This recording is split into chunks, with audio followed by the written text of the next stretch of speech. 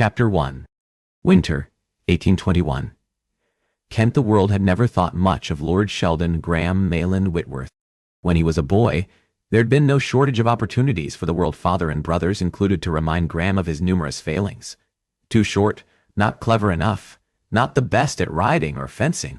By the time he'd grown to be several inches taller than both his brothers and had become a more skilled rider, fencer, and boxer, those accomplishments had ceased to matter to his father, the Duke of Sutton, until Graham had ceased to try and instead learned to live for only his own pleasures. In what could only be the most cliched of directions a duke's second or third son could travel, Graham had contentedly wandered the path of rogue, uncaring about paternal disapproval.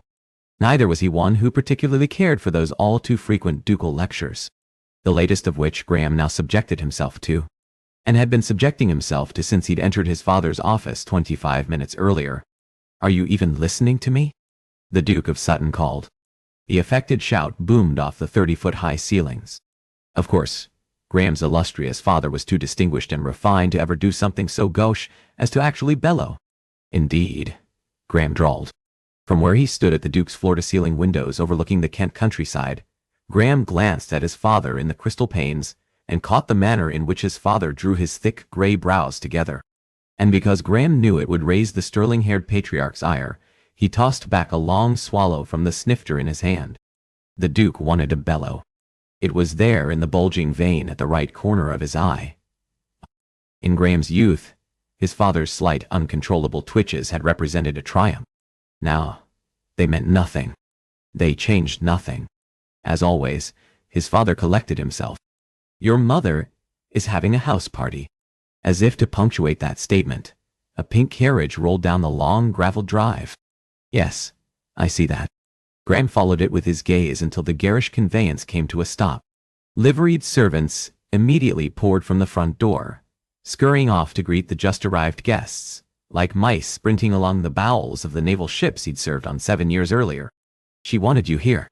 Graham could not fathom why. Did she? Oh, it was not that he doubted his mother's love. In the way of devoted parents, she had bestowed equal affection and regard on each of her 3, now 2 sons. Even when she had every reason to hate him for the loss of one of her sons, she hadn't. But taking the grousing from her husband because Graham was around hardly seemed worth the bother. "She did," his father said coolly, in tones that betrayed a like confusion. Graham swirled the remaining contents of his glass. "I wanted you here too." The amber spirit splashed over the rim of his glass, staining Graham's fingers and falling upon the hardwood floor. For the first time since he'd been summoned to the Duke's offices, Graham faced him. His mother had wanted him about through the years as much as the Duke of Sutton hadn't wanted the spare to his heir underfoot. "Wipe that surprised look off your face." There was a faint pleading there, so at odds with the Duke of Sutton, who commanded all. "That is no doubt the reason both the King and I together couldn't convince the Home Office to put you to some use." "This again?" he drawled, tension snapping through him, and he resisted it. "People, all people, will attempt to use your weakness as a weapon against you. Do not." This time, with that lesson reverberating around his brain, he dispelled the old hurts. This time, he refused to give his father the satisfaction of his fury, nor did he allow himself that show of weakness. It was enough that Graham knew the truth, that he, the unlikeliest of rogues, had been tapped as an agent for the crown, trained, and set to serve. His father thumped the surface of his desk. "Your mind is wandering again. What is wrong with you that you cannot focus? Or what? You'll drag out one of my esteemed former tutors to apply the rod." The pain, indignity, and shame of both the act and his pathetic self, for failing to put an end to it, stung sharper than the wood instrument had all those years ago. As a child, he'd been unable to maintain any sense of self-control. His father, a ducal master of all emotion, had railed at Graham, ultimately hiring the sternest tutors. "They did it to clear your head of cobwebs and clouds." His father shot back, his cheeks flushed red. Was it guilt? Regret? How utterly ridiculous to believe his father had any compunction about how he'd treated his youngest son. Ultimately, it had been Graham's mother who'd put the humiliating punishments to an end. "It did not work," he said with a lazy grin, toasting his father. In the end, He had developed mechanisms on his own to help cope with an inability to attend his studies, or anything. Mayhap if your mother hadn't coddled you, you would have been strong enough to merit a role with the Home Office. He curled his fingers. Let it be enough. You know the truth. At the end of the day, his father believed he'd been rejected, but Graham had been selected to the illustrious organization. Nonetheless, as the Duke launched into his familiar tirade, Graham clung to every lesson doled out by his mentor within the Brethren and every strategy he employed to retain a grip on his self-control. I sent you to the Home Office with every opportunity, his father was saying, and it was just one more failing. One more failing, among a countless number of them.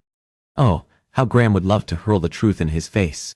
But the other man's pompous incorrect assumption, where Graham was concerned, was perversely satisfying too. Wipe that smug smile from your face, Sheldon Whitworth. He winced at having that hated first name tossed his way. You went to them with connections, letters from me and His Majesty, and you blundered it at your first meeting. Graham's entire body went taut. You spoke to someone after my rejection? Of course I did. His father bristled. Do you think I didn't have words with my connections and demand an answer as to why they passed you over for any post? Of course, there was that eternal concern for the Duke of Sutton about how he was viewed by his peers. Graham made his lips move up in a coolly mocking grin, and again toasted his father with his drink. How very loving you've become in your old age. The Duke's cheeks went red. It had nothing to do with love? Graham supplied. His father had turned tail and ran whenever discourse moved into the emotional territory. That or any other pooling sentiments. I was being facetious, father. Of course it didn't. His father slashed a hand Graham's way. It had to do with the fact that you are approaching 30, and you're still the same rakish person you were 10 years ago. Ah, but now, Graham was more. I have always been able to rely on you to provide a detailed enumeration of my failings. Either way, that isn't why you are here. And here I thought I was invited for the annual Whitworth Winter House party.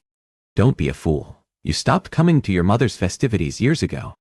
Can't bother to tear yourself away from whatever whore you're betting or whatever wager you're making. That had been the case, though it had been more about not wanting to. He had been the failure of a student his father accused him of being, but he'd not been such a fool that he'd have willingly put himself through any more of his father's lambasting diatribes. This year, however, was different. His purposes for being here, for trying to meld more with polite society, at whom he'd otherwise spent his life turning up a middle finger, were quite different. Graham downed the remainder of his drink. Strolling with long, lazy strides to his father's desk, he set the empty glass at the edge of the perfect, gleaming mahogany desktop and sat. Why don't we move past all the dancing about then, and have out with whatever it is I'm doing here? The Duke's hard lips moved, but no sound slipped forward. Of course, His Grace wasn't accustomed to anyone compelling him to do anything. No one short of the king himself. It was why he'd taken such affront at the denials of his requests for a post at the Home Office for his reprobate son. It had stung his ducal pride. Something flashed in his steel-gray eyes, something that looked very much like pride. It was gone as quick as it had come, and likely had been an imagined hope that the foolish part of Graham still carried for the man's acceptance. You've been a disappointment in many ways. Schooling. Your schooling. Because for his father, that was where Graham's failings had all begun. Your reputation. Yes. I think we're all well familiar with the impressive list you've compiled, he said dryly, looping an ankle across his opposite knee. I'm trying to help you, Sheldon. How very kind of you. His father went on over that droll interruption. There is something you can do. And here, I thought there was nothing I could. The Duke and Duchess of Gale are expected, any day. Oh, bloody hell. Along with their daughter, Lady Amelia. A joining of ducal families is what the Duke of Sutton craved then. No, Graham said flatly. His father flared his nostrils. I didn't say anything. Yet. We both know where this is headed. And it would end nowhere. Your mother was friendly with her mother, and feels badly about the girl's circumstances. Then send her a puppy and French chocolates. But sending the failure of a son? He chuckled. That hardly seems like an act of charity for any of the aforementioned parties. A knock sounded at the door. Enter, His Grace called out. A servant entered bearing a silver tray. This arrived a short while ago, Hand it over then, the Duke said impatiently, snapping his fingers. It is not for you, your grace. The young man glanced to Graham. But rather, Lord Whitworth, that. At any other time, there would have been jubilation at seeing the Duke effectively silenced, for it would be a bruising to his massive pride to have a letter arrive mid-meeting for his scapegrace son. Not this time. Graham stood straighter. Feeling his father's stare boring a hole into his every action, Graham forced himself to accept the note with his usual boredom. After sliding a finger under the familiar wax seal, he unfolded the missive and scanned the handful of lines. Then, curving his lips into the usual lazy grin, he tucked the page into his jacket. We are finished here. Are we finished? We've only just started, it was not a question, he said dryly, climbing to his feet. I've had matters come up. An irate husband, no doubt. Hardly. Graham waggled his brows. All the respectable ones who'd care that I'm betting their wives are away from London until the season begins. Whistling a bawdy tavern ditty, he clicked the heels of his boots together and started for the door. The Duke's chair scraped the floor. You would simply run off, his father thundered after him, his patience giving way, as it invariably did. Graham paused with his fingers on the door handle and shot a glance back. Oh, I'm not running off. I'm leaving. They are two very, you know. Who the hell cares either way? With his father sputtering and cursing after him, Graham let himself out. Of course, the one task I charge you with, you cannot even see through. You are a fail. The remainder of the accusation was lost to the heavy oak panel he closed in the Duke's face. Now he faced the man who might as well have been a mirror image of him, save for the blonde hair. Ignoring him, Graham started off in the opposite direction. Withington? He called after the servant stationed at the end of the hall. Have my bags packed and my mount ready, please. He didn't have time for lectures, and there was no doubting that was precisely what had brought his brother to listening outside the Duke's offices. Heath, however, was not to be deterred. It's really not well done of you. Upsetting him. Withington. Wes. Graham scoffed. He's more than capable of gathering my bags without. Don't be an obnoxious arse, his brother muttered, joining him. You know I'm referring to father. Yes, but it is a good deal more fun baiting you. They hadn't always been at each other's throats. Graham and his two elder brothers had once delighted in making mischief together.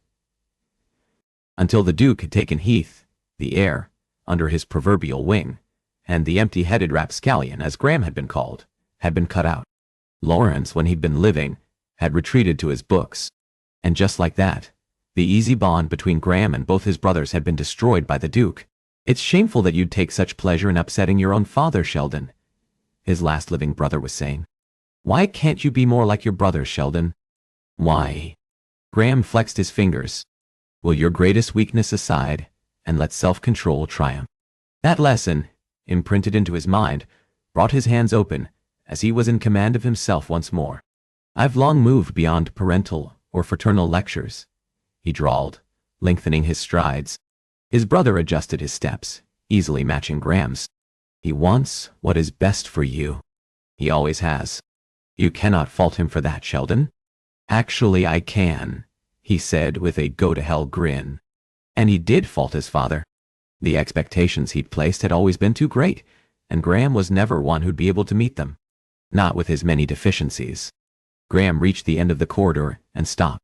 His brother skidded to a stop beside him, and the hopeful glimmer in his eyes suggested he thought Graham might turn back, make peace, and remain on for the interminable week-long festivities. Instead, Graham took his brother by the shoulder and lightly squeezed. If you're worried about the Duke's wishes being appeased, then you can wed Lady Amelia. What? Heath sputtered. Don't be ridiculous. He bucked Graham's grip from his shoulder. Furthermore, this isn't about Lady Amelia's marital state. Graham folded his arms. The hell it isn't. His cheeks flushed. Well, mayhap a small part of it has to do with Mother's wish that the girl could be settled. But this goes beyond that. He's getting on in years and wants to know that his remaining son's Heath's features contorted. And despite his bid not to give a single damn about what his brother or father had to say, pain lanced through him. It was, however, fleeting. If you think his grace gives two goddams about me, then you're a damned fool. His father had never cared. Graham had long been the disappointment. one who very rarely served a purpose. "You're wrong," Heath called after him, and this time his elder brother allowed Graham to continue on, uninterrupted, until he reached the foyer. His mother had positioned herself at the doorway, with the same height and carriage as the late Boney himself, and by the glint in her eyes, no less determined. "I believe this is a new record for you, Sheldon Graham, Malin Whitworth." Several servants came forward with Graham's belongings. With a word of thanks, he accepted his cloak from one of the footmen. Tossing the article around his shoulders, he adjusted the clasp. "Mother," he murmured, with a bow for the graciously aging woman. "Using all four of my name. That never bodes well." She held a finger up, commanding the room with nothing more than that slightest of gestures. Just like that, the servants dispersed, fading into the shadows and quitting the rooms. Her hair still a pale blonde and her skin not marred by even so much as a wrinkle. She bore the same youthful aura she had as a mother, chasing about her 3 wayward boys. And she said nothing. The silence, however, struck a place of guilt deeper than any insult or word she could have leveled. "I have to go." "You just arrived, Sheldon," she said, her voice faintly imploring. Sailing over, rustling her satin skirts as she glided to a stop before him, she stared expectantly back. "You always leave, but never this quickly." She did not attempt to make excuses for her husband. She'd always been a better mother than Graham had ever deserved. This time, it is different. And it was. He couldn't say more than that. Wouldn't say more. "Is it because of Lady Amelia?" "It has nothing to do with Lady Amelia," he said simply, from a place of truth. Her doubt was reflected in her eyes. Always look a person squarely in the eyes for the answers you seek. A person's gaze is a window into what they see or feel. It was a lesson that he wished he hadn't remembered at this moment, because then he wouldn't see the disappointment in her eyes too. She was the one person who'd given him far more credit than he'd deserved. "I have to leave," he said again, adjusting the clasp at his throat. She reached up and moved his hands out of the way to complete the task for him, much the way she had when he'd been a small boy. "Are you in trouble?" Oddly, no. He winked. "Not this time." Mother pinched his cheek. "No." Graham winced. "I'm not," he muttered. Or, at least not the trouble they expected him to find himself in. The urgency to quit this hall that had filled him when the note had been placed in his hand intensified. His mother proved as resilient as always. She placed herself between him and the door. "Promise you'll return for the holidays. Lie without compunction." I promise," he said automatically, that lesson pulling the promise from him. She sighed and slid out of his path. "I'm not sure if I believe you." Graham turned to go, and this time, he stopped himself. Leaning down, he bussed his mother on the cheek. "To the moon and back," he said, repeating the vow of love she had made each night when she'd put him and his brothers to bed. Her lower lip quivered. "And back again." A short while later, Graham left. 16 hours later, as Graham dismounted and looped the reins of his mount around a nearby tree, he surveyed the heavily wooded grounds. A tall figure stepped out from behind a barren oak tree, its trunk and limbs gnarled from age and weather. "You made good time," the gentleman noted as Graham approached, his words a statement more than praise. "I feared you would be delayed with the slight snow." "I'm here," he said evenly, adding nothing more for his superior. Though recently returned to the brethren from his previous retirement, Lord Edward Helling, with his ink-black hair and unwrinkled face, might have been a man 20 years younger and new to the organization himself. "I have your first assignment," his superior said, handing over a file. And there it was. At last. Graham's fingers fairly twitched with the need to yank that coveted folio from the older man's fingers. With unhurried movements, Graham accepted the file, flipped it open, and read. "Location Luton Hightown, England duration fortnight roll." Stable Master Graham stopped and blinked slowly. He reread the words, but the detail there remained the same. "What is this?" he demanded. "Your assignment." Lord Edward gave him a long look that contained a warning that Graham promptly ignored. "You know what I meant," he snapped. A damn stable master. This was what he'd waited for. After months spent training in the damned English countryside, and then additional months spent being mentored in London, this he held the file aloft is what I'm asked to do. Lord Edward rubbed his gloved palms together quickly. "You've a reputation for being skilled with horses, having trained with them as a young man." He growled. I hardly think that makes me a damned expert. I cared for the horses in my father's stables, and muck stalls, and groomed and fed those horses. Why, you even took part in the birthings of 5 foals. A smile ghosted his superior's lips. Yes, we know all. Graham studied the file once more, reading the details, and as he did, the greatest of ironies was not lost on him. With this, his first assignment, the task he'd so loved, that his father had berated him for enjoying, and eventually had forbidden him from doing, should now see Graham trapped in a bloody, thankless post. Every assignment is important, Helling murmured. He ignored that empty assurance. Frustration broiled in his gut. I'm to be a servant then for. He searched for that important detail on the first page. A widow. Graham laughed, the expression coated in cynicism. Oh, this is rich. He'd countless dealings and experience with widows, always sexual in nature. There'd been servant role-playing, but with the widows as naughty maids. Because you've a reputation for bedding widows. Lord Edward put forward. If I may point out at this time, your reputation was one of the reasons you were initially overlooked by the brethren. Furthermore, it is not simply the young woman you are reporting on. There's a boy too. Oh, bloody hell. His assignment had gone from a joke to a farce. A boy, he said flatly. A 10-year-old. 120, and was Terxier. A year-old. Frederick Donaldson, Ditterdy. He lives with his mother, Martha Donaldson. She is known as Marty to her family. Charming. Daddy. He didn't give a bloody damn if the woman went by the name of Virgin Mary. Graham's first damned assignment would be to play stable master in a small country cottage removed from all society. So unclear, as if the inked words hadn't spelled it out in very specific black letters. I'm to spend 14 days as a servant, and report back on the woman and her son, Lord Edward interrupted with a nod. Precisely. This is an assignment that was abandoned by the recent leadership. I've taken the liberty of reinstating it. For the first time since the folder had been placed in his fingers, Graham felt his interest stir. The lesson, of course, was that people of all ages and genders were capable of treachery. Is she a threat to the crown? Not at all. The immediacy of the response confirmed the older man's confidence. Reining in his annoyance, Graham flipped to the next page. Well, it must have been determined that this woman and her child offer something of value to the crown. Actually, no. On the contrary, the lady and her son offer nothing of specific value to the brethren. Martha Donaldson was neither a threat nor of any meaningful value to the brethren, and yet she was important enough that the moment he'd come out of retirement, Edward Helling had reopened her file. I see. This Martina. Martha. He searched the page again for her damned name. Martha Donaldson was Lord Edward's mistress then. Perhaps the boy, Frederick, was his bastard son. His superior narrowed his eyes. Careful, he said warningly, having followed the unspoken supposition.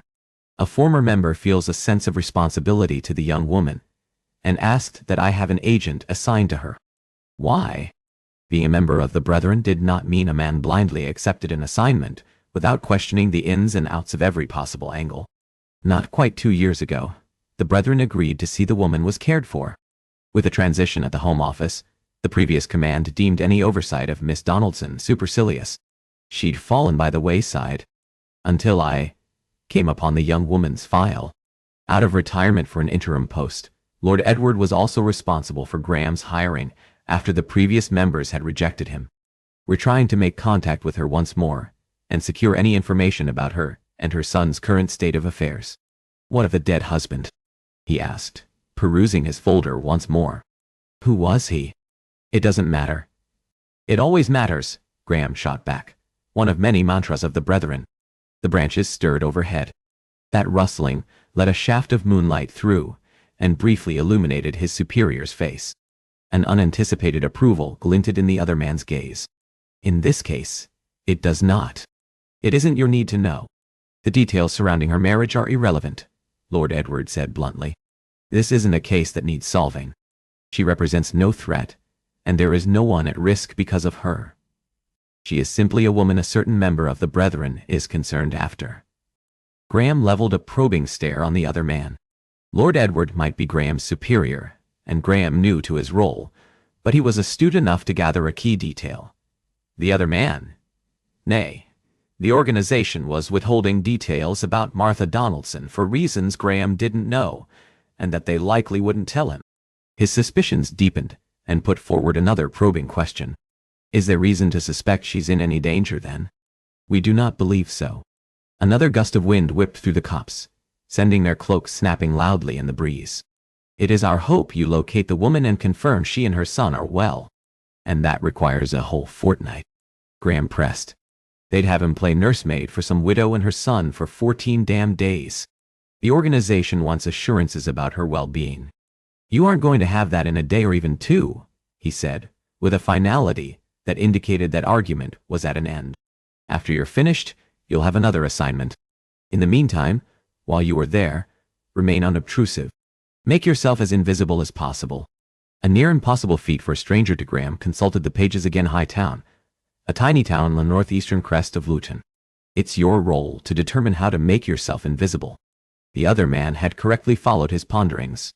Uninteresting people, regardless of how long they visit a place, lose notice quickly. Graham shook his head. He'd awaited his first assignment, and this was the role he'd been given. That of a minion put to work on a nothing case because some former member had called in a favor. He gritted his teeth.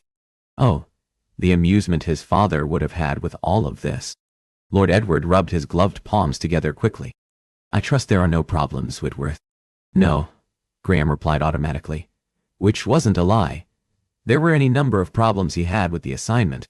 This assignment was no different than the years he'd served in the Navy, a duke's youngest son coddled by the men in command and kept from any truly purposeful work. The other man slapped his shoulder. I was you once. You were never me, he said curtly. The faintest smile ghosted Lord Edward's lips.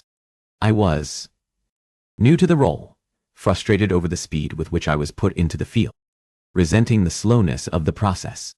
He held Graham's stare. Being the second son, and, for that ordering of my birthright, always falling behind another. Yes, mayhap there was something they shared then. For surely, it was the way of all lords to have little use, appreciation, or regard for those youngest sons. There will be other assignments, Whitworth, the other man said. I promise you that. He turned to go, but then stopped. Oh, and Whitworth? I was ordered to give you one more instruction about your assignment. Graham stared back expectantly. Do not go seducing the young woman. Another spy for the Brethren might have been insulted by that directive. With Graham's well-established reputation as a rogue, however, Helling's was a fair order. You've no worries there, he drawled. The women he kept company had reputations as scandalous as his own. Wicked ladies with inventive skills in bed and morally bankrupt, like Graham himself. Not decent, young women tucked away in the English countryside. Lord Edward touched a fingertip to his nose, and then pointed in Graham's direction. Let us hope not. This time, with that veiled warning hanging in the copse, his superior left, and Graham was saddled with his first assignment. Ocean off BTF. Calm. Chapter 2. Hightown Luton, England. In terms of survival, women had few options available to them. 2. If one wished to be truly precise, one might marry, or one might whore oneself. Martha, however, was determined to never suffer either fate. Never again, that was. Having finished the morning chores, Martha stood at her easel, just as she'd been for the hour since she'd sent her son, Frederick, off to tend the livestock.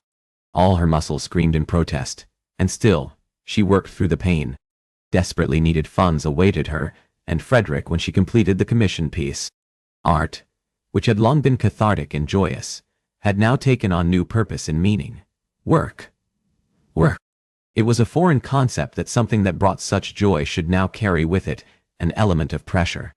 For it was one thing to find solace on the blank canvas that was now a luxury to purchase, and it was an altogether different thing to know other people had expectations of that artwork and visions of what they wished from her craft. Shoving the self-doubts to the furthest corners of her mind, Martha settled into the long-familiar comfort of her sketches. She let her fingers fly over the page, capturing the stills with the worn-down nub of charcoal. A curl slipped from her perfunctory chignon that had long since protested its constraints and joined the other loose curls falling around her shoulders. Martha paused and assessed the landscape upon the page. For a moment, panic set in. It knocked around inside her chest, robbing her of her earlier focus. There was too much to be done. It was the never-ending artwork that would never be completed. A piece that she'd been forced to start and stop and then restart again. Martha briefly closed her eyes. There should only be gratitude that she possessed a skill that allowed her to earn desperately needed funds to care for her son, because the pittances the commissioned pieces earned were a gift. How many other women would have already lifted their skirts or accepted the first formal offer of marriage? She opened her eyes and stared blankly at the high-town countryside. But then, there were no offers of marriage. There were few offers of anything respectable. Such was the fate of a woman who'd committed bigamy, and whose father had murdered the man who'd made her a bigamist. It didn't matter that Martha hadn't known the truth of her husband's circumstances. It hadn't mattered that Viscount Waters had offered her marriage on a lie. For the world, guilt lay only with a woman. They were all Eve, responsible for every sin and derided and mocked for it. And in a way, she was guilty. For she had allowed herself to be swayed into that match, had believed there would be a life of respectability, away from high town. Nay, you convinced yourself that a nobleman who rarely left London would take you there, and you could have explored the museums and taken art classes, and had the life you dreamed of outside this place. Martha's throat convulsed. Mayhap the world was right about her after all. Mayhap she was the whore they all professed her to be. Just not for the reasons they believed. She'd sold her soul, freedom, and happiness with the hopes of leaving this place and exploring the world away, only to find nothing had been worth the hell she'd endured. Iva, his piteously poor ability to converse on anything, his fetid, brandy-scented breath, his touch. Martha's gaze caught in a lead window pane over the top of her canvas. Her sad, bitter smile reflected back, an empty echo of the one that had once come so easily. Do not think of him. Do not. Her stomach churned, and her entire body went clammy. You are my wife, and I am permitted these liberties. Now part your legs, unless you'd like to fight me again. Martha focused on breathing, counting the seconds for each inhalation and exhalation. Even with a year and a half that had passed since she'd suffered that special hell, the horror of it still lingered. His ghost haunted her in this cottage she'd been born to, and resided in for the whole of her 28 years. If she let him, he'd rob her of what remained. Martha firmed her jaw, and her resolve strengthened. Viscount Waters had taken her virtue, good name, pride, and happiness. She'd be damned if she ceded anything else to that demon rotting in hell alongside his master, Satan. Enough, she said into the quiet, the sound of her own voice dislodging the useless self-pitying. Bending down, she resumed her work and swiped the tiny portion of her broken charcoal across the canvas. For there was something he'd left her. Something good.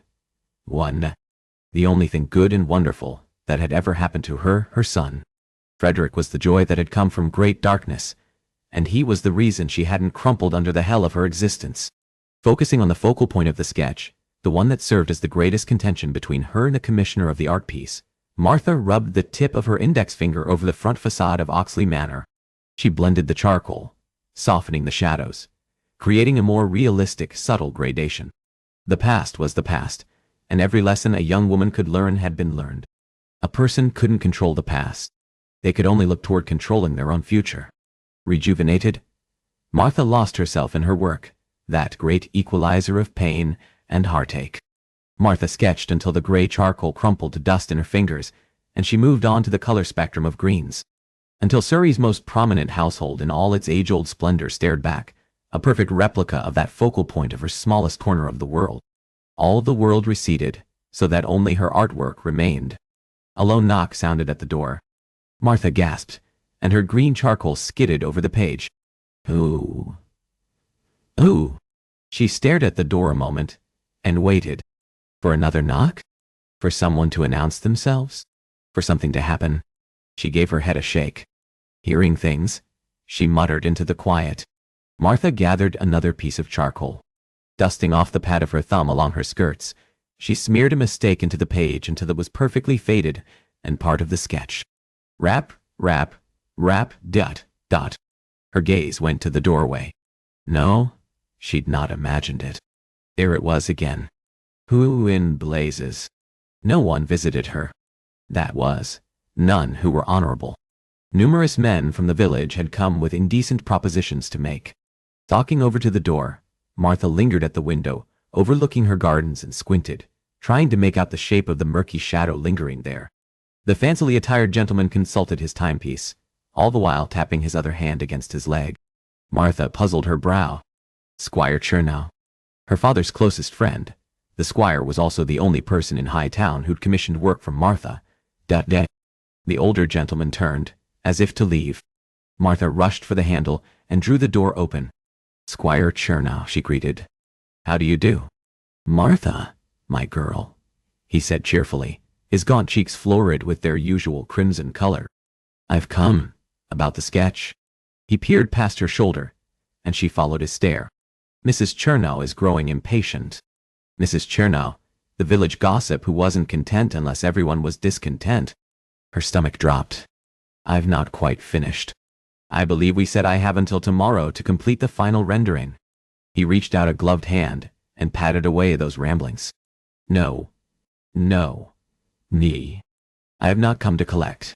Rather, I've come to finalize several details about the arrangement. With just one patron and still seeking employment from the posts she responded to in London, she couldn't afford to offend him, and yet life had taught her to be wary of all men. She drew the door panel closer, shielding her modest residence from his stare. Perhaps we should speak tomorrow regarding the piece. When her son was about? Frederick is due to return inside, she lied, tacking that on as a reminder of not only her status as a mother, but also that she was not alone. Squire Chernow widened his grin. But he's not returned yet, and with him otherwise occupied, this should prove the ideal time to discuss, no? He persisted with the same dogged determination he'd had in the late-night debates he'd engaged in with her father. The memory of the bond they'd once shared weakened her defenses. Reluctantly, she drew the panel open. Squire Chernow sailed past her, removing his gloves as he walked. Uninvited, he made his way to her small workstation and assessed the page clipped in place at the top of the easel.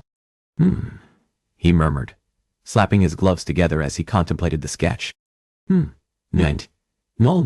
Doll. It was the non-committal utterance she'd come to find from all his past visits indicated displeasure. Panic knocked away at her chest. His payment would not come until he approved the piece, and every day she spent attempting to create the rendering of his property was time lost.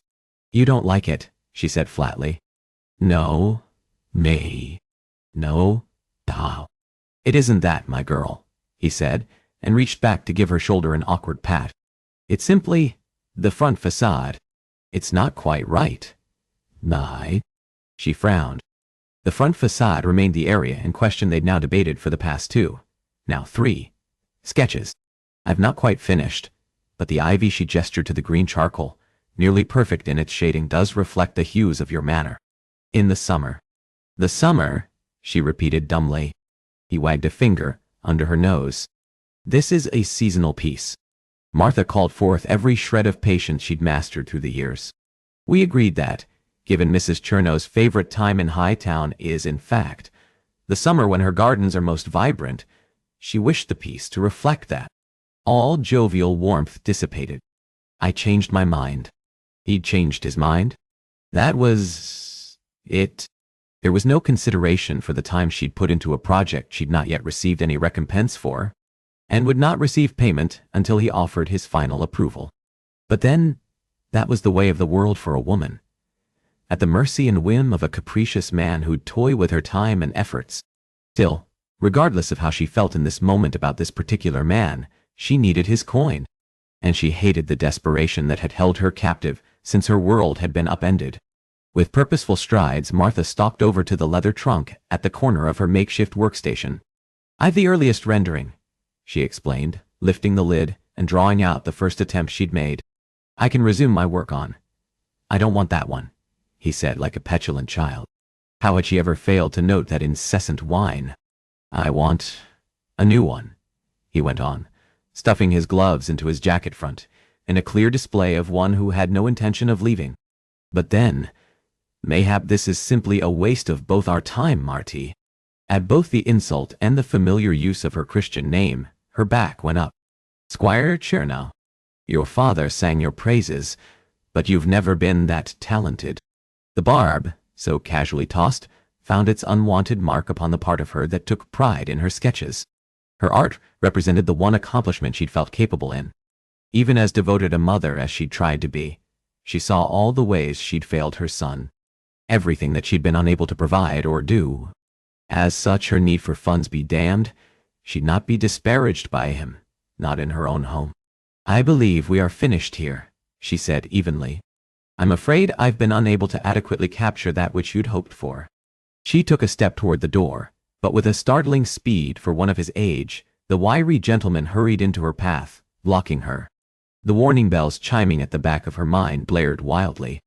I've offended you, he said quickly. That was not my intention. I only sought to speak the truth. He slid closer, and she retreated. I am worried after you, Marty. Aside from her son, no one worried about her or her future. Her life was nothing more than fodder for gossips. You needn't worry. I am doing fine, she lied. But you're not, he persisted, continuing his approach.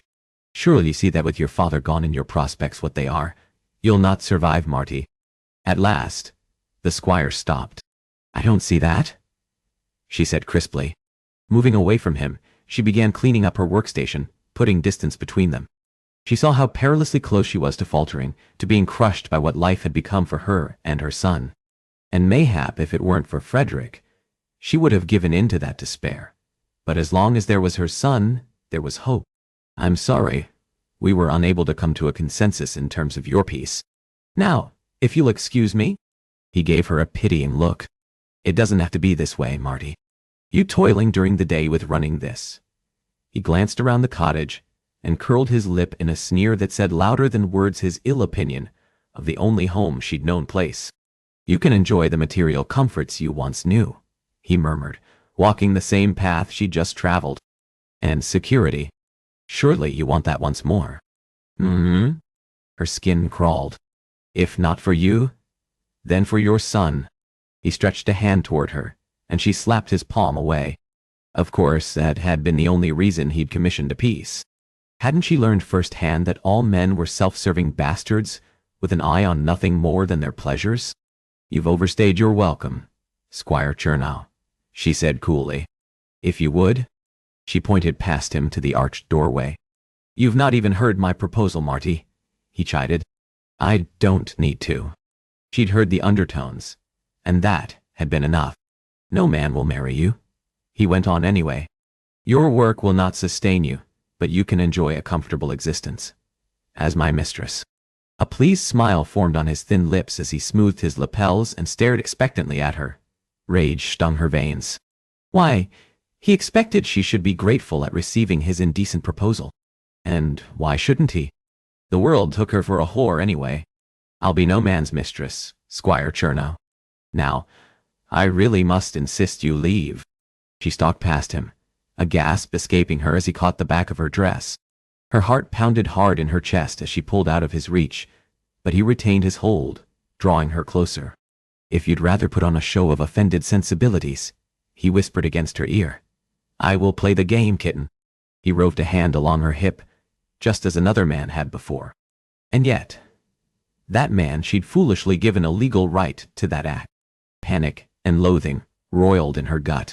She'd never allow any other man that right. Fight him. I'd fight him. Oh, release me, she ordered in shockingly steady tones. You do know the village hasn't already run you off because of the kindness I've insisted the villagers show you. That can all change. Her throat worked. After all, you are a bigamist, Marty. Scandalous stuff. He clucked like a chicken. I expect it could be a good deal worse for that boy of yours. Frederick. Frederick, who had remained when his sisters had been sent away to escape and, because of it, who had not been spared the shame that went with being a bigamist's spy-blow. Ultimately, I possess everything of value in this village, and you are the prettiest of the lasses, aren't you? He placed his mouth near her right lobe. She squeezed her lashes shut.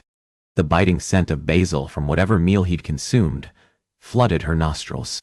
I am going to be ill. Through the nausea. She wrestled for control of her panic. "I'll not be any man's whore." "Ah, but you already have been, no?" he asked, almost jovial. "We will be very good together, and you will be very grateful." "This is the right decision, Marty," he lauded, like a proud papa over a daughter's cleverness. In the end, salvation came in the unlikeliest of forms. The door burst open.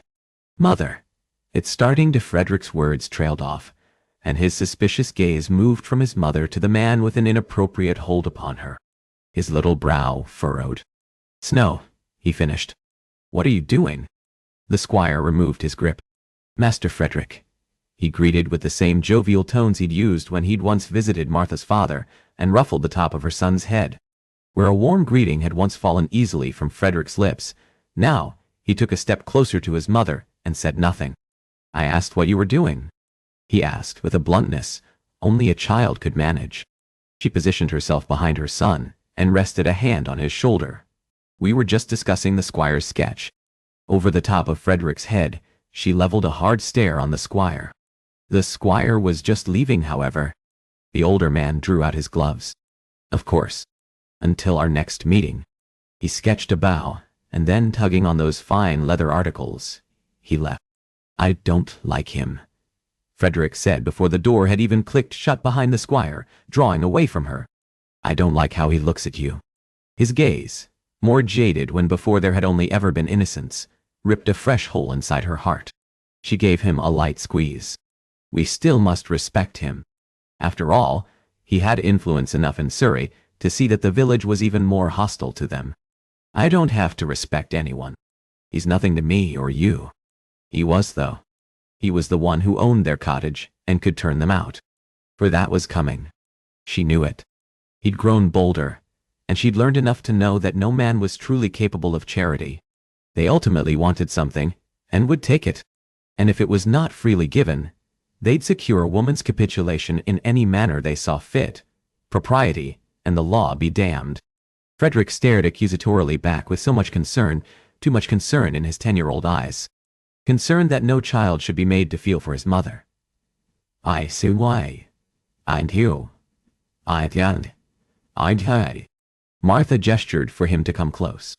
Where he once would have rushed to her side, and with a kiss for her cheek, this time he stood planted where he was, his arms folded angrily at his chest, his eyes snapping with defiance. "Frederick," she began, going over to him. She sank to a knee. "He owns this property." She wiped a bit of dirt from his cheek. He swatted at her hand. "We'll go somewhere else. I don't like it much here anymore." He'd only ever loved the Surrey countryside. Her throat moved. Hope transformed her son's previously troubled gaze. "And then Iris and Creta can come with us." Martha froze as those names ripped through her heart like an arrow. Iris and Creta. Always joyous, always mischievous. Her firstborn girls had been the first light to come from the darkest of marriages. "Oh, sweet," she said, her voice choked with emotion. "Your sisters are in a better place." Anywhere that Martha was not was a better place. "And this is where we'll remain. Forever." Because she wasn't so foolish as to believe an unmarried woman and her young son with limited funds and no prospects could start afresh somewhere else. "I didn't like how close he was to you," Frederick stated flatly, and mortified heat scorched her from the tips of her toes to the roots of her hair.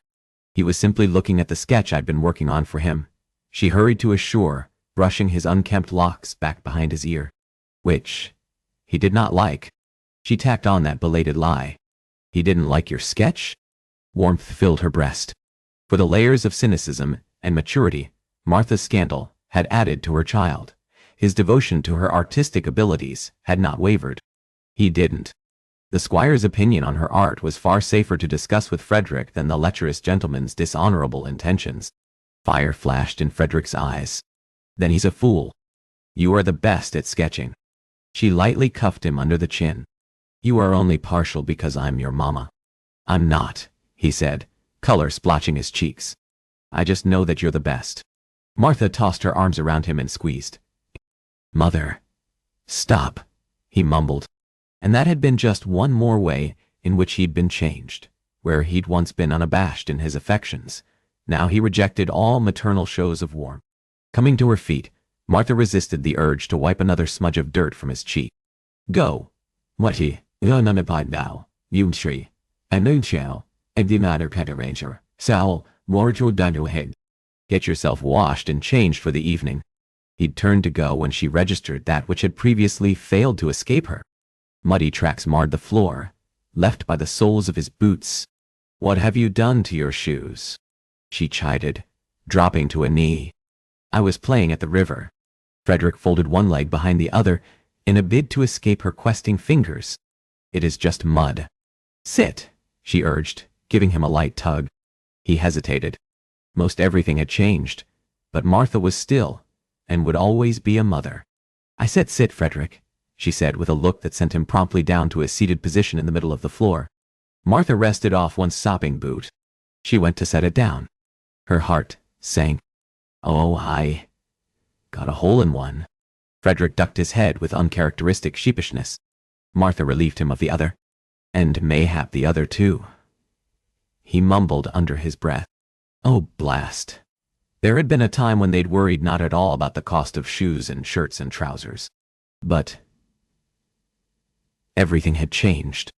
Everything. There weren't funds for anything, let alone a new pair of boots. You're angry. I'm not. He should be free to run the countryside as she once had, chasing rainbows and running after tomorrows. I do want you to have a greater care, though. He leaped up. I will, he promised and started to dart off before abruptly stopping. You aren't working anymore for the day, are you? Just a bit. He worried after her when he shouldn't have to. When he should know only a child's pleasures and joys. But only because I enjoy it. You need someone to help here so you can work on your sketches.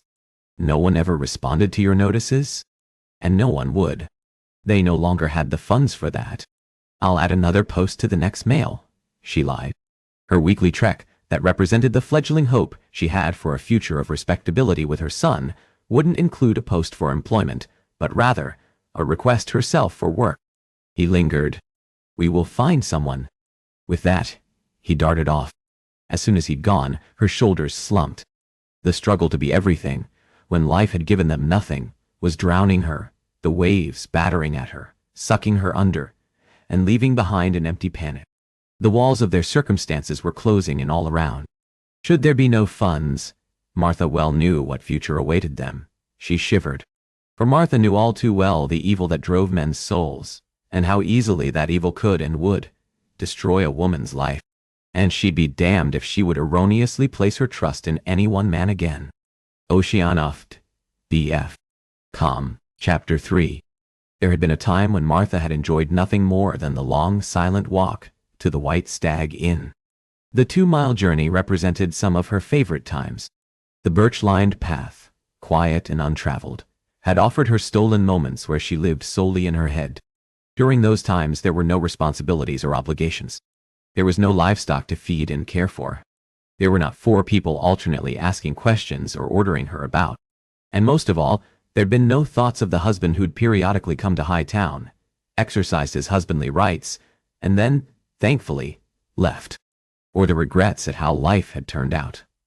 For along with those sentiments had also come a mother's guilt. For both stealing that time away from her 3 children and, worse, for having wanted that time for herself. And yet, just as her existence had changed, so too had those simplest aspects of her life. Now, her journeys to town were made with reluctance and born of necessity. Those visits invariably resulted in stares and whispers and, even worse, the shouts of harlot. You folded the page correctly? Her son was asking, as Martha latched the fraying wool cloak that had seen better days 2 years ago. I did. The folded sheets would eventually be wrinkled in the mail. The hope was that the creases had been made in such a way that they at least minimized the damage and allowed those who'd eventually view them to see the potential there. And you are certain it was dried enough? He persisted with his dogged determination. I finished it before I went to bed, she assured him, which had only been 2.5 hours prior to the completion of that sample piece. Her son frowned. You went to bed late. I heard you enter your rooms. Martha laid a fingertip against his lips. I'm sure it is dried, she promised, hating that Frederick had come to worry after her. And their future. Dark circles marred his face, heightening the anxiety in his expressive eyes. It is going to be fine. Did he seek to reassure her, or himself with that? The thought of either caused a rending in her heart. Do you know what? What? She leaned down and bussed his cheek. It is going to be better than fine. Wrinkling his little nose in boyish distaste, Frederick made a swipe at the place her lips had landed. While I'm gone, you need to tend the stables. I know, he muttered. The problem with that chore, however, was it wasn't a task suited for a child alone. It required the work of a grown man, with the height and weight to heft bags of feed. Martha started to leave, but with a finger lifted, she quickly turned back. And don't get my boots wet again. I have it, he groused. He gave her a little push. Now go, or you're going to miss the post. Mayhap that was even now why she procrastinated, going over daily instructions for tasks Frederick had undertaken long before his grandfather had been sent to prison. Because each post she sought, and then was subsequently rejected, represented the slow death of hope and options for the both of them. Drawing her hood up, Martha accepted her father's leather satchel that Frederick held out. A short while later, she found herself walking the now barren path to the White Stag Inn. The tiniest snowflakes fell around her. Martha shivered. Had she really loved the snow? It was cold and wet, and required more wood to burn. She huddled deep within the folds of her tattered cloak and forced her feet along the snow-dusted path. The gravel crunched loudly under her heels, the moisture coating the ground, penetrating the thin soles of her boots. Martha stopped, and resting her hand on a narrow tree trunk, she lifted her foot. Her heart promptly sank. No, she whispered. Mayhap it was a stain. Mayhap it was merely mud stuck to the bottom. Except, even as she prodded that small spot, she knew. She sighed. In fairness, they owed her nothing. They were the same boots she'd worn the day Lord Exeter had escorted her father off, leaving Martha behind with a new future to sort through. Knowing that she'd had several years of use from those boots, however, did nothing for her in this moment. She let her foot fall and resumed her walk. This was what her life had become. She'd gone from the life of a viscountess, granted a viscountess tucked away in the country with her 3 children and an absentee husband, but a viscountess nonetheless to this, the village bigamist with holes in her boots, making a 2-mile trek each week, in the hope that this might finally be the day when she'd receive word from London about her artwork. Her teeth chattered, and she rubbed her gloved palms together in a bid to bring warmth to the chilled digits. Her father had always wanted more for her. The best. And she'd so unfailingly trusted his judgment that she'd let herself believe marriage to Lord Waters represented her best option. That, however, was a mistake she could not lay at her father's feet. Just 16, she'd been a young woman who'd ultimately agreed to the proposed match. Marching down the middle of the barren path, lined by an endless row of birch trees, Martha kept her gaze forward. She did not allow herself to look directly at those proudly erect trees, devoid of greenery. Do not look, except unbidden. Her gaze locked on one of the towering white trees, its thick trunk split into a perfect horseshoe shape. Martha slowed to a stop, keeping 10 paces between her and that one birch. It's called a merithot bone. Pop it. The English got it from the Romans, who got it from the Etruscans. It will predict your future, of her own volition. Her legs carried her forward, and then she stopped before the tree. She stared vacantly at the tiny row of slash marks carved upon the trunk. Wishes were for children. She'd once deluded herself into believing wishes could come true, that she would have a life outside of Luton, that she would have a happy home, with a devoted husband and an even happier child. A bitter smile formed on her lips, and Martha trailed the tip of a gloved finger along the last notch that had been made. A fool, ain't I? She'd been a fool in so many ways. Nay, for all the time she'd been upset with her father, the guilt belonged only to Martha. From the moment she'd met the paunchy balding lord, she'd ignored every instinct that had urged her to reject any of the gentleman's interest in her. Never again would she ignore those instincts that would save a person, if one let them. A strong wind whipped down the narrow path. The gust parted the fabric of her cloak and sent snow slapping at her face. Martha let her arm fall to her side and drew her wool garment close. With her resolve strengthened, she made the remainder of the long trek. Over the top of the birch trees, White smoke spiraled up to the gray cloud-filled sky, signaling a lone establishment in the distance. At the end of the path, Martha quickened her steps until she reached the White Stag Inn. As she approached the inn, a woman pressed her forehead to the dusty windowpane. The shadowy figure rubbed a circle, clearing a space. Mrs. Lowry. The innkeeper's mother stared back at Martha. Then, with a pinched mouth, the older woman ducked from sight. Martha slowed to a stop as her courage faltered. Yes, everything had changed. Even the people who'd been warm and friendly to her father and late mother. She briefly contemplated the path over her shoulder. But then fury roiled in her stomach. To hell with them. To hell with all of them. Aside from believing a nobleman's intentions to wed her were real, she'd done nothing wrong.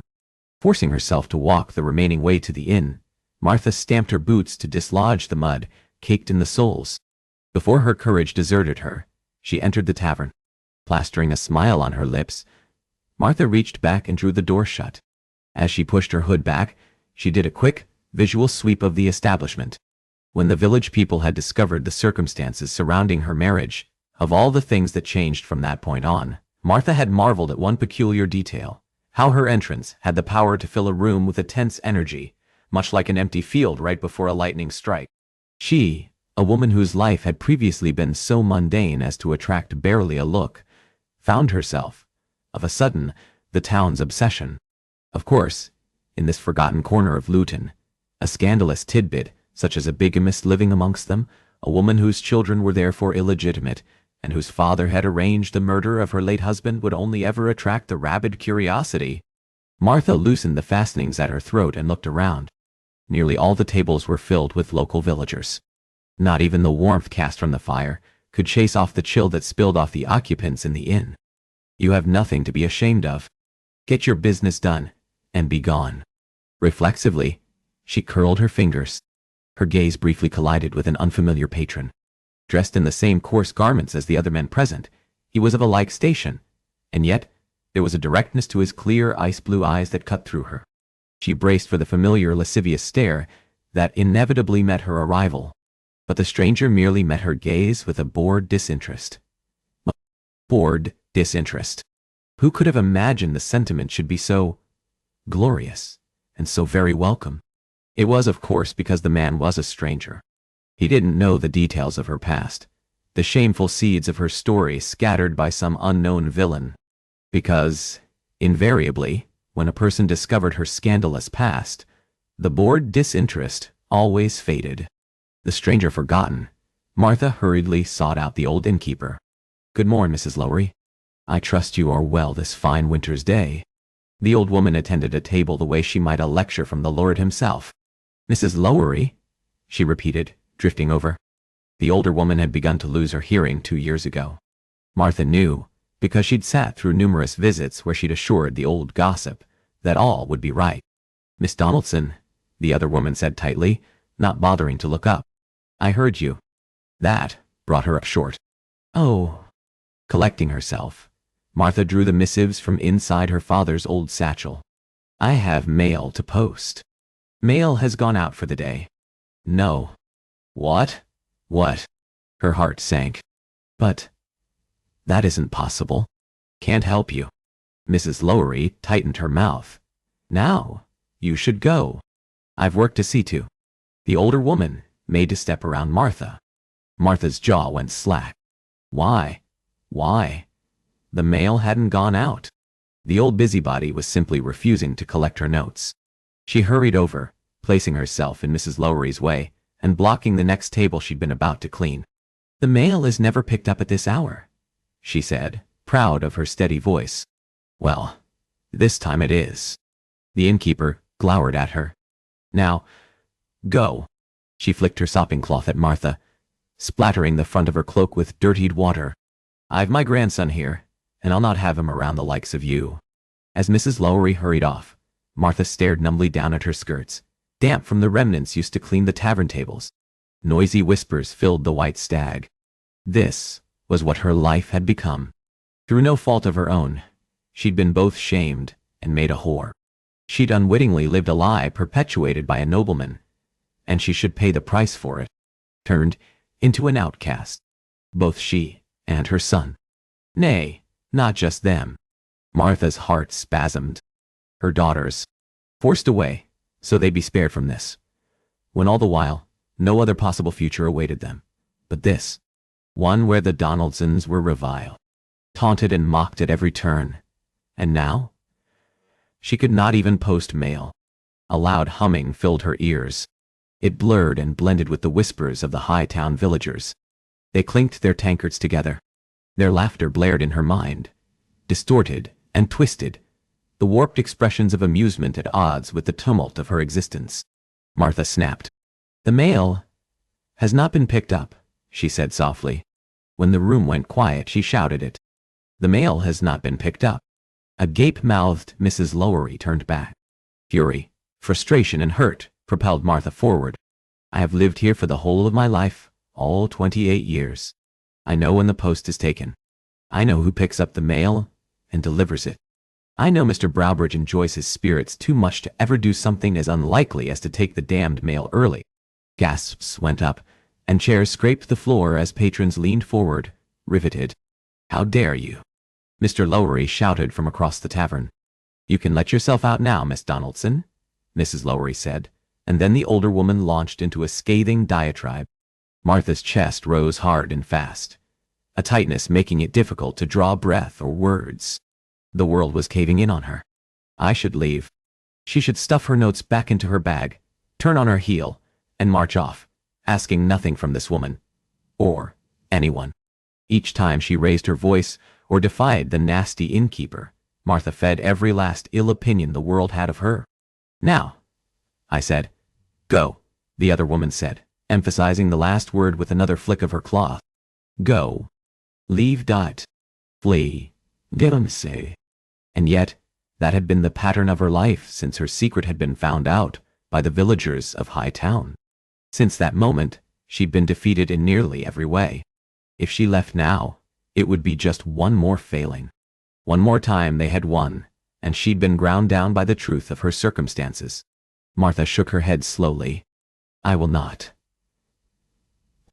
I will not," she said, the last vestige of pride pulling the curt rejoinder from her.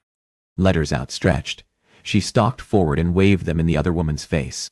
"Now, I've asked you to post my mail, and I'll not ask again." She flattened her lips into a hard line. "In fact, I'm not leaving until you do." Someone grabbed her forearm, wringing a gasp from her. "You were asked to leave," Mrs. Lowery's son barked. Near to her own height, and painfully thin, the slight man gripped her hard. Martha, however, had been subject to another man's punishing touch, and she'd never suffer in silence through it. "Do not touch me," she spat, trying to wrest her arm away. He squeezed her tightly, and tears blurred her vision from the pain. Martha blinked back the crystalline expressions of weakness. She'd not allow him, or anyone, that triumph. "We don't need your sort darkening our establishment. You want your mail sent? Then you can walk to some other V unless you care to have your hands separated from your person," a cool voice intoned. "I suggest you release the young woman." As one, Martha and the younger Mr. Lowery looked to the tall figure towering over them both, making the most unexpected of interventions. "Why no?" The stranger she'd seen earlier. Mr. Lowery jerked his hand back and stumbled away from her. Martha's heart hammered. Dark-haired, with aquiline features that could have been chiseled from stone, he had the look of that disloyal angel forever cast from the gates of heaven. The frost in his gaze sent a chill through her, and she took a step back in a reflexive attempt at self-preservation. Those sapphire eyes, so dark they were nearly black, homed in on her, freezing her retreat. Her mouth went dry. "I believe apologies are in order," he said in a low, smooth baritone that contained an edge of heat and ice all at the same time, contradictory, and yet perfectly suited to the dark stranger before her. Her heart resumed a slightly normal cadence. So he sought to play the role of peacemaker and end the scene that she'd caused. Well, he could go to hell with the rest of them. Martha tipped her chin up at a defiant angle. "I'll not apologize," she said when she trusted herself to speak. To him, her, you. She turned a harsh stare on the other patrons, watching in riveted silence. "Or any of you," she spat. When she again faced the towering stranger, she saw that the faintest smile ghosted his lips. "You misunderstood, ma'am. Are He peeled his lip back in a sneer. Fine proprietors are, who I'll have an apology from. Shock chased off her earlier fear, outrage, and befuddlement. For me, and I. Indeed, for you, he drawled, and her cheeks went hot at the realization she'd spoken aloud. That brief facade of warmth lifted as the stranger leveled a flinty look at Mr. Lowry. With this stranger in command, for the first time since her scandal had shaken the village of Hightown, Martha was not the figure on display, but rather another person. This man was. And as she watched Mr. Lowry and his mother swallow loudly and sputter, questions swirled in Martha's mind, and she could settle on only one with any real clarity. Who was he? Oceanoft, EDF. Chapter 4. It took the unexpected, yet fortuitous, arrival of Miss Martha Donaldson for Graham to determine two very significant details about his first assignment with the brethren. One, the young woman whom he was to report on was no insipid downtrodden widow.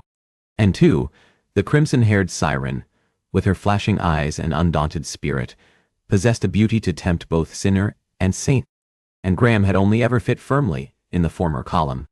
The earlier intrigue that had swept through him, the moment she'd stepped inside the White Stag, however, receded under the biting sting of fury at the small innkeeper who dared put his hand upon Martha Donaldson. While he was guilty of any number of sins, harming a woman was not among the black marks on Graham's soul. Nor would he tolerate any such treatment by another. When no apology was forthcoming, Graham wrenched the innkeeper's arm back. The small man squealed. "Please," he implored. The apology. The proprietor proved himself either more foolish or brave than Graham had credited. "She doesn't need an apology." "Oh," Graham countered, stretching out that syllable, "I disagree. Perhaps we should let the young woman decide, though I doubt if any words from your lips would be worth her even hearing out." Miss Donaldson glanced around as if there was another young woman in question who'd be the ultimate arbiter of the innkeeper's apology. When she glanced back, her eyes formed round saucers. "Well, what will it be, Mrs. Graham stared expectantly at her. From somewhere within the tavern, a patron piped in. "She ain't no." Graham turned a hard glare on the crowd that effectively silenced the remainder of that utterance, along with what any of the other pathetic men might say. There'd be time enough later to consider the not-so-small scene he'd caused, a direct violation of Lord Edward's commands. Graham looked once more to the young woman who'd set the whole tavern upside down with her presence alone. Martha Donaldson darted the tip of her tongue out, dampening a plump mouth he really had no place noticing, either in that moment or, with the orders laid forth by his superior, ever. Nonetheless, he was a rogue, and he would remain a rogue until he took his last devilish breath, at last freeing the world of his wickedness. "Miss Donaldson," she finally said, uttering her first words to Graham in tones that were slightly husky, sultry, without the shrill edge that had marred her exchange with the villagers of Hightown. "My name is Miss Donaldson." It was, however, not the temptress pull of her voice that gave him pause. "Miss Donaldson." Not Mrs. at his hesitation. The young woman's red brows drew together, bringing Graham back to the task at hand. "The apology," Graham ordered tightly. Mr. Lowry's fleshy lips moved. His throat bobbed. "I'm the old shrew," with her wet rag came racing over. "My son is not apologizing to that woman." Graham turned his gaze on the harpy, leveling her with a stare that his emotionally deadened father himself couldn't have managed. The woman recoiled. "Be done with it, Jameson," she commanded. "I'm sorry," Mr. Lowry squeezed out. "I'm sorry, miss." Graham gave the spindly arm another squeeze, and took perverse pleasure in the cry he wrang from the proprietor. Good. The craven bastard had thought nothing of handling Miss Martha Donaldson in the same way. "Miss Donaldson," he whined. "I'm sorry, Miss Donaldson." Graham retained his hold. "Will that suffice, Miss Donaldson?" Wordlessly she nodded, and her long crimson plait flopped over her shoulder. "What do you want now?" Mr. Lowry pleaded, when Graham maintained his grip. "The young woman has some letters she'd like posted." Silence met his pronouncement, and then with a growl of fury, Mrs. Lowry stalked over and ripped the notes from Martha Donaldson's gloved fingers. Graham touched a fingertip to the corner of his right eye.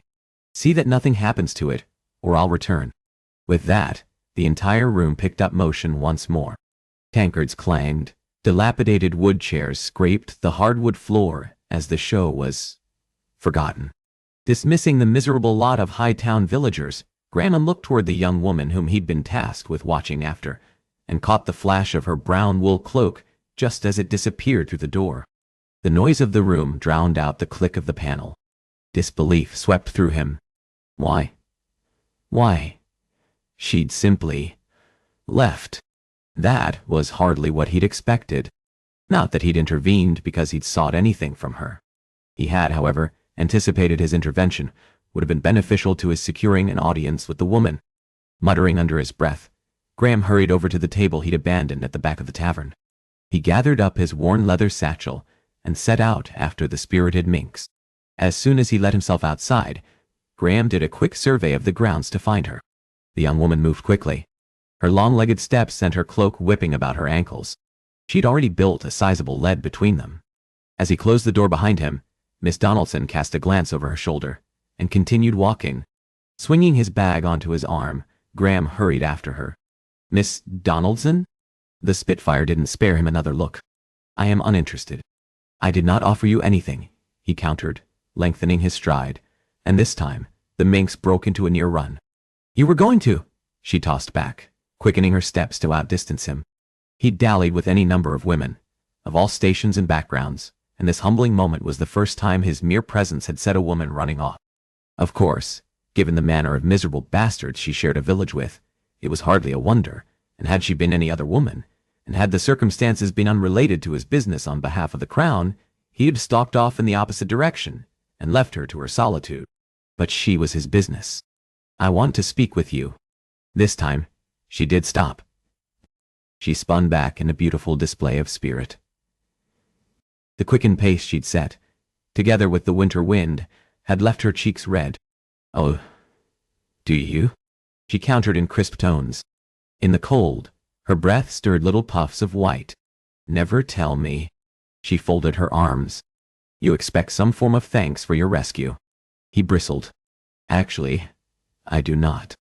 He'd been a selfish bastard plenty of times in his life, but when he'd intervened a short while ago, he'd done so without the expectation of anything in return, though one might argue it certainly is called for. The young woman eyed him for a long moment. Never had he known a single woman more jaded and world-weary than this spirited beauty before him. And in that instant, she, who'd previously existed only as an unwanted assignment, became something more a person. It was a dangerous allowance to make, one that presented an agent's assignment as human. That added layers and emotions that muddied the proverbial waters and could only complicate one's mission. Finally, she cleared her throat. Forgive me for seeming ungrateful. I'm not. I'm simply accustomed to she abruptly stopped. Crass? Cruel villagers? He supplied, jamming the old John Bull hat on his head. Her lips turned at the corners in a smile, dimpling her left cheek, and for the briefest of moments, she was utterly transformed from the jaded creature who'd taken on the lot of Hightown into the bright-eyed innocent she'd surely been at one time. Her grin faded. You are correct on that score. She held his gaze with a directness most men of his acquaintance couldn't manage, when the ladies he kept company with, as a rule, averted their eyes in masterful acts of coquetry. Again, I thank you for your earlier assistance. Strangely, he found himself preferring Martha Donaldson's directness. There is nothing you want in return. With that, she gave him an avenue of entrance, and he took it. I'm looking for employment. Her expression grew shuttered. I cannot help you. He'd made a misstep, he'd moved too quickly. I understand you are searching for a stable master. How do you know that? She asked sharply. Bloody hell. Mayhap the brethren had been wise to ease him into damned missions. Graham curled his lips into the half-grin that had charmed Lady Jersey and her disapproving fellow leading hostesses. You do not deny you are in need of a stable master, he cajoled. For the first time in the whole of his rogue's existence, he'd come up empty in his ability to charm. You heard wrong, she said flatly. I wish you the best. With finality, she hurried on. Graham rocked on his heels. That is it? There's nothing else to say, she called out, not deigning to glance back. Graham stared after her retreating frame and the back-and-forth sway of her generously curved hips as she marched off with all the regal bearing of a military commander. Any other time, he'd have given the proper rogue's attention to those hips, molded by the threadbare wool cloak dancing wildly about her ankles as she moved. Why? Why? She hadn't given him the time of day. His assignment was to have been simple. Seek out a young widow in need of a servant, offer his services, and gain access to her, her family, and household. Get in. Get out. And wait for a real assignment. The simplicity of that task had also, ironically, been the reason he'd chafed at his role. As her figure grew smaller and smaller upon the horizon, Graham confronted the mess he'd made of his first meeting with not only Martha Donaldson, but the whole of the Hightown village. He'd put on a spectacular display defending the woman of which he'd do nothing differently when his role here demanded he be invisible. And by the speed with which she dashed off, and the guardedness in her gaze, there could be no doubting one truth about the woman he'd been charged with looking after. She didn't trust him. Now, he was left trying to sort out just how he was to remain close to the Spitfire, so he could get on with his assignment and then be done with this place. Martha hadn't trusted him at sight, Mr. Mystery Stranger, who flawlessly spoke the king's English. In fact, warning bells had gone off at the back of her mind the moment she'd spied the nameless stranger at the White Stag. Strangers didn't have a place here. There was nothing to attract anyone to this remote corner of Luton. Nor had it mattered that the darkly handsome man had come to her rescue, like some kind of avenging angel. Experience had taught her that men weren't angels. Ultimately, they were all devils of some degree who'd not be content until they had what they wished from a person. Martha paused at the edge of the birch path, and slipping behind one of the thicker trunks, she peeked out. Even with the distance she'd placed between them, the mystery stranger stood out. At 6 inches past 5 feet, she'd never been considered short, and yet, with his impressive height, one such as the nameless man across the way would only have earned notice. Mr. Lowery's son, a slip of a child who'd once been friends with Frederick, approached the man, carrying the reins of a dark mount. She squinted in a bid to bring more clarity to the exchange unfolding. Whatever the stranger said earned a laugh from the boy, and he caught a coin tossed to him by the patron. A coin? Martha puzzled her brow. The stranger's coarse garments and ancient hat stood in direct contradiction to everything else about him. The quality of his horseflesh, his speech, seeking work but handing out coin. She chewed at her lower lip. No, not everything was as it seemed with that avenging angel. And though she'd been besieged by guilt at her failure to properly thank him for his role at the White Stag, she had reason enough to add him firmly to the not-to-be-trusted column. Of course, she didn't trust any men, and with deserved reasons. Life had given Martha countless causes to be suspicious of all men. There had been the husband who'd married her under the greatest pretense, and then beat her and bedded her, as was his pleasure. The father who, in a twisted bid at obtaining justice for Martha, had seen that bounder murdered. And then, of course, there was Lord Exeter, the man who'd carted her father off but vowed to leave the Donaldson fortunes intact. For a brief time, Lord Exeter had restored her faith in men. He'd helped settle her affairs. He'd arranged for Martha's daughters to attend a respectable finishing school, until the Earl had ceased to visit, and another gentleman had come months later to relieve Martha of her funds. That was the last she'd heard or seen the Earl of Exeter. No, there were no honorable men. They thought only of themselves. After all, how many of the men in Hightown had offered her their assistance, all the while wanting more, expecting more from the Hightown whore, as she'd come to be called. Even coarsely attired as he was, a man with crisp tones to rival the king's speech was hardly the one to be traipsing through the forgotten corner of Hightown. Her mouth hardened. The last such man who'd journeyed to her residence, seemingly friendly his tones, however, giving away his more lofty station, had come to clear her cottage of all the valuables there. At the Crown's doing, of course. And only after he'd sought to strike a barter system, her body for those baubles. Well, now nothing remained. Not even the silver and porcelain cherished baubles that had belonged to a mother Martha no longer remembered. There was nothing. Martha had been stripped bare of everything, and nearly everyone, so that all that remained was her son. Martha curled her fingers into the tree trunk, and closing her eyes, she allowed the agony and sorrow and desperation, all of it, to wash over her. She let all the sentiments swirl together and batter her with those she'd lost. Credata. Aristot. She took each lash of the heartache those beloved names now earned, welcoming them upon her soul. The daughters who should be with her, but who were better off away from her, at a place where they could flourish.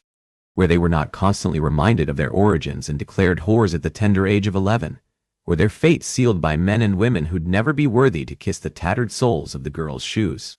Martha pressed her forehead into the jagged trunk, inviting that pain too. Something hard struck her back and brought her eyes flying open. She wheeled around, and another stone found its mark at the center of her chest before falling onto the tip of her boot. Martha glanced down, just as her unknown assailant launched another projectile, this one sailing just past her ear. Her heart climbed into her throat, and she cursed the weakness, hated the fear that always followed her, when her life before had only ever been safe. And because of that previous innocence, she'd been left to try to navigate her way through a world she'd never before known. She dropped to all fours and crawled. The cold of the frozen ground penetrated her gloves, and she ignored it. The distant rumble of laughter came from 5 or so paces ahead. Bastards. All of them. Men or mine. And that included her father for consigning them all to their current fate. To hell with them all. She'd be damned if they had her crawling about like a kicked pup. Scrambling to her feet, she darted off, weaving between the birch trees. Her pulse pounded loudly in her ears, in time to the frantic beat of her footfalls. Several stones bounced off the nearby trunks, and Martha panted from the pace she'd set for herself, damning her skirts for slowing her flight. Chase us, Mama. Be the monster. Her vision blurred as her daughter's pleas and then peals of laughter pinged around memories of happier time. I will get you. I will. Martha's hem tangled on a low branch. The fabric caught, and then gave with a rending tear. With a cry, she pitched forward and shot her hands out too late. She came down hard on her stomach. All the air went flying from her lungs, sucking the breath from her, stealing even her scream. The force of her fall sent little flecks of light dancing behind her eyes. An eerie silence fell over the birch path, the quiet honored by all but the gusting winter wind that sent flakes falling around her. On her. And she lay there, absolutely motionless, with her face buried in a slick patch of mud. She dimly registered a jagged rock, ripping a hole through her glove and shredding her flesh. Numb. Martha turned her head and stared beyond the nearest tree, unable to move. This is what I've become. Her gaze locked on the faintest dusting of snow that lingered under a low-hanging branch, the white patch sullied by a smattering of dirt and brush. Stains upon what had once been pure. How did that hidden spot of snow come to be so marred? How, when it was tucked away, so neatly hidden under the protective cover of the high town trees? She felt something damp trickle down her cheek, and her heart stirred. She'd lost. Those drops had filled her eyes and, each time, had gone unshed. Until now. She reached a quivering finger up and caught the bit of moisture, needing to see the stain upon her glove. To remember that she was capable of crying after all, and that she'd not become the dead inside figure that she so oftentimes felt. Martha drew her hand back, and didn't blink. Mud clung to the tips of her gloves. Not tears, but grime and dirt that dripped from her ear, and even now soaked her garments through. With a half-sob, Martha rolled onto her back and stared blankly overhead. I cannot even cry. She'd not managed that simplest of acts since her father had been carted off. The wind continued to gust around the countryside. It sent the branches dancing overhead, parting and swaying to reveal the gray, heavily clouded sky. Snow hung in the air. This time of year had once been her favorite as a girl, and then as a young mother who'd chased not 1 but 3 children through the snow-covered hillside. Martha sucked in a shuddery sigh, and with the snow falling around her, she at last conceded the truth she'd kept from even herself. I need help. Oceanoff, be deaf. Comma. Chapter 5. Early on, Graham had perfected the art of silent footfalls. That skill had come long before his training with the Brethren. As a boy in eternal competition with 2 older, and more accomplished in every way, brothers, he'd pushed himself in foot races until he'd proven the most fleet of foot. As such, the reins of his mount loosely tied to a nearby birch, Graham ventured down the path. Martha Donaldson had traveled a short while ago with those same measured steps, his gaze taking in everything as he went. Everything with the Brethren, each assignment's success, hung upon the art of timing. How long to wait before setting out in pursuit of one's quarry, what pace one should set. All of it was more an art that ultimately decided one's success. It was a lesson his mentor had delivered, and in those discussions, they'd always come back to one's quarry being the enemy. Martha Donaldson, however, was no enemy of the crown. She was no threat to the country's peace or wealth. And yet, this search for her was no different. Graham might resent the post he'd been given and crave the more worthwhile pursuits of other members of the Brethren. However, this was his mission, and he'd be damned if he'd fail at it, particularly when everything about the task indicated it should be easy. He should complete it successfully, and then be on to the more meaningful work he craved. Graham sidestepped fallen branches lightly dusted with snow and brush that would alert anyone of his presence. While he walked, he examined the narrow pathway, touching his gaze on everything, including broken twigs and footprints. 3 sets. 2 larger. Graham stopped. And 1 smaller.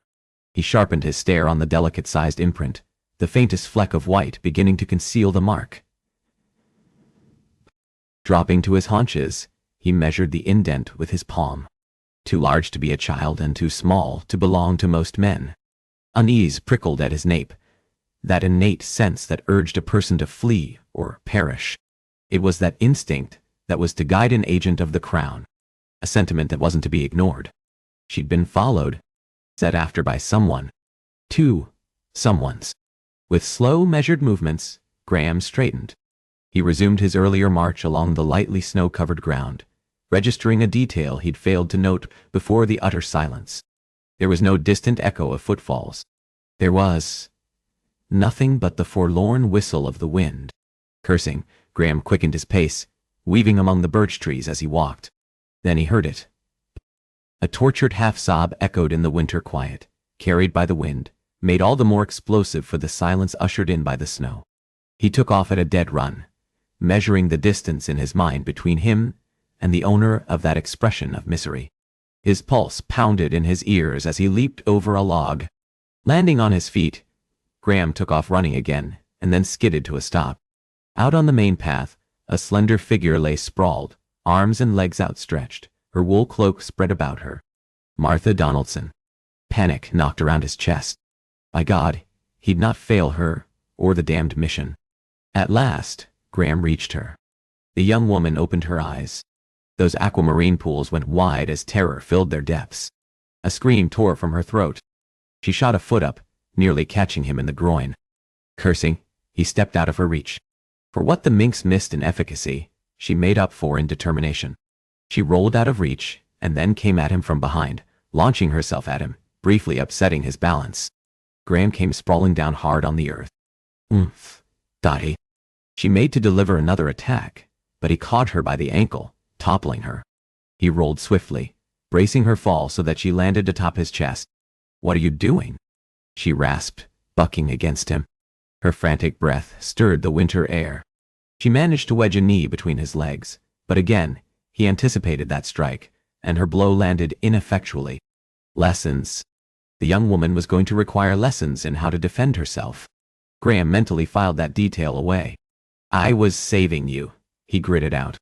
God, she was feisty, spirited, and yet unskilled in the fight. She expended more energy than her body could sustain. Her teeth chattered in the cold. "I do not need saving." She thrashed against him, and her frenzied movements twisted her cloak with his, hampering her efforts to dislodge him. He'd known her less than an hour, but would wager his coveted post with the Brethren that she needed precisely that saving. He was also wise enough not to counter the avowal, particularly from a spitfire with fire glimmering in her eyes. "I don't," she gritted, having followed his unspoken statement. She drew her boot back and kicked him hard in the shin, an impressive deliverance given the awkward angle of her body. Graham allowed the young widow her fury, and when she showed no sign of quitting, he rolled her under him, effectively trapping her. "Enough," he growled, catching her wrists, securing them with his left hand. Her eyes bled fear. It spilled from every delicate plane of her expressive features. His gut clenched, and damn if he didn't feel like a bloody monster. When he spoke, he gentled his tones. "I'm not going to hurt you," he assured. He made to reach for his cloak, but the young woman recoiled, and he abruptly stopped. The terror only deepened in eyes that were neither blue nor green, but a shade in between that conjured those mystical finned sirens his shipmates had told tales of. "Get off me!" she panted, and despite the faintest tremble to that last syllable, there was a splendid display of resolve and strength. Not for the first time since she'd entered the White Stag, admiration stirred for the young widow. When Graham had been a young man just entering university, his father had purchased, Scoundrel, a prized thoroughbred from another nobleman. The previous owner had attempted to beat the spirited thoroughbred into submission. Not a single stable master Graham's father had brought in to train the mount had succeeded. Only Graham had. Martha Donaldson put Graham in mind of that now loyal, affectionate Mount .da. Those lessons at the forefront of his mind, Graham came to his feet slowly and then backed away. "My name is Graham Mullin." He stretched out a hand and waited and waited. Martha Donaldson eyed his fingers like they were the forbidden fruit that would doom all mankind to eternal sin if she touched them. Everything, however, came back to the matter of timing, of knowing when to push and when to wait, and this woman, skittish like a wounded beast, required time, and a good deal of it. At last, she reached tentative fingers out and allowed him to help her stand. The moment she was on her feet, she took several quick steps away from him. Graham noted the details that had escaped him during their earlier tussle. Crimson curls had come free of her long plait, with muddied strands plastered to her face and cloak.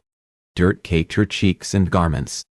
Again, Graham reached inside his cloak, and Martha Donaldson tripped over herself in her haste to put more space between them.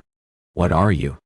Her words cut off abruptly as he withdrew a white kerchief and held it out, a silent offering. She hesitated before rushing over. She ripped the article from his fingers and hurried back to her respective spot. As she cleaned the mud from her face, she studied him over the top of the fabric. Every woman of his acquaintance, his own mother included, filled voids of silence. As a rule, people were uncomfortable with them and prattled on in a bid to have something, rather than nothing, said. In those instances, agents for the Crown were instructed to gather every last revelation and later sort out what incriminating piece a person had shared. Martha Donaldson, however, proved different once more. She owned the silence with a pride that not even the Queen could command. At last, she finished wiping off her face and tossed the kerchief back to him. A gust of wind caught the stained fabric and carried it closer. Graham shot a hand out to catch it. A glob of mud remained at her temple. "You've missed some." "May I?" he murmured. On. Taking her silence as a concession, he gently wiped away the last remnant of her fall. He should be singularly focused on the task, as pragmatic as tying a cravat. And yet, even as he reminded himself of that, his gaze took in details he had no place noting. The cream-white hue of her skin, dusted with the lightest swath of freckles, the delicate shells of her ears, the right lobe graced with a heart-shaped birthmark, wide, crimson lips, lips that were made for kissing. "I am going to hell." Of course, that had been determined long ago. On the fields of Kent, to be precise, when he'd challenged his brother to that last and fatal race. His focus should be entirely reserved for how the woman he'd been tasked with looking after had come to be in such a state. "What happened?" he asked quietly after he'd finished cleaning away the mud. She eyed him suspiciously. "What does it matter to you, Mr. Mullin. Why? Graham, Malin." The two names had been decided by his mother, and he left off his first name, the hated one selected by his father. "What does it matter to you then, Mr. Graham Mullin?" she asked, stepping around him, and for a moment he thought she intended to march off and leave, as she'd done twice before. This time, however, she ambled around in a small circle, searching the ground as she went. There was no biting inflection to the question, but rather a tiredness, the first hint of flagging from this woman. "Because it does," he said as she continued to walk about. And it did. She was his assignment, and it was his role to determine the state of her existence and report his findings to his superior. Martha Donaldson muttered something under her breath as she wandered around in a little circle. "Where is it? Where is it?" Graham did a sweep and swiftly located the leather satchel she'd been carrying. He jogged ahead, registering Martha Donaldson's stare as he moved past her. "Here," he called over, gathering the bag by its strap. Returning, he tossed it over. The young widow caught it in her arms and clutched it close to her chest in a protective manner. "Thank you," she said carefully. He lifted his head. "What do you want, Mr. Mallon?" "I told you no," Really? She said flatly. You're a stranger to High Town. No one comes to High Town. And with good reason. The people were bloody horrid, and the ale rot. Yes, there was little to recommend this corner of Luton. You've come to my assistance now twice. 3 times, if one considers your now dirtied kerchief. She shook her head. People don't do that without reason. She was correct. Men and women of all stations were driven by ulterior motives. Some do. His, however, must remain cloaked in secrecy. She countered. That is not my experience. Your horse. She jerked her chin toward the end of the path. Where is your mount? He furrowed his brow. I saw you, she went on. I watched you leave the inn. Your garments are coarse, your boots old, but your speech and the quality of your horseflesh don't belong to a man in search of employment, she said in a flawless echo of the lie he'd given her at the White Stag Inn. Bloody hell. The minx missed nothing. With her astuteness and clever attention to detail, the brethren would be best served with her among their ranks. And he knew in that moment, if he didn't offer her some truths, she'd stalk off one more time, and that would be the end of his efforts at employment in her household. I spent a large part of my life in a nobleman's stables. Truth. Odyssey. I was skilled with the mounts. Also true. That skill, however, had only earned him his father's ducal disapproval. I aspired for more, and believed the King's Navy was my path to a greater opportunity. The King's Navy, that most glorified of all the navies in the world, had represented his hopes for leaving a mark upon the world for being something more than a duke's third, and least clever, son. Her features softened, but her eyes remained wary. And it wasn't? She ventured quietly. It wasn't. He'd been searching years after, and only just found it. I returned home and sought employment. To no avail. Which was also true. He'd been initially rejected from the ranks of the brethren. And Graham, who'd believed himself long jaded by life to cease feeling anything, felt his heart pull at the wariness from a woman just 28 years old. What struggle had she known that she'd come to view the world with the same suspicions he himself carried? I served in the Royal Navy, and after my service, when I returned to England, he glanced beyond her shoulder. I was thrust once more into the mindless pursuits that existed for members of the peerage, an empty, purposeless existence. Her soft, husky contralto called him back. How did you come to be here? She asked, rubbing her gloved hands together, her long digits close to her mouth, as if she sought to breathe warmth into them through the fabric. He noted the fraying at her fingertips. The lady was in dire straits. Whichever member of the brethren had sought to see her, looked after had failed in several regards. She followed his focus and swiftly tucked her hands behind her back. Wordlessly, Graham reached inside his jacket. Martha Donaldson hesitated, but some of the tension left her when he handed over the advert. With the snow falling around them, she accepted the page and read. I sent this nearly 3 months ago, she murmured, lifting the neatly clipped piece. The wind toyed with its edges. No one responded. Why should you do so now? God, the young woman was clever. And not for the first time since she'd arrived at the inn, he acknowledged that he had dangerously underestimated both her and this assignment. Because my hopes for other work proved unfruitful. He offered another truth there. Have you filled the post? Graham asked, when she continued to study the words on the advert. She shook her head. I've not. It was that moment, with those 2 words and a slight pause, when Graham knew. He knew, despite her earlier resistance, that she wanted to hire if not him, then someone. That, for her reservations and suspicions, both of which had proven correct, she wished to ignore her instincts and offer him the post. In the end, her misgivings won out. I did seek an all-purpose servant. I haven't since I sent that out. I stopped. Martha trained all her focus on the advert. I am no longer looking for anyone. The color deepened on her cheeks. She didn't have the funds. Her eyes sparked in a fiery defiance that dared him to voice that understanding. What had happened to Miss Martha Donaldson to see her both wary and impoverished? And why, when his work required neither of those details, should it matter? Aside from his case, why did he feel that familiar stirring of regret for what her life was, and a need to know those answers? It isn't your need to know. His superior and the brethren could all go to hell with that directive. He served, but not blindly. He'd carry out his mission, but he'd not be content until he found out the secrets that this woman carried. Sensing her weakening, Graham pounced. I require a bed, food, and a roof over my head until I can secure other work. If you can provide those, I'll oversee your livestock, and tend your horses, and serve in whatever capacity you require. Martha Donaldson warred with herself, the battle reflected in her expressive eyes. I cannot.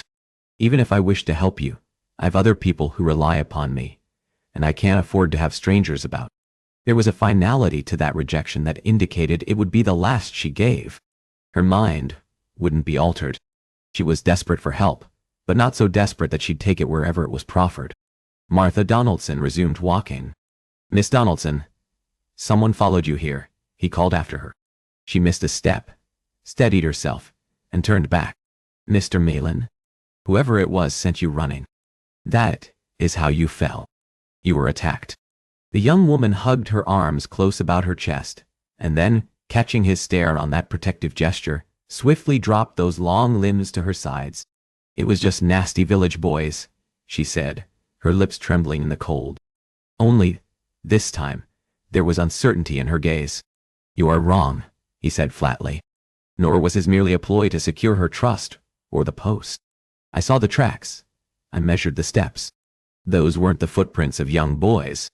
The blood drained from her cheeks, leaving crimson splotches of cold stark circles upon the cream-white flesh.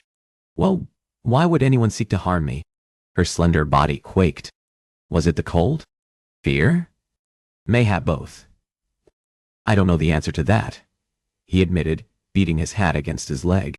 He had an entire file with the limited details he was expected to know. Everything else about her and her past, present and future was, and would remain, a mystery. I only know what I observed. And the local villagers hardly seem the friendliest lot toward you. Now, I'd ask you to permit me to escort you home. A heavy wind gusted down the path, whipping up a whirl of snowflakes. And why should I trust you? Martha Donaldson jutted her chin up. You're nothing but a stranger to these parts. I trust those villagers you've known. What? The whole of your life? Martha Donaldson cocked her head. Graham took a step toward her.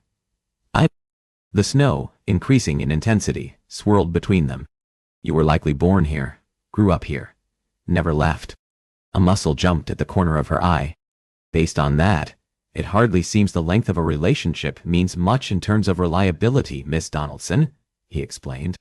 The young widow twisted her fingers in her cloak. He saw it. She wanted to send him on his way. She wanted to tell him to take his suppositions and head to the devil. They were not children's footsteps, then.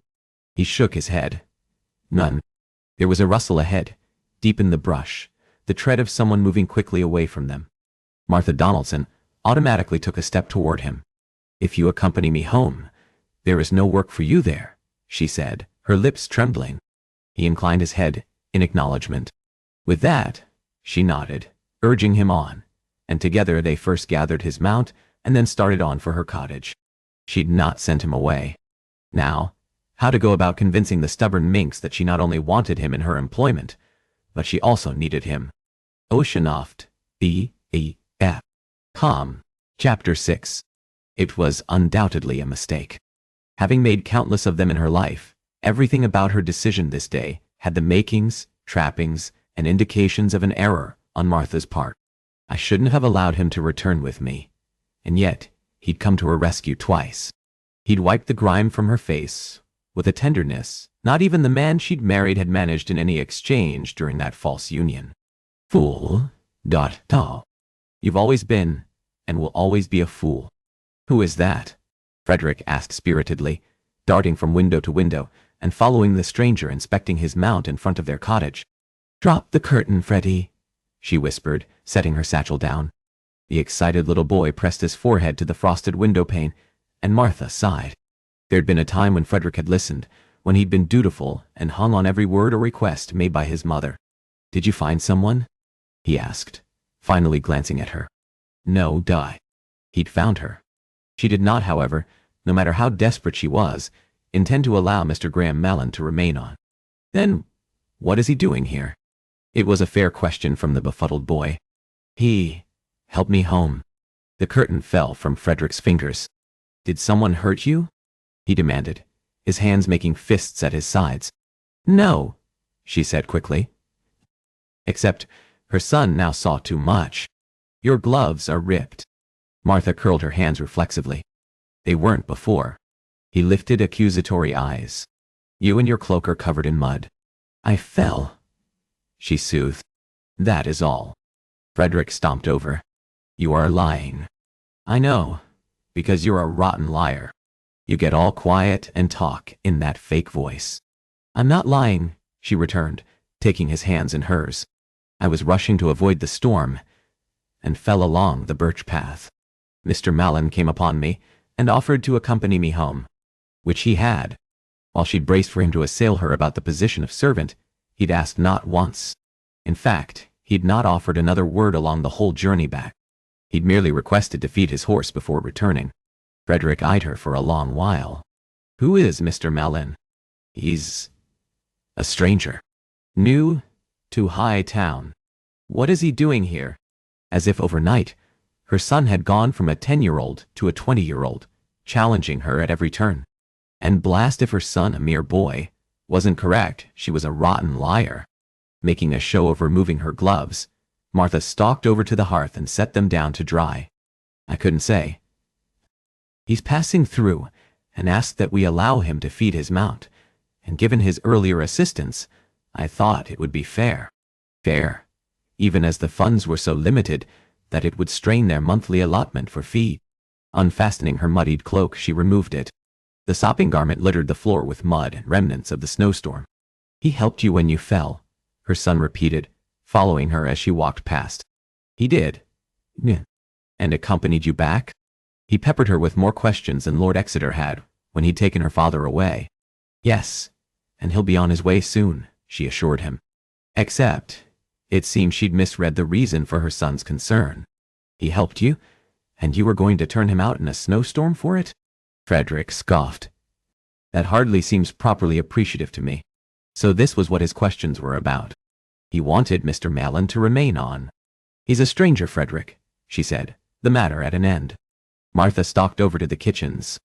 Entering the small quarters off the main living area, she went through the rote movements of boiling a kettle of water for tea. Undeterred, Frederick followed her. He is a stranger who helped you, he pointed out tenaciously. You know what I've told you about strangers. He lifted his shoulders in an insolent little shrug. You've told me a lot of things. Given the way the villagers we've known all our lives have treated us, I hardly think it's fair to judge a stranger. Martha frowned as her son echoed Mr. Mallon's earlier opinion. Mayhap he wants to remain on here and assist us, he suggested, just as she reached for a teacup from the top shelf. The delicate porcelain, one of the remaining pieces left from her mother, toppled to the floor and exploded, spraying the floral-painted remnants around the room. Her son widened his eyes. It's what he wanted, isn't it? The post? It's why he's here in High Town? He asked before she had a chance to answer his first question. Blast and damn. When had her son become so bloody perceptive? Her hesitation was enough to answer his question. That is it. He's come for the post, and you've turned him down, he cried. We don't have the funds, Frederick. Martha picked a careful path over the shattered porcelain and fetched the dustbin and broom. He's the first person who's expressed an interest, her son shot back as she returned and began tidying the mess. The stables are falling apart, Mama. They're not falling apart, she said defensively as she dropped to a knee and began collecting the larger fragments and dropping them into the dustpan. They are in a bit of disrepair, but they aren't as bad as all that. He stomped over, and hovering over her, he dropped his hands on his little hips. Aren't they? The stalls are a mess. The livestock needs looking after. We cannot keep up with the digging in. With every word fired back, his voice pitched higher. You don't have the time to care for the house and your artwork in the stables. Each accurately leveled charge struck, more painful because it came from her son. While children were supposed to see their mothers or fathers as invincible, capable of anything and everything, as she had her own father, her son saw only her failings. Martha stared vacantly at the crimson flower upon the shard in her hand. Mayhap Frederick was better off. Mayhap, seeing the failure she was as a woman and mother, would cure him of unrealistic expectations. That way, he'd never be so blindly loyal as she had been when she'd trusted her father and his decisions about the Viscount. "Are you even listening to me?" he cried. She forced herself to look at him, this tiny person who'd once only ever been smiling, but was now riddled with suspicion and fear. "I am listening to you, Frederick," she said softly. Both to the words he'd said, and just as important, the ones he hadn't, he was afraid for the both of them. "We don't have the funds to afford Mr. Maitland's services. I require a bed, food, and a roof over my head." Frederick's gaze bore into her, and for a horrifying moment, she feared her far too insightful son had gathered that she'd lied to him again. "But we'll be fine," she rushed to assure him. Quitting her task, Martha came to her feet and took a step toward him. Eyes flashing, Frederick took a hasty step away from her. Since the state of her marriage had come to light, rejection was to be Martha's fate. It was, however, the first time that rejection had come from her son. It had been inevitable. She'd braced for it, known it was coming, dreaded the moment. Nothing could have properly prepared her for how much it cut. "We're doing fine, though, aren't we?" she whispered, her voice cracking in a show of weakness that turned the query into an entreaty. "We aren't doing so very terribly. We are not fine." Her fingers automatically curved around the shard in her palm. Had Frederick shouted those 4 words, it would have been easier to take than the somber pragmatism from a boy who'd once had a joyous smile on his lips. Frederick stepped around her, and coward that she was, Martha couldn't look at him. She couldn't follow his retreat. Suddenly, he stopped. "Do you know what I think, Mother?" She winced. Mother, ... Not the beloved mama she'd always been. Her eyes stung. "What do you think?" She brought herself to ask when. "I don't think you fell. I think you were running from someone, and Mr. Maitland saved you." Her mind stalled. How could he know that? How could a child whose greatest challenge 1 year ago had been finding the best hiding spot in games of hide-and-go-seek with Billy Lowery now suspect darker truths that she herself had, a short while ago, denied? And for that help, you'd turn him out in the middle of a snowstorm? "It's hardly a storm." Her voice emerged pathetically weak to her own ears. A sound of disgust left her son. "I'm going to see if Mr. Maitland requires any help with his mount." Martha dimly registered his quiet tread, the click of the door, and then silence as he went off. Martha held herself absolutely still, afraid to move, afraid to breathe, afraid that if she did, she'd splinter apart like the broken teacup and remain as useless as that beloved piece. They were falling apart in every way. Despite Lord Exeter's vow to see that their fortunes would remain intact and her future secure, all of it had been ripped asunder. What reason did her son have to trust in Martha's ability to care for him? Why, when the extent of her caring for his sisters had been to send them away? "I don't want to go, Mama. Please, let us stay with you." A sticky warmth wound its way down her wrist, and she looked at the crimson stain dripping on the floor. Giving her head a hard shake, Martha released the jagged cup fragment, and it landed with a little clink atop another larger piece of porcelain. She'd been wrong. Many, many times. Too many to count. Those errors had taught her to move through life more cautiously, and to be suspicious of everyone. She was not wrong. Not in this. Even as she told herself that, and believed it with each fiber of her cynical soul, her son's charges against her echoed in her mind. For Mr. Maitland had come to her defense and escorted her home, asking for nothing in return but to care for his mount. And along the way, he'd been perfectly respectful. And for that help, you'd turn him out in the middle of a snowstorm? She groaned. Blast and damn. She'd allow him to remain the night, and then he was gone. Except, as she wrapped a kitchen rag about her hand and finished cleaning the mess, Martha could not rid herself of the worry that nothing good could come from Graham Malin being here, even for just a night. The first thing that hit Graham, as he entered the stables, was the odor. More specifically, the stench of urine. It stung his nostrils and lingered. He briefly pressed his forearm against his nose to dull the strength of the pungent smell. Letting the stable door hang open, he let some of the winter air spill into the previously closed-up space. Doffing his hat, Graham scanned the darkened stables to assess this particular state of Martha Donaldson's affairs. Row after row of stalls that were empty. Floors were littered with hay that was dusty and moldy from age. Rusted equipment, an ancient muck fork and rake, hung from one wall. A broom lay in the middle of the floor, as if it had been hastily abandoned by a worker who'd quit and never returned. As a boy, as a young man, and then as a man, Graham had long thought of stables as his sanctuary. They had been the one place he'd escaped to and found joy, for there, he'd not been riddled with reminders of everything he couldn't do. Instead, everything made sense. Horses, he understood. He'd long preferred their company to all his mother's company, the only one excluded. Horses understood a person's mood, what they were feeling, and they sought nothing that a person could not give. He stopped and did a small circle, inspecting Martha's stables. To see one in such a state of disrepair filled him with a restlessness. He'd protested his assignment, chafed at being made a servant, and yet Lord Edward had been correct. Horses were his strength, the sole one he possessed. This was something he could set to rights, if the Spitfire allowed it. From the far back stall, a lone whinny split the quiet, forlorn and lonely in this empty place. As Graham approached, a white mare ducked her head over the top. "Hello, love," he cooed.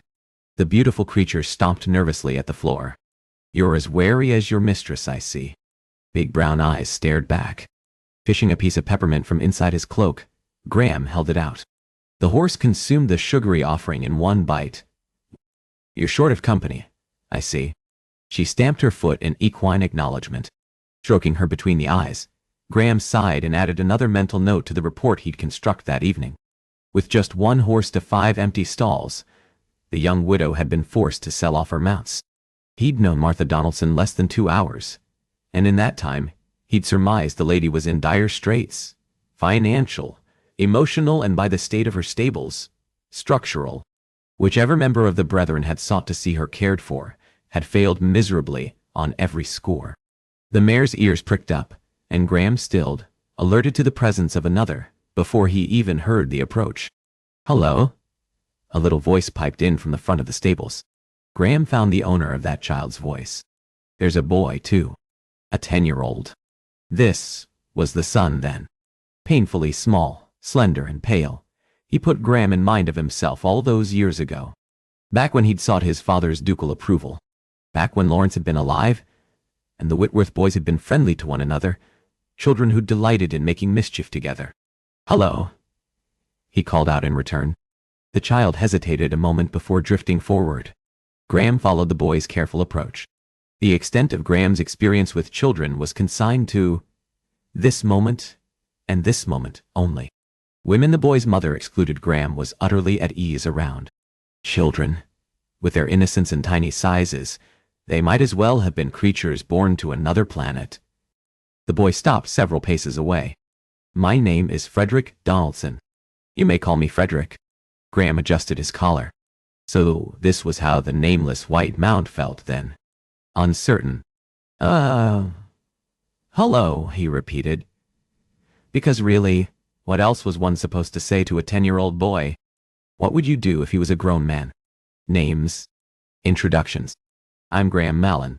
"I know," the child said flatly, folding his arms at his chest. "My mother told me." They stared at each other for a long while, neither speaking. In the end, the child proved far more capable of striking up discourse than a 28-year-old Graham. "I understand you found my mother." Just how much had the young mother divulged to her son? Stuttering. This was what the Donaldson family had reduced him to. "I'd like to thank you," Frederick said, puffing out his chest, "for helping my mother." He stretched his hand out. "I appreciate your coming to her assistance." Graham placed his gloved hand in the boy's, closing his fingers for a formal shake, but not before noting the coarse, dry skin dusted with blood. He narrowed his eyes, sharpening his gaze on the boy's bruised knuckles. "Don't thank me," he murmured. "That is merely what a man should do. Help where one is able." Frederick nodded his assent. "Yes." His eyes darkened. "But that isn't always the way people are, though." In that moment, he who'd been hopelessly uncertain around the boy found a kindred connection. "You are right on that score.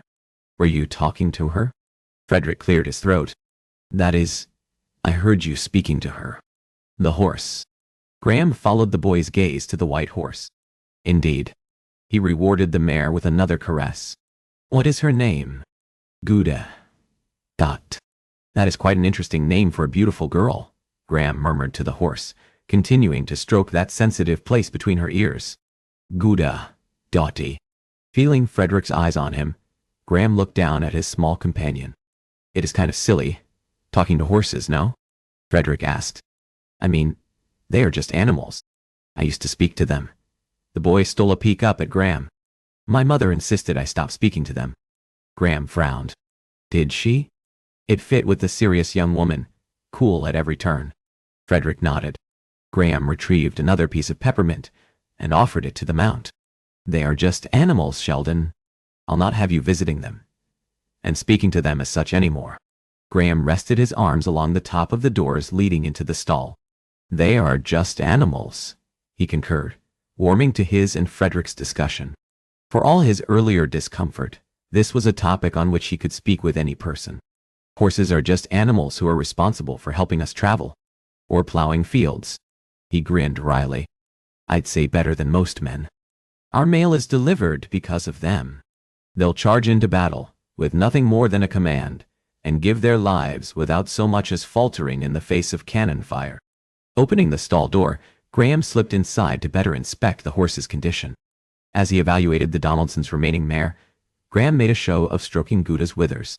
Did you know, he glanced back to the boy lingering at the threshold of the stall, the ancient Greeks would use horses for those people with incurable diseases? Wide-eyed, Frederick sidled closer. For what purpose? Unabashed curiosity coded his question. Hippocrates, the Greek physician. Frederick interrupted, his eyes glowing with excitement. You've heard of him? The child nodded frantically. My grandfather. His words died, and the light went out. And just as that brief moment of pleasure had emanated from Martha Donaldson outside the inn, and then died moments later, so too was Frederick's joy extinguished. What secrets and sadness plagued this family? Graham knew not to prod, instead, allowing the boy to finish his thought. My grandfather told me of him, Frederick finally said, offering nothing more. Hippocrates discovered and wrote about the therapeutic value of riding. Since then, there have been writings all hailing the benefits of equine riding for gout, neurological disorders, and people suffering from low morale. He looked to the boy and found the child's eyes on him.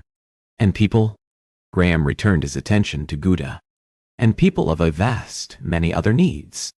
I never heard any of that, the boy marveled. Going up on tiptoe, he mimicked Graham's gentle caress and stared on with a new appreciation in his expressive eyes. Outside, the increasing tempest pummeled the stables, sending the aged wood creaking and groaning. Gouda tossed her head back and bared her teeth. Easy, Graham soothed. Do you know the most wonderful thing about horses, Frederick? He asked, when the fierce wind had died down. Frederick shook his head. They ask for nothing in return. They only give. Oceanof DFD. Calm. Nay. Chapter 7. The mysterious stranger, Mr. Graham Mallon, spoke to horses and children. Martha remained rooted to the entrance of the stables. Even with the chill cutting through her and snow slapping at her face, she was unable to enter. Because, in this moment, she would be an interloper. Because of the intensity of that exchange. And because of the foreignness of it. They ask for nothing in return. They only give. Those 9 words, just 2 sentences, stirred equal parts guilt and wonder in Martha. At every moment, she'd questioned Graham Mallon's motives, even the story he'd given her about his work with horses, only to find herself humbled by her own cynicism. Through her tumult, Frederick and Mr. Mallon continued their easy discourse about horses, their exchange as natural as two who'd known each other a lifetime rather than a handful of minutes. A horse can run just hours after their birth. Truly? Her son asked with an enthusiasm she'd not heard from him. Mayhap ever. Oh, he'd always been an excitable child, easy to smile, and easier to laugh. But he hadn't been untouched by life's cruelty. Having an absent father, one he forever asked after, Frederick spent too many hours wondering about a man who'd never deserved him. Emotion clogged her throat as a mere stranger proved that mayhap there were men who listened to and spoke to children. And look here, Mr. Mallon was saying. Do you see how her eyes are on the sides of her head? Because of that positioning, they're able to see nearly 360 degrees at one time. Mayhap my mom has horse eyes, Frederick muttered. Because she's always able to see what I'm doing. Mr. Mallon laughed. That unrestrained mirth, joined with her son's, suffused her chest, filling her with a lightness, with a joy she herself had also not known, in more years than she could remember. Such warmth went through her that she ceased to feel the cold ravaging her through her garments. She closed her eyes, allowing the two distinctly different and wonderful expressions wash over her. A heavy wind yanked the stable doors open, and the loud creak slashed through the quiet. "Hello," Mr. Malin called out, rushing forward. He held a staying hand up behind him, warding Frederick off. Oh God! That protective gesture on her son's behalf sent her heart flipping over itself. As he caught Martha standing there, Graham Malin stopped abruptly. Frederick crashed into him. "Mother? Mother?" her son asked in high-pitched confusion, like old Mrs. Blackwood had when she caught a 13-year-old Martha sneaking through her properties in the dead of night to sketch a star shower. She forced herself to move, avoiding the older, more mature of the gazes trained on her, the probing one. Martha hurried inside, closing the door behind her. "You should be inside." Frederick stepped out from behind the stranger he'd been speaking so freely with moments ago. "Oh, I said I was going to help Mr. Malin before you send him away." She winced at those slightly emphasized words delivered as an accusation. "Run inside, so I might speak to Mr. Malin." Her son opened his mouth to protest, but Martha fixed a look on him. For now, the potency of that mother's look still possessed some power. With a sigh, Frederick kicked at the hay. Except, instead of rushing off, he turned to Mr. Malin. "Thank you for the lessons." Mr. Malin inclined his head. "A pleasure, Frederick." By the ease with which that assurance slipped from the dark stranger, Martha believed it when she still wanted to distrust him and his motives. It would have been easier to face him, to send him away, to doubt him, had he been coolly aloof or unkind to her son. But he hadn't. He'd proven himself a man who not only tolerated a child about, but treated him with the same respect he would a man. She waited as her son took his leave, and closed the door, leaving her and Mr. Malin alone. "I did not properly thank you before," she said, beginning her prepared speech. He made to speak, but she held a hand up, silently begging for him to allow her to finish her thoughts. Exhaling, her breath stirred a little cloud of white, and she continued her rehearsed words. "I know you did not intervene because you sought my gratitude or, she recoiled. "My body. That favor that so many had come here asking for, demanding, and expecting. Anything," she finished lamely. There had been a time when she'd been an honorable lady, respected by all, a young woman who honored and adhered to all propriety. All that had been lost the moment she'd committed bigamy. Giving this man a proper thanks restored one piece of normality to her upended existence. "It is important to me that I express a deserved gratitude for not only what you did earlier at the White Stag, but also on the walk here." This time, he offered no protestations. He simply lifted his head in silent acknowledgement. Martha twisted her fingers in her damp cloak. "I also wanted to thank you for your patience with my son. He's a clever boy. As I said, I enjoyed conversing with him," he murmured. Returning to Gouda's stall, Mr. Malin favored the old mare with a pat on her withers, and then brought the door close. Her heart stirred. Frederick's own father had not recognized Frederick's worth, hadn't cared to recognize Frederick's skills or strengths, nor had he even noted his daughter's. "He's pathetically weak. How can I ever be expected to bring him to London? How could I be expected to bring any of you to London?" Hatred spiraled through her, that dangerously powerful emotion, still as potent more than a year after her husband's murder. Her soul was surely as dark as her father's for being unable to muster anything but relief that her life was no longer haunted by Lord Waters. She was so mired in those ugliest memories that she belatedly registered Mr. Malin walking past and drawing open the stable doors. Wind tore through the entryway, snowflakes whipping inside, covering the old hay. "Wait," she called out after him, but he was already leaving. It was better that he went. There was nothing more to say, and yet there was. Her pulse racing at the insanity of her own idea, Martha rushed after him. And yet she caught the edge of the wood door jamb and stared out as Graham Malin gathered the reins of his horse and drew the tall, regal creature forward. Martha stepped out of the way, allowing master and horse entry, and then closed the door behind them. "I thought you were leaving," she blurted out. She promptly curled numb toes into the soles of her boots. "You've my word, I'll leave shortly," he said crisply, guiding the mount into the stall next to Gouda's. And why should he think otherwise? You've done nothing but order him gone since he first approached you at the White Stag. Moving with the ease of one who owned these stables, Mr. Mallon proceeded to gather up tools scattered about the untidy space. The brush, combs, a shovel. His arms full, he carried the items over to the stall and set them down. "You misunderstood," she called after him and then winced. Do not trust your instincts. Trust your instincts when you've not before.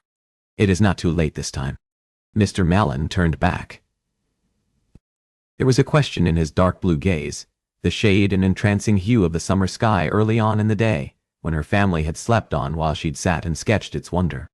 Now, that color called to her for different reasons. With his square jaw and noble features, he fair begged to be captured on canvas. "Say something. You are staring like a lackwit. I wasn't turning you out." He angled his head, an endearing half-tilt that tumbled a dark curl over his eye, and softened him, giving him a boyish look. "That is, I wasn't turning you out now. Before, I was," she clarified, rambling once more. "At the White Stag, and then again, stopped talking." Martha pressed her lips into a silencing line. She'd forgotten how to be around people. Martha tried again. "I don't have funds with which to pay you," she said before she could call back that humiliating admission. And then the words came slipping out and rolling unto one another. "It is why I was no longer hiring someone." Martha gestured to the disorderly stables. "As you can see, we're in need." They'd been in need since her secret had somehow come to light, and all of Hightown learned the truth. And that had only been after her family's funds were lost. "I simply cannot hire you," she grimaced. "Pay you," she corrected. "I cannot pay you." He set down Gouda's brush. "And that is why you turned me away." Tell him yes, and leave it at that. There had been so many lies, however, mistruths that had gotten her tripped up over herself. "No," she said quietly, drifting over. "That isn't why. I don't trust many people. I've had strangers come through here. Men who've promised to help. Men who've offered to help." She bit at her lower lip and shook her head once. "And they didn't." Martha Donaldson did not specifically articulate what offers of help had been made, but as a rogue with little opinion of most men, Graham knew precisely what those men had sought. Men who've promised to help. Men who've offered to help, and they didn't. And with that, she'd revealed another detail about her life. Rage threaded through him. It knotted his gut, a seething sentiment that defied the cool pragmatism with which he was to approach each case. That fury within him was a dangerous response, a careless one born of emotion that could end a mission, and on most any other assignment, a man's life. He struggled to rein in the burning rage, to file it away and focus on nothing more than securing details to report back to his superiors. "I thought you lied," she confessed, chewing a piece of hay the way her son had earlier. "About working with horses, but I heard you with Frederick. You're very knowledgeable of them." And with that, an encounter she'd secretly observed between him and her son, Graham had managed that which he'd previously failed to do, secure her trust. There should be only a thrill of triumph and relief. The sooner he was able to acquire the requested information on Martha Donaldson and her circumstances, the sooner he'd return and be granted a meaningful mission. So why did guilt shred his conscience? Why did he feel like the biggest bastard for that undeserved faith? Stop. Die. You're a damned member of the Home Office. She is your assignment, and nothing more. Given your experience with previous men, you are entitled to your suspicions, he conceded. His efforts here were different. His were true. Telling himself that did not alleviate the slow creeping guilt. Perhaps. But neither was it fair to judge you for the crimes of others. Sweeping over, Martha retrieved the stiff brush and began to disentangle Scoundrel's mane, which had become knotted from the wind. She moved the bristled comb deftly, a woman clearly accustomed to working in these stables, but also with a gentleness that displayed her regard for the animals. Yes, Martha Donaldson cared about animals. She simply didn't have the funds to care for her own. "What is his name?" she asked, holding a hand out for the softer brush in Graham's hand. She traded him for the one she had. At his silence, she looked over. His neck went hot. Scoundrel. Dut ought. Martha paused briefly. Her lips twitched, a smile ghosting her full mouth and transforming her delicate features. They say a man chooses the name of his horse as a reflection of his own character. Bloody hell. He deserved to be sacked from the Home Office. And when they did turn him out on his arse, they'd be wise to hire this minx in his stead. Do they? He asked, keeping his voice even. Who, exactly, are they? I read it in a book on the history of horseflesh. Of course she had. Clever, cautious, and well-read. The woman was triply dangerous. Is that how your son came to learn about Hippocrates? The question was unfair. The child had revealed just where he'd learned that bit of knowledge. Martha stopped mid-brush. The blood drained from her knuckles, indicating the death grip she had on it. Dancing back and forth, Scoundrel tossed his head. He spoke to you about that? She whispered. He did, he said carefully, studying her reaction. He mentioned his grandfather. I see. What did she see? Graham studied the top of her bent crimson head, trying to gather anything from that non-admission. The gentleness of her touch as she cared for Scoundrel belied the image of a woman who forbade her son from speaking to animals. And yet, according to Frederick, that was precisely what she'd done. Abandoning her brush, Martha rushed off. She returned a moment later, with a small knife. Dropping to a knee beside Scoundrel, Martha placed her near hand on the horse's shoulder and slid her outside hand down the horse's leg near the fetlock. Sliding her other hand down the rear cannon, she lifted the foot and proceeded to pick out debris. Graham had long had an appreciation for a voluptuous beauty draped in dampened silk. He'd come to admire the flirts skilled in the art of the wicked gaze. Never, in his life, however, could he have imagined just how enticing it was seeing a woman skilled with horseflesh expertly tend a mount. Martha moved with a quiet ease and efficiency to rival the Duke of Sutton's finest stable master. You've some skill with horses. She briefly looked up from her exertions. A curl the color of sunset fell over her eye, and she blew it back. A young woman on a farm comes to have many skills. Graham rested a shoulder against the wall. Yes, but this is one you enjoy. Martha didn't blink for several moments. He expected a curt dismissal at his bold supposition. I do, she conceded, surprising him at every turn. Or I did. She added that last part more as an afterthought. Graham was not long for this place.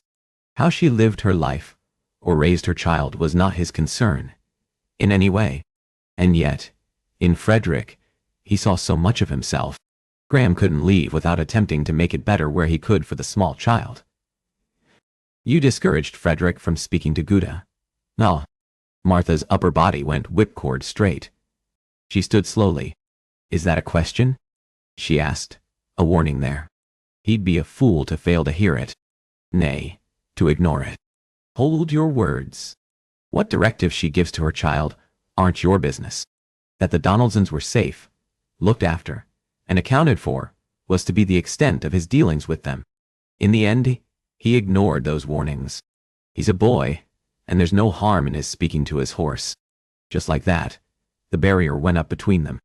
Martha stepped away from Scoundrel and handed Graham the knife. You'll need to clean the stables. When the weather warms, portions of the roof will need to be replaced. We need the livestock cared for. With that detailed enumeration, she studied him intently. Did she expect him to balk at that list? All the displeasure at his current state he'd already reserved for his superior. And, she wavered, troubling at her lower lip as she was wont to do, a telltale mark of uncertainty in an otherwise undaunted woman. I'd ask that you instruct Frederick on the proper care of the stables. She held his gaze. We've servants' quarters off the kitchens. You'll stay there as long as you remain. If at any time I ask you to leave, I want your belongings packed, and you gone. If you can honor those requests, then you may remain. Does that all sound agreeable? In terms of his assignment, it sounded convenient. It does. She nodded, and then turned to leave. Oh, and Mr. Malin? He inclined his head. If you intend to remain, then I'd advise you to not presume to speak on what you cannot possibly know. With that, she stalked off. Graham waited until the stable doors slammed shut behind her, before grinning. He'd gained entry. Ocean off DEF. Chapter 8. Later that evening, with Frederick abed, Martha stood at her easel. Her hand ached from both her fall on the birch path and the porcelain she'd crushed in her palm. But, if she were being truly honest with herself, her inability to sketch had nothing to do with her throbbing, bandaged hand. Her mind, just as it had been since earlier that morn, remained firmly entrenched in her and Frederick's exchanges with Graham Mallon. Graham Mallon, who'd proven to be an expert stablemaster, who knew not only how to care for horses, but also knew equine history. "He also speaks to animals," she whispered, her voice barely meeting her own ears. "You can always tell about a man's character by the way he treats his animals, Marty. I never, ever trust a man who is cruel to even one." Martha stared emptily at the canvas. She'd first received that lesson from her father as a girl of 5 or 6, sitting raptly at his feet while he spoke about the care they ought to show for their livestock. He'd given her that lesson, and then 12 years later, with dreams of a title for his daughter, had forgotten it. Or perhaps he hadn't forgotten.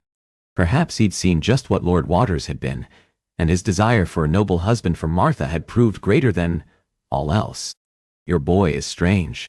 He was speaking to my mount. See that it stops. He is not strange, and he is your boy, too.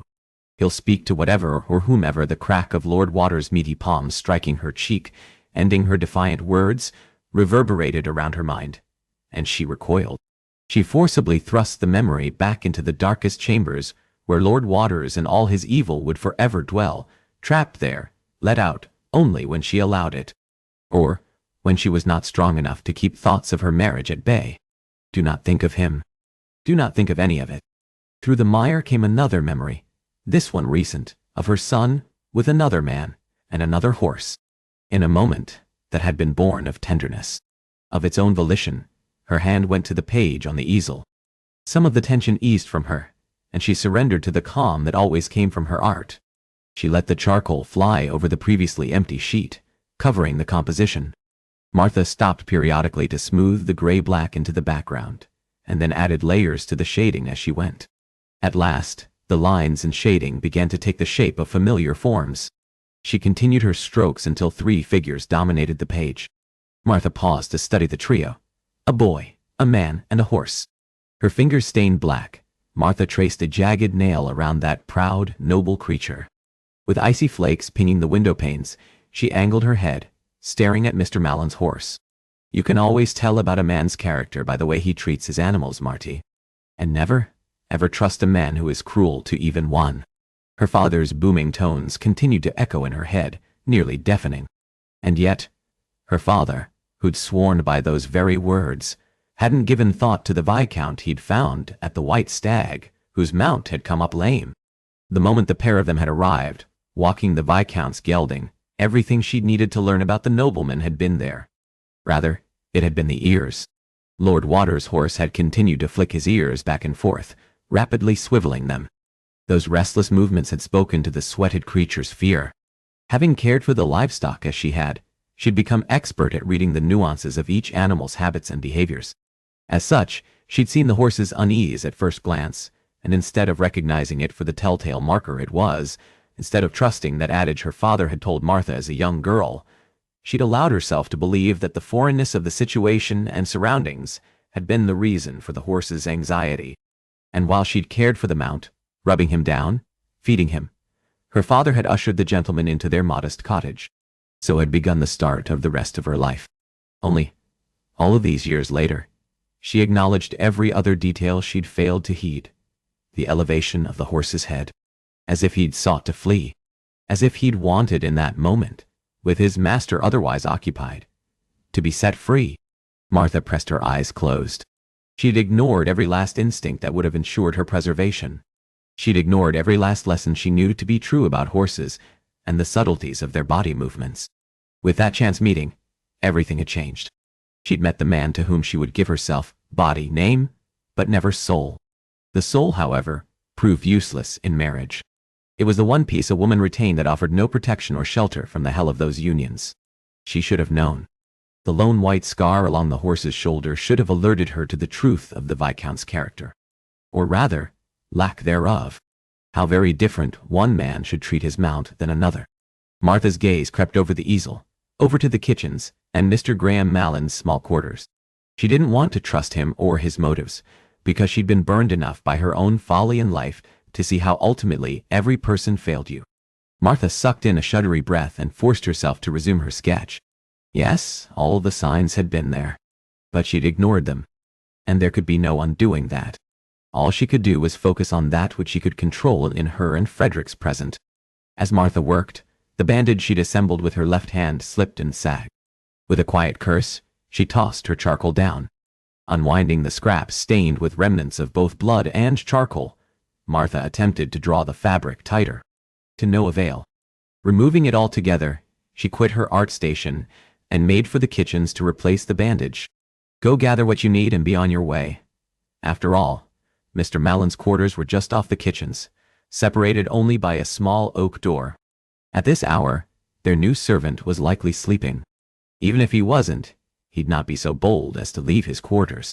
Why did all those truths send a wave of disappointment through her? Because you are a damned fool. Because you are lonely. Because you've never seen a man who was not your father treat Frederick with the kindness and patience Graham Mallon did. She strained her ears, searching for some hint of sound from the long, vacant servants' quarters. The faintest scratching slipped into the quiet, so faint she struggled to bring clarity to it through the hum of the nighttime silence and the ice pinging against the window pane. If she were being completely honest with herself, at least in this moment, she'd been lonely. Oh, she had Frederick, a gift she didn't deserve and for which she'd be eternally grateful.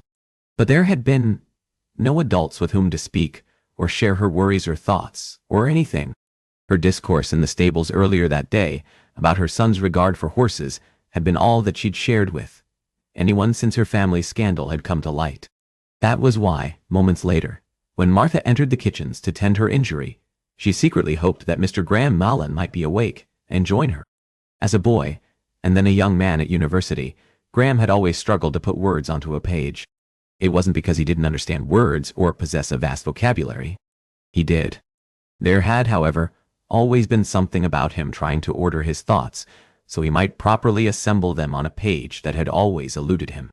It had almost been as if his mind were hopping while he sat there, a young student trying to keep each idea still, so he could capture it. His father had towered over Graham's desk, refusing to move until Graham mastered his studies. When that had failed, Graham's tutors had bloodied his knuckles more times than he could recall. Those assaults on his hands had lasted only as long as it had taken his mother to learn of that treatment and sack the tutors. It had all been to no avail. None of it had worked. The words had been trapped there, filled with a restlessness that countermanded all those efforts his father had made to make Graham a proper student, like his brothers. This time, while he was seated at the small oak table in his temporary quarters, the empty page before him had nothing to do with that struggle, and everything to do with the woman he'd been tasked with watching after and reporting on. Before, she'd been an assignment. Now, she was a person. A mother. A woman tormented by people without a shred of her strength or spirit. One rightfully wary of him, but who, despite those reservations, had still allowed him to remain on. And he felt like a bloody bastard for it. He straightened as he caught the faintest tread of footsteps in the kitchen, the delicate steps he'd come to recognize as hers. The irony was not lost on him. He, Lord Sheldon Graham, Mahlon Whitworth, who wagered too much, drank even more, and betted scandalous beauties, and who had long believed himself past feeling anything, suddenly felt a modicum of guilt, and at a time when he acted on behalf of the king and crown. Any other agent would have entered this household and carefully disengaged any feelings for the people involved. Graham scrubbed a hand down his face. Mayhap the brethren had been wise to reject him at the onset.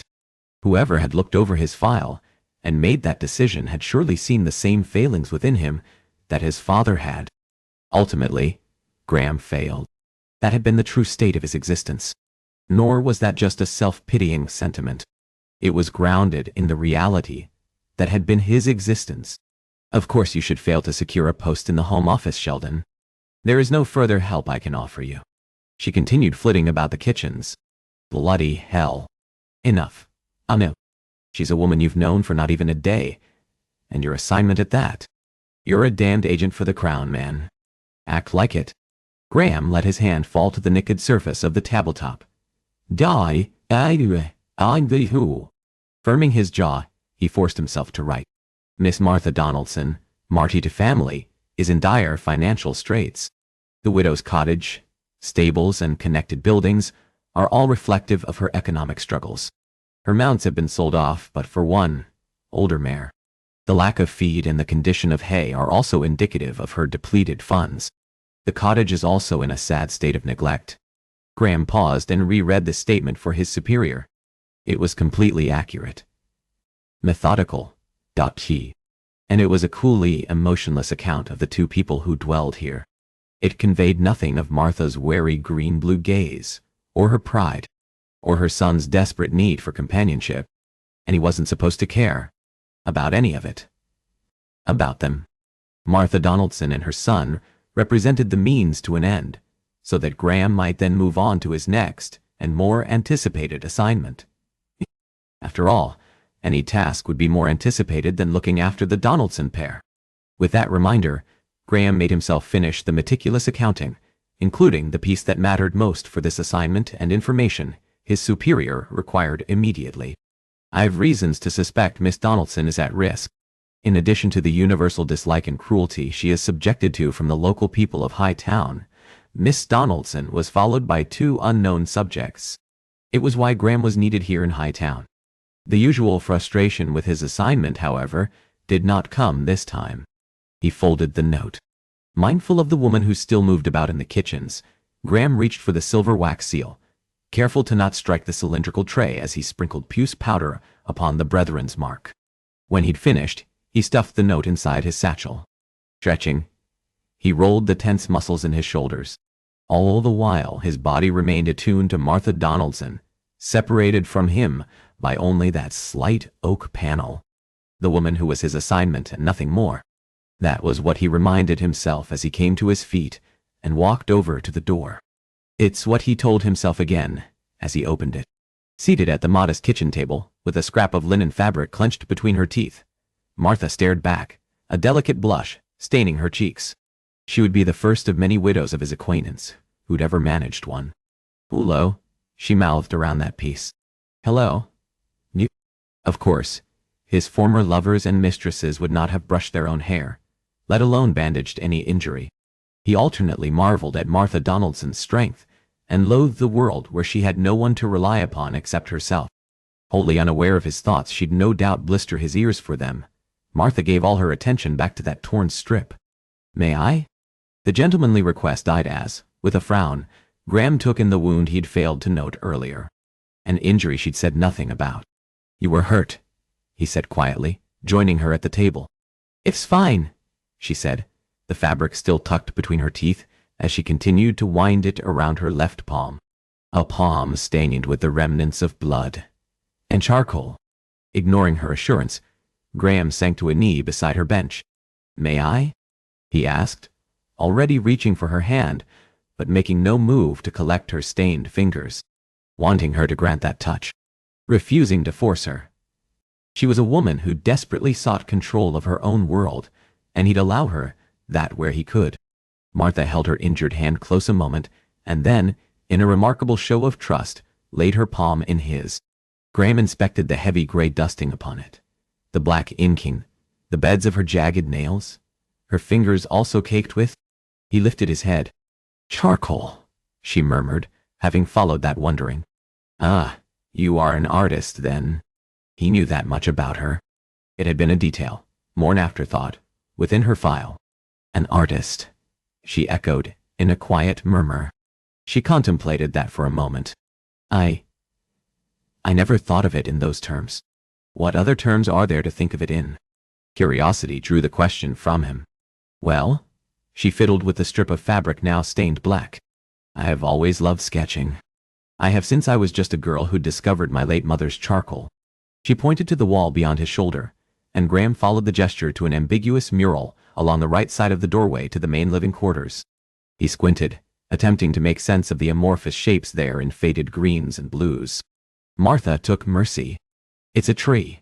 And a bird?" he hazarded. "A flying squirrel." She gave a playful toss of her head. I'll have you know, they are a thing. I read of them. They aren't like bats or birds, but rather, they glide between the trees. Her hand momentarily forgotten, he stared up, entranced by the teasing glimmer in her eyes. This was who she should be. This light-hearted imp with mischief in her eyes and a smile on her lips. This was likely who she had been before. Whatever event had required intervention from the brethren. Her smile slipped, and he was besieged with an urge to call that levity forth once more. He forced his gaze away from her lush crimson lips. I take it that was your first masterpiece? Just like that, he restored them to their earlier ease. Martha grinned, displaying slightly crooked front teeth, and a dimpled cheek that held him enthralled all the more. She pointed to the artwork below the window. My second. They shared another smile. My mother died when I was a babe, she went on as he returned to studying her injured palm. But my father saw that I always had some form of canvas for sketching, even if it was the walls. She paused, and he found himself wanting her to continue, wanting to know details about the mysterious woman who lived in a forgotten corner of Luton. For his report on her. It was only about his report. That assurance echoed in his mind, pinging around there as the lie it was. But, she went on, her voice reflective, I never considered myself an artist. Graham continued to hold her hand, her fingers warm in his own. And why not?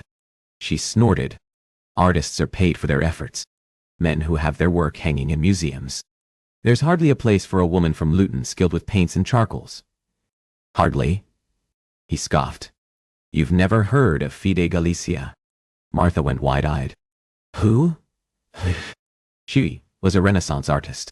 Dropping her chin atop her uninjured hand, she shook her head. I've only ever heard of Da Vinci and Michelangelo. How many times had he ridden by the Royal Academy and not given art so much as a thought? Martha deserved to be there, in London, surrounded by those artistic pieces, to observe and study. Tell me about her, she urged. She was the daughter of an artist in Milan. Her father raised her to believe that she too could and should be an artist. By 12, she was already accomplished enough to earn mention by renowned Italian artists. Martha's entire body remained motionless as she stared on, enwrapped. Had anyone ever looked at him that way?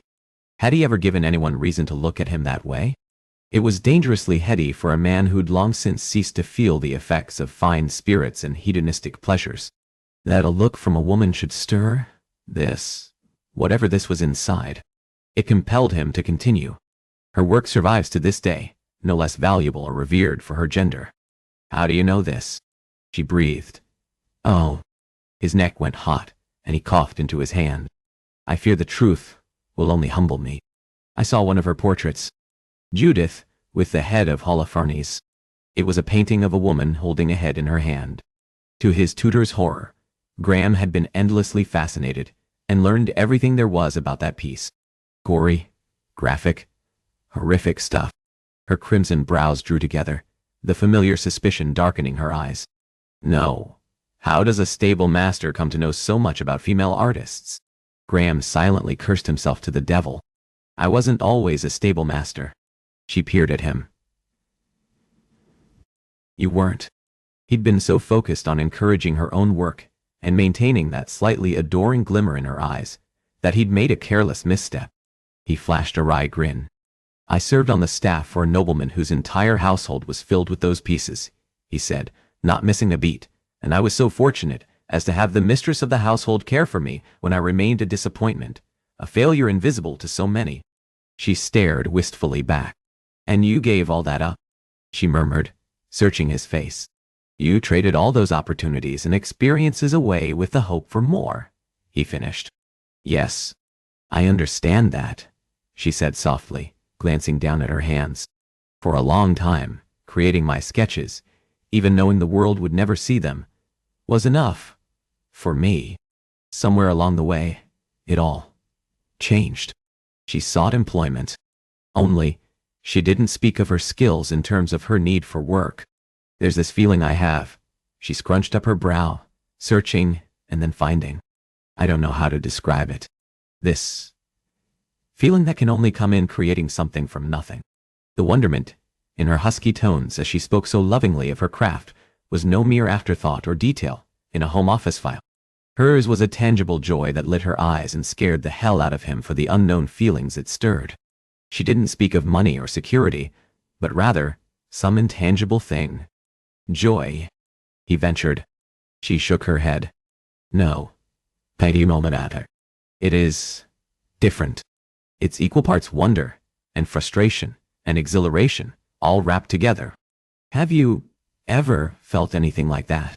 She asked hesitantly. He sank back over his heels. Have I? Did he feel that sense of wonder for anything? Had he ever? Did society and his family would have readily supplied an answer for her that gave a nod to Graham's years as a rogue and the illicit pleasures he pursued, and they would have all been wrong. For he had felt that way about something. I feel that way when I care for horses. Or he had, before his father had ordered him from the stables and barred the stable master from allowing Graham to assist him.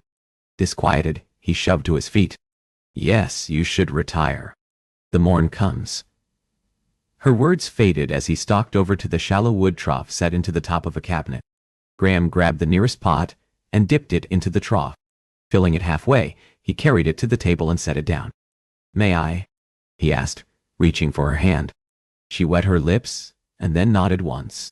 Graham dipped her stained, injured palm into the cool water. What are you doing? She asked, glancing between him and her hand. Come now, Miss Donaldson. Surely you've come across Hippocrates' treatment of injuries. I haven't. A curl fell over her eye, and with his spare hand, Graham brushed it back, tucking that silken tress behind the shell of her ear. There are those who believe cleaning a wound will help to prevent infection from setting in, he explained, dipping one of the white linens into the water and gently washing the charcoal from around the injury first, and then the remainder of her hand. They settled into a companionable silence, with Graham washing and then wrapping her cleaned hand. While he did, he felt her eyes taking in his every movement. Martha, she said softly, and he stopped mid-wrap. The long, graceful column of her throat moved. You should call me Martha. His gaze wandered unwittingly to the mouth that had captivated him from the moment she'd entered the White Stag Inn. Her lips parted, and she tilted her head back. Graham froze, transfixed by her. By this moment, I see you. Martha's lashes fluttered closed. Kiss her. She is offering that gift. Take it when you desperately want it. Graham moved closer to her lips, so close the hint of plum that lingered on her breath filled his senses, filled him with a taste of sweet fruit. Of her. He'd had numerous lovers, including inventive widows with the lush bodies of fertility goddesses. What was this enigmatic pull Martha Donaldson had over him? He swallowed hard, warring with himself, fighting what he wished to take, needing her to end this connection and send him away, as she should. I should go. Why? Why? She whispered. Nothing more than a single syllable that spoke of her desire for him to remain. Because I want to kiss you, he said, his admission hoarse with restraint. And I shouldn't, he said regretfully. If they'd met somewhere else, as different people, brought together for different reasons, he forced himself to step around her. He'd made it halfway across the kitchens when her husky tones sounded behind him, tinged with hesitancy. What if I want you to? Ocean off DF dat. Calm. Chapter 9. What if I want you to? Martha's heart hammered. As a girl, Martha had wondered, even dreamed about, what her first kiss would be like. Until she was a young woman newly married to Viscount Waters and had been subjected to her first kiss. From that moment on, Martha had long abhorred any form of intimacy. While her children had pined over their absent father when he was in London, missing the ruthless cad whose evil they hadn't known, Martha had secretly rejoiced over his absence. With the Viscount gone, she'd been spared from him claiming his husbandly rights, as he'd reminded her during their every encounter. Through all the unpleasantness she'd known in his arms, there had been something particularly distasteful in his kisses, sloppy, wet, stinking of garlic and spirits. She used to turn her head in a bid to escape that act whenever her husband paid a visit to Luton. When he died, she'd vowed to never again subject herself to the distaste of one of those embraces. In this moment, alone in the kitchens with Graham, there had been a piercing heat that radiated from his gaze, that singular focus she'd learned to run from when she'd seen it in Lord Waters' eyes. And in this sliver of time, She wanted Graham Maitland to kiss her. Because something in the searing intensity of his eyes, coupled with the restraint he'd shown, had told her that Graham Maitland's kiss would never be like Lord Waters', that Graham Maitland would not take as if her lips or any part of her body were his due, but rather as if they were a gift that he'd cherish. It was madness, that faith she had. Utter madness. But then, everything about Graham's arrival in Hightown and presence here defied any sort of reason. And yet, he made no move to face her. As time stretched on, and with it, the thick, deafening silence, embarrassment stole away the excited little fluttering in her belly. Mortification brought her toes curling hard into the arches of her feet. My God, what he must think of her. The wanton widow all of Hightown took her for. Perhaps she was precisely what they accused her of being. "Forgive me," she said, hurrying to gather up her medical supplies to give herself anything to do, all the while praying for the floor to open and devour her whole. "I should not have asked you to kiss me." She could not get the words out. "That was inappropriate on my part. You are a man in my employ, and I've surely scandalized you by—" she gasped, as he turned swiftly around. Graham was across the room in 3 long strides. Cupping her gently by the nape, he angled her head and covered her mouth with his. Martha stilled, and then the scissors slipped from her fingers, the noisy clatter as they hit the surface of the table muted by the beat of her own heart. This kiss was nothing like any kiss she'd ever known from her husband. Ever. It was an explosion of heat and sensation that seared her from the inside, his lips hard and masterful, but with a gentleness that stood in impossibly beautiful contradiction. Martha crept her fingers up his chest, a hard wall of contoured muscle, and she clung to his shirt front, giving herself over to his kiss. Taking that gift he now gave.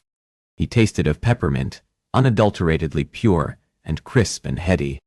Martha angled her mouth to better receive each slant of his mouth, meeting each stroke of his lips in return. "I never knew," she rasped between each kiss, "that it could feel like this." He groaned into her mouth, the slightest, most delicious hum of a vibration that brought her lips apart, and Graham slipped his tongue past them. Martha's legs went out from under her, but Graham was there. He caught her by the waist, guiding her to the edge of the table, never breaking that kiss, exploring her. Nay, they explored each other. There was no demand. There was no one person taking what another didn't wish to give. It was a union of 2 mouths by 2 who wanted all of each other. His mouth left hers, and she bit her lip to keep from crying out at the abrupt loss, but he was only shifting his attentions lower, to her neck, caressing with the tip of his tongue the place where her pulse beat wildly. Martha moaned, a low, wanton sound she didn't recognize for what it signified, and from the place where it came, Graham lightly nipped at her sensitive flesh. He suckled, teasing at the skin. His cheeks, faintly coarse from the day's growth upon them, brushed her chin and earned a faint, husky laugh. He paused in his ministrations and glanced up at her through thick lashes. Desire poured from those sapphire depths. "It tickles," she breathed, stroking her fingers along the angular planes of his harshly beautiful face. And before she did something maddening, such as allow reality to intrude upon this, Martha stretched up and kissed him. Graham's muscles went taut under her, and then he was claiming her mouth again, scooping his hands under her buttocks and bringing her close, as if he sought to meld them, bodies and souls, joining them as one, in an act Martha had only despised. But she knew, the same way she had about the magic that Graham's kiss would be, that lying beneath him would wield a beauty and wonder she'd never known. That I want to experience. It was a realization she'd not had, that she'd not allowed herself to have until now. Martha yearned to be a woman capable of feeling desire and passion, and as Graham searched his hands over her, caressing the curves of her hips and the swell of her buttocks, Martha reveled in the warmth that tripped through her body, spreading like a slow-burning fire that consumed all it touched. It was a conflagration she'd gladly turn herself over to. Graham had kissed a number of women. Each of those kisses had been a casual act that had meant nothing, a basic one that had been a precursor to sex with women who'd been as experienced as he was in the art of lovemaking. And none of those kisses had been like this, and none of the women had been like the one in his arms now. Despite her title of widow, There was a tentativeness coupled with innocence that contradicted her eager response. The initial hesitancy in her kiss, however, had dissolved as she returned his kiss with utter abandon, free of all restraints. It was not enough. Graham caressed his lips over the skin exposed along the trim of her modest décolletage. Martha whimpered softly and tangled her fingers in his hair, clenching and unclenching, holding him close. The moment you entered that inn, I was captivated. He breathed against her chest, straightening to take her mouth again. W was angry, she panted between kisses. You were magnificent in your fury. She'd been a warrior woman prepared to burn the town down, in a display he'd never before witnessed from any lady. Graham guided her down, and she melted upon the table, so trusting, offering herself to him. He hovered above her, braced on his elbows.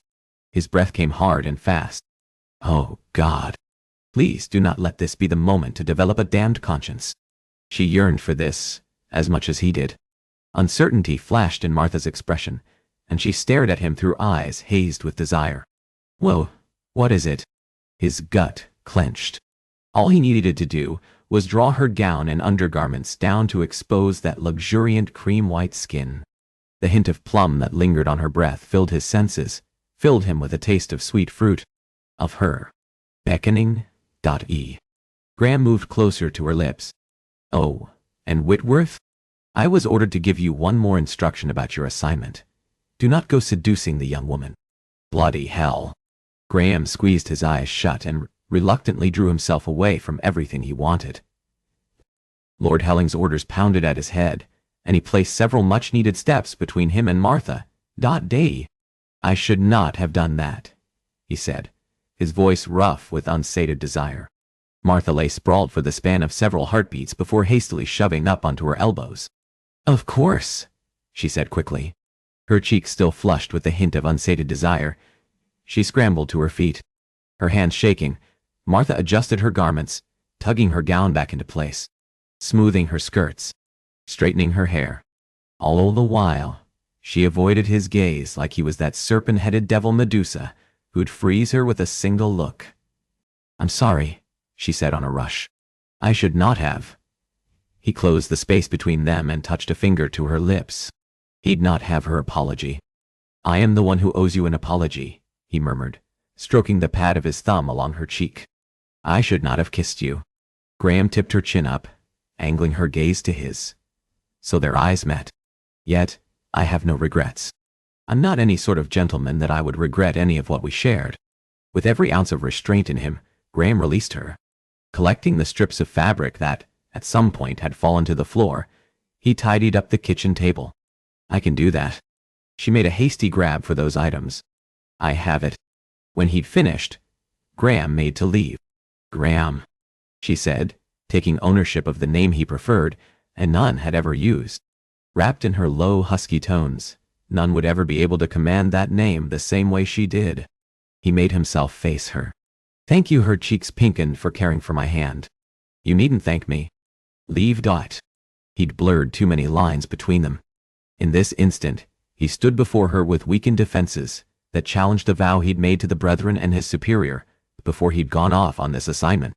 Nonetheless, he remained rooted to the floor, needing to say one more piece. Martha, it doesn't have to be one or the other. It's possible for your art to be both, something you find joy in and something you do as a craft. He held her gaze. That you are a woman should not prevent you from seeing yourself as the artist you are. You've not even seen my work, she gently pointed out. No, he agreed. He'd like to. He'd like to see what manner of moments and memories she memorialized upon a page. But anyone who feels as passionate as you do about your work deserves to be recognized for that love and commitment. Her lips parted, and a little sigh slipped out. Thank you, she whispered. Before he did something like return, take her in his arms, and resume kissing her as he'd done moments ago, Graham left. Oceanoft, D.F. Com. Chapter 10. She'd kissed him, and in the light of a new day, there should be a modicum of shame and shock that she'd done something as scandalous as kiss a man who, until the day before, had been a stranger. Martha, however, couldn't muster even a false showing. Their embrace had been pure wonderment. The magic that young women read of in Gothic tales. "You're no innocent miss anymore either," she muttered to herself. Dusting the back of her arm over her damp brow, Martha dunked her mud-stained cloak into the heated water. Scrub. Dotty. Donk dite. Rinse. Why? Repeat. Martha went through the familiar motions. If she wanted to make love or kiss a man, she should be able to. Only this hungering wasn't for simply that experience with any nameless figure, but rather with the man who'd cared for her injured hand and spoken so comfortably with her about her love of art. Martha peeked over the same wood trough Graham had fetched water from last evening and searched for him on the snow-covered grounds. The early morn sun had begun to warm the frosted glass, sending moisture dripping down, blurring the glass. She ducked and turned her head in an attempt to better see. Her heart did a little leap as she caught sight of him. Scrub. Die. Dunk. Dot. Rinse. Hit die. Repeat. Dio. Except laundry forgotten. She watched Graham at work. Devoid of a coat, Graham moved through the stable yard with his sleeves pushed up, as though it was the heart of summer and not the dead of winter. His muscles, laden as he was with the 2 bales of hay he carried, strained the fabric of his lawn shirt. How effortlessly he made a task that would have taken her 3 times as long. Her fingers still burned from the feel of those muscles under her hands, the rigidness and strength of sculpted biceps and a flat stomach, both marks of a man who worked with his bare hands. Unlike her lazy husband who'd worked at nothing, the entire lazy lot of nobles, of which Graham bore not the remotest hint. He was direct and forthright, and he glanced up, and their gazes collided. Martha froze like the doe she'd once painted at the river's bed. Oh, bloody hell. She resisted the urge to groan at being caught staring after him, like some giggling village girl. How was one supposed to be after the embrace they'd shared not even 12 hours ago? Be casual. Martha inclined her head in greeting. Graham's lips eased up into a slow smile that briefly halted her heart's beating. He winked once. "It isn't laundry day," she gasped, and her cloak landed with a thump in the murky water. It splashed her eyes, and she blinked back the sting. "Frederick," she greeted lamely, facing her son. Did she imagine the suspicion in his eyes? Yes. Yes. Who else would it be? He asked as though she were dicked in the knob. No, she'd not imagined his suspicion. She lifted her cloak and wrung out the excess water and soap. "No one," she said, forcing herself to speak in smooth, measured tones. "Who else would I greet, silly boy?" His brow puckered. "That's what I said." Martha tamped down a sigh. So much for evenly collected. Alas, Frederick had been correct yesterday. She was wrought at prevaricating. "What were you staring at?" he asked, going up on tiptoe to look around her shoulder. Martha darted and weaved her body, mimicking his movements in a bid to obstruct his vision. "No one." Bloody hell. "Nothing," she squeaked, following Frederick's stare. "Gone. One." She whipped her gaze around the stable yard. Why, she might as well have imagined him. Graham was nowhere in sight. "What are you looking at now?" "The snow," she automatically responded, proud at the ease with which that falsehood had slipped out. Martha deposited her cloak into another pot, settling it to soak in the clean water. When in blazes had her son begun asking so many questions? "You hate doing laundry. Why are you doing it twice this week?" And yet another question. Scrub. Dotto. Dunk. Duck. Rinse. Keggy. Repeat. Alas, laundry would always be a far safer topic of discussion with her son than, well, nearly anything else pertaining to their lives. Because this is one of my only cloaks.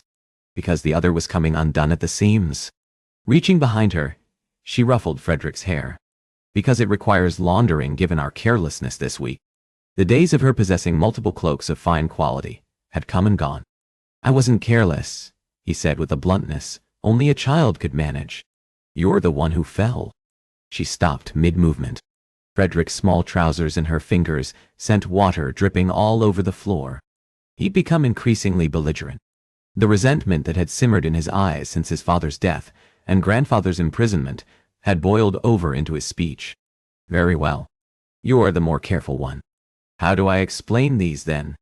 she asked, lifting the small brown trousers soaking in the trough. Frederick blushed furiously. "I told you, I was playing at the river," she interrupted, dropping the garment back into the water with her cloak. "I know what you told me." Martha gave him a stern look. "When we're playing at the river, we're to exercise more care." She tweaked his nose, softening the rebuke. "We don't play anything." He tightened his mouth and swatted away her touch. "We used to," her son added. "Now, all we do is work." That sad and all too accurate observation stirred a familiar wave of motherly guilt. This wasn't how life was to have been. Her marriage was to have provided her the time and resources and energies to be, at the very least, a mother to her children, and not even that had come from her union with Waters. "It will get better," she promised. He scoffed, and that absolute lack of faith hit her square in the chest. "I heard you awake late last evening." Just like that, she had the tables flipped on her by a small boy. He'd heard her? Oh, good God. What? What? As in, not sleeping. Were you working on another sketch to submit? She leaped on that offering.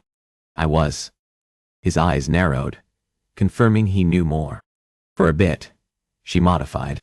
But then I changed the bandages on my hand. She paused, giving all her attention to dunking his trousers once more. And Mr. Mallon helped. Martha peeked out of the corner of her eye, searching for some kind of response. He helped change your bandages? Except, even with his question, Martha could not make out anything of what he was thinking or feeling. Scrub, pay, dunk, rinse tidy. He did. Party. Frowning, she paused mid-dunk. What? Frederick lifted his spindly shoulders in a half shrug. Just seems I was right about hiring Mr. Mallon, and you were wrong. It doesn't seem like he's such a bad man after all. I never said he was. There was a difference between questioning a person's character and being guarded. Leaving the freshly laundered garments to soak, Martha went over and collected the tattered muslin cloak that hung by the door. I simply said we should be cautious because, as cautious as to kiss him wildly? A voice jeered at the back of her mind. She forced it back. Her son shoved past her and grabbed his coat. I know why we have to be cautious, he said evenly. I don't need you to remind me. With that, he shrugged into the garment. We have work to see to. Work. Work. Yes, they did. Every day. Day in and day out, there were tasks for them to see to. Her son had grown up. Overnight. Nay, he'd been forced to. Their circumstances had thrust him into a new role, where he was neither child nor man, but something trapped in between. Tears smarted behind her eyes, and blinking them back, she made a show of clasping the once elegant garment. Mother? There it was again. Mother. Doing, die. Now, die. I want to be mama again. I want to go back to simpler times when I was mama to not just one child but 2 little girls and a smaller boy, all joyous, all here. With me. Nay, not here. She'd take them all far away from this place if she could. Yes? She asked, her voice shaking. She discreetly wiped the back of her hand over her eyes, lest he see those tears for further proof of her weakness, and turned. Frederick lingered, looking like he wanted to say more. When he spoke, there was a tentativeness to his voice. I heard you laughing, he admitted, and this time there was a shocking absence of anger. Last night, in the kitchens with Mr. Mallon. She didn't know what to say to that. And he studied the tips of his shoes, liked it. I haven't heard you laugh in a long time. I'll see you in the stables, he muttered. With that, he shrugged into his coat and let himself outside. Martha followed his little form through the foggy iced pane. She wiped her palm over it, dissolving some of the sheen. He sprinted with more enthusiasm than she'd ever remembered to the stables, and then, wrestling with the heavy door, let himself inside. As he disappeared from view, her heart clenched. Frederick was correct. Martha had not laughed or smiled. Not really. Not really. When one lost 2 daughters, had her father carted off to prison, and had only a small boy whose life and safety all fell to her, there were few reasons to smile. But even before that, even when there had been a normality to her existence, with her family intact, sadness, and regrets had made it impossible to be the young woman she'd once been. A woman who'd smiled and chased rainbows and believed in happily ever afters. The death of her own happiness was something she had come to terms with long ago. She owned that decision to marry the Viscount, and any misery she had was her own. The heartache that would never go away had nothing to do with her, and everything to do with Iris and Creta. And Frederick. No. In longer than she could remember, Frederick had not smiled. He'd not laughed. And she wanted that for him. She didn't want him to be the cynical little shadow of a child she no longer recognized. And what was more, she didn't know how to restore him to the boy he'd once been. Rubbing her hands across her eyes once more, she wiped away the remnants of her tears. With a sigh, she set out for the stables. Working in stables had always provided Graham a distraction from life. When he was tending those stalls, everything fell away: his failings, his father's disapproval, all of it. Until now. Now, he was riddled with thoughts of her, just as he'd been since last evening. Nor were those thoughts solely about their shared embrace, but rather her. "You're a damned fool," he muttered. Removing the hay from Scoundrel's now empty stall, Graham carried the aged bedding and dropped it just outside. When the door opened, Martha's son heaved all his weight into closing the door behind him. "Hello, Mr. Malin." The boy cleared his throat. "I've come to work." Graham wiped the sweat from his brow and studied the owner of that announcement. Frederick lingered in the middle of the stables. There was a determined set to his narrow shoulders that was contradicted by the hesitancy in the words that had come more as a statement. Whereas yesterday he'd dreaded the boy's presence, now there was less of foreignness to his being here and more of an ease. "Grab a shovel," he said by way of greeting. Quickly, as if he feared Graham might send him on his way, Frederick grabbed the rusted instrument and scurried over.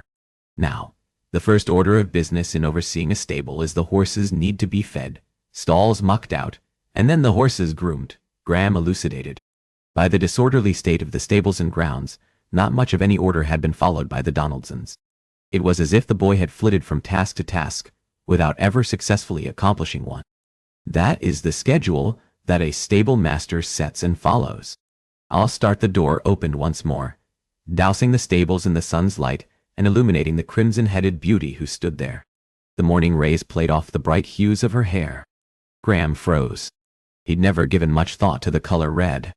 It had been just that, a color. With Martha Donaldson at the threshold, broom in hand like some kind of Spartan warrior woman, he appreciated for the first time those burnt scarlet tones dusted with copper and strawberry hues and countless others he couldn't identify or name that held him spellbound. And he, Graham, worthless rogue, rotted scoundrel, had the breath knocked out of him by the mere glimpse of the determined warrioress standing there. "You'll what?" Frederick prodded, giving him a slight nudge. He murmured, as Martha shut the door behind her and started toward Gouda's stall. "You said I'll start? What will you start?" the boy asked, jolting Graham back. "I'll learn to draw proper air into my lungs and speak again. Elon. I'll see to Scoundrel's and Gouda's stalls. I want you to begin cleaning out the empty stalls." From the corner of his eye, he caught Martha sweeping the clean bedding away from Gouda's stall door. Frederick followed his stare. "We both work together at the chores," he said in hushed tones, misunderstanding the reason for Graham's silence. It was the first time in his life that Graham had witnessed any woman mucking out a stable, and in that moment he was fair certain he lost a bit of his rogue's heart to the young widow so in command of this space.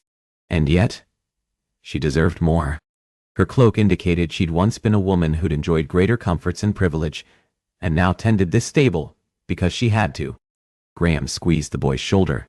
"Set the wheelbarrow outside Gouda's stall, and then go clean the empty stalls of the hay and straw there." The little boy nodded and rushed off. Collecting his rake, Graham started over to Martha. "Good morning, Martha." "Mr. Nick." She paused. "Graham. Dirty what?" "Graham and Daddy." She rapped that one syllable in her soft, husky timbre, a seductive song composed of nothing more than his name. Desire bolted through him, and because of nothing more than the sound of her voice. "Good God, I'm a depraved bastard." Frederick dragged the wheelbarrow in front of the door and then rushed off. When he'd gone, Graham entered the empty stall. "What are you?" Her words trailed off as he scooped the physical droppings from the straw bed and deposited them just outside the stall door. You don't have to. I can do that. He paused and swiped his forearm across his damp brow. I've known you just one day, and I suspect you can do anything, Martha. His pretty words weren't meant to seduce, but instead, they came from a place of truth. Martha's lips parted, and there was a softening to her usually guarded eyes that sent terror running through him. Graham jerked his focus back to the task, tossing the mount's soiled bedding out and shoving the clean bedding against the wall. Martha set aside her broom and collected a rake, and proceeded to work alongside him. His mother embroidered. His mistresses, as a habit, had shopped. If the lives of any of the ladies of the ton had been dependent upon them mucking out a stable, they'd have promptly asked directions to the hereafter. He was filled with equal parts admiration for her strength and frustration that this was her lot. And fury. There was that too. For the unknown member of the brethren, who was supposedly concerned for the young mother's fate, and didn't know the lady was mucking out horseshite, and donning ripped muslin cloaks. Graham stepped in front of Martha. With her plaited hair flopping over her shoulder, she stared quizzically up at him. I can do this, Martha, he murmured. This is why you've hired me. It is too much for any one person to do, she said matter-of-factly, returning to her task. She heaved another batch of clean straw past him. You'll not be here long. No, he wouldn't. Odd that such a reminder should leave him strangely bereft. He'd known her just a day, but even with that logic, the sentiment lingered. Graham settled a hand on her arm, staying her. You shouldn't have to do this. Someone had failed her. Many had. The husband, whose name the Home Office hadn't divulged, the brethren. But I'd have to, she said simply. Martha must have seen something in his eyes, because she frowned. And I don't mind it. Really? She insisted. She fiddled with the handle of her fork. She hesitated. I once voluntarily joined the servants to help. Vip. A little laugh escaped her, sad and colored with her husky tones, and beautiful for it all at the same time. A damp curl fell over her brow, and Martha brushed it back. It sprang forward, determinedly stubborn. And this time, she let it lay forgotten against her cheek. What person chooses to muck out a stable when she doesn't have to? She whispered. And yet I did, she said, her smile fading, her gaze growing wistful. I did, because I enjoyed it. As she spoke, her voice grew more and more animated, like one who'd recalled a lost joy. I loved the smells of this place, and the quiet of it all, and the company of the animals. These great creatures, just appreciative of your presence, ask for so little and offer so much. A memory tripped forward, shoved for so long to the back of his mind, it had remained dormant until now. What does he think? That he's a bloody stable boy? For the love of God, he is a duke's son, Caroline. Seated outside his father's office, his legs drawn close to his chest, Graham listened to the familiar fight on the other side of that door panel. He enjoys it, Samuel. There is nothing wrong with him looking after the horses. No, there is everything wrong with it. There is everything wrong with him. He isn't natural. Martha must have registered his silence, for she abruptly stopped. A pretty blush blazed across her cheeks, washing over the delicate smattering of freckles. Forgive me. I'm sure that doesn't make sense. No, he said quietly, taking that errant curl, the strand like silk in his fingers. I understand that in every way, he murmured, placing it gently behind the soft shell of her ear. I have... He paused, his gaze shifting beyond the top of her head. I had 2 brothers. My father had expectations and hopes that we'd be accomplished scholars. They were. And he grinned wryly. I was not. I don't believe that, she said with a confidence he didn't deserve. But then, just as he didn't know her beyond the words in her file and his one day here, she knew nothing about him. I wasn't. He acknowledged his failings, hating that he'd shatter whatever illusions she'd allowed herself of him. Any lessons I received never made sense. I couldn't bring them into any real clarity. My mind. He struggled to find the words to explain how crippling it had been to order his thoughts, and found himself prevented from doing so by that very same failing. Why can't you finish a sentence, Sheldon? His father entreated. You are a duke's son. Own your words like you are one. Whereas that pressure had been applied to him by his father, brothers, and too many tutors and professors to remember, Martha did not urge him on with his telling. Instead, she waited. In the end, he proved unwilling, unable, mayhap a bit of both, to share the deficiencies of his mind. Horses always made sense, he settled for, in ways that books never did. Or would. Martha leaned against the wall and scraped her rake along the floor. The vague utterance revealed nothing. Was it a recrimination? Disgust? Was it the same distaste his own father had for Graham over the years? At her scrutiny, he resisted the urge to yank at his collar. Instead, he resumed working alongside her. My father was rubbish at keeping the accounts and ledgers, she said suddenly, unexpectedly. Pausing, she leaned over the head of her rake. He hated it. She laughed softly, her heart-shaped features a study in nostalgia. I hated it more. What makes me believe you oversaw those tasks anyway? He murmured. I did. That was the kind of daughter she would have been, because that was the manner of woman. She was one unafraid and unashamed to work or take on onerous tasks that would have made most grown men balk. I despised it all. Adding up the expenses, resolving the columns. It was tedious. I toiled over it. It took me endless hours to force myself to finish the task. How free she was as she spoke. And there was an absolute lack of artifice in both her words and demeanor. Unlike the coquettes he'd seduced and bedded, who'd been practiced with their every word and look. Sometimes, Martha went on, I'd sit until the candle burned down and the sun came up, finishing our accounts. Because, if one makes a mistake with ledgers, it matters. An error cannot be transformed into anything other than an error. Unlike your artwork. Her eyes lit, and she pointed her rake at him. Graham took an automatic step away from the rusty combs. Precisely, she said, planting it back on the stable floor. Numbers should make sense. They are certain, and add up to mean something definitive. But to me, they don't. Gripping the handle of her rake with one hand, she more safely gesticulated with the other as she spoke. Yet, hand me a blank page with nothing upon it, and I can see structures and faces and images that belong there. Something went through him. That is what stables are like for me, he said softly. This is a world I understand. He glanced around. And in here, surrounded by these loyal creatures, it doesn't matter what a man's station is, what rank or title he was born with. Here, there's only a sense of accomplishment that comes in looking after the stalls and seeing the completion of one's efforts. At work in his family stables, Graham hadn't been a duke's son. He hadn't been a familial disappointment, or the man who'd failed more times than he'd succeeded at anything. Martha drifted closer, erasing the space between them. I understand that, she murmured. I understand that. Those 3 words filled his chest with the most inexplicable lightness. He hadn't sorted through just why he'd preferred this work until now. They shared a look, and in that instant, a bond was forged, kindled from a shared appreciation and understanding. And something more. My own father thought I was mad because I enjoyed being in the stables. Martha frowned. There's no explaining where a person finds their pleasures. Nor should there be. It should be enough that you found joy in that task. You shouldn't have had to explain that love, or been sneered at. I want my own chi.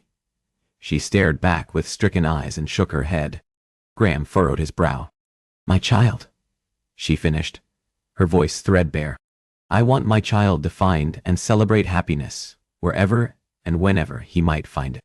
He'd been a rogue and a scoundrel so long that he'd developed an appreciation for the texture of a woman's skin, for the feel of a woman in his arms.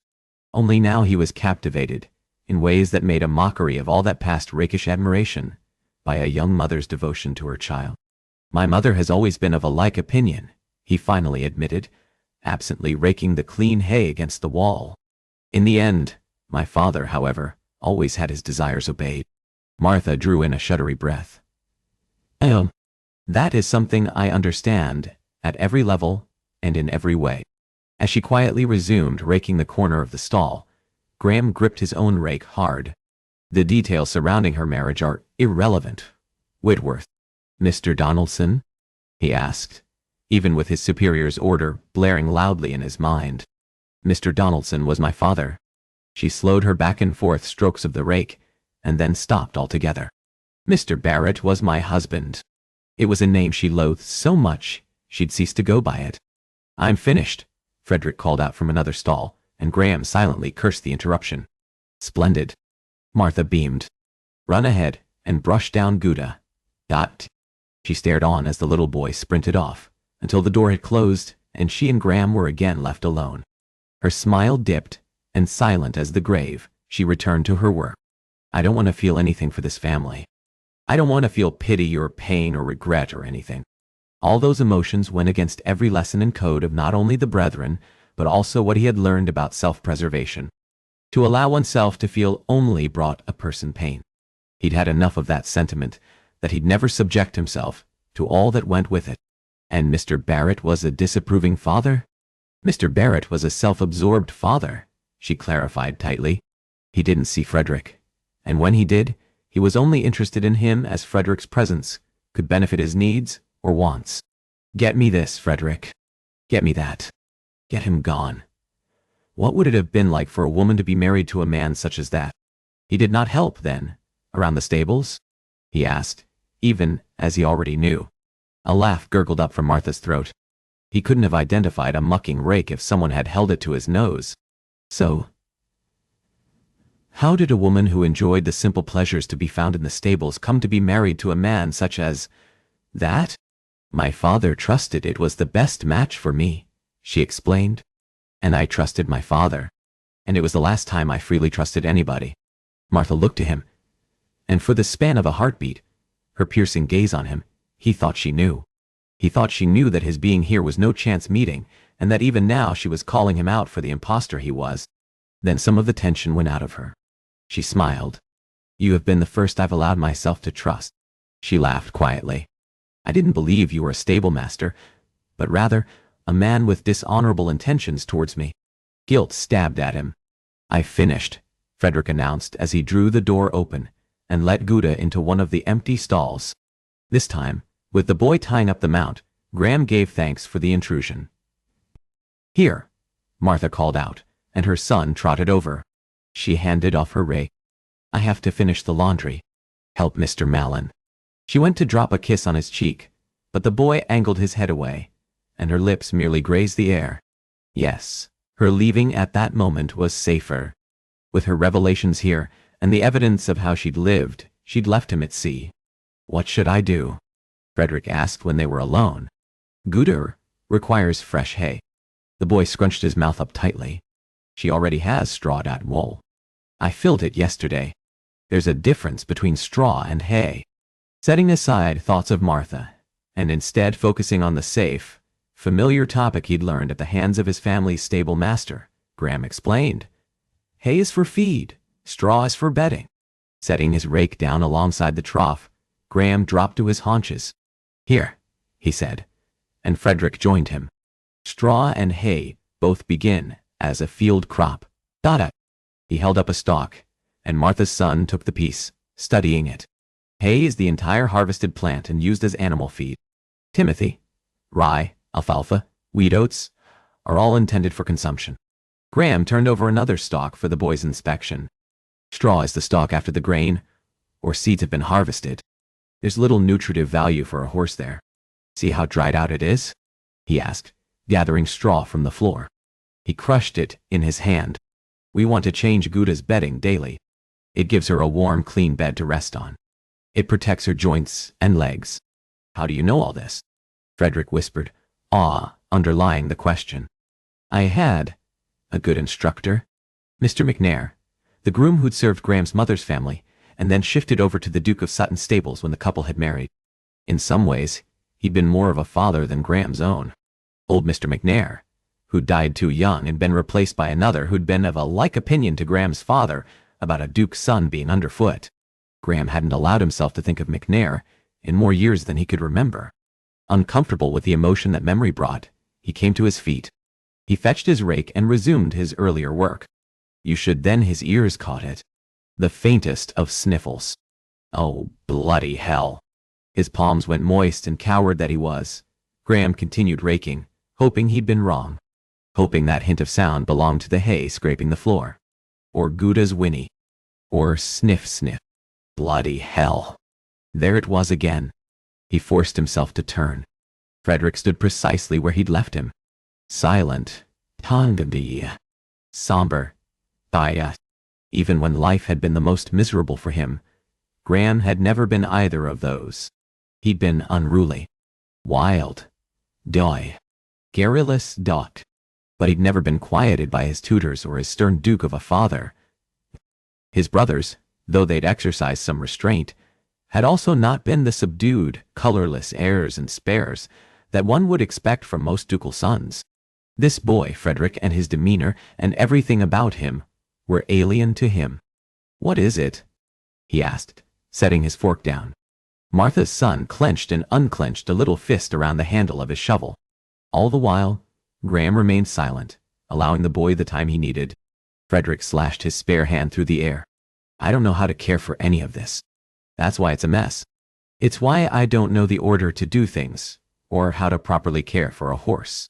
Or any of it. Not like you." As if deflated, the boy's shoulders slumped. "Oh, bloody hell. I'm supposed to say something here."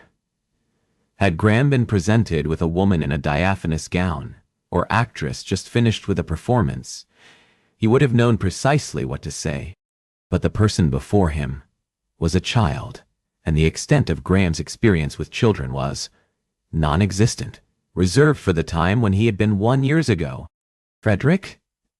The boy picked his head up slowly, meeting Graham's gaze. "You've done a wonderful job here.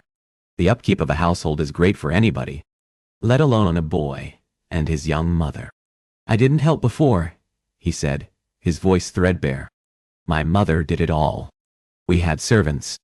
My father never—" Frederick's thin lips flattened, and a hatred better suited to a man 20 years his senior radiated from the depths of his brown eyes. His father. The promotion to why. That mystery figure that Graham's own superior hadn't named. For what reason? Who had the brethren sought to protect? Given the deliberate omission, Graham wasn't intended to know, and the boy's lingering statement should go without exploring. "Your father never." He prodded, the gentle urging coming not because of his assignment, but rather because of a selfish, inexplicable need to know about Martha Donaldson and the husband whose name she refused to claim. "He never came round. And when he did, he never helped," Frederick spat, his tone pitching more and more to the stable rafters as he spoke, the words pouring out of him. "He expected the servants to wait on him. He expected my mother to wait on him like she was a servant, and then the fight seemed to go out of him. And she did. And I let her. We all let her. We didn't help her. But she did everything." Frederick's voice dissolved into a barely there whisper. "Everything." The revelations ripped a hole in a heart Graham belatedly discovered he was in possession of. Martha Donaldson was a woman just 28 years of age, an age when the ladies of the peerage were enjoying the luxuries permitted them as young women recently married. Greater freedoms, idle time to partake in frivolous pursuits, and, given his own parents' marriage, whatever pursuits the wife wished. Only, Martha's life had been one of strife and suffering, and it ate at him. And because of that, Graham couldn't find any suitable words for the child before him, for none of them would take away the misery he and his mother had known. Frederick cleared his throat. "Yes, well, anyway. Mother would say I shouldn't speak of those things with you because you're a stranger, but I trust you." The lash of guilt landed another blow. It shouldn't. Graham would remain on, carry out his responsibilities for the brethren, and then part ways as Martha and Frederick both expected, with neither the wiser about just what had brought him into their lives. Telling himself that, reminding himself of that, didn't ease the pangs of his conscience. "Your secrets are safe," he vowed. "I know," Frederick said automatically, and the blade of guilt found another mark. For with that, he'd succeeded beyond his wildest expectations in his assignment. After just a day, he'd wheedled his way into a mother and son's life and earned their trust. Consciences are a dangerous thing, Whitworth. Never forget that right or wrong doesn't matter in the work you'll do. All that matters is your assignment. But the reason I told you Frederick scrunched his mouth up what I did about my mother was because I want to help her now. She's an artist. She's very good, you know. And she should be doing that like she used to, and I should be caring for the stables. But I don't know how. Graham opened his mouth to speak, but the little boy spoke on in a rush. I know you won't be here long. We don't have the funds to employ you. But as long as you are, I thought since you know so much about horses and stables, you can teach me everything you know. There was such admiration and awe in Frederick's tones that Graham again found himself at sea.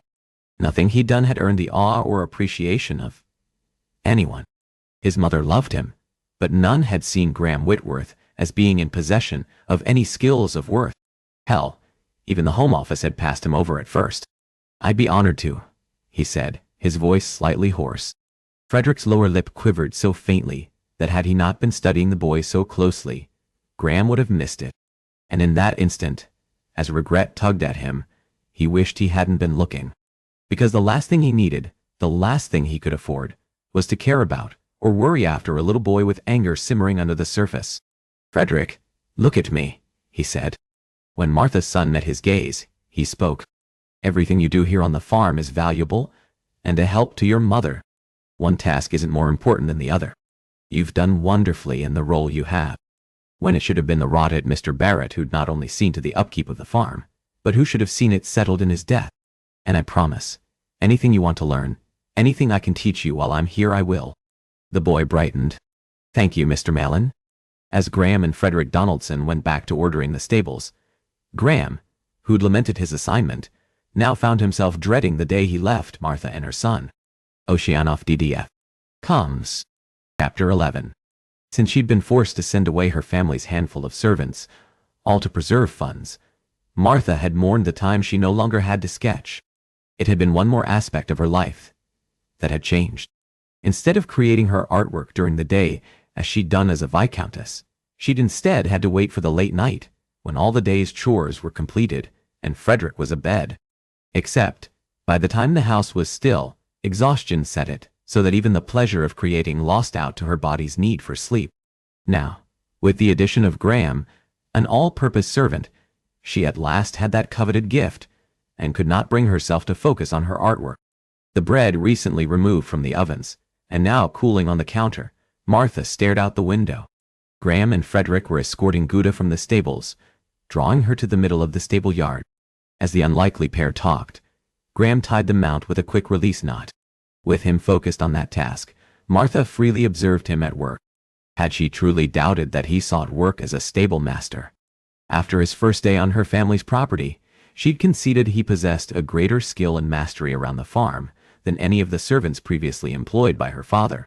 Martha had been wrong about so very much. So much so that after her husband's death and father's imprisonment, she'd been mired in self-doubt, questioning her judgment and each decision she made or did not make. Because of that, she had very nearly sent Graham Malin away, and that would have proved another mistake. Graham had been here with them for nearly 10 days now, and each morning Martha awoke dreading the day, fearing that each would be the day when he thanked her for the temporary shelter and went off to find paying work. As he should. With his skill and capabilities, his talents were entirely wasted on the Donaldson farm. When he did leave, this place would be, for the first time since her father had been carted off to prison by Mr. Nathaniel Archer, Lord Exeter, put to rights. But for how long? Martha glanced around her kitchens. The bread was baked for the day, the laundry done, and this room and all the others were neatly ordered, while the grounds and stables had also been perfectly tended. They wouldn't remain that way, however. They couldn't. Not with only her and Frederick here seeing to the tasks that the powerfully built Graham Malin completed in less than half the time. Your tidy cottage and property are not the real reason you'll miss him, though. A voice taunted in her head. Unbidden, Martha looked out the window. Side by side, Graham and Frederick worked together, grooming Gouda. She stared, riveted on an exchange that did not involve her, and yet, at the same time, had everything to do with her. Graham said something to her son and stepped aside. With a masterful touch that hadn't been there 11 days before, Frederick collected the mount's left foreleg, and using a metal pick, he pried out the dirt and debris lodged there. As he worked, Graham spoke, and Martha stood at the window, hanging on the ease of that exchange, taking in all of it. The way her son's shoulders came back in a proud carriage. The flush of happy color on his cheeks. Martha longed to know what words of praise were passed on. She ached to know just what compliments Graham bestowed on a boy who'd never even known those simplest of gifts from his own father. Tears stung her eyes, and this time, in the solitude of her own kitchens, with Graham and her son none the wiser, she let them fall. This was the relationship she'd longed for her children to know with their father. While Martha's own father had been endlessly devoted and proud of her to a fault, he'd not imparted lessons that would have seen her grow, the way Graham now did with Frederick. Instead, her father had placed her upon a pedestal, and the inevitable fate for anyone on such a high platform was the eventual fall. As if he felt her eyes on him, Frederick glanced her way. He waved, and then returned all his focus to the man he looked upon with an idolatry that scared the everlasting hell out of her. That same man now doffed his hat like he was a gentleman, and bowed his head like she was a respectable widow, and not the bigamist she was. It is because he doesn't know. It is because you haven't told him. No doubt, if he knew the truth, he'd have never even sought the post. Gathering the bottom of her apron, Martha swiped the remnants of tears from her cheeks. This game of pretend, this world of make-believe where Frederick spent his days with a man who saw his value and respected him and cared for him, would not last. It couldn't. He would leave upon his discovery of her past, because eventually it would come to light, just as it had for the people of High Town, or he would move on to secure a true position as a nobleman's stable master. And then what? She whispered into the silence. What would it be like for Frederick when Graham one day left? He'd been an unsmiling, somber child. He'd only just begun to find his voice and let go of his anger because of the questions he had for Graham. But what happened when he lost all of that? Do not think of it. Do not think of it. Graham's leaving was a decision beyond her control. Martha would have no say, just as she hadn't had a say in so much of her life these past years. The pragmatic reminder playing in her head did nothing to ease the tightness in her chest that came at the prospect of him leaving. Do not be a fool. Martha caught the inside of her cheek. You were pathetically weak before. In every way. She'd not be that emotional, helpless figure again. She might have been lied to and publicly humiliated, but she had survived the scandal. She drew in a breath, taking strength in the reminder of what she'd overcome. When Graham left, she and Frederick would be fine. They always were. We are not fine. Frederick's charge had reverberated around this very room when he'd hurled that pronouncement. How was it she'd failed to realize just how much she abhorred silence? Because before, she'd known only 3 chattering children and a garrulous father. As such, she'd not properly appreciated the sounds of other human voices until most of them had been taken from her. Compelled forward, Martha gathered her cloak and quickly shrugged into it. Letting herself outside, she glanced around the back gardens. The empty back gardens. She frowned. Nothing. Nothing. Or rather, no one. A wind pulled at the slight gape in her cloak, and drawing it back into place, she wandered out. The snow crunched noisily under her boots as she walked. Frederick? She called out. Graham? Her voice, however, carried on the winter still. Squinting in the bright afternoon light, Martha raised a hand to her brow, shielding the glare as she searched. For the first time in the more than a week since Graham had been here, a shiver of apprehension dusted her spine. Frederick? She shouted, franticness adding a high pitch to her voice. Letting her arms fall to her sides, Martha sprinted off. Then something collided with her chest. She gasped, staggering back under the unexpected affront and the shocking cold of it. Martha stared down at the snow on her chest. In stunned disbelief, she touched the ice-flaked remnants. Why? She'd been hit with a snowball. No sooner had that thought registered than another ball hit her square in the shoulder. The perfect strike was met with a pair of laughs, a deep, rumbling one and the other lighter, belonging to a child. Martha swiveled her gaze and found the offenders. She narrowed her eyes. Both males were smug and entirely too pleased with themselves. Martha shook out her skirts. I take it you've overseen the Graham tossed another snowball. This one hit her lower belly and knocked the remainder of that perfunctory question from her lips. Martha gasped. You. His grin deepened, and then, slowly, he winked. Hit me, she brought herself to finish. With a snowball, Frederick piped in with a child's glee. Martha bent down and gathered snow, packing it into a tight ball. When she straightened, she registered the brief surprise in her son's eyes before she charged ahead and launched that missile. Frederick's rich, snorting laugh filled the grounds as her expertly aimed snowball knocked Graham's old hat from his head. Graham widened his eyes. "You have deadly accurate aim, madam." With a pleased little smirk, Martha tossed her head. As she jumped out of the way as another snowball was launched, but it landed a square hit upon her midsection. And this time, it came from the unlikeliest of the pair. Frederick stared back with mischief glimmering in his brown eyes. "Not another step, Mr. Malin," Martha warned, holding up an index finger, staying any interference from the stable master hovering close to her son. His palms held up in mock surrender, Graham backed slowly away from Frederick. "Mr. Malin," her son exclaimed, taking a step closer to the retreating man. And all the levity briefly lifted as she stared across the stable yard at them. They were so perfect together that one might have imagined a different life for Frederick. One might imagine a life where he'd had a father like Graham, and her son's smile dipped. "Mother?" he ventured. "Traitor," she called. She dropped to her haunches once more, assembled another snowball, and raced forward. Laughter shaking his little frame and pealing around the glen, her son took off running. "Truce! Truce!" he cried playfully, his words leaving little puffs of white in the early afternoon air. Martha stopped abruptly, and Frederick continued on for several strides before glancing back and finding her rooted to the cobble walkway. "Truce!" she agreed, and then surged forward with the Donaldson's snowball battle cry. Her frosty missile hit him square in the back, ice and snow fragments spattering upon the wool garment. Her triumph was short-lived. Graham gathered up another snowball. With a breathless laugh, Martha gathered her skirts and bolted back toward the cottage. "Never tell me you're admitting defeat," he called after her, and despite the ache of the winter cold stealing the air from her lungs, her chest shook with a breathless laughter that felt so very good, so wonderful.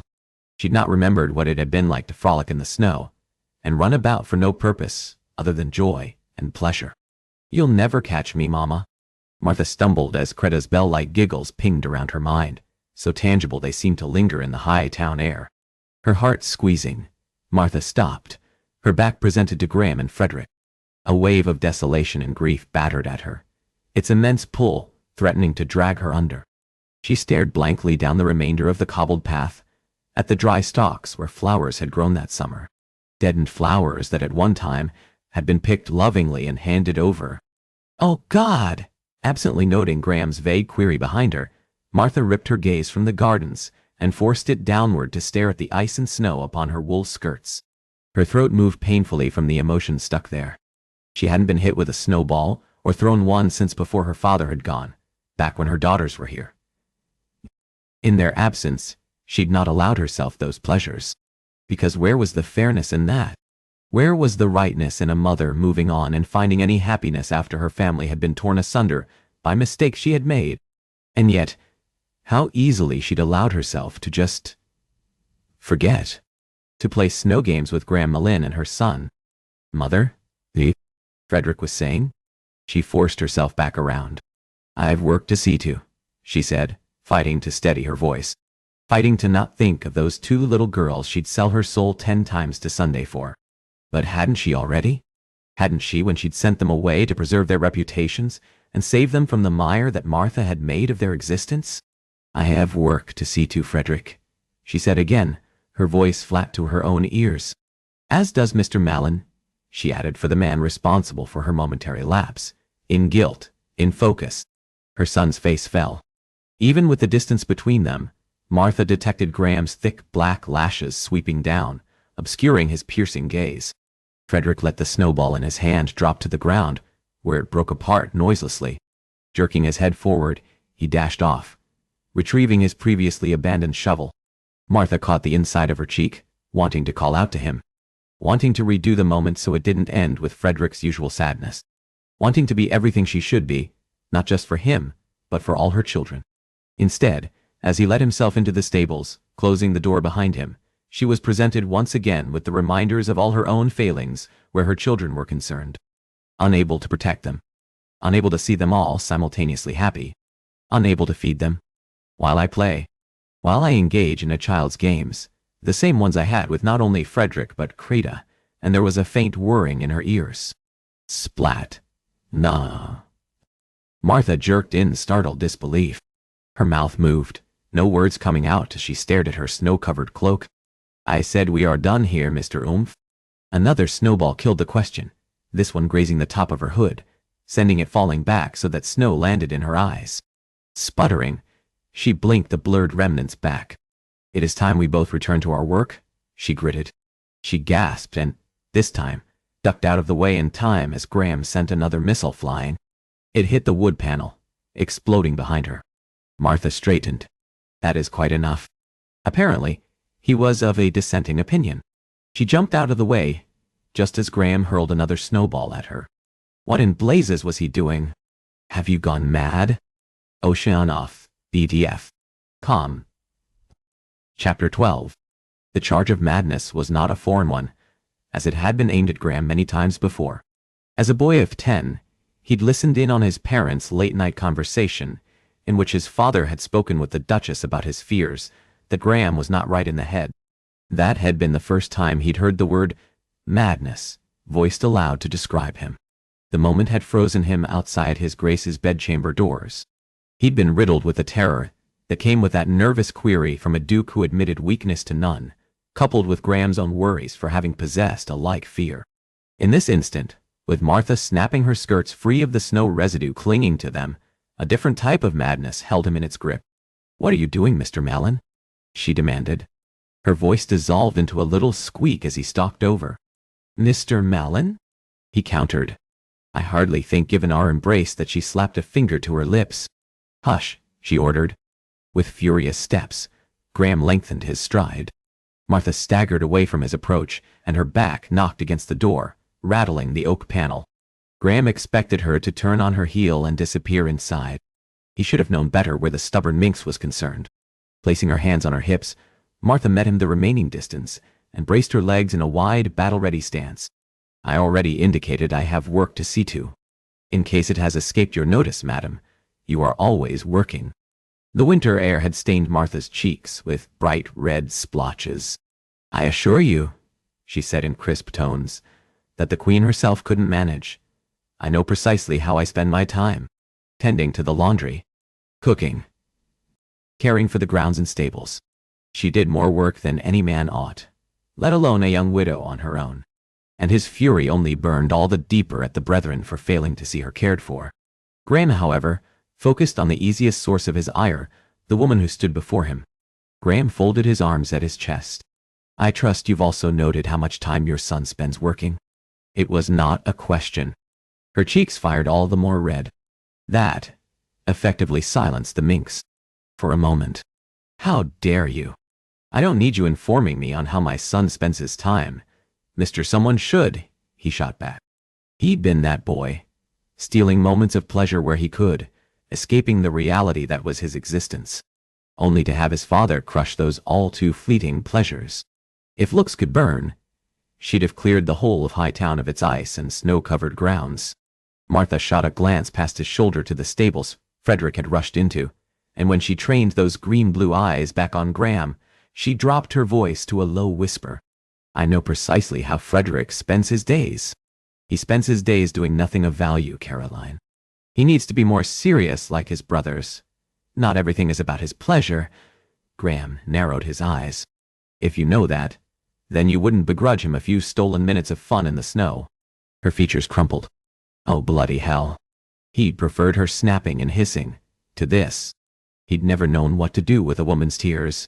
Even as he'd known his past lovers had employed them like methodical warfare meant to secure a bauble or sympathy, or something that had been all too easy to give to make it stop. This, however, was different. Then, as quick as that weakening had come, it fled. Martha closed the last bit of distance between them with quick steps, and stopping a handbreadth away, she angled her head up and met his gaze squarely.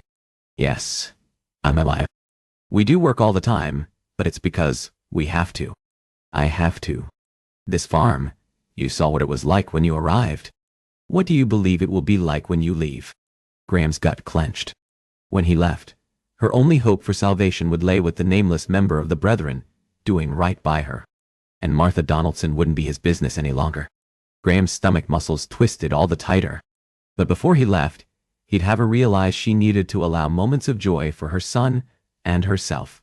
There is nothing wrong with finding happiness in life. Deal with. She jerked like he'd struck her, and fluttered a hand to her breast, where melted snow had turned the fabric a shade darker. I would never begrudge my son that, she whispered. No, ain't. Not intentionally. But you would intentionally withhold those sentiments from yourself. Graham brushed his knuckles down her cheek in a fleeting caress. You are the example Frederick sees, Martha. The stable doors creaked open, announcing the little boy's presence. Graham let his arm fall to his side. Frederick ducked his head, and with a bucket held in his arms, loped off toward the river. Graham waited until the child had gone, and when he and Martha were alone once more, he continued speaking. Frederick takes his understanding of how he should live his life, and that which is right or wrong from you. And in your unwillingness to exist for anything other than your work, he believes that is all that matters. And it's not. She hugged herself in a lonely embrace that belied the fire in her gaze. You don't know anything about it? He gently interrupted. No, I don't know about whatever secrets you carry. Only the ones that the Home Office had provided him. I do not know what has made you so sullen and somber, but Frederick deserves more. Whatever Martha was about to say was lost as a short cry echoed in the distance before cutting out altogether. As one, Graham's and Martha's gazes went in the direction of that shout, and they sprang into action. Frederick, she rasped, and collecting her skirts, Martha took off flying. Graham was already racing ahead, his longer strides surpassing her smaller ones. His chest pounded with panic. It pulsed in his ears, the frenetic rhythm of his heartbeat deafening as he tunneled all his energies, all his focus ahead. Cool logic. Do not go rushing headlong into any battle unprepared. That lesson doled out by his mentor reverberated in his memory, but Graham let it go ignored. Frederick, whine.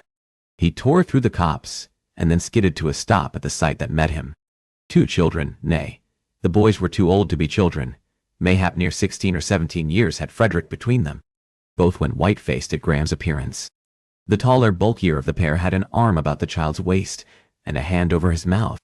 The other, a gangly, thin lad with oily skin and pimpled cheeks, held a boot in his hand, the tip of a knife damningly pressed against the sole. Graham narrowed his eyes, taking in Frederick's one bare foot. Around his assailant's palm, horror, fear, and embarrassment all seeped from Frederick's eyes. And then he dipped his gaze to the ground. My God, the boy is ashamed. As one who'd felt the keen burn of that sentiment, he recognized it in another. It sent a new wave of rage and fury burning through his veins. Release him, he seethed. And when the bullies didn't immediately act, Graham, in one fluid motion, removed the pistol tucked in his boot and aimed it at the pair. Now, Icon. He rapped that whispered word with an edge of steel, leveling it as the threat it was. The bastard holding Martha's son immediately dropped the boy. Frederick crumpled to the ground, landing at the feet of the oily-skinned, thinner boy. Who are you? Graham asked evenly, and when neither boy answered, he brought the hammer of his pistol back. In their rush to speak, the two bullies' words spilled over each other's. Phineas Tanner. Dudley Holbrook. Pi.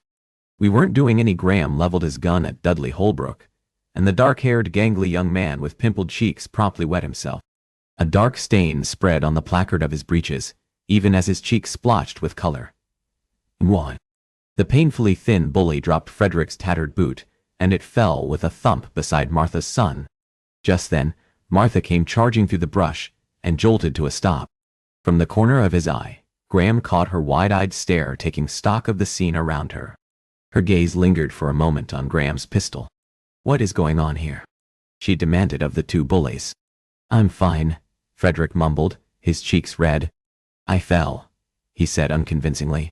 She ignored his empty assurances, continuing forward until she earned such a dark glare from her son that she staggered to a stop beside him and hovered, uncertain. I said I'm fine, her son repeated more insistently, peeking up at the boys behind him. Graham waved his weapon at the pair of bullies. Get out.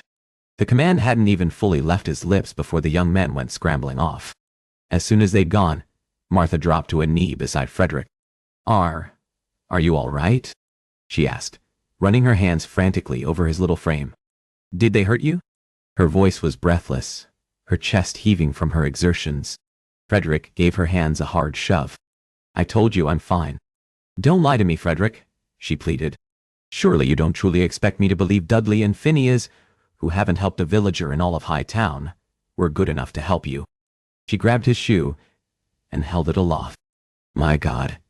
They removed and cut up your boot. Frederick lashed out once more, smacking the ripped shoe from her fingers, and a gasp tore from her as the boot landed with a thump. I don't care what you believe, he shouted, and several birds took flight overhead, rattling the crisp, errant leaves that had clung to the barren branches. He stood over her and shouted at the top of her head, All of this is because of you. All of it. Frederick balled his hands into little fists at his sides. You're the reason people hate us. You're the reason why it's so miserable here. You're the reason our family has been cut in half. Martha simply took each one of the hateful charges as if they were her due. Kneeling on the snow-covered ground, she gathered up the boot and clutched it to her chest, maintaining a death-like grip. Through the volatile exchange, Graham hovered, an interloper at a fight that moved far beyond a boy's hurt pride at being caught and then challenged by his mother. Martha glanced to Graham, her usually direct eyes now refusing to meet his own. This is neither the time nor the place for this discussion. Because of Mr. Mullin? The boy charged, unrelenting in his fury. What? Are you worried because he doesn't know? Or because of what happens when he finally knows the whole bloody truth? She jerked, and then righted herself with the aplomb only a mother could manage. Watch your language. My language? Frederick laughed, a jaded, ugly sound empty of mirth. Do you really think whatever bloody words I use matter? Frederick, Graham said quietly, that's not the way a gentleman speaks to a lady. The boy showed more courage than the pair 2 times his age. He lifted his chin mutinously. But I'm not a gentleman, and she isn't a lady. And when you know the truth about her, you're going to feel the same way as all the others. Ripping the boot from her hand, Frederick went running, crashing through the brush. Dried-out twigs and branches cracked, signaling the path he'd gone, until silence stretched around the copse. Martha sank back on the ground, sitting there as casually as if it were a summer day, and she'd stolen herself several deserved lazy moments.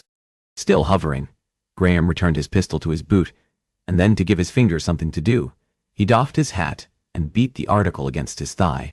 For the first time in the whole of his roguish life, he found himself without a single damned word for a young woman. I suspected for some time, you know, she murmured softly, directing the admission to the imprint Frederick's boot had left on the ground. Martha trailed a fingertip along the outline. It was easier to pretend that he was simply being clumsy than admit that he was being bullied for sins that didn't belong to him.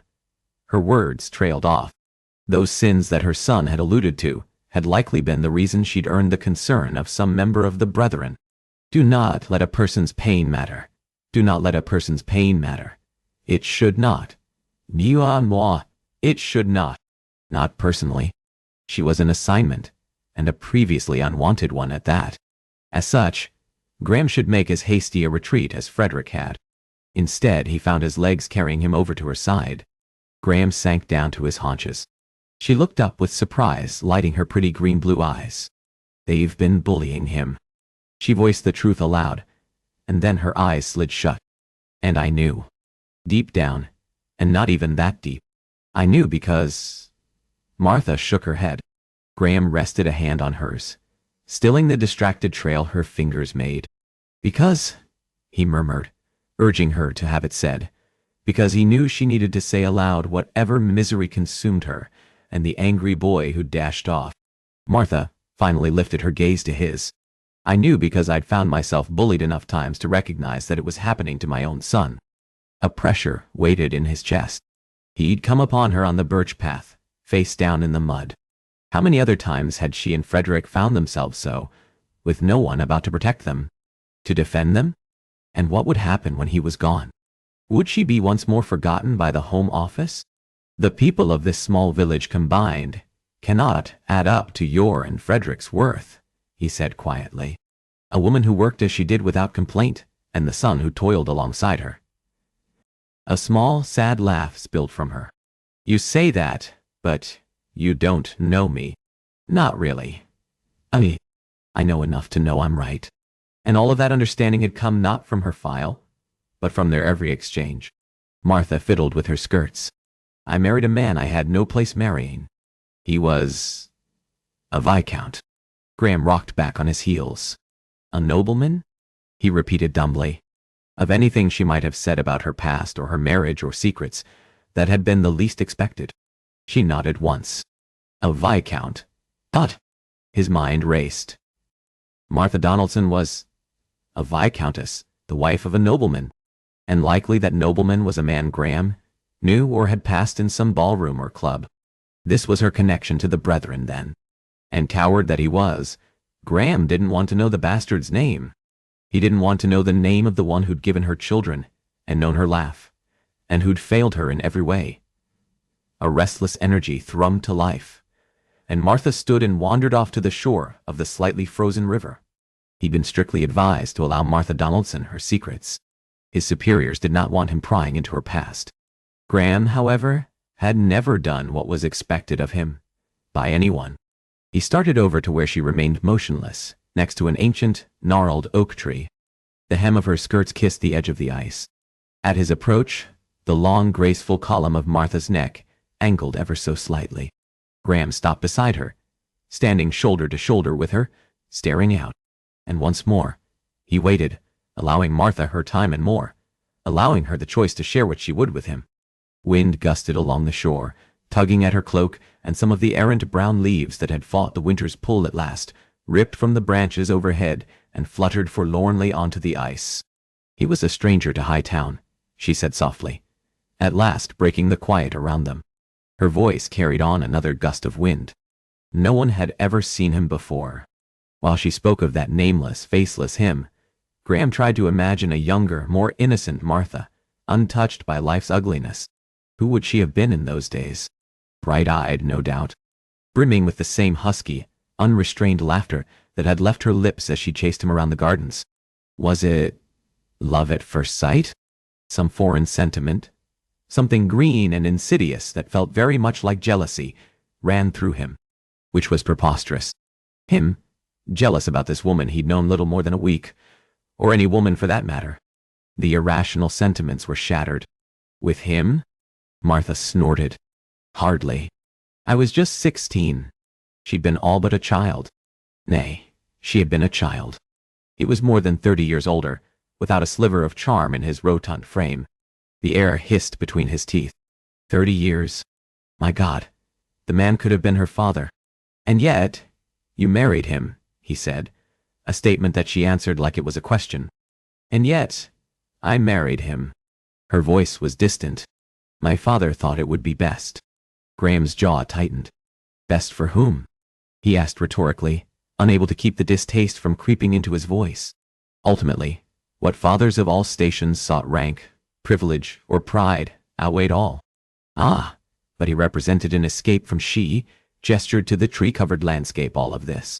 But for the handful of pieces she'd shared, he knew nothing about the man, but that was enough for him to despise the man with a loathing that burned. Your father was the reason you married that viscount. Who was this lech who'd marry a child? Had it been a member of the Home Office? Is that why they were so determined to see her looked after? Frowning, Martha skimmed her fingers along a nook in one of the branches. I wanted... She fiddled with a crisp brown leaf that dangled forlornly from the tree. When it became apparent she didn't intend to add anything more to that, he drifted closer. What did you want? He quietly urged, wanting to know about her past, and who she was. And this time, he didn't attempt to force the lie upon himself that the need came only from his assignment. Martha looped her arms around the branch and reclined a bit, her gaze fixed on the cheerful blue sky, exposed by the leafless trees. I wanted to see London. I wanted to attend lectures and visit museums. The theater. Her eyes lit for a world he'd largely despised. Have you ever been? She asked abruptly, knocking him off kilter. Or mayhap he'd already been dangerously upended when she'd tossed her first snowball. To London, she clarified. Have you ever been to London? He'd lived there more than he had at any of his family's country properties, and never once had he appreciated the metropolis for anything other than the den of sin he'd taken it as. He cleared his throat. "I have," he said lamely, wanting to add nothing more, because anything he added at this point would be a lie. All the while, he knew Martha Donaldson would never be content with simply that. "You have?" She exhaled those two syllables. "What is it like?" she asked, taking a step closer to him. "What is it like?" he echoed, glancing distractedly about. A small, odd pile of stones snagged his notice. To give his hands something to do, he retrieved the flat rocks. The air is thick with fog and dirt. Graham tossed one of the rocks across the ice, and it skidded across the surface before eventually falling into the part of the river that was not yet frozen. "That is it?" she asked. Incredulity and disappointment rolled together. Martha placed herself in front of Graham, just as he made to launch another stone. "Let lying come as easy to you as responding to your name, Whitworth. It is crowded. The streets are brimming with people and conveyances. And noisy," he added. "It is that, too. Nor have I visited any museums." But he had a theater. Never, however, for reasons he could, or would admit to this woman, that he'd been watching a mistress or lover perform. Those reasons now left him with an unexpected niggling of shame. Martha sighed and stepped aside so he might complete his throw. "Yes, well, that is how those of our station live," she said after his rock had landed with a plunk in the river. "We see the dirt and the noise and the crowds, while the places of beauty that exist within those worlds belong to others. Guilt. It had a taste and a feel and the power to consume. Of all the damn times to develop a conscience, it would be when you're conducting official work for the crown." Martha held her hand out, and he stared at her calloused palm a moment before turning over several stones. She tossed one at a distant hole in the ice, and the rock disappeared below the surface. All those places and experiences I'd only read of in books, but dreamed of seeing for myself, at last seemed real. A place I could go and see for myself and be part of. I wanted to sketch in Hyde Park. She peeked around, as if she feared some interloper might overhear her, and judge that a silly longing. I've read of the Serpentine and the Queen's Gardens, and imagined what it would be to paint those visions. With that, she'd opened yet another window, offering him another glimpse into who she'd been, mayhap who she still was, a woman who sought a life away from this place. And it was an escape, he understood, because it was one he had craved since he'd been a boy faced with a disappointed father and unable to be more or do better at anything. The bright glimmer in her eyes died. "I sold my soul for the promise of all that?" Martha let the rocks in her hand fall, and they rained down around her feet with a staccato clunking. "My father believed the Viscount represented my path to that dream. But ultimately, it was my decision, and I live with that." Her gaze moved beyond his shoulder. "No one forced me." "You were a child, Martha," he said gently, willing her to see that. "You were a child." He fought to keep the hatred stinging his veins from spilling out into his words. "Your father should have taken you to London." Except, that was a slip on his part. It was an admission that he was aware of the funds the missing Mr. Donaldson had been in possession of at some point. Martha, however, gave no indication that she'd heard or recognized that tale. He took her by the arm and gave a light squeeze. "And then, your husband should have, too. He should have provided you the world you dreamed of." An image flickered forward of a moment that didn't exist, nor would ever. Martha sitting alongside Hyde Park and sketching the grounds, Graham at her side, observing her while she worked and tossing stones, Frederick at his other side. "He wasn't," she whispered, slashing through the jarring tableau in his mind. "He wasn't?" Martha wet her lips. "My husband." Graham shook his head. "I don't understand." Martha's features contorted into a mask of such grief and horror that it briefly robbed him of breath. "I was married to a man who was married to another woman."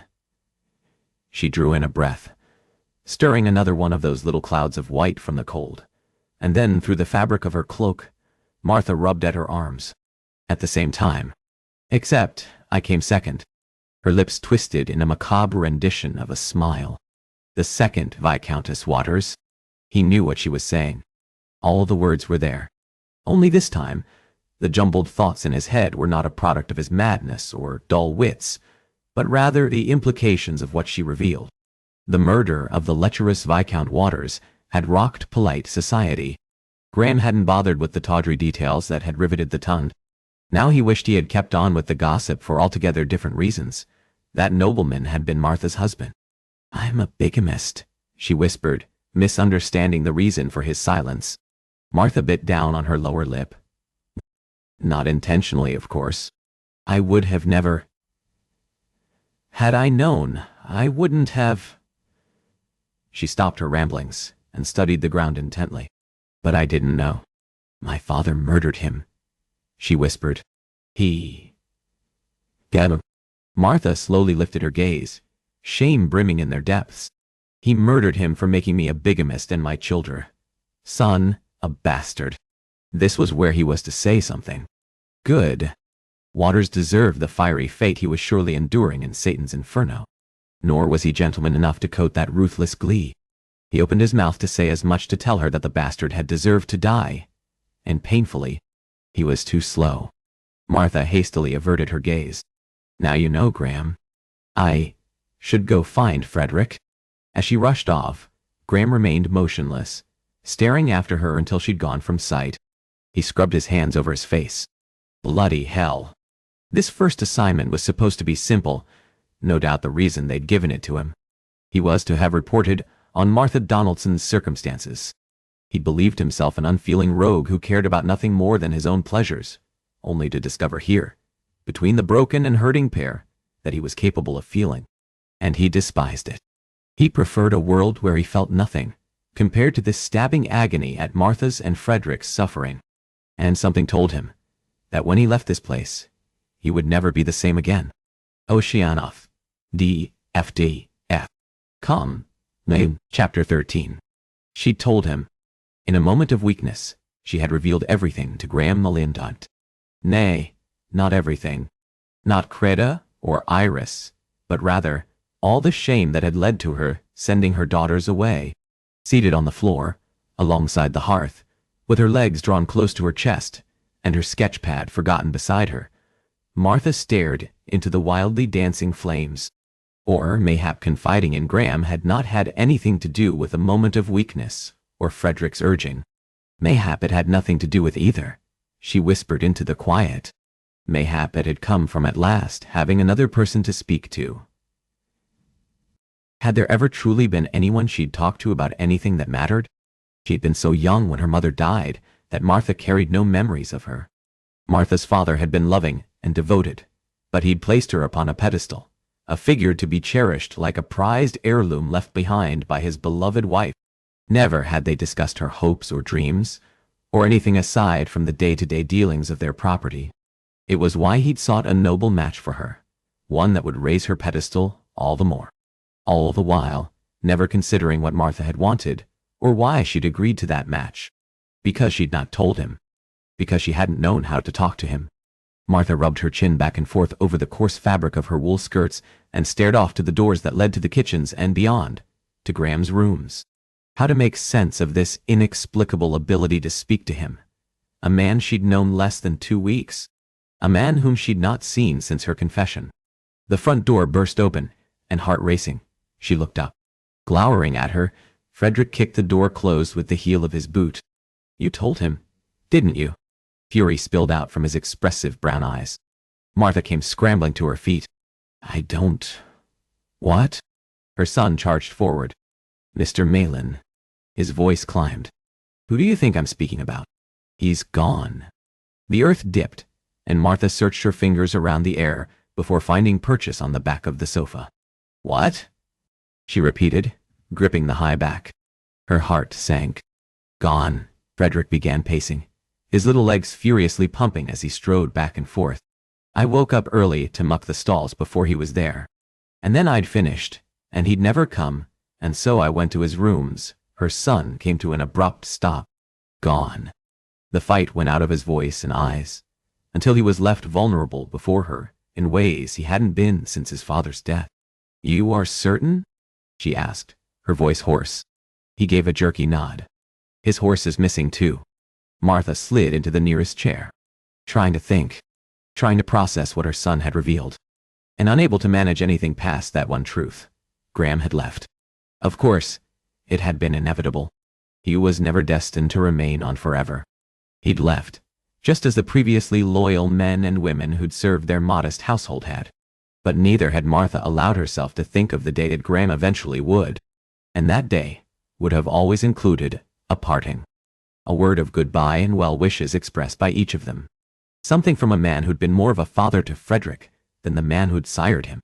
Something from the man who, one late night, had cared for her injury and then kissed her.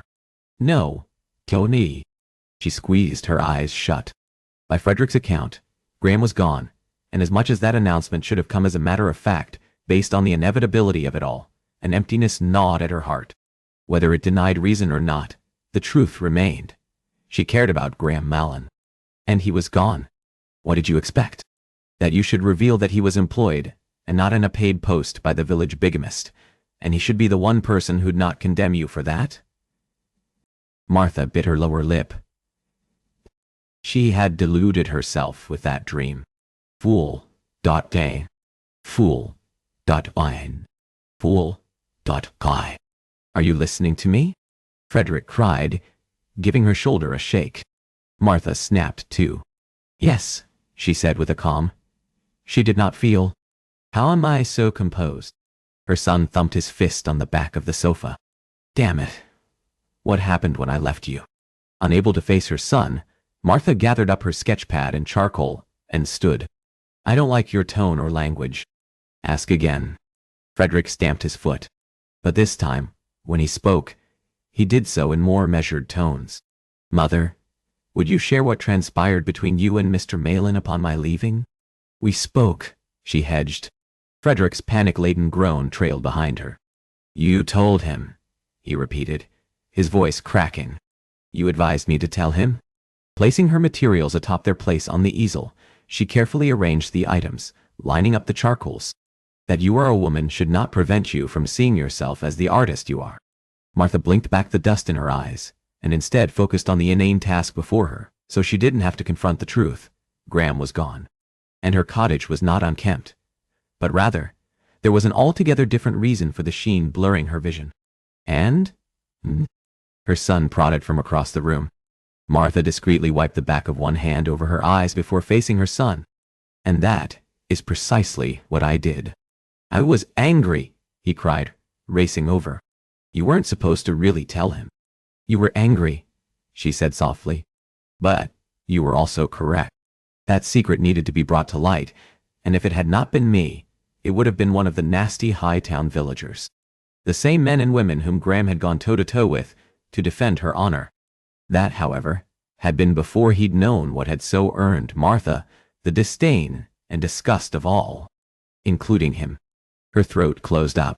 Odd that she'd known Graham less than any of the people in this entire miserable village, and yet his defection landed worse than any of the vicious slaps doled out by her husband. Through her own misery, Martha registered her son's absolute silence, and then her heart crumpled all over again. In her selfishness, she'd fixed almost exclusively on what Graham's departure meant to her. The sharpest, most intense of all the guilt filled her maternal guilt. Thrusting aside her own feelings and hurt, Martha urged her son over. Come here, Frederick. When he made no move to join her, she spoke in firmer tones. I said, come here. Ah. Her son hesitated, and then dragging his heels, he at last complied. Martha sank onto the bench near her easel, so she could look him in the eye. Then promptly wished she hadn't. For it was not pain or confusion reflected back. Hatred sparked in those brown eyes that were the Viscount's eyes, exuding that same antipathy.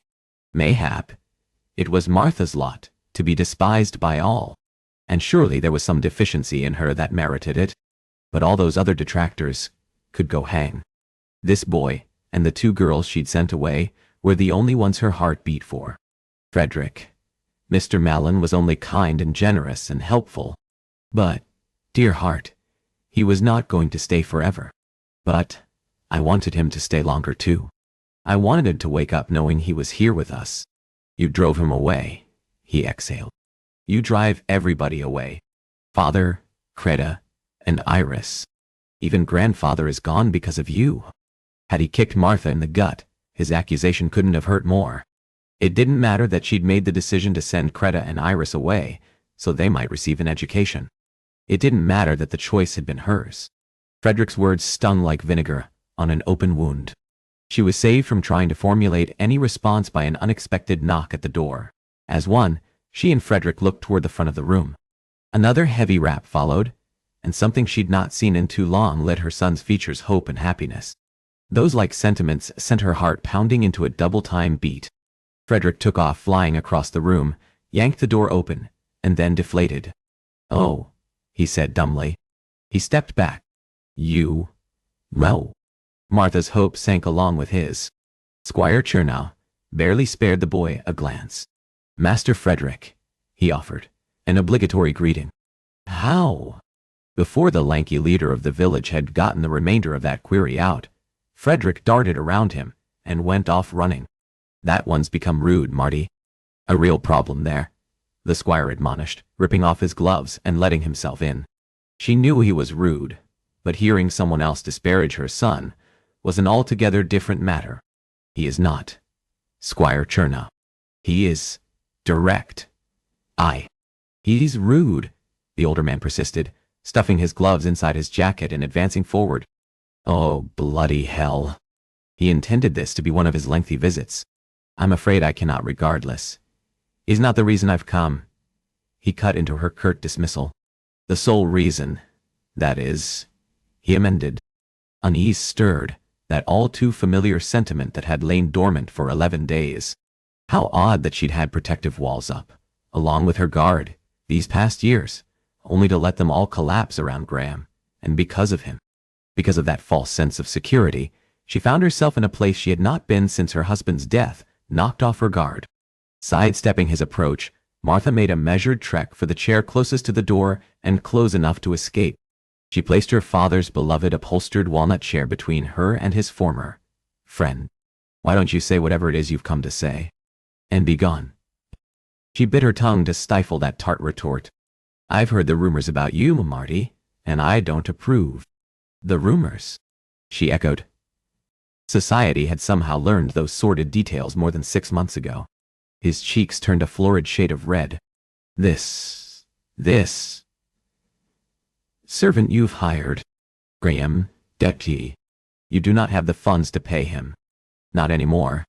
At one time, the Donaldsons had employed an entire staff. I made you an offer, which you declined only to make yourself whore in the cottage I owned to a stranger to High Town. A haze of red fell over her vision, briefly blinding, and she tasted the fury, acerbic on her tongue. "Is your affront over the fact that she tensed her mouth and had to squeeze the words past her lips, whored myself in this cottage, or that I've whored myself to a man other than you, Squire Chernow?" His flush deepened. "You ungrateful girl. Since your shame has been brought to light, I've only done everything in my power to ease your way here. And you, Marty, have not been suitably appreciative." It was on the tip of her tongue to tell him off, but then there was no doubt he would toss her and Frederick out. "And then, where will you go?" He smirked, a man confident that he'd come out triumphant in this particular battle. "If you wish to remain here in this cottage, Marty, there are certain rules I would go over with you." And then, the owner of her home in every way, Squire Chernow motioned to her father's chair. Martha struggled. The spirited, prideful woman whom she'd had to restrain wanted to order him out on his arse. The consequences be damned.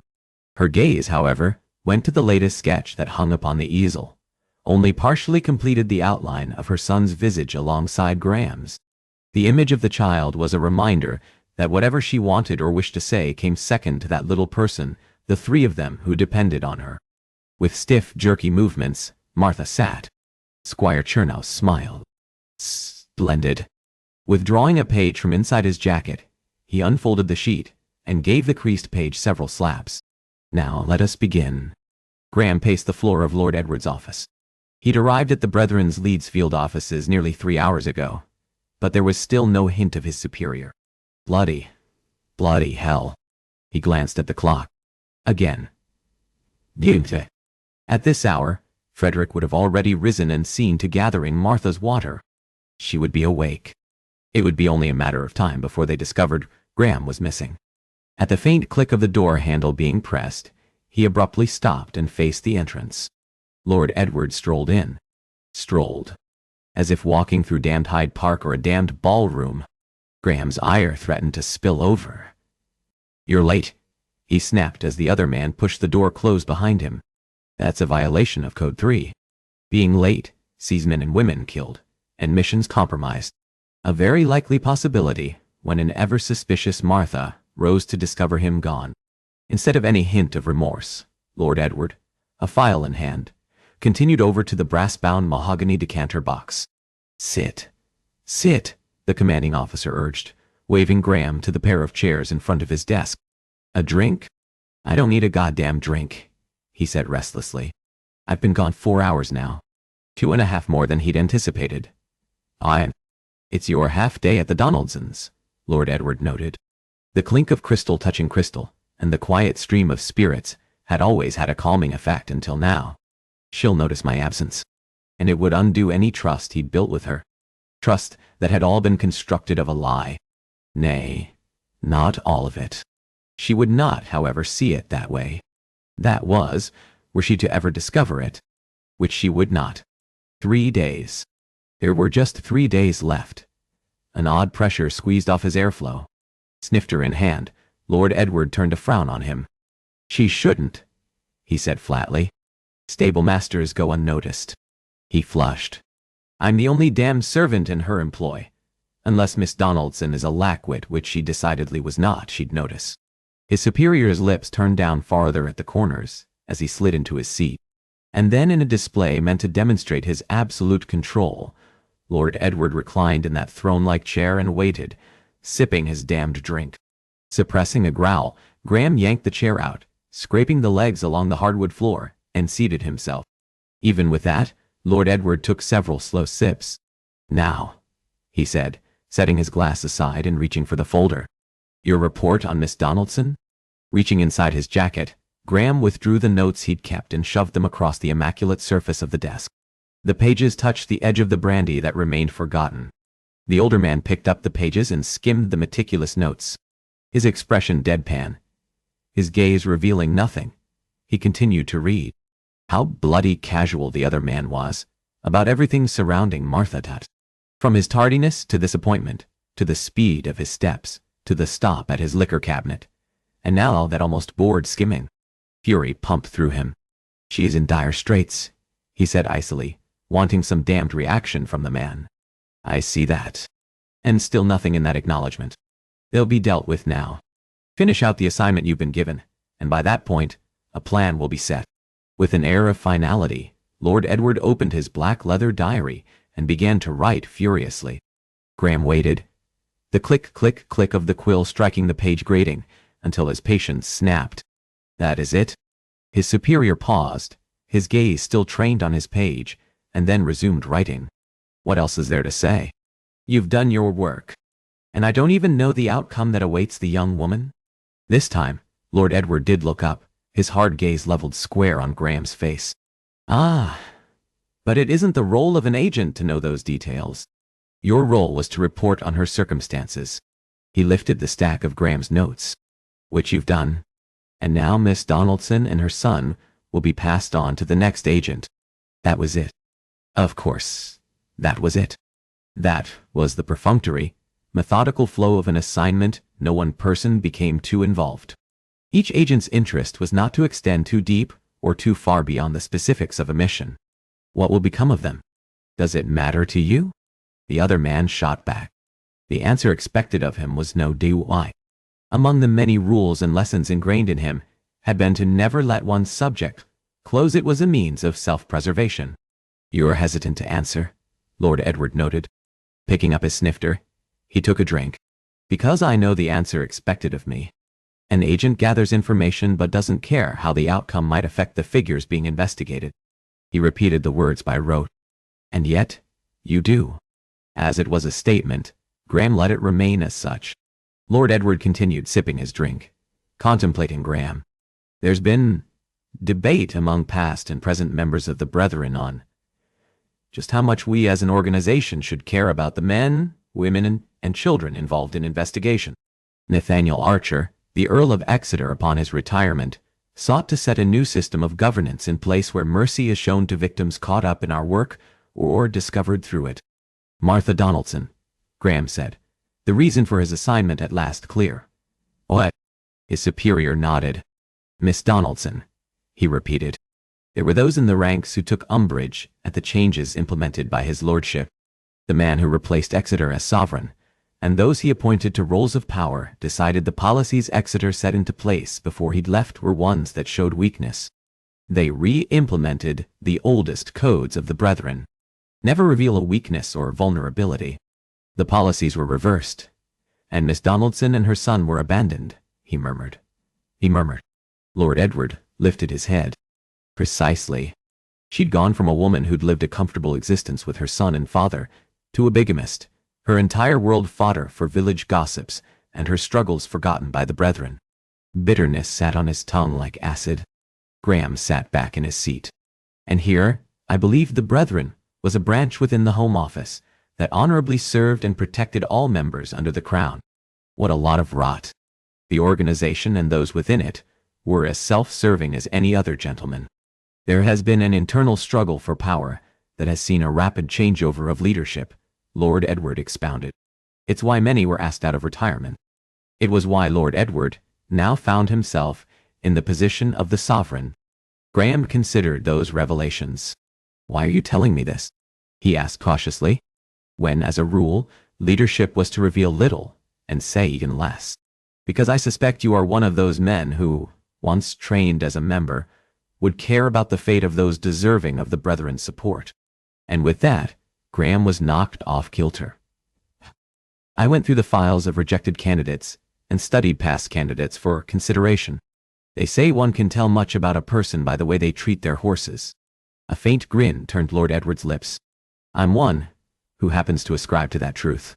As such, I'd be alarmed had you continued to express a disinterest in Miss Donaldson and an eagerness to forget her and move on to your next post.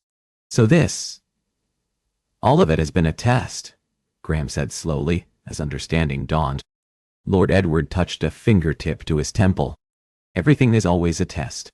As for Miss Donaldson, based on your findings, we'll see that she secures employment. All his muscles tensed. That is what you're suggesting? Graham asked, incredulity and disgust all wrapped around that question.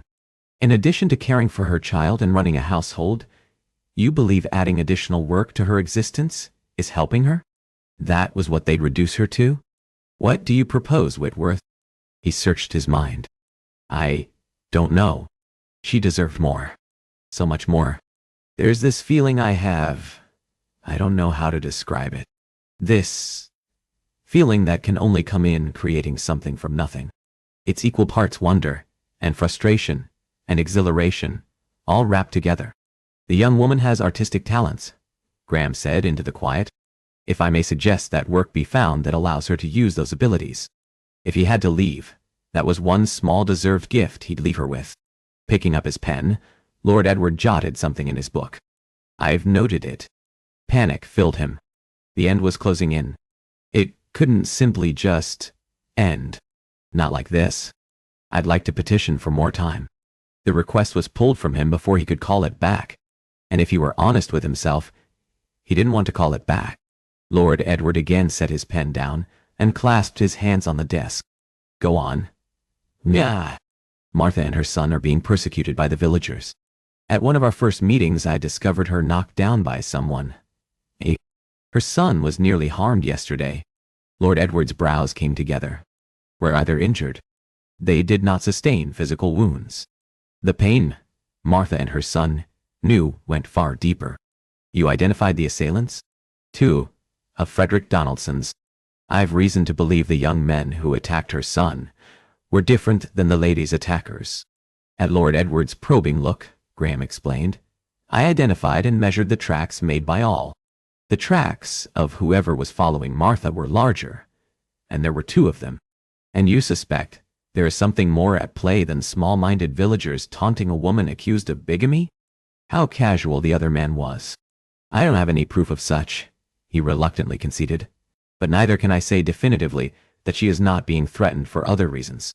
Who might wish her ill? Mayhap her late husband's legitimate family. It, of course, made the most sense. Perhaps the man's legitimate son. Lord Edward leaned forward. The slight shifting of his slender frame sent the leather to groaning. How do you know about the young woman's past? She confided in me.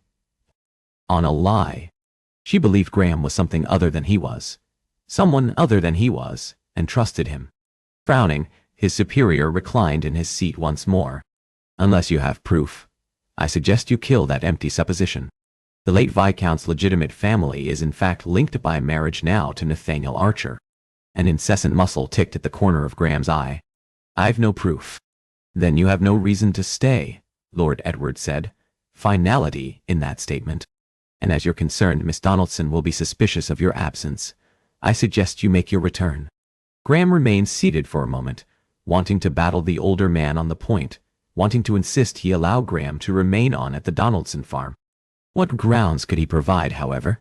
My lord, he said stiffly, and climbed to his feet. A short while later, Graham quit the offices of the Brethren and rode hard for Martha's properties. Riding had always managed to clear his head. Not this time. Now, his mind clamored with thoughts of Martha, and her son, and his concluding time with them. She deserved a goodbye, and it was of course easy enough to give her a false reason. All he needed to do was tell her he'd secured a paid post as a stablemaster, and be gone. Graham conceded the accuracy in Lord Edward's statement. There was no reason for Graham to remain behind with Martha and Frederick. Aside from one dangerous, undeniable one he wanted to. Around noon, Graham arrived at the path leading to Martha's cottage. Dismounting, he collected the reins and guided the sweaty mount on to the stables. The moment he opened the doors, he blinked to adjust his eyes to the dark space, and immediately found Frederick.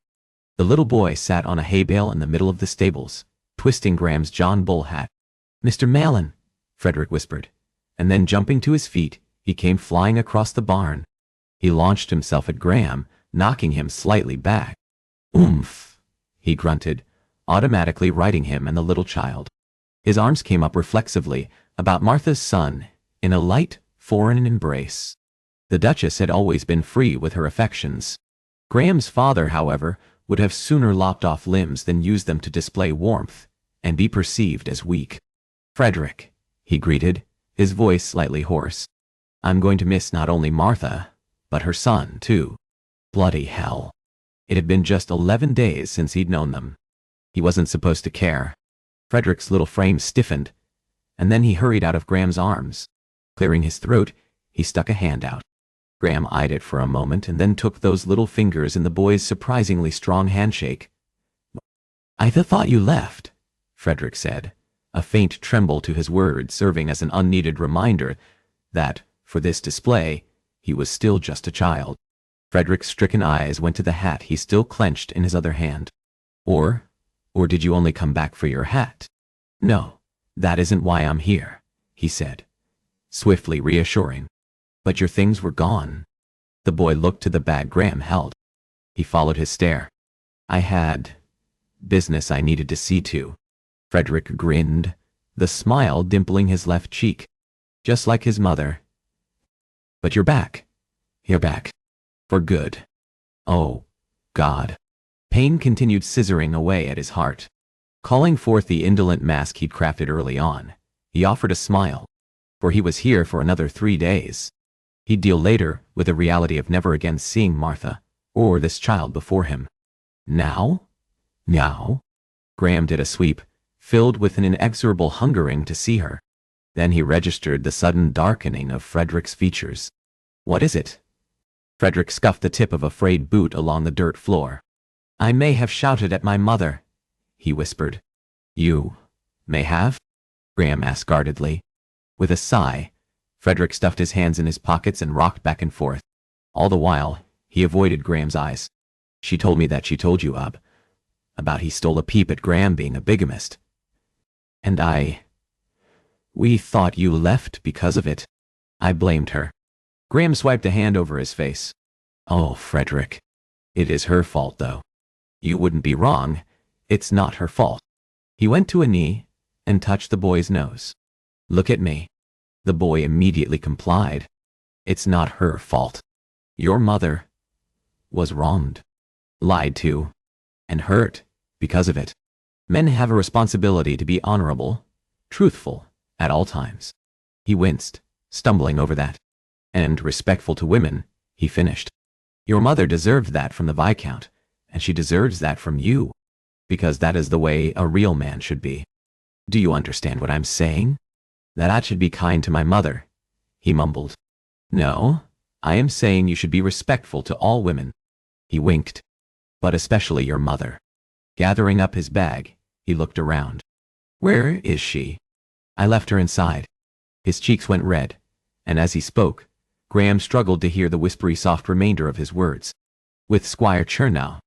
Who in blazes is Squire Chernow? He's the man who bought our cottage. He used to be friends with grandfather. He was going to have mother sketch his manor, but he keeps telling her that her work isn't any good. But I don't like how he looks at her. He stands close to her, and I probably shouldn't have left, but I was angry. Graham narrowed his eyes and forced a calm he didn't feel. Run along and rub down, scoundrel, will you? I'm going to visit your mother. Yonder this kite he whined to wade path. The boy nodded, and they fell into step, exiting the stables. Graham continued on, his large strides eating the remainder of the distance to the cottage, and with every footfall, a red-hot bloodlust pumped into his veins. Ocean off, BDF. Calm. Chapter 14. Martha stared down at the lengthy list, compiled by Squire Chernow and his wife. Rules of decorum, propriety, and expectations. Number 36. I trust is clear, he was saying. His reading spectacles perched on the bridge of his nose. He studied the sheet. No impolite visitors, she drawled. You may trust that I'd never voluntarily keep company with any impolite guests. Whether he heard that veiled rebuke, he gave no indication. And the last item, Miss Donaldson, he went on as if she hadn't spoken, like a tutor doling out uninventive lessons to a student. Martha turned to the final sheet. You'll not keep company with any man as long as you reside in High Town. Of course, that was what this was really about. I have a stable master, Squire Chernow, she said tightly. A man whom you do not pay for his services. Heat splotched her cheeks. She'd not even dignified that accusation with a response. I'll not have you taking up with another in my property, madam, he said, thumping his pages onto the table next to him. With that presumption and gall, the veneer of civility she'd forced around this man lifted. Let us be clear. You'll not have me taking up with a man other than you, she shot back. That is what this is about. Nim Nancy, Nim Tamsi, me her way, oh, foul. She came to her feet. All these years with the Viscount, even her father, and now this man she'd tiptoed around, how she felt or softened, how she spoke. How dare you, he said. No. Graham had been the first man. Nay, person, she'd shared freely of her feelings and thoughts, and in that she'd set herself free. This man might own her cottage, but she needn't fall down weak before him. I dare because it is true, she said. What would Mrs. Chernow say should she learn of your advances? His eyes bulged behind his glasses and he lunged for her. Martha easily sidestepped the balding squire, keeping her chair between them. Squire Chernow smirked, and with methodical movements, removed his spectacles and tucked them in his jacket. She'll know what I tell her, that the Hightown whore offered herself to me in exchange for living on rent-free. A shameful offer which I, of course, declined. And the world would believe him. Because ultimately, no one ever trusted the word of a woman. When a woman rebuffed a man's advances, those cads would take what they wanted anyway, and leave a woman with nothing more than a blackened name and sullied soul. I'm not agreeing to these items, she said flatly, holding out the sheet. How many of your widowed tenants have you put such terms to? He scoffed. That is entirely different. You are a young woman on your own, already with a reputation as a whore. You sully the village by simply being here. And I've been magnanimous enough just letting you rent from me. Yes, how kind, she shot back, her voice dripping with condescension. And this from a man who'd been her father's friend. But then, her father, even with all his lessons on paying attention to how a man treated his animals, he hadn't followed his own advice, and proven rubbish at judging a person's character. His approval of Viscount Waters was testament enough of that. Martha folded those sheets and handed them over. I'll not agree to any of them. And I'll certainly not send away Mr. Malin. She and Frederick would find another cottage to rent and begin again. On the heel of that was a swift panic at the sheer impossibility of finding a new home. There was no money. There was Squire Chernow pounced. She gasped as he caught her by the arm. "I don't take kindly to those who threaten me, Marty," he scolded, giving her arm a squeeze. Martha wrenched at it, but the older man demonstrated a surprising display of strength. "Now, I've been nothing but fair. I've been patient, waiting for you to come round. But I'll not sit about any more, while you freely give to some bloody servant what you've been withholding from me. Release me," she ordered, hating the warble in the demand. Her heart pounded hard in her chest as she tried to pull out of his reach, but he retained his hold, drawing her closer. "If you'd rather put on a show of offended sensibilities," he whispered against her ear, "I will play the game, kitten." He roved a hand along her hip, just as another man had before. This touch was so different from Graham's. Graham, who'd left her and Frederick. She squeezed her lashes shut. He brought her around to face him, and there was nothing paternal in the roving hands that moved punishingly along her waist and then higher. He cupped her right breast, and an animalistic groan filtered from his lips. Eyes closed, he lowered his head. Martha brought her knee up, and he shifted, rendering her blow ineffectual. "So we are still playing this game then, kitten," he rasped. "Splendid." The door burst open, and her heart soared. "Graham," she whispered. Only, this was Graham as she'd never seen him. Not even at the riverside with a pistol leveled on the town bullies. The threat of death glinted in his gaze. That gaze shifted briefly over to her, and he did an up-and-down sweep of her person, taking in her wrinkled skirts and touching on the strands that had pulled free from her braid. His eyes narrowed, a question there. She nodded once. "I'm fine," she mouthed. Gulping loudly, Squire Chernow released her, and Martha hurried away from him. You'd know whatever brave response he'd found the courage to utter ended on a squeak. "I know all my people at your saturated in the mouth, so you knew we'd take one eye on that show. I didn't run down there, the kid." Graham surged forward and caught the Squire by the wrist, the same hand he'd had on Martha moments ago. With a vicious ferocity, Graham wrenched it up. "If you ever touch her, speak her name, or even look at her or her son, I will end you," he whispered. Squire Chernow cried out. "Please." She wanted it. "You are new to the village and do not know, but she is a whore." Graham spun the older man around and buried his fist in his face. There was a sharp crack, as cartilage gave way to that punishing fist. He continued to pummel the Squire in a raw, violent display. Martha clutched at her throat. "Graham," she called out, but he ignored the attempt to stay him. The Squire crumpled into a noisy, blubbering heap. Blood spurted from between his fingers. "My God, I'm dying," he rasped. "Your damn nose is broken, you coward."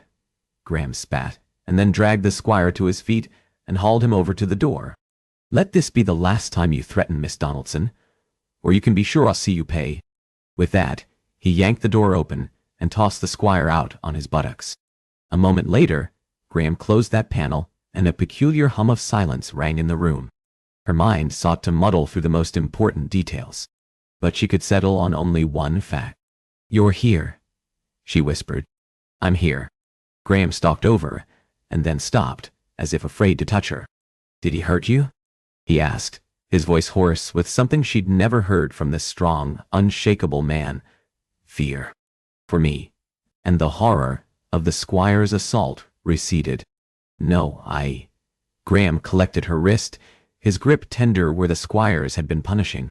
He dusted his knuckle over the imprint left by Squire Chernow's thumb, the crimson mark vivid upon her pale skin. "I should have killed him," he whispered. "He cared that much. For her? Huh? No. You shouldn't have, Graham." She'd not have any man's blood on Graham's hands. Not for her. Fine. Then, I should have thrashed him until he was senseless. Graham carried her wrist close to his mouth and placed his lips upon that mark. Butterflies fluttered in her chest, a swarm set free by his caress.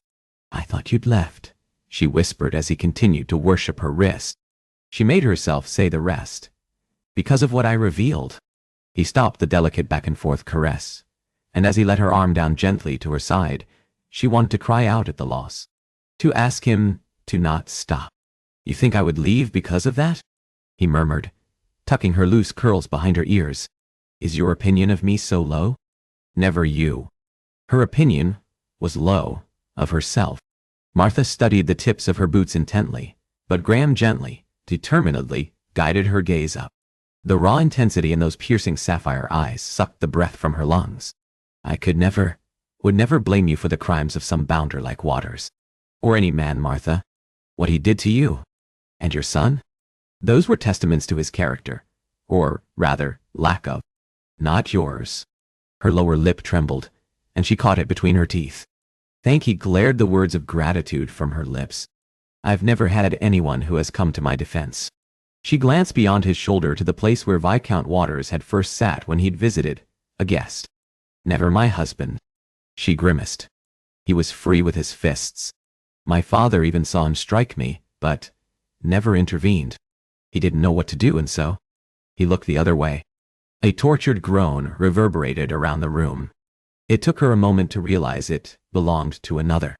Graham's face was a mask carved in agony and fury. In that instant, she fell in love with him. This man who was a stranger nearly 2 weeks ago, who was as free with his smiles and guidance for a boy in his support of her, and also who had restraint. Martha drifted closer to him. But you defended me, Graham, she said softly, laying her palms against his chest. His heart hammered wildly under her fingers, and she savored that steady beat. When anyone else before you has said I wasn't worthy, you've helped me see otherwise, and I will be eternally grateful for that gift. His throat muscles moved, and she leaned up on tiptoe, wanting to know the beauty of his touch again, needing to claim another moment in his arms because of her want and need for this man. Graham dipped his head, and then, his mouth moving as if in silent prayer, he backed away from her. The door burst open, and this time, Frederick came pouring through the entrance. He's returned. Oh, he blurted, looking at Graham. You know then? Martha coughed into her hand. Yes. No. What else was she to say in that instant? Graham started over to her son. Why don't we go muck out the remainder of the stalls? He might as well have handed her son the moon and stars. Frederick grinned, a slightly gap-toothed smile. The pair took their leave, with Graham pausing in the doorway to cast her one last look. As soon as he'd shut the door behind them, she gathered her sketch pad and charcoal, and this time she allowed herself to create.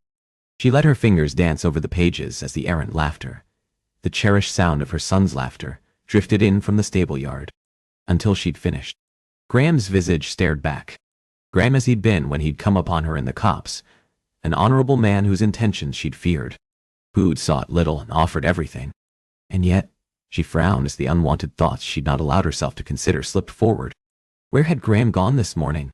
Of course, it had been his half-day, and he'd every right to leave. But he'd taken his belongings. How did one account for that peculiarity? As she set to work sketching another piece, she could not rid herself of the unwanted niggling that deep down she didn't want to know the reason. Oceanoff D-E-F-L. Calm. Chapter 15. His knuckles cracked and bloodied from his earlier thrashing of Squire Chernow. Graham should have been in some pain.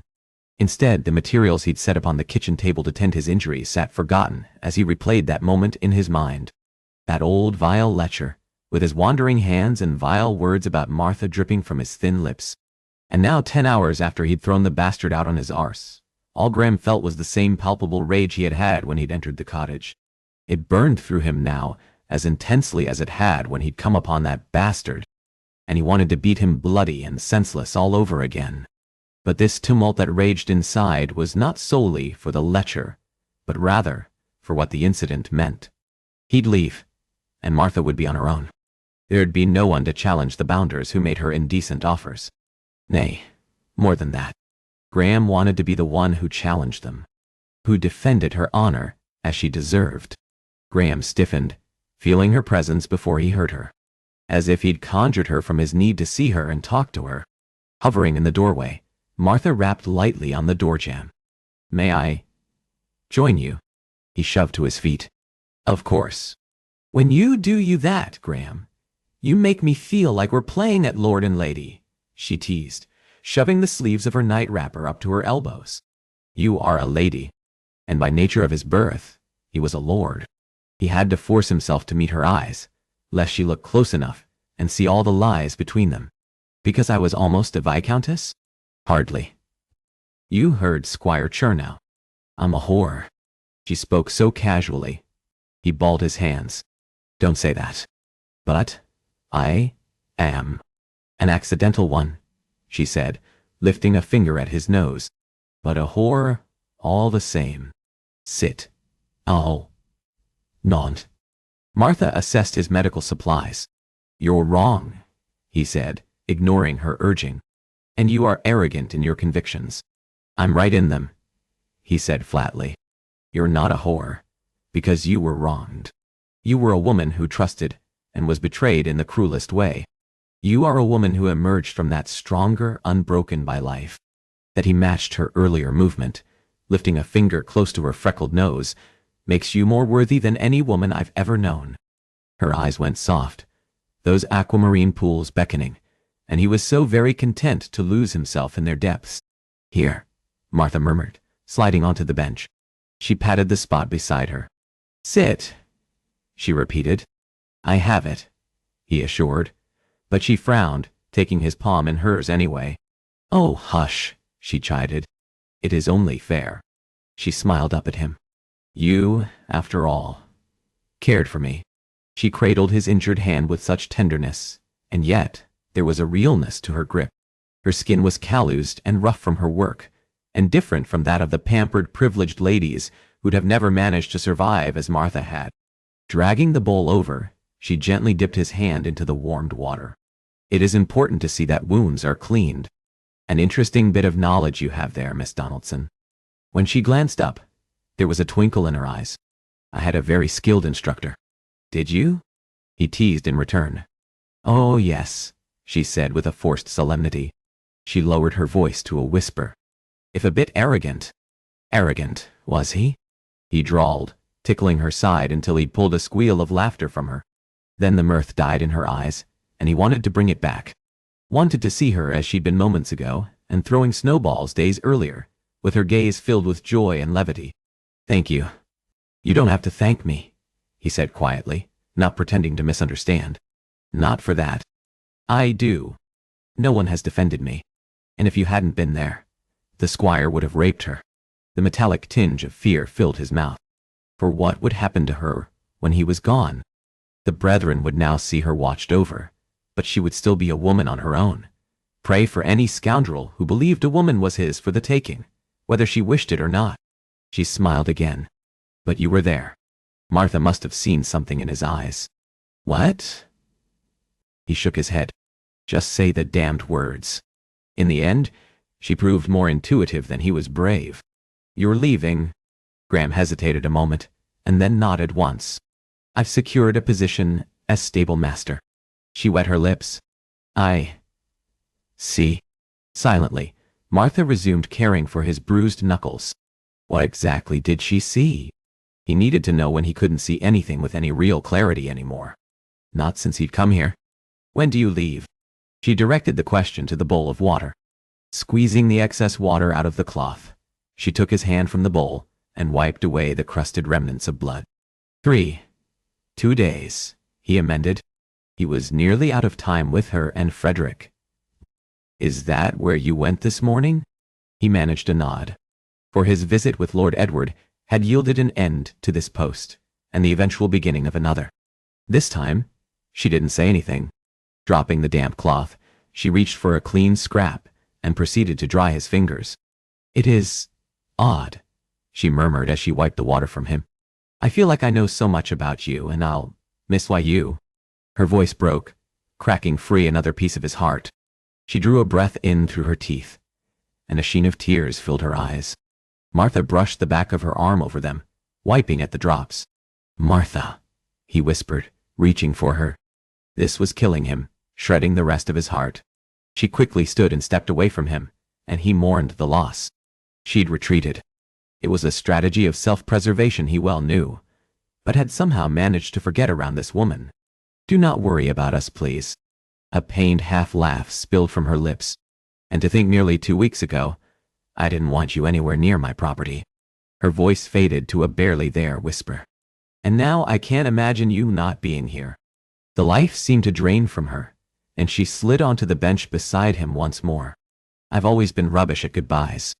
I hate them so very much. She wiped at her nose, and Graham fished out a kerchief, handing it over. Martha plucked it from his fingers and lightly blew into it. The only person I was always happy to see leave was my husband. Each day he went, I gave thanks to the Lord and prayed he'd never return. And if Viscount Waters hadn't already been dead, Graham would have gladly murdered the bastard with his bare hands, and then happily sent his rotted soul on to hell, where he was even now burning. But aside from him, I've just always hated goodbyes. There is a permanency to them. And there was a permanency to this one. When he was gone from this place, he'd never again see her. Their only link would be the one through the Home Office, which she was unaware of, one that he wouldn't have a reason or right to press for further information. Martha fiddled with the fabric in her hands, crumpling the white linen into a little ball and then straightening it. He froze. The embroidered initials of his name, threaded in sapphire, disappeared and reappeared in a damning kaleidoscope. SGMW. SGMW.by. Martha set the kerchief down and curled her fingers on her lap. Dot. Swiftly retrieving the rumpled, damning cloth, he stuffed it into his jacket front and spun on the bench so they sat side by side in a like repose. I don't remember anything about my mother. The only memory I still have of her is the day I said goodbye. I remember standing at her bedside and thinking, if I just left, I wouldn't have to say goodbye. I was angry with my father, blaming him for making me say goodbye, believing that was why she left. And so I never said that word to anyone in parting again. I fared them well and gave them my best, but never my goodbye. I hate the word too, he said softly, startled by the truth of that. He'd not allowed himself to think on it. They were the last words I spoke to my brother. Where had that revelation came from? He shared nothing about Laurence with anybody. Martha twined her fingers with his, interlocking their digits in a joining that eased some of the pain that would always be there. I spoke them in jest. I taunted him. We were always competing, and we were racing that day. I allowed him to believe he was winning, because that was what his family had always expected, that Graham would finish last. And then I surged ahead. I looked over my shoulder and shouted goodbye. Laurence urged his horse into a reckless gallop, and the mount came up lame. Through him. He pressed his eyes closed. His and Heath's screams had rolled together, deafening, as Laurence had lain there, eternally silent, his neck bent at an impossible angle. Martha rested her head against his shoulder, and he took the support she proffered. It wasn't your fault. It was, though, he said simply. He knew that now. My father never forgave me, and with good reason. There was nothing to forgive. It was an accident. A horrible twist of fate that saw him fall. He shook his head before remembering she wasn't looking at him. It was me being reckless, attempting to prove my worth. I married a man because I sought a life outside of Hightown. Do you hold me to blame for my circumstances? He blanched. Of course not. His neck went hot as her meaning became clear. Martha tapped the tip of his nose. And yet, you'd hold yourself responsible for a chance accident. It's not at all the same. No, she countered, shaking her head. It is not exactly the same. But neither did you or I intend for the outcomes we met that day. All these years, he'd spent hating himself, unable to look at himself without seeing his brother's death reflected back in his visage, only to have this woman, not very long ago, a stranger, hold forth an absolution. Her words of forgiveness washed over him.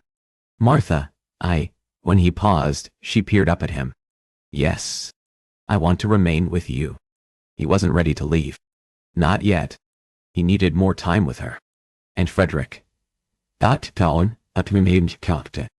will miss you, he said quietly, bringing her hand to his mouth. He pressed a light kiss against the inseam of her wrist. And I'll miss Frederick. Her lower lip quivered. We will miss you too. I'd ask you something before you go. Anything, he vowed. Martha wet her lips. Will you make love to me? Martha's heart pounded. Where had that query come from? Nay, Martha knew precisely where it had come from, a place of longing and desire, and need to know Graham Malin and the pleasure he'd helped prove she was capable of. Rather, where had she found the courage to form that utterance? Martha.N. Her name was an entreaty. I cannot, because you are leaving. She lifted her chin and dared him with her gaze to speak the truth. Ah, or because you don't want me. Of course I want you. I've never wanted anyone more. Catching his uninjured hand, Martha drew it to her breast. Then make love to me, she said softly. His long fingers curled around that small swell, so perfect it fit in his palm, and as he caressed her, delicate with his touch, tender, heat sparked low in her belly. I never knew a man could be gentle, she confessed, closing her eyes and giving herself over to the sensation of that gentle kneading.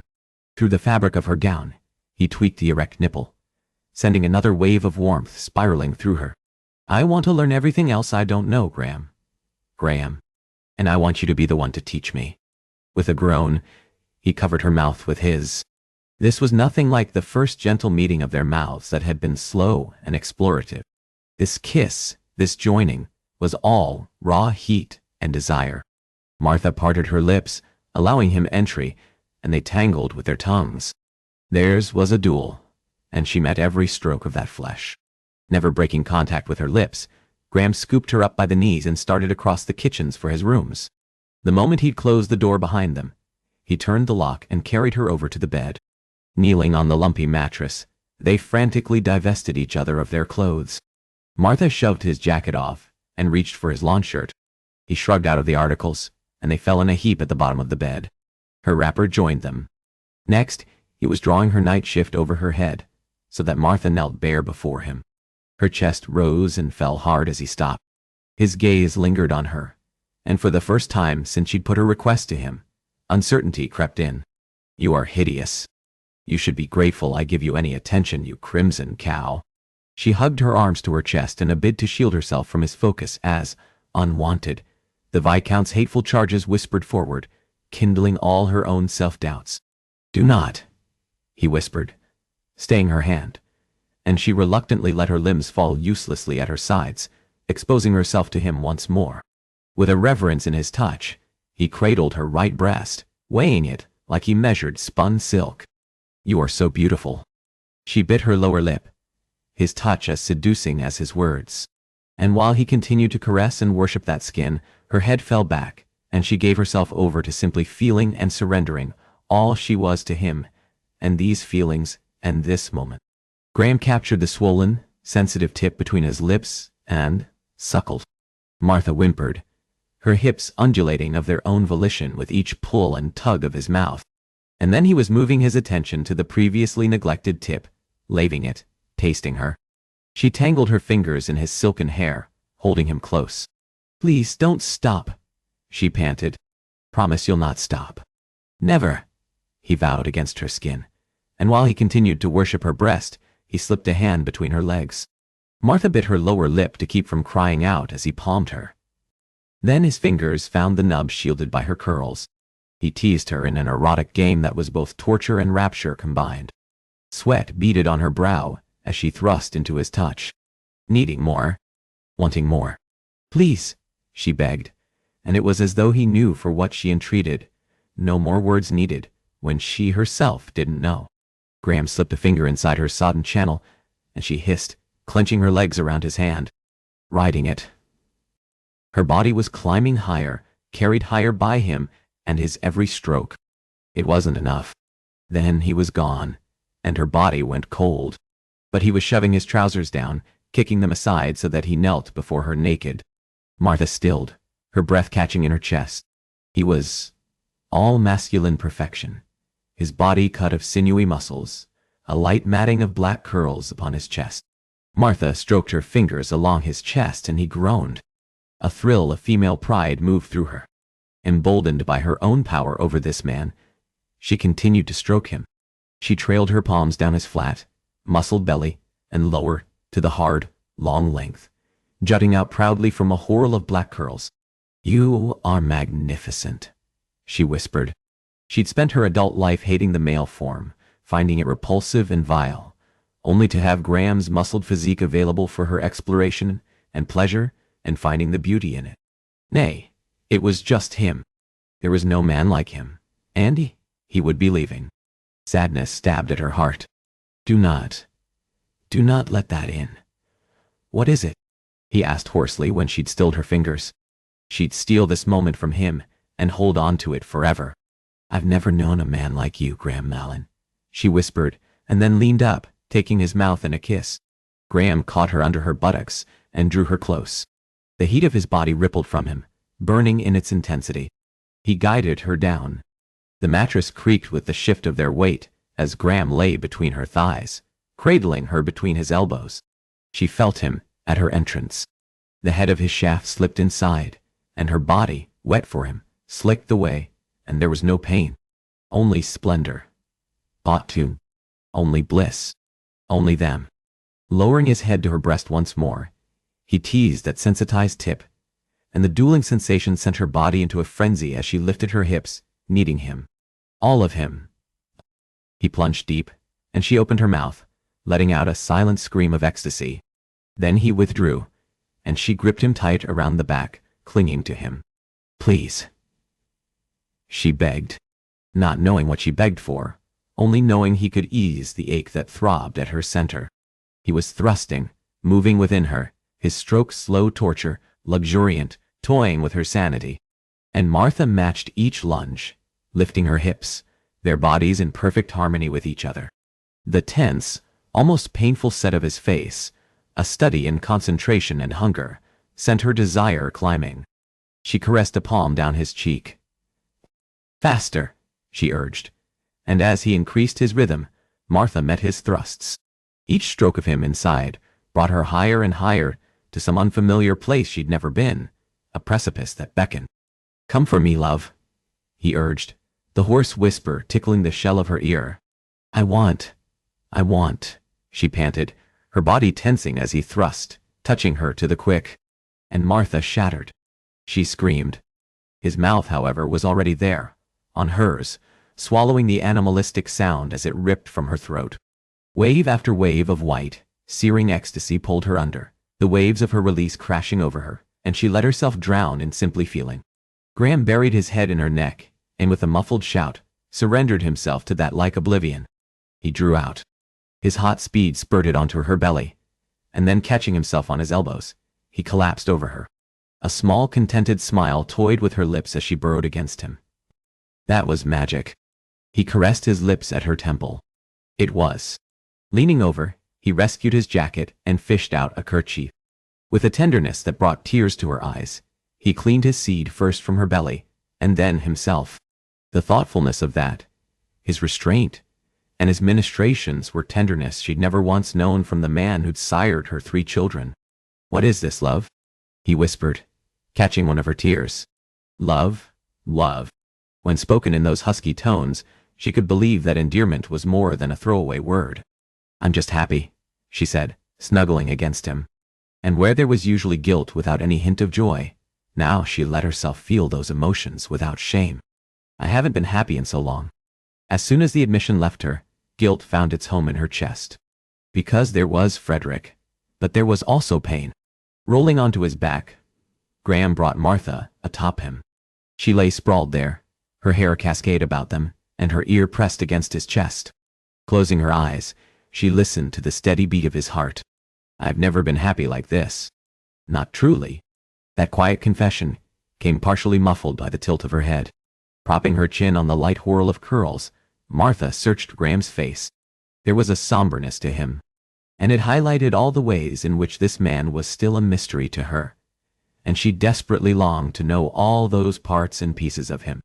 Surely you've been happy at some point, because of someone, family, a love? Oh, I've had moments of happiness. My father despises me, but my mother has been only ever more adoring than I deserve. She snorted. That is rubbish.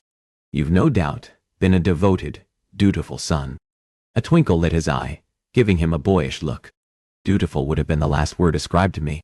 She stared at him wistfully, trying to imagine the boy he had been, one sneaking off to care for horses. Martha wriggled herself higher until their noses touched. Either way, dutiful, devoted, or not, You were always deserving of her love, Graham. She cupped his face between her hands, the faint stubble tickling her palms. Just as you were deserving of your father's. He made a sound of protest, and she gripped his face lightly, silencing him. A parent loves unconditionally. Or they should. And that you do not feel that love? That is a failing, not on you, but on him. That is a failing, not on you, but on him. Those words echoed in Graham's mind, spoken by Martha with such surety, spoken with the convictions of one who believed them, when Graham had only ever seen his own flaws as the reason for his relationship with his father. The Duke's inability to care for Graham had come long before the day of that fateful race. It stretched far back, to a time when Graham had still sought his father's approval, and believed winning it was possible.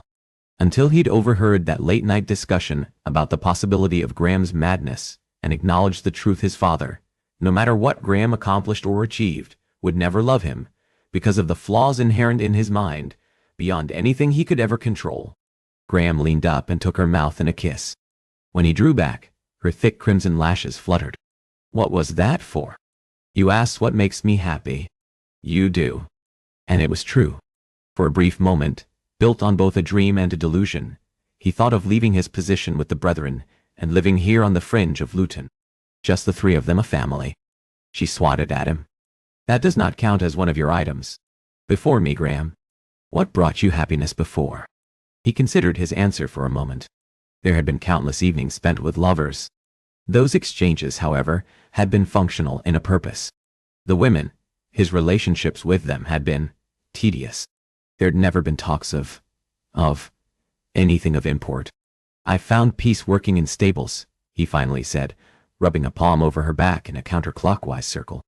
There's a sense of right that I always find there, but I've never had this. He paused that massage.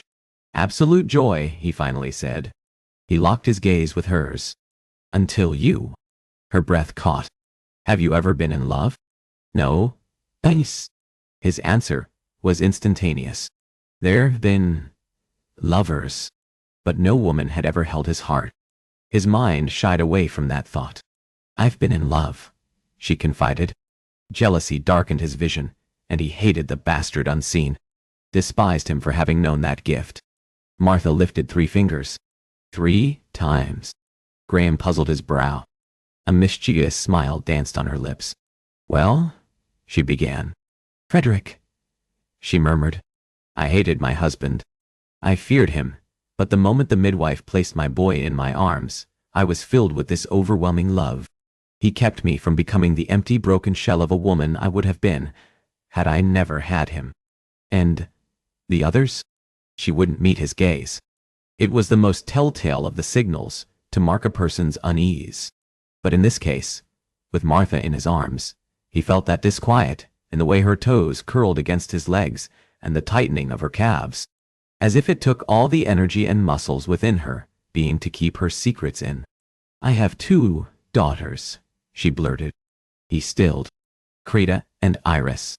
And then she spoke on a rush. Twin girls. So very clever. Far more talented artistically than I could ever dare dream, and with freckled cheeks and matching gap-toothed smiles, and tears filled her eyes, and she lowered her head back to his chest. His mind raced. There hadn't just been Frederick, but also 2 girls. How much of her was still a secret, and how he wanted to have all her secrets peeled away so he knew everything there was to know about the brave woman before him. What happened to them? He asked gruffly. She drew in a shuddery breath. All. I sent them away. He drew back.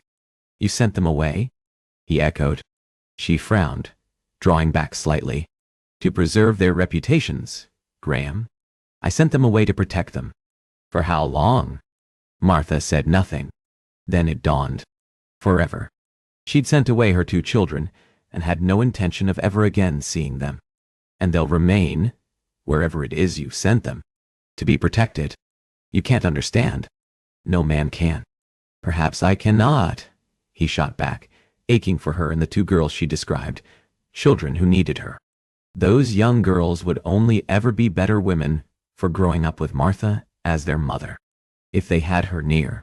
But how is their living away from their mother and brother protecting them? Martha struggled to a sitting position. I'll not be lectured. Not on this. Swinging her legs over the side of the bed, she reached for the sheet and wrapped it about herself. I'm not lecturing you, Martha, he said in the tones he used for the most fractious mounts. I'm trying to understand. A sound of frustration escaped her. Come, Graham, you aren't naive, she said tightly.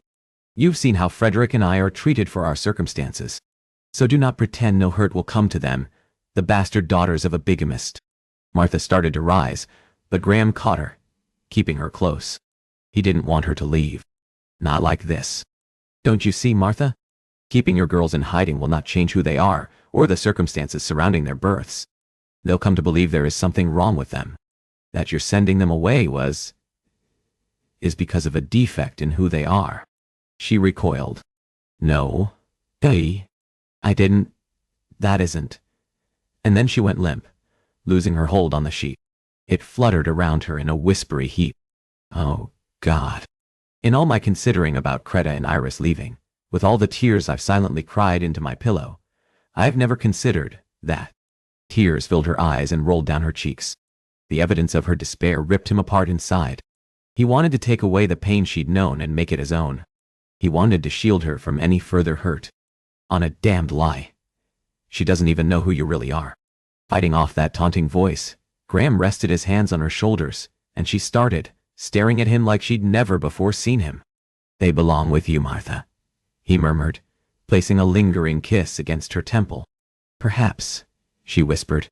But what if they shouldn't? What if they are better away from me? He guided her around and tipped her chin up. Impossible, Martha. Dead ought. Any person is just better for being near you. As he lay back down and drew her into the crook of his shoulder, they lay there, no further words spoken, each taking the warmth and comfort the other offered. What am I going to do without her? Ocean off DDF. Calm. Chapter 16. At some point after she'd fallen asleep in Graham's arms, he'd carried her to her rooms and left her there, covered. When she awoke the following morning, there was a note. Working on the laundry even now, that note seemed to burn a hole in her stained, damp apron pocket. I'll return. That was it. 2 words. An assurance that he would return. But when she'd rolled over and found it resting on the empty pillow beside her, there had been a buoyancy in her chest at what he might say. What? Did you expect poetry and pretty words? Scrub, a, dunk, det, rinse, repeat. Did you think he'd write how much you have come to mean and profess an inability to leave you or Frederick? Of course, after such a short time, none of that would have held true. I just wish it did. Despite the cold of the winter's day and the wind ramming at the stone walls of her cottage, the blaring heat of the kitchen stoves had moisture beating at her brow.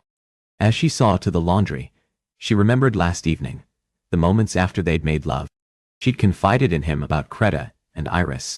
The need to protect her daughters, however, to keep their identities secret, and the scandal around them buried, should have kept her silent, but she'd yearned to tell him all.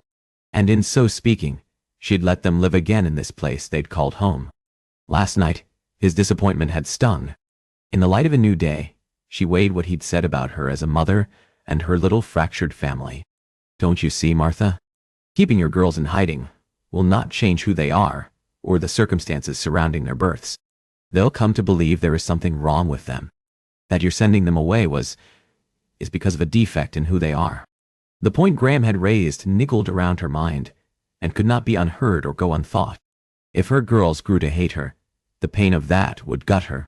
But for them to resent her, and hate her for selfishly choosing to keep them close, would leave her broken. Martha paused and stared down at the suds that concealed the laundry.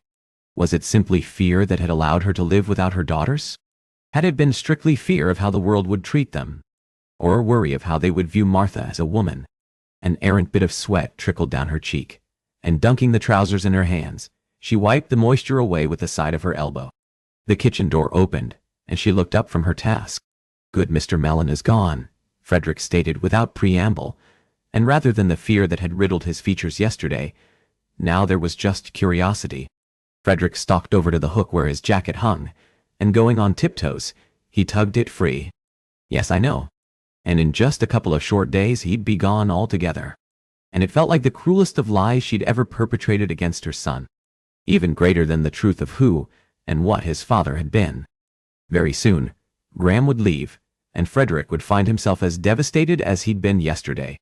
God help her for the pathetic mother she was. She could not tell him. Not yet. Soon. She'd not ruin the last couple of days of his happiness. Frederick skipped over, joining her at the trough. Where did he go? I don't know. He did not say, just that he'd return. Scrub. Did you? Dunk. Pity. Rinse. Hot. Repeat. Frederick shrugged into his jacket. I'll gather more water for you. I have enough. Go for a ride. Gouda needs the exercise. He froze. His eyes formed round circles in his face. When was the last time she had encouraged her son to simply take the pleasure he could from life? Graham had shown her that. It was a gift he'd leave behind. She winked. Go before I change my mind. With a wide grin, her son bolted for the door. Goodbye. As soon as he'd slammed it shut behind him, her smile fell. Goodbye. Or he had. That hated word hung there, cruelly echoing in her son's innocent tones. For there would be a goodbye, one that she desperately didn't want to make. You might always ask him to stay, she said aloud, wringing the excess water from Graham's trousers. After all, you never asked. The only thing she had asked him to do was leave. And there was so much she and Frederick would have missed. As soon as the selfish thought slid in, she shoved it away. From the moment she'd come upon him in the stables with Frederick that first day, she'd come to appreciate just how much Graham respected horses. He was one who belonged in a stable, and to keep him here, offering nothing, would be the height of selfishness. No, there would be some other woman someday for him.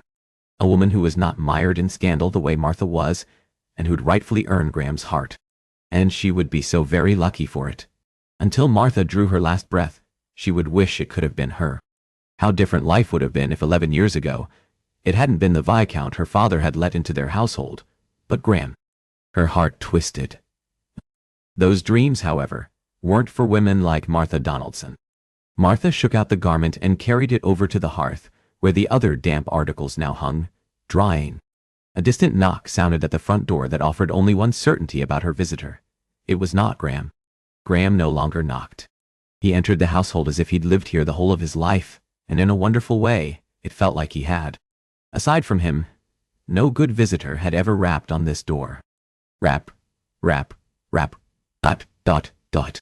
At that slightly impatient staccato, Martha wiped her wet hands down the front of her apron and reached the door just as the person on the other side knocked again. Martha drew the panel open and stopped. Of all the figures she'd thought she might find there, Squire Chernow, his angry wife there to shame Martha, for whatever tale her husband had told she'd not expected. This. An officious little fellow, 2 inches shorter than Martha, with a shock of white hair and wearing a crimson liveried uniform with gold epaulets upon padded shoulders, had not been it. May I help you? She greeted hesitantly. I'm looking for a Miss Martha Donaldson, he said impatiently, in a nasally crisp King's English. Martha partially closed the door, taking away the full view she'd previously allowed the man. Another man of an elevated station had come here on behalf of the Crown nearly 2 years ago. He'd left with her father and false promises to Martha about the security of her and her children. The warning bells rang out loud, signaling danger. What do you want with her? Despite the height disparity between them, the little fellow managed to look down his long nose at her. You're her. I'll not ask you again, she said tightly. I've come to discuss a matter of business with you. May I come in? Something in his tones indicated he had no intention of leaving. What kind of business? She demanded, gripping the edge of the door, her nails leaving marks upon the wood. It involves the Duke of Sutton. A duke? Relief swept through her, and a giddy laugh spilled from her lips. I'm afraid I cannot help you. I've certainly no ducal connections. Which wasn't untrue. Martha made to shut the door. The stranger stuck a hand out, preventing her from closing the door. But, I have it on authority you do. And you have it on my authority that I don't, she said impatiently, giving the door a shove. He pushed back. You have a son, he exclaimed. Rage coursed through her. She yanked the door open so quickly, the stranger stumbled forward and promptly fell, landing face down on his gold buttons. "Do not ever threaten my son," she whispered. "Ever." Scrambling to his feet, the small man went white-faced. "I'd never threaten a child." He straightened his jacket. "I've come to provide assistance to you and your son." That knocked her aback. "What? Why would you?" None of this, his presence here, his words, his assurances, any of it made sense. "Who are you?" She settled for the most basic query. "My name is Mr. Neville Barclay. I serve as the man of affairs for His Grace, the esteemed Duke of Sutton. May I sit?" Unlike Squire Chernow, who'd commandeered a seat before she'd granted him permission, this Mr. Neville Barclay remained standing, waiting. And she wasn't the same woman she'd been years ago, trustful of the motives of unexpected visitors. "What do you want with me?"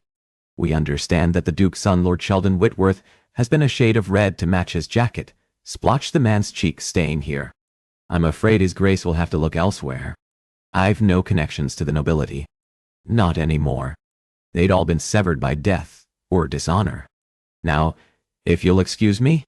She started for the door. "His name is Lord Sheldon Whitworth," he spoke on a rush. "His mount is a black stallion named Scoundrel." She stumbled, catching the door handle to keep from falling. Her heart stopped, and then resumed a slow, sickening thud. "I beg your pardon?" she asked, her voice coming as if from a distance. "His name is Lord Sheldon Whitworth." The gentleman's name was unfamiliar. "His mount is Scoundrel. The buzzing in her ears grew. The man's mouth moved, but she couldn't bring any clarity to what he said or asked. All she heard was a whirring of confused noise through which one piece made any sense. "His mount is a black stallion named Scoundrel." Scoundrel. It's just a horse's name. It means nothing, but it could mean everything. "Perhaps we might sit and talk for a moment?" Mr. Barclay was saying with a gentleness she'd not have expected from such an officious man. This time, instead of ordering him gone, Martha let her legs carry her to the nearest chair, and she collapsed onto the edge. "I don't know a Sheldon Whitworth." She spoke before he could again, because as long as she filled the silences, nothing bad could come. Whatever secrets he possessed that she didn't want to know would remain buried. "I do not know the Duke. I've never heard either of those names. His father has received word that he is here, however." "Black hair, Dottie. Black hair, Gannon." Her stomach muscles clenched. That could be anyone. "With a mount named Scoundrel?" he asked in such painstaking tones that she bit her lip. "I've been employed by His Grace for nearly 20 years. The Duke and his son have long had a relationship that is—" he coughed into his fist. "Yes, no family cared to have their enmity bandied about, and certainly not ducal families. Fraught with tension," he settled for. "My father despises me, but my mother has been only ever more adoring than I deserve." Nausea broiled in her belly. "I'm not certain what any of this has to do with me. I don't know anyone by those names. But you know, deep down you know." The Duchess was in the midst of hosting a house party when her son disappeared. "A house party," she echoed dumbly, knowing she sounded like a lackwit. But what Mr. Barclay spoke of was as foreign to her as Martha visiting the moon. Dukes and house parties. Correct. Ite. The servant beamed, like she was the cleverest of students. "That is, His Grace is determined to keep his son from scandal. And if he turned any redder, his blush was going to set him afire, keeping company with Lord Sheldon. His Grace is prepared to offer you a generous compensation to... Stop." Mr. Barclay withdrew and handed over a sheet of folded vellum. With numb fingers, she accepted the ivory page and stared at the blood-red seal of a falcon atop a crown, its wings spread over 3 shields. She angled her head. Or was it a hawk, mayhap? Yes, she rather thought it was a hawk. A half-mad giggle swelled in her throat, choking her with the inanity of what she debated in her mind.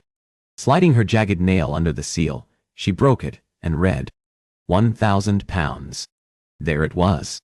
The sum a duke would pay to keep his son from dallying with a woman outside his station. But I'm not that woman. And Graham isn't that man. Lying. You are lying to yourself. I am so sorry, Miss Donaldson. And oddly, by the aching quality of that apology, she believed him. Martha neatly folded the page. I don't know this man, the Duke's son. The only person who lives here with me and my son is our stable master. The servant sat up straighter. A stable master, you say? What is his name, Miss Donaldson? Tell him. Meh. Tell him that your Graham Mallon is different than his Lord Sheldon Whitworth, and send him away. So why could she not bring forth that admission? My father had expectations and hopes that we'd be accomplished scholars. They were. And I was not. Crushing the page in her hands, Martha dug her fingers against her temples and rubbed hard, willing his voice and those tellings gone. Horses always made sense, in ways that books never did. Graham Mallon, she whispered. His name is Graham Mallon. Avoiding her eyes, Mr. Barclay removed the smudge-free spectacles from his long nose and, collecting a kerchief, wiped the glass lenses, his silence telling. Her gaze locked on that scrap of fabric, and the hum in her ears grew like the swarm of bees that Frederick had knocked free of their hive 3 summers ago. Miss Donaldson? Mr. Barclay's concerned query came from a distance. No. Jumping up, Martha went running to the kitchens, already knowing. She'd known the moment he'd said the name scoundrel, and yet she staggered to a stop at the trough, catching the edge of it. Reaching into the dirty, soapy water, she withdrew article after sopping article, tossing them. Me. They landed in a noisy heap around her, splattering the floor, soaking her garments, dampening her hair, until her fingers at last collided with a small piece of linen. She drew the item out and stared at the kerchief Graham had so tenderly cleaned her with last night. A lifetime ago. SGMW. Sheldon Graham Mallon Whitworth. Mal. No, do. When he'd risen that morning, Graham had resolved to put as much of Martha's life here to rights before he went. Graham adjusted his naval satchel on his shoulder and started down the narrow graveled path to Martha's cottage. As he did, he acknowledged the truth he'd known. It wouldn't be enough. When he took his leave, neither she, nor Frederick, nor the daughters she'd mentioned would ever be forgotten by him. He wouldn't allow it. His rank within the Brethren would afford him the opportunity to see that she didn't again fall forgotten by some shift in power at the Home Office. It was the smallest of consolations, and yet also the most important. His feelings and regret at losing her were secondary to Martha's well-being. He reached the front door, and as he let himself inside, the first thing he registered was the silence. But for the crack and hiss of the fire blazing in the hearth, only empty quiet greeted him. Unease tripped along his spine. Slowly setting the bag down so it landed silently at his feet, Graham withdrew his pistol, doing a search, and finding her at the fireplace. The tension left him. Martha, he greeted, striding over, and stopped. It was Martha, but not as he'd come to know her these past days. Seated, her arms layered to the sides of her chair, she stared at him with empty, hardened eyes. What is? Then he noted that which had escaped him until now. His belongings packed and resting at her feet. His heart sank in his chest, and then knocked fast against his rib cage. Good afternoon, Graham. Her lips curved up in an icy smile that raised gooseflesh on his arms. Or should I call you Lord Whitworth? Oh, God. The earth dipped, moved, swayed, and somehow he remained standing. I don't... She arched a red brow. I'm sorry. Do you expect a curtsy? You must forgive me. I'm unfamiliar with the rules of how to address a duke's son. Dehi. She knew. What? Somehow she'd gathered the truth of his identity. His stomach pitched like the first time he'd set foot on a naval ship. And he was at sea as he'd been then, a lad of 18, fighting to keep in the contents of his stomach. Then, finally, whatever mastery of control she'd managed, snapped. Do you have nothing to say? She cried, exploding to her feet. I can explain, he said hoarsely. Except, he couldn't. Not truly. More lies. He could offer her nothing but more lies. Can you? What? She demanded, her strident voice pitched and ricocheting through his heart. Can you, please? That last word was a whisper, an entreaty. Graham settled his hands on her arms and rubbed lightly, trying to will her to see the truths that had existed between them. Nearly everything I told you, Martha, has been in truth. About my love of horses and my relationship with my father and my brothers. All of it. He'd shared pieces of his life with her that he'd never before shared with anyone. Or would again. A frantic little giggle spilled from her lips. Do you expect me to be honored? Or trust you? You. He briefly closed his eyes. No. He had no right to the former and no reason to expect the latter. You are no stable master. You never have been. No. You. And you weren't here looking for work? How to explain that? No, he said carefully. Did she pepper him with those questions to hammer home for herself the mistruths he'd given her? Martha stifled a sob with her fist and began to pace. I knew. No. Of course I knew. And I ignored those instincts yet again. Strangers don't come here. And you? She paused so quickly, her skirts whipped angrily about, slashing the air. She looked at him with such derision and hate that it ripped a hole through his chest. You with your fine speech and fancy ways and fine horseflesh. I knew. Martha wrapped her arms tightly around her middle. I knew, she repeated on an agonized whisper. You spoke of Renaissance artists. He stretched a hand out imploringly, taking her fingers, those same fingers that had a short while ago run along his back and explored all of him. All those stories. They are true, he said, fumbling for words. The only part I withheld is that I am, in fact, a duke's third son. Lies, she hissed, yanking free of his touch, recoiling like she was repulsed by him. Everything ached his heart, his head, his soul, all of him. Make it right. Say something to make it right. But there was nothing to say. She'd see only the betrayal, which it was. Yet again, I'm the fool for letting you in. What was it, Graham? She stopped abruptly, her gaze stricken. Lord Whitworth. Graham. My name is Graham, he begged, wanting to hear it from her lips, the only one to speak that preferred name. Were you a bored nobleman escaping your mother's house party? How very terrible for you. Was she perhaps trying to play matchmaker between you and some respectable miss who'd never do for a rakish lord like yourself? Heat splotched his cheeks at how unerringly on the mark she was. And yet, completely off target at the same time. Martha's eyes rounded. That is it? She whispered. I'm correct. You are not... He dragged a hand through his hair. What could he tell her? That he was here at the request of the Home Office? That she'd been an assignment? Well, in that, she'd view his role here as work, and their every interaction together as fabricated to break down her defenses. The fight faded from her eyes. Would you not say anything? She whispered. I am so sorry, Martha, he said, his voice rasping. I never meant to hurt you, and these past days together have been not another word, she said tiredly, sinking into her seat. I don't want any more of your lies. All of the fight seemed to drain from her, and she rocked back and forth like a wounded creature nursing its suffering.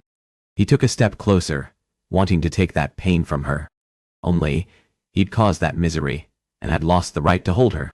I hated my husband because he beat me and raped me.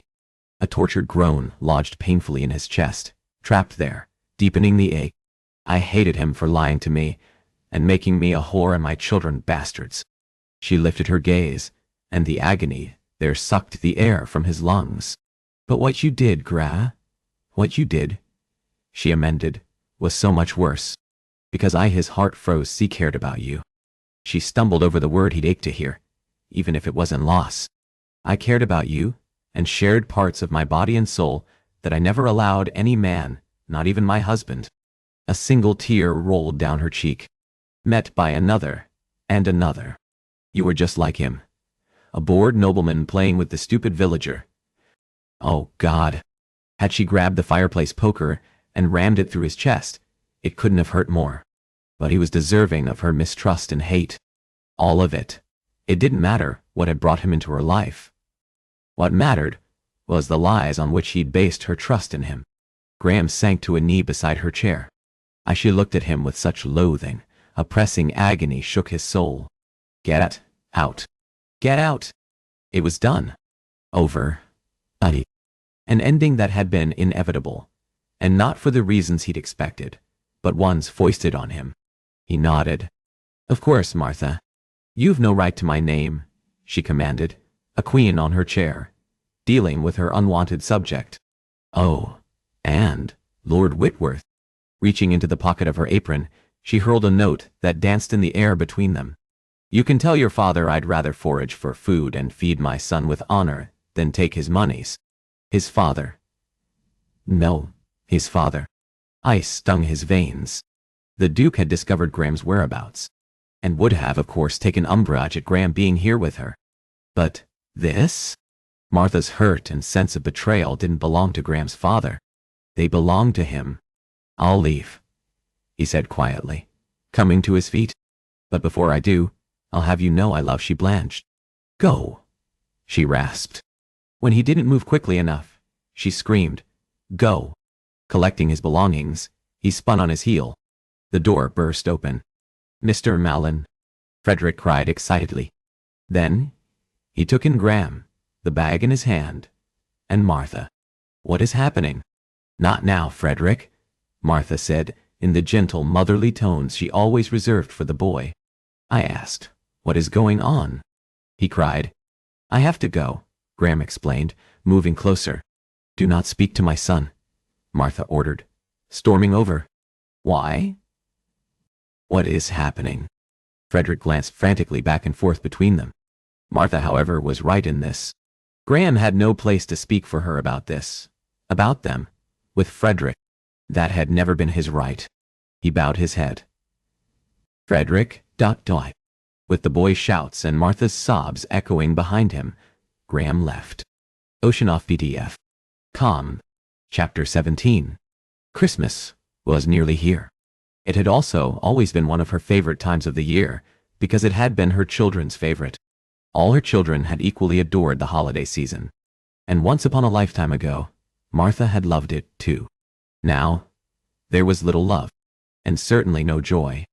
As a mother, however, she still tried. Hovering outside her son's rooms, Martha fiddled with the clasp at her wool cloak. Her son lay on his bed, his back to her, staring out the window. In the week since Graham had gone, it had become an all too familiar position. For both of them. Martha scratched at the door jamb. What? He snapped. It's beginning to snow again. Martha glanced at the little flakes coming down. I thought we might go outside. Don't you have laundry to do? She did. It was that hated time of week, and not even a month ago. She would have been hard at work in that familiar dunk, scrub, rinse, repeat pattern. I trust you've also noted how much time your son spends working. There is nothing wrong with finding happiness in life. You would intentionally withhold those sentiments from yourself. You are the example Frederick sees, Martha. Martha balled her hands, hating that even with everything Graham had done wrong, he'd been right in that important lesson, for her and her son. I do. But the laundry can wait, she said instead. Maybe your chores can, but I have to muck out the stables. This time, Frederick flipped over and glared at her. After all, there isn't anyone around but me to see to them. It was yet another clear reference to the man who'd changed both their lives. They now peppered every exchange between Martha and her son. Despite Graham leaving, however, Martha had been unable to shatter the boy's illusion of him. And so she'd lain down on the sword and sacrificed herself to the memory of a man who didn't exist, so that her son could believe that there were men who were honorable and good. Frederick was never going to have seen her as good or worthy anyway. At least let him believe there were respectful, hard-working men who were kind to horses and children and widows. Knowing that did not diminish the palpable hatred Frederick had for her. Nonetheless, she tried again. I also thought I could tell you the story behind the tradition. I don't need to hear it. I've heard it for years. He rolled onto his belly in a dismissive manner and grabbed one of the remaining books that hadn't been sold off or taken by the crown. He'd always loved talking about the grandmother he had never known and who'd left behind the odd custom that her husband, Frederick's grandfather, had carried on during the Christmastide. Martha made another attempt. Very well, we don't have to talk of it. We can go and do it. He paused in his reading. Do what? Cut down a tree and decorate it. Why would I want to do that? Because you've always loved to, she said evenly. There was a lot I used to love. The up and down. He gave her along with the blatant meaning of his words, cut to the quick. Do you know who'd probably like to join you? Frederick didn't give her a chance to answer. Creda and Iris. He tapped the back of his hand to the middle of his forehead. "Oh, that's right. You sent them away. Well, if you're looking for someone who cares about your silly traditions, go find them." Forcing a smile to her lips, all the while feeling and fearing every muscle in her face would crack and shatter, Martha nodded and took herself off. She kept that smile on as she gathered up the saw, resting at the door, and walked out into the snow and continued walking. Once the cottage had faded from sight, she ran and continued running, pushing her legs farther and farther. She wanted to run and never stop until she reached a point where pain ceased to be, and there was only a blissful emptiness. Reaching the heavily wooded copse, Martha stumbled and staggered, and then fell to her knees. Her lungs raw from her exertions, she tossed her head back and screamed into the winter sky. Dropping the saw, she covered her face and screamed until her throat was ragged and her screams became noiseless. Collapsing back on her haunches, she stared overhead at the whirl of tiny flakes drifting down, the gray-white sky peeking out through the barren branches overhead. For a brief time, she'd been happy again. She'd smiled, and Frederick had smiled, and they'd felt like a family. Until they weren't. Until Graham had left. Nay, not Graham. Lord Sheldon Whitworth, she whispered into the quiet. The pompous name didn't suit a man unafraid to work with his hands, mucking out stables and rubbing down horses. Why should he have done those things? Why would a duke's son have wanted to, or have the skills to rival any servant overseeing those onerous tasks? Nearly everything I told you, Martha, has been in truth. About my love of horses, and my relationship with my father and my brothers. All of it. And not for the first time, the seeds of doubt grew, rich and fertile, in a mind that wanted to believe his being here hadn't been just another ruse carried out by a bored nobleman. For Lord Waters had played at the country husband, but in all the years of that hated false union, he'd never lifted a hand to help her, only to hurt her. Nay, he'd not have sullied his hands with work meant for servants. So how, then, to explain Graham? Lord Whitworth? None of it made sense. Not any of it. Didn't it, though? A taunting voice of reason mocked. "You are pathetic," she said, her teeth chattering in the cold. She'd guessed all too correctly the reason Graham had been there. His Duke and Duchess, Papa and Mama, had been attempting to maneuver him into a marriage with some entirely, appropriately innocent, ladylike bride. A match he'd wanted no part of, and in a bold act meant to turn his nose up at their intentions and exert his own control, he'd gone off and found the most unsuitable, most inappropriate woman that noble pair would never approve of. She wanted to see that which wasn't there, and never would be honor and genuine caring from the man who'd stolen her heart. Giving her head a shake, Martha shoved herself upright. "It is done," she said firmly. "All of it. No good could come from that. It was time to move on, no matter how lonely that would be." She collected her saw and started on the path to the evergreens, bypassing the older, taller ones for the small ones she could manage on her own. She walked onward, the tranquility of the winter snow and the silent landscape filling her with a slight calm. Not peace. There would never be that. There would be... Martha slowed her steps. With a frown, she stared at the large, fresh footprints upon the snow. A chill that had nothing to do with the frost hanging in the air tingled at her nape. Clutching her saw closer, she did a sweep. "You're being silly. You are being irrational." It was simply that she'd had Graham here and had allowed herself to rely upon him. All lies. She'd failed to heed those instincts before. Each time she'd fallen or faltered. A faint, whirring hissed through the copse. Martha gasped and fell to her knees. The arrow vibrated overhead, then thrummed, shaking back and forth in a tree trunk. Crumpled on the ground, Martha stared up with horror.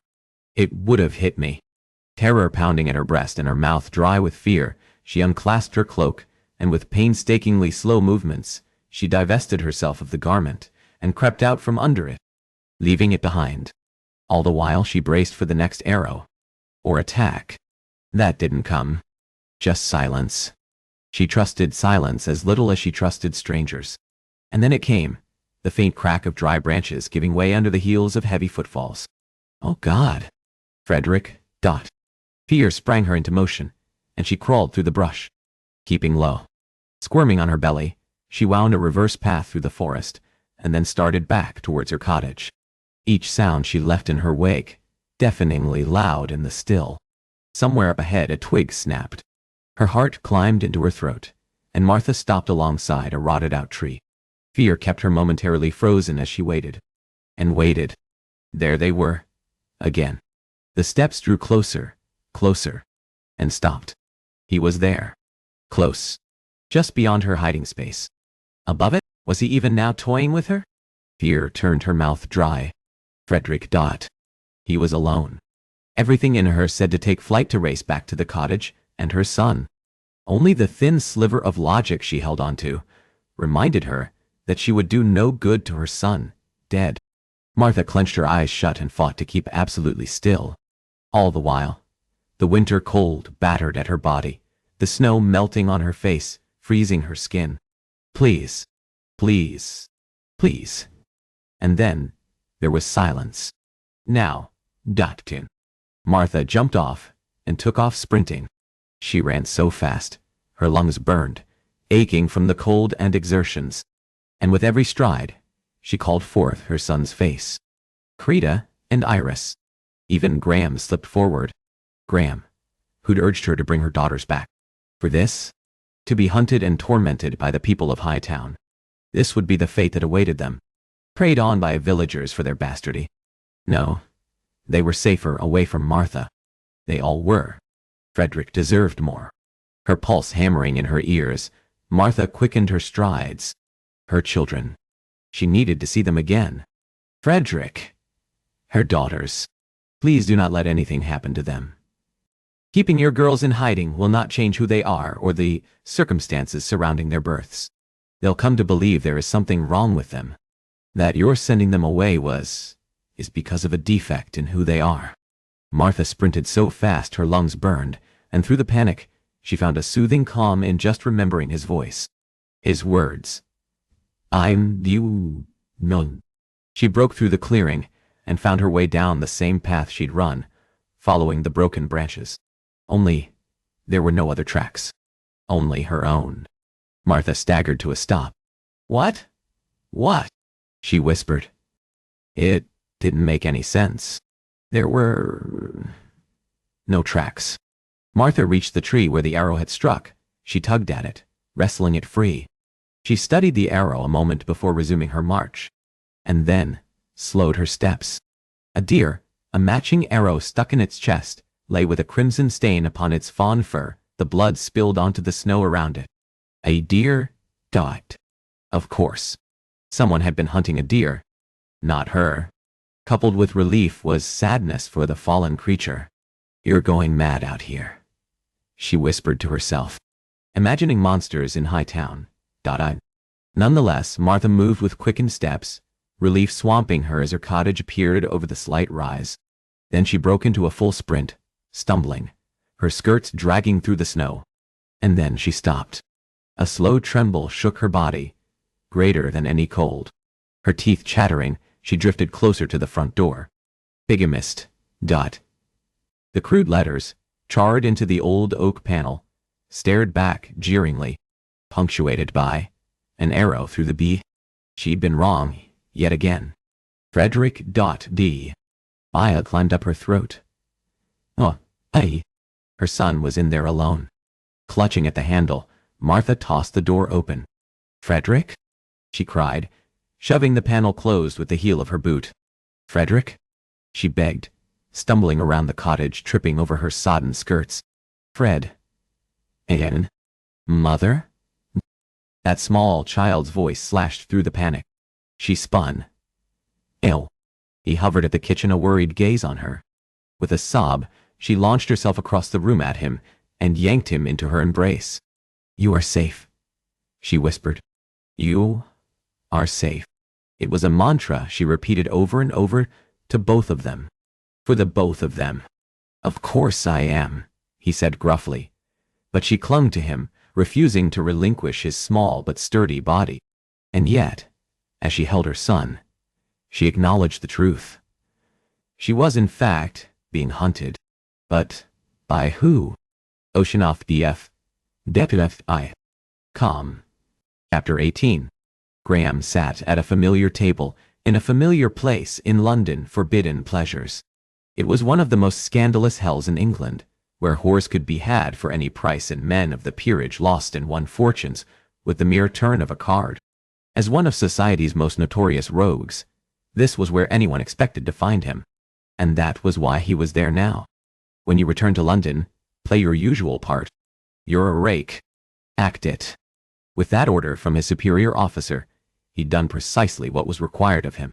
Oh, it had been all too easy not to return to his family's house party. After his father's interference, the Duke could go to the devil. And so, with that, when most of the peerage had abandoned London for the holiday season, Graham remained with the small number of other dissolute wicked lords with reputations to rival his own. Graham stared into the amber contents of his snifter.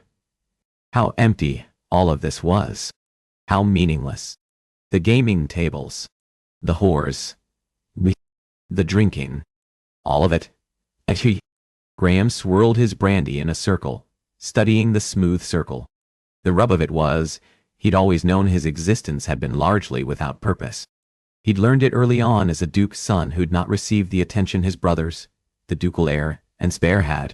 His reason for being, the same as all third or fourth, or any other number thereafter sons, had been this amorphous, ambiguous question that neither society nor his own family could answer.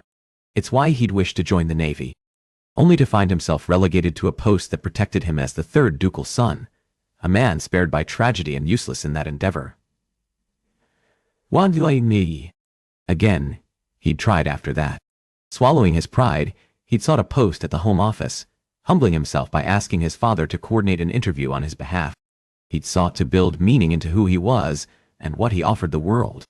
That was why he'd chafed at the first assignment given to him, to play the role of servant to a widow and her son. What irony that the short time he'd spent with a widow and her son should prove the most significant, meaningful part of his whole life thus far.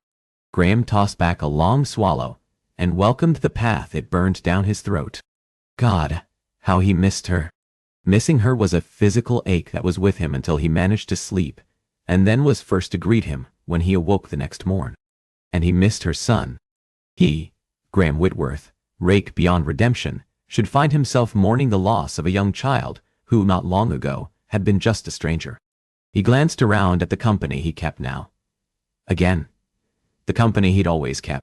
The 30 dissolute lords and gentlemen who didn't have anything of true value, and so stayed here. Surrounded by strangers and acquaintances, and in some cases friends, yet managing to be alone at the same time. From the corner of his eye, he caught the approach of a red-headed beauty. She moved with a seductive sway to her hips that sent her scanty satin skirts clinging to her lush thighs. A damned redhead.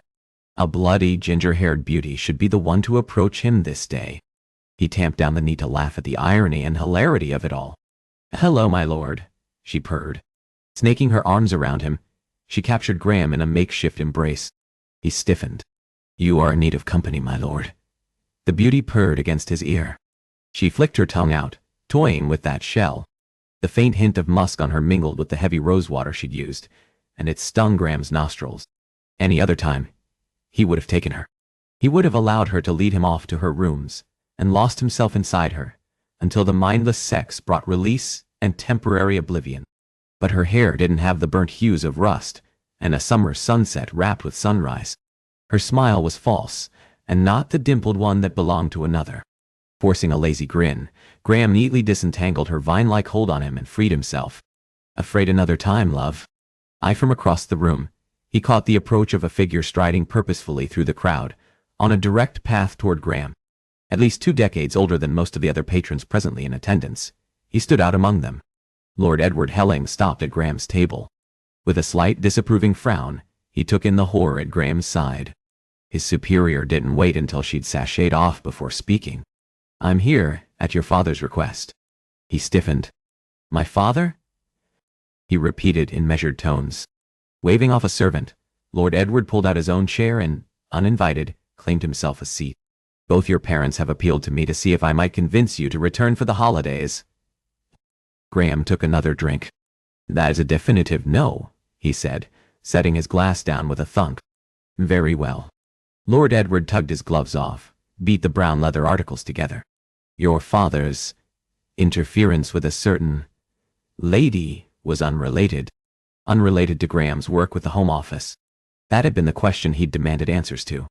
Of course it was, he said bitterly. His ducal father could and would ferret out secrets with the skill of any man who served in the Home Office. He didn't approve of the lady, Lord Edward murmured, his lips barely moving. That was the reason. Didn't approve? How could anyone not admire and approve of a woman of Martha's convictions and strength and courage? God, he despised his father and all of polite society. He can go hang, he said through tight lips. Your father and familial attention, however, is not the whole reason I am here. Graham stilled. I have word on your assignment. This was a business meeting then. So where was the excitement that should come with official Crown business? Where was the anticipation he'd felt the last time he'd met with Lord Edward? Lord Edward slid a note across the table. It was addressed in his father's hand, with the seal belonging to the Duke of Sutton, and yet, as he broke that crimson seal and read, the contents were entirely related to other matters. It was a forgery to facilitate the secrecy, and maintain some justification of why the two would be meeting. As Lord Edward was godfather to Graham's brother, society would be content with the illusion. Invariably, they never looked closer and saw any more than what was on the surface. Graham sat a little straighter. The bulleted details were not about his next case. Martha... He locked on that name. Hers. Your instincts proved correct. My instincts, he echoed, entirely fixed on the letter. Regarding your suspicions about her well-being. Lord Edward picked up the empty glass and poured himself a drink. Graham's heart slowed, and then took off at a gallop. Restraint. Always restraint. He frantically scanned the note. With care, Lord Edward warned, and Graham slowed his movements. Except with that cryptic warning quietly delivered in the middle of a damned gaming hell, Graham was one step from madness. Lord Edward lifted his snifter and spoke, shielding his mouth. We have reason to believe there might be some threat to the lady's safety. Panic threatened to swarm him. Oh God. Has she been hurt? He asked hoarsely. I should have been there. I should have been with her. He had no right to her, of course. No right to watch after her or her son. Drink, the other man said, through the humming in Graham's ears. There could be no mistaking his superior's statement as anything more than a command for Graham to gather control of his emotions. Graham made himself lift his glass, sip, swallow, and then repeated the movement several times. Someone shared her secret around Hightown, and now Lord Exeter received a missive informing him that they know his wife's secret. His wife's secret was also Martha's. The air hissed from between his teeth. Someone threatened to expose her past. For what purpose? The answer of the immediate suspects, Waters' legitimate family, no longer made sense. They would have been set on maintaining the facade of respectability. Their contention is with Exeter. But Miss Donaldson could also be at risk. We're removing her from Luton, Lord Edward was saying. Keeping her in London so she is close. That penetrated the haze. What? No, he blurted. She would be here, in London. Close to him, but also close to all the places she'd longed to be. As soon as that thought slid in, reality came following swiftly on its heels. Her threat isn't greater being here, near Exeter's family? I suspect if there is in fact a threat, she is at greater risk alone in the countryside. London is largely empty for the holiday season. The gossip will be less. Our hope is that we secure her and her situation soon, while the Ton is away at their country properties. And after that, he prodded. Lord Edward shrugged. We will secure work for the lady. Those details are still being worked through. That was to be her fate still. Worked. God. She has agreed to come to London then? This place she'd always wanted to see. I wanted to sketch in Hyde Park. I've read of the Serpentine and the Queen's Gardens, and imagined what it would be to paint those visions. Lord Edward shook his head, but Graham saw the hesitation. Neither is she, however, at this point aware that she may be in any peril. I've an agent who has been scouring Hightown and all of Luton in the event there is any threat. And if she comes to London? He asked in even tones. She'd be near him, and yet they would still be divided by his betrayal and her hatred of him. Who will be assigned to her? There is first a matter of securing her agreement. But if she agrees? He asked impatiently, wanting the damned name. Needing to know which bloody member of the brethren would be close to her when Graham wanted it to be him, and only him. And despite every code of loyalty to his fellow members that he'd sworn, Graham wanted to bloody with his bare hands the one who ultimately found himself close to her and her son. "That is actually the reason I'm here," Lord Edward murmured. "There's some concern, given the organization's failure to fulfill the promises made to her, that Miss Donaldson might be reluctant to trust us." "As she should," he said coolly. Martha and her children had been betrayed by everyone who should have loved and cared for them. And I failed her too. In lying to her and keeping that lie alive, she'd been correct in her charge. Graham was no different. I do not disagree with you. Several members and I have discussed the lady's circumstances. We've decided based on your familiarity with the boy and widow, and, more importantly, their familiarity with you, it would be wisest to have you speak with her. You think I can convince her? We have hope that you can. I never said goodbye to anyone in parting again. I fared them well, and gave them my best, but never my goodbye.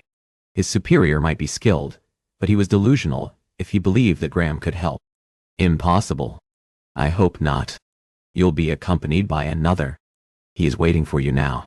They took Graham's role in this as a certainty. She has no wish to see me.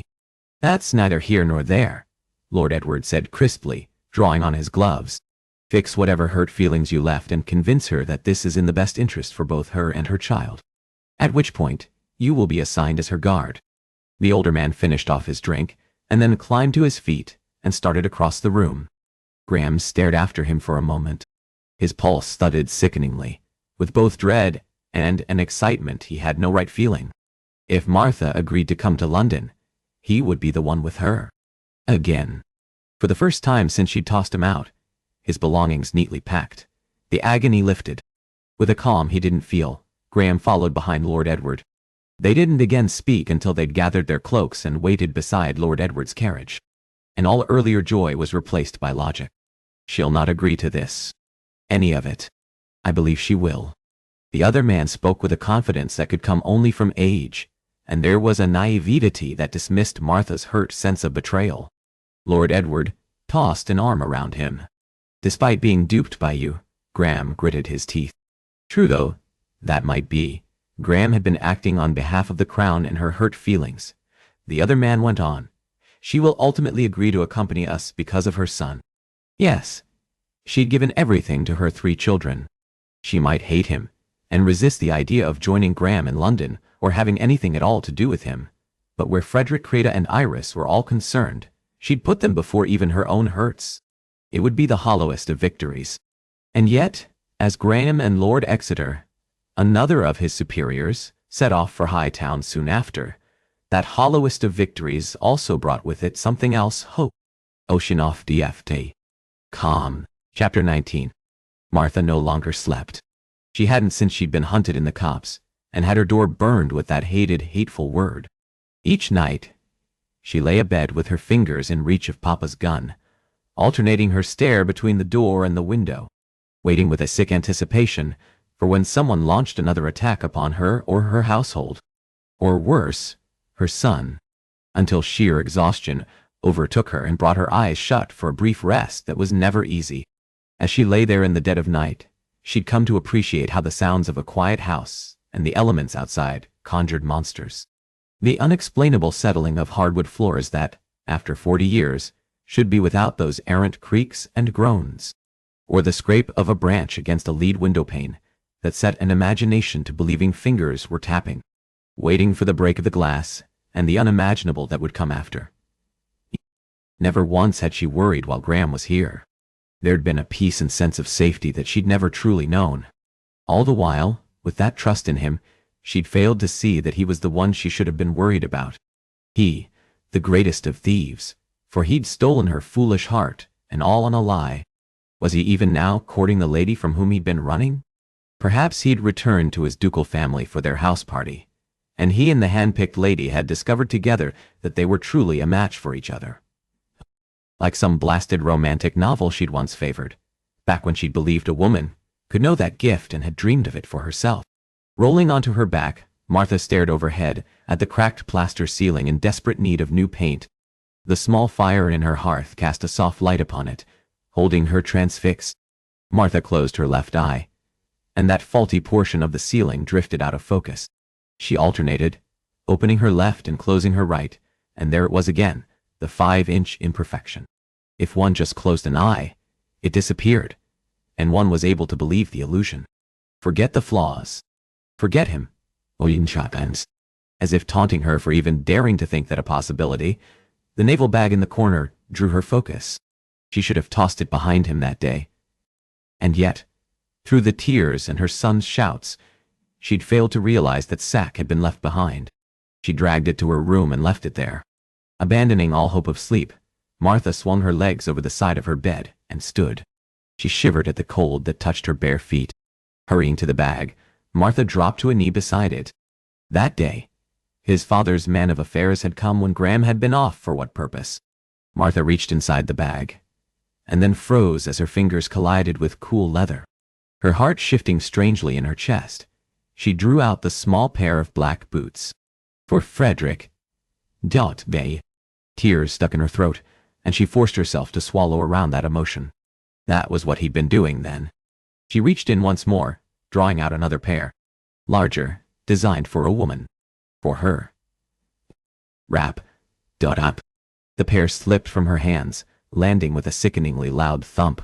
Her heart knocked against her breast as she angled her head toward the frosted window pane. Rap. All. Oh God. There it was again. Her body broke out in a sweat, and rushing back to the bed, she retrieved her gun. You're being foolish. You hear the same sounds every evening, and every evening it is fine. The sun still rises on the morn, and then goes down at the same early evening hour. Gathering up her wrapper, she hurriedly donned the garment, and sidestepping the loose floorboards, Martha tiptoed over to her son's rooms. Peeking inside, she found his little frame burrowed under his threadbare blanket. She searched the small space, and then brought his door shut. Rap. New. No good had ever come from any visitor to this household, and a visitor late at night could only portend peril. Holding her gun out, Martha made herself move toward the intermittent knocking. Before her courage deserted her, she yanked the door open, her gun pointed, and her mind went black. It had been more than a year since she'd seen him. The moon played off his silver-streaked temples.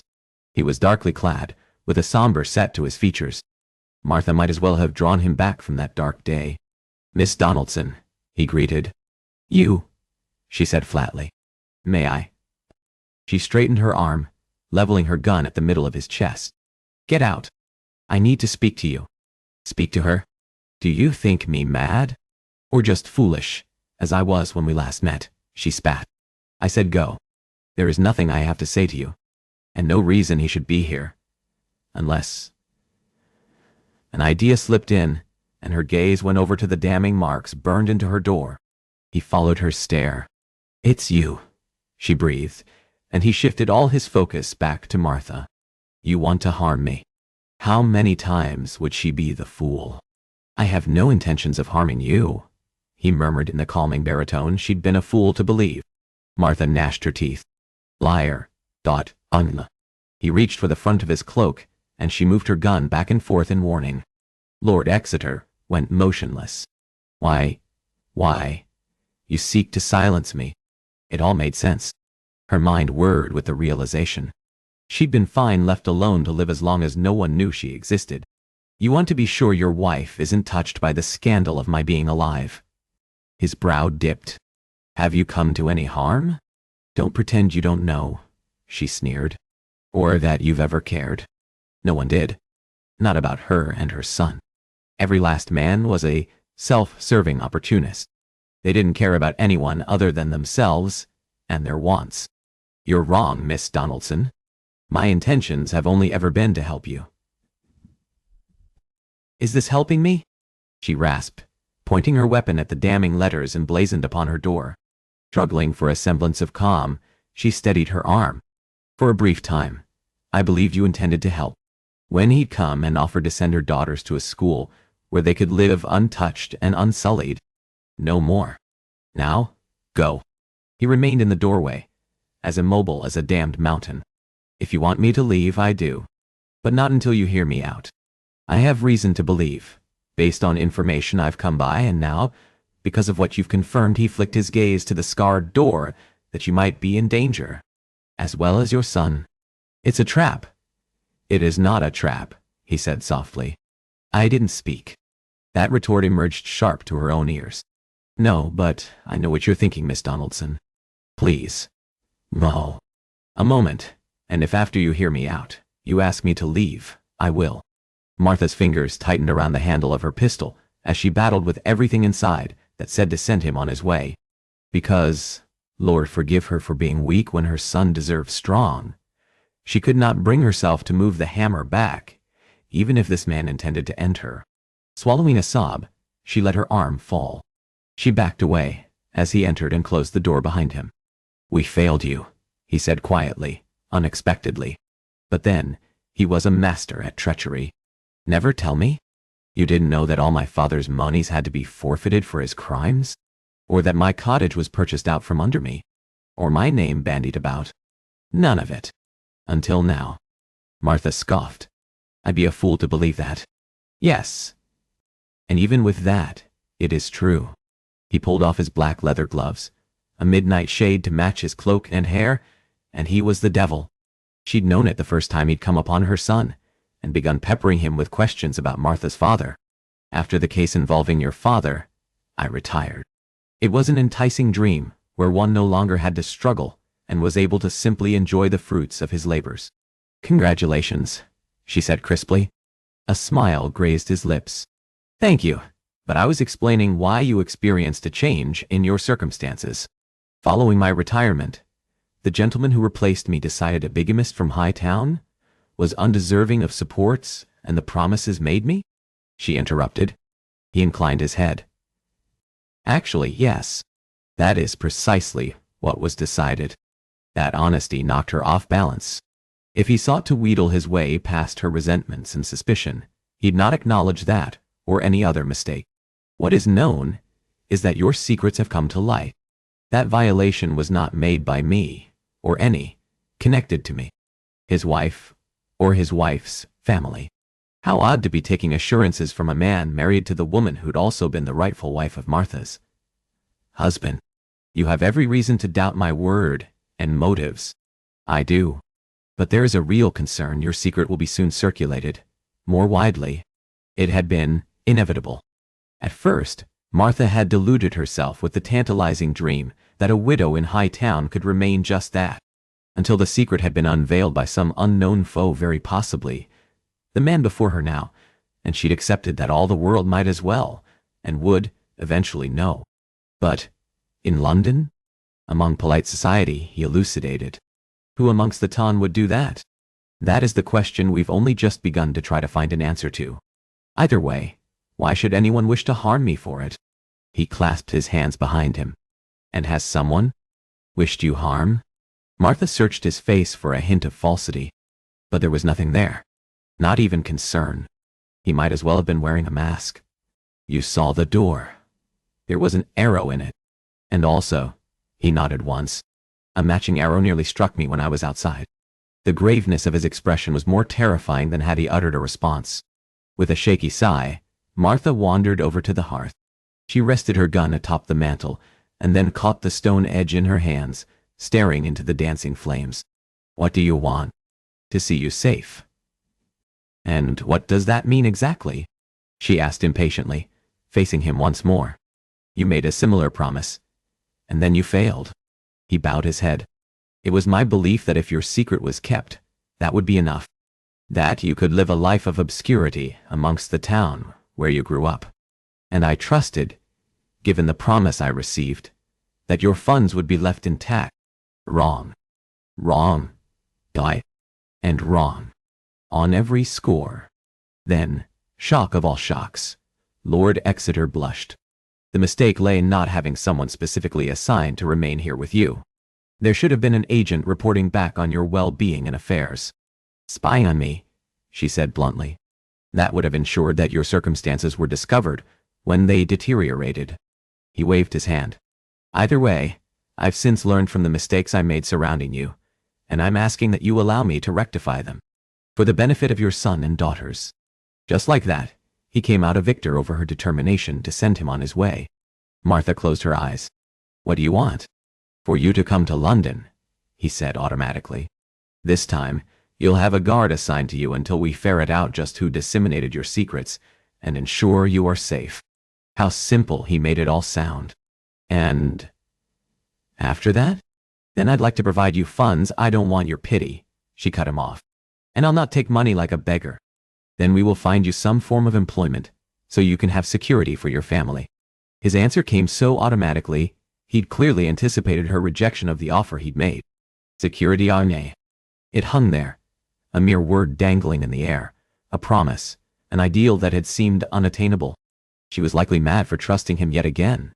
What choice did she have at this point? The decision was ultimately about her children. Very well, I'll join you. We'll leave tonight.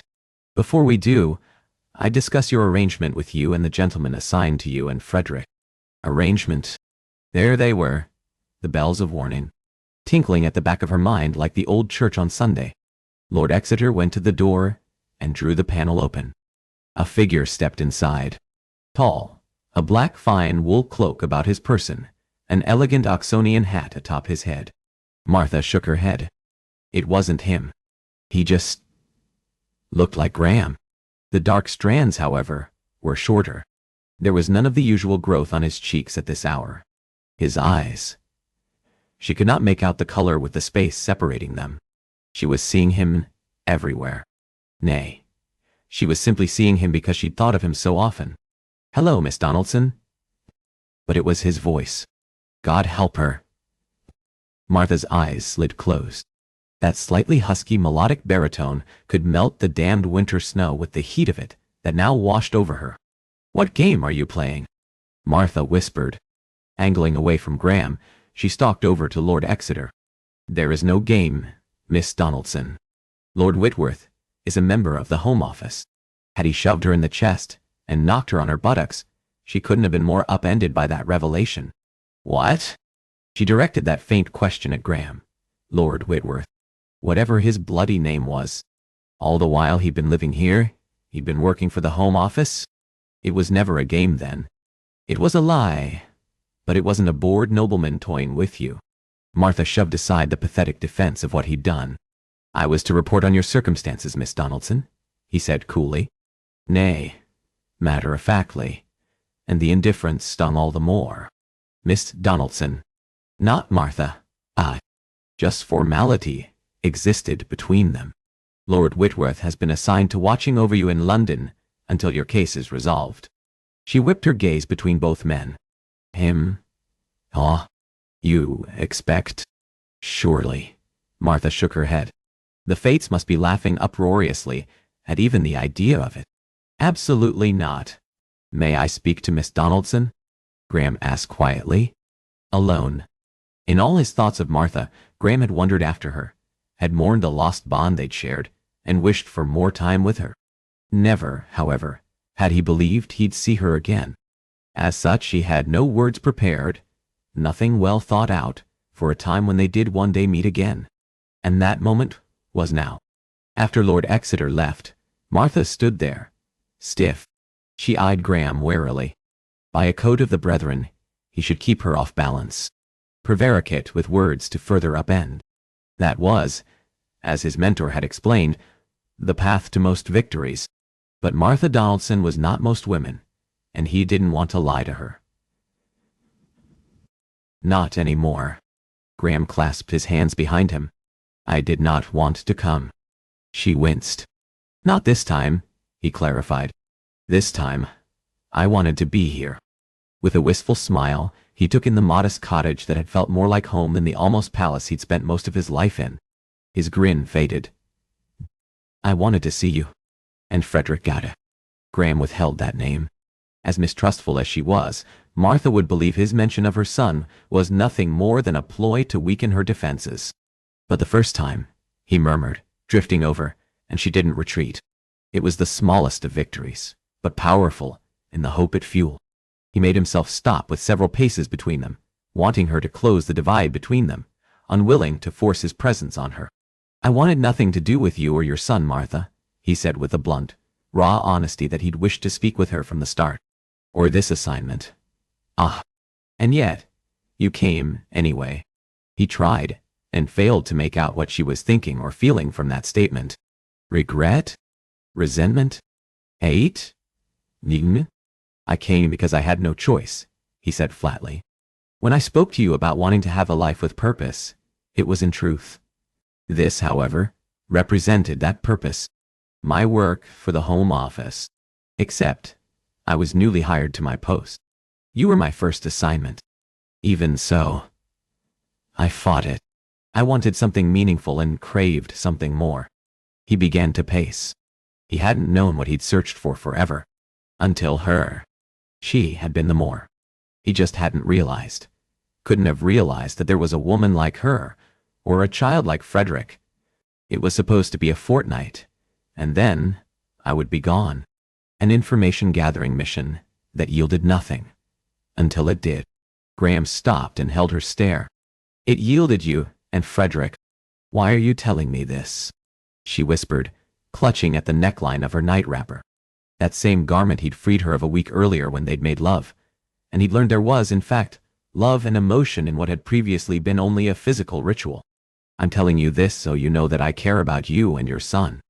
If you wish for someone to replace me in my current role, because of our past, that agent will serve as a capable guard."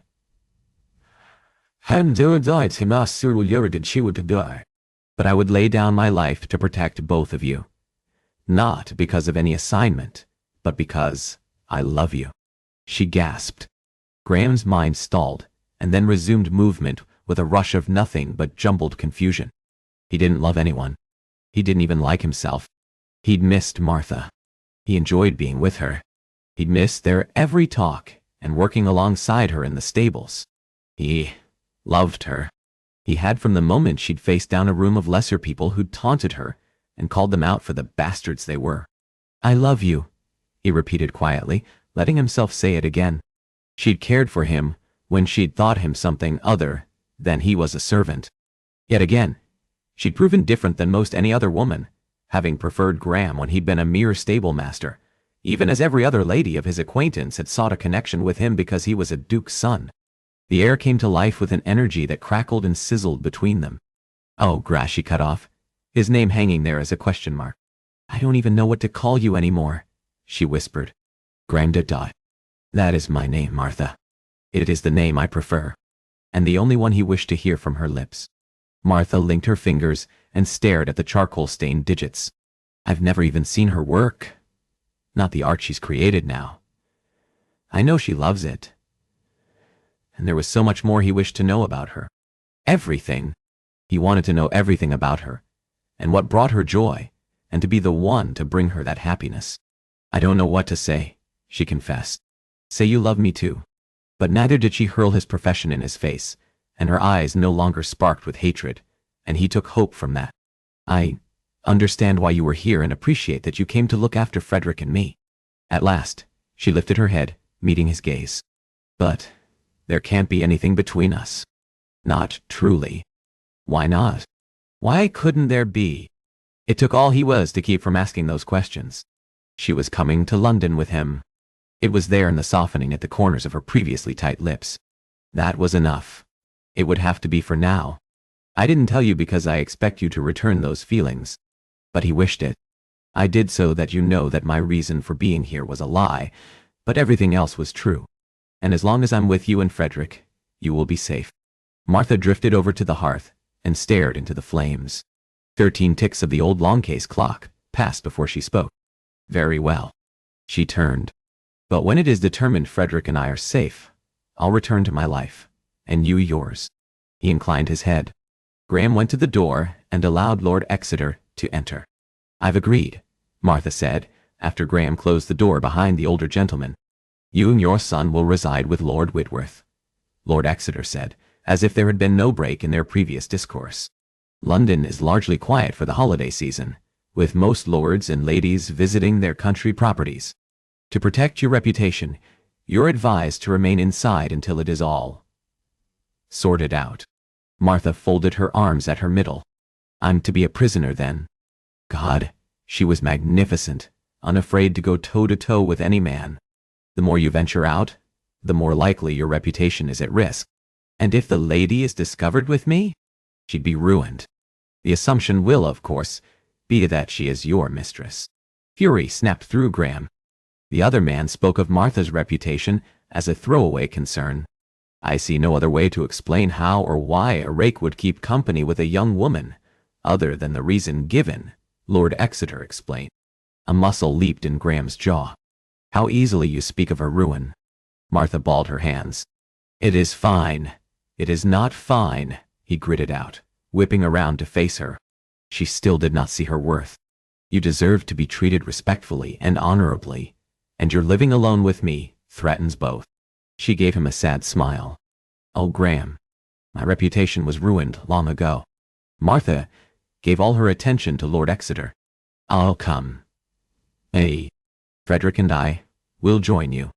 With a last little peek in Graham's direction, she hurried to her room.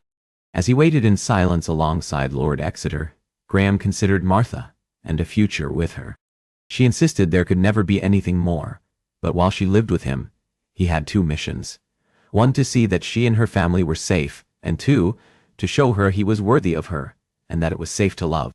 Oceanoff, E.E.F. Com. Well. Chapter 20.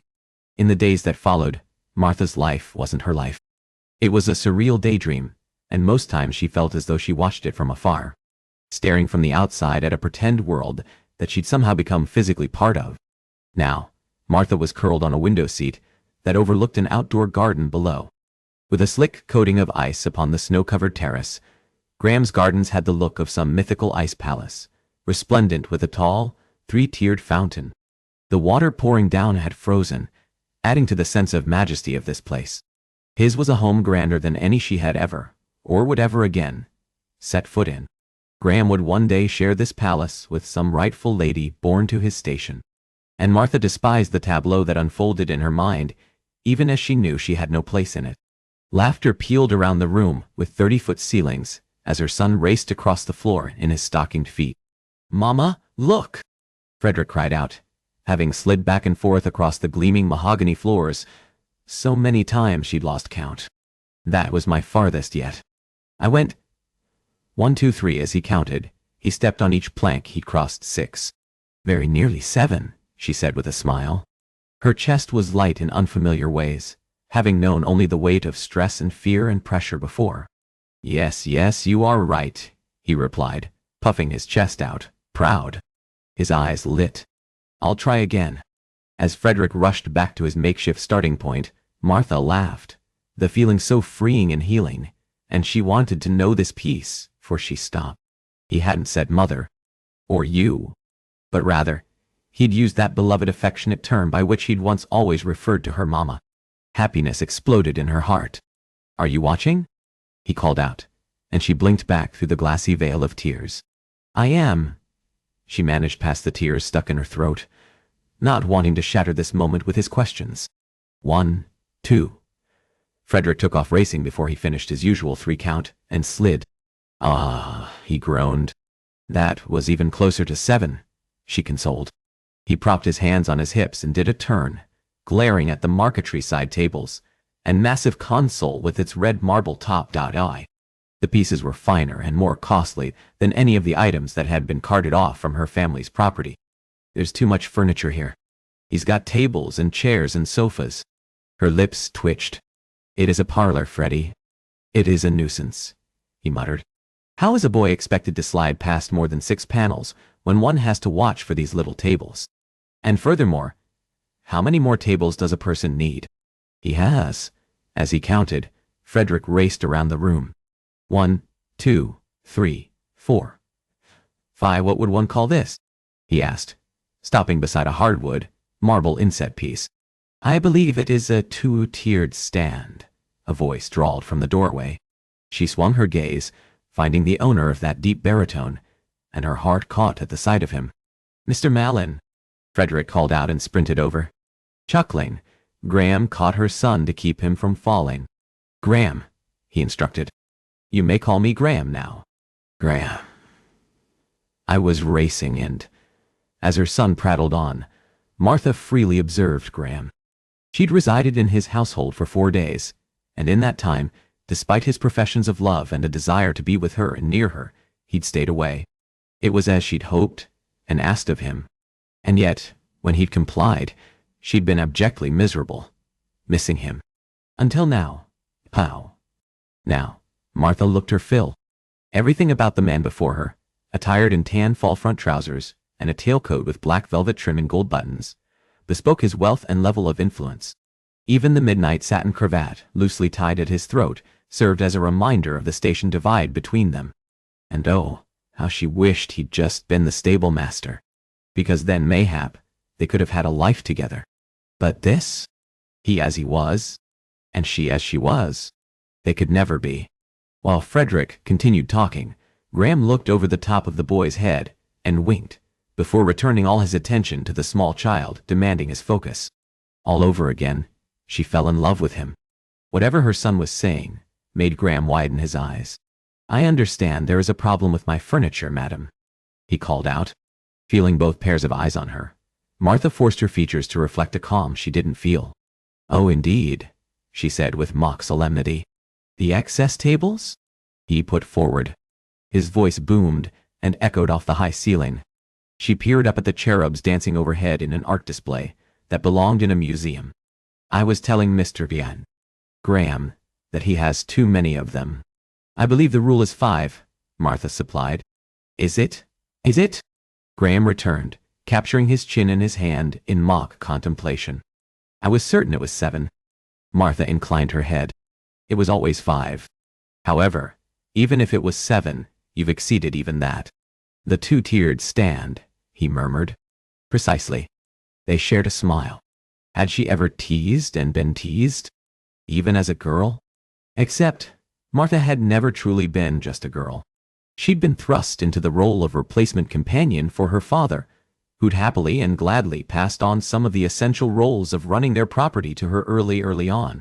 "I've a solution to the great plank race dilemma. Follow me."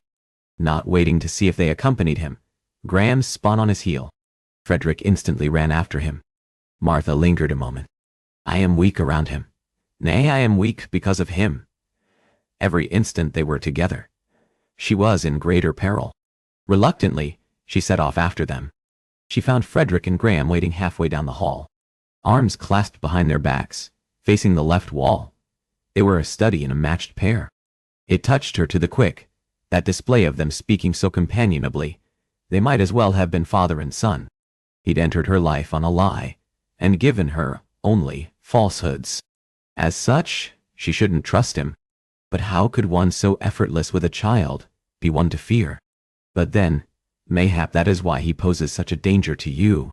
Resolved to keep her defenses up, Martha brought her shoulders back and started for the pair. She stopped just beyond Frederick's shoulder and studied the painting that they now discussed. His name was Whistlejacket, Graham was saying, of the chestnut, memorialized upon the massive 10-foot canvas. "Was he yours?" "No, Itashwan. He belonged to the Marquess of Rockingham." Frederick scratched at his nose. "He has a peculiar name. The horse, not the Marquess." Whistlejacket was named after a cold remedy containing gin and treacle. He was magnificent. "See the coloring?" Graham pointed to the canvas, moving his finger close, but not touching. "This flaxen mane and tail? Some believe they are the original coloring of the wild Arabian breed." Frederick craned his head down, stretching his neck, to see the handful of paintings lining the hall. "They're all horses. I should think a nobleman would have portraits of crusty lords and ladies about." "Nearly everything I told you, Martha, has been in truth. About my love of horses and my relationship with my father and my brothers." Just then, Graham looked up. Martha schooled her features and hurried the remaining steps to join them. "Mama, look. He has horse pictures." "I see. That isn't what I wish to show you," Graham murmured, urging them on. He shortened his stride so Martha could keep pace. "What is it?" Frederick pressed. "You'll see." They turned at the end of the hall and continued on to the lone doors in the hall, a pair of white, double panels. Simultaneously pressing both gold handles, Graham drew them wide. Martha's breath caught. "Oh, my stars in heaven," Frederick whispered, echoing her wonderment. 6 crystal chandeliers lined each end of the sweeping ballroom, Doric pillars strategically placed throughout to highlight the gilded archways inset with intricate floral paintings. Dumbfounded by the splendor, Martha wandered off. Her boots fell silent on the white marble floor, and she took in the majesty of it. She stopped at the center of the room. Tipping her head back, she gazed at the ceiling, painted in pale shades of blue interspersed with fluffy white clouds. A gold trellis, painted the whole perimeter of the mural, had been accentuated with flowers, the artist having created a masterful illusion of a summer's sky. "It is breathtaking." "Oh, that is not even the best of it," Graham called, his voice echoing. Glancing over, her brow furrowed in question, she widened her eyes. Propping his hip against one of the floor-to-ceiling columns, Graham wrestled off first one boot. He tossed it aside. Martha's brows shot to her hairline as the next followed. Frederick giggled. "What are you?" Graham was already sprinting forward, then gliding in his stockinged feet. A laugh burst from her as she watched the slippery path he raced. She covered her mouth to stifle the mirth, but it bubbled out and echoed around the ballroom. Frederick's applause blended with her laughter. "That must have been 1, 2, 3. Well, at least 10 floorboards in the other room." Graham cupped his hands around his mouth. "Have a try," he encouraged, and while her son took time to get himself into a ready position, Graham looked to her. The intimate look stretched into her soul and stole her breath. The same glance they'd shared over the top of Frederick's head. 2 people, nay, a man and woman, connecting with a shared love and regard for the little boy, now rushing headlong toward Graham. Martha rested her back against another of the massive columns and watched the pair of them first measuring each other's sprints across the marble and then racing each other, until time melted away, and there was just light and laughter and joy in this place. In her heart, panting and breathless, Graham glanced over, and even with the 10 paces of marble flooring between them, she caught the boyish glint in his eyes, and she melted inside. "Never tell me you aren't one for racing, Miss Donaldson?" "She's not," Frederick supplied before her. "She's a dancer." "Frederick," she chided, her cheeks going hot. "A dancer?" Graham echoed, so much curiosity in that query that her blush burned all the more. "I'm not—" "Oh, yes." Her son spoke over her. "She made us all learn to dance. Papa didn't know how to, so I always had to partner the girls." He stuck his tongue out in brotherly distaste. "You don't like it?" Graham asked her son, giving Martha a brief look. "No. No. You do not know what you're missing then." Graham started forward in his stockinged feet and then stopped in front of her. "What are you?" Graham stretched his arms out, sketching a bow. "May I have the honor of this dance, Madam Donaldson?" She swatted at his sleeve. "You're making light." Graham staggered back, an indignant hand to his chest. "I'd never do something as presumptuous as to make light of dancing." Placing his arms in a ready waltz position, he simply waited. He, Lord Sheldon Graham Mullen Whitworth, ducal son, who'd had countless tutors and lessons, and had likely been schooled by the finest French dancers. "If you are worried after your toes, I've had numerous lessons," he shared. "My parents insisted upon it." "Of course they had." "That is reassuring," she drawled. More than that, he'd had the finest ladies as his dance partners. Graceful, delicate creatures who'd likely glided like swans and shared the same dance instructors as Graham. "I don't really formally dance. I've not had any lessons." He grinned. "They are overrated," he said, not missing a beat. Graham waggled his fingers. "Well?" Glancing about, she made one more desperate bid. "There's no music," she protested. "You want to take his hand, though? Before he's gone from your life, you ache to know his arms about you, as you waltz around this mythical ballroom." "I'll sing," Frederick piped in. "Thank you," she muttered. "There you have it." Martha emitted a little squeak as Graham caught her hand and tugged her along. "You're incorrigible," she said, faintly breathless. "With laughter? Anticipation? Mayhap both." "I told you as much myself," he said, guiding them to a stop in the middle of the dance floor. "See? And few lies." Very few of them. Graham looked over to Frederick and snapped once. Her son cleared his throat and broke into a discordant rendition of the Valiant Lady. It's of a brisk young lively lad came out of Gloucestershire, and all his full intention was to court a lady fair. Her eyes they shone like morning dew, her hair was fair to see. Graham spread his arms wide again. "Music," he announced, a proud glimmer in his eyes. With a sigh, Martha placed her fingertips on his sleeve. "I'm not very good, you know. Do you enjoy it?" She hesitated, and then nodded. He lowered his brow close to hers. "Then, that is all that matters." With that, he spun her around the ballroom, the crystals twinkling overhead like artificial starlight. Martha closed her eyes and let herself feel him and this moment, turning herself over to all of it. They moved in graceful time, and she went where he led as he guided her back and right, moving her through the steps. Feeling his stare, Martha looked at him. "I forgot how much I missed dancing," she whispered. She'd forgotten how much she'd missed simply the joy of living. He moved his lips close to her ear, and her body trembled. "May I tell a secret?" he tempted. "Yes." I lied. Martha tried to follow his words through the daze cast by this moment, and then his admission penetrated. "What?" To Frederick, he clarified. "I never enjoyed dancing." Graham swept her in a wide, looping circle. "Until now," cried she, "since I have found him and brought him safe to shore. Our days we'll spend in old England, never roam abroad no more." Frederick's song came to an end, and Graham continued twirling them through the empty ballroom, and then he stopped. They stood there, locked in each other's arms still. Graham was the first to break away, and she ached at the loss of his embrace. Slow clapping, he saluted Martha. "Your mother was being modest. She could teach any of the instructors I suffered through." He turned the light applause on Frederick. "And you're a fine performer."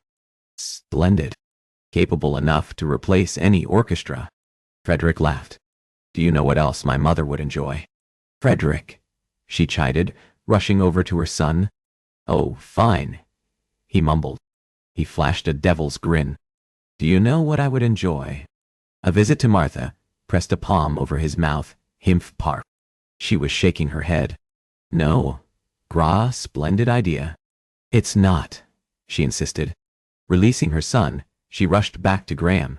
"Lord Exeter indicated it was best that I remain indoors until... She could not bring herself to say it. "Christmas is nearly here. Every last lord and lady of London has gone on to their country estates. The rogues and rakes and scoundrels who remain behind are all abed at this hour." He spoke entirely too much as one who knew. "And I trust you speak from experience." "Oh, out of an abundance of it." Graham winked, setting loose a wave of flutters in her belly. "I said no." "Mother!" Frederick cried. "You don't want to?" Graham asked, his tones those of one who sought to understand. If she told him she didn't wish to, he'd never force her. But it would also be a lie, and she the greatest hypocrite for expecting only truths from him. Martha caught her lower lip between her teeth. "It isn't that." "What is it then?" he murmured, stroking his knuckles along her jaw. She shook her head. How to explain that she wanted that visit more than anything, but that she, as a mother, wasn't permitted to allow her wants and desires to come first. That other people's, her sons' and daughters' well-being came first. "Mother? Mother?"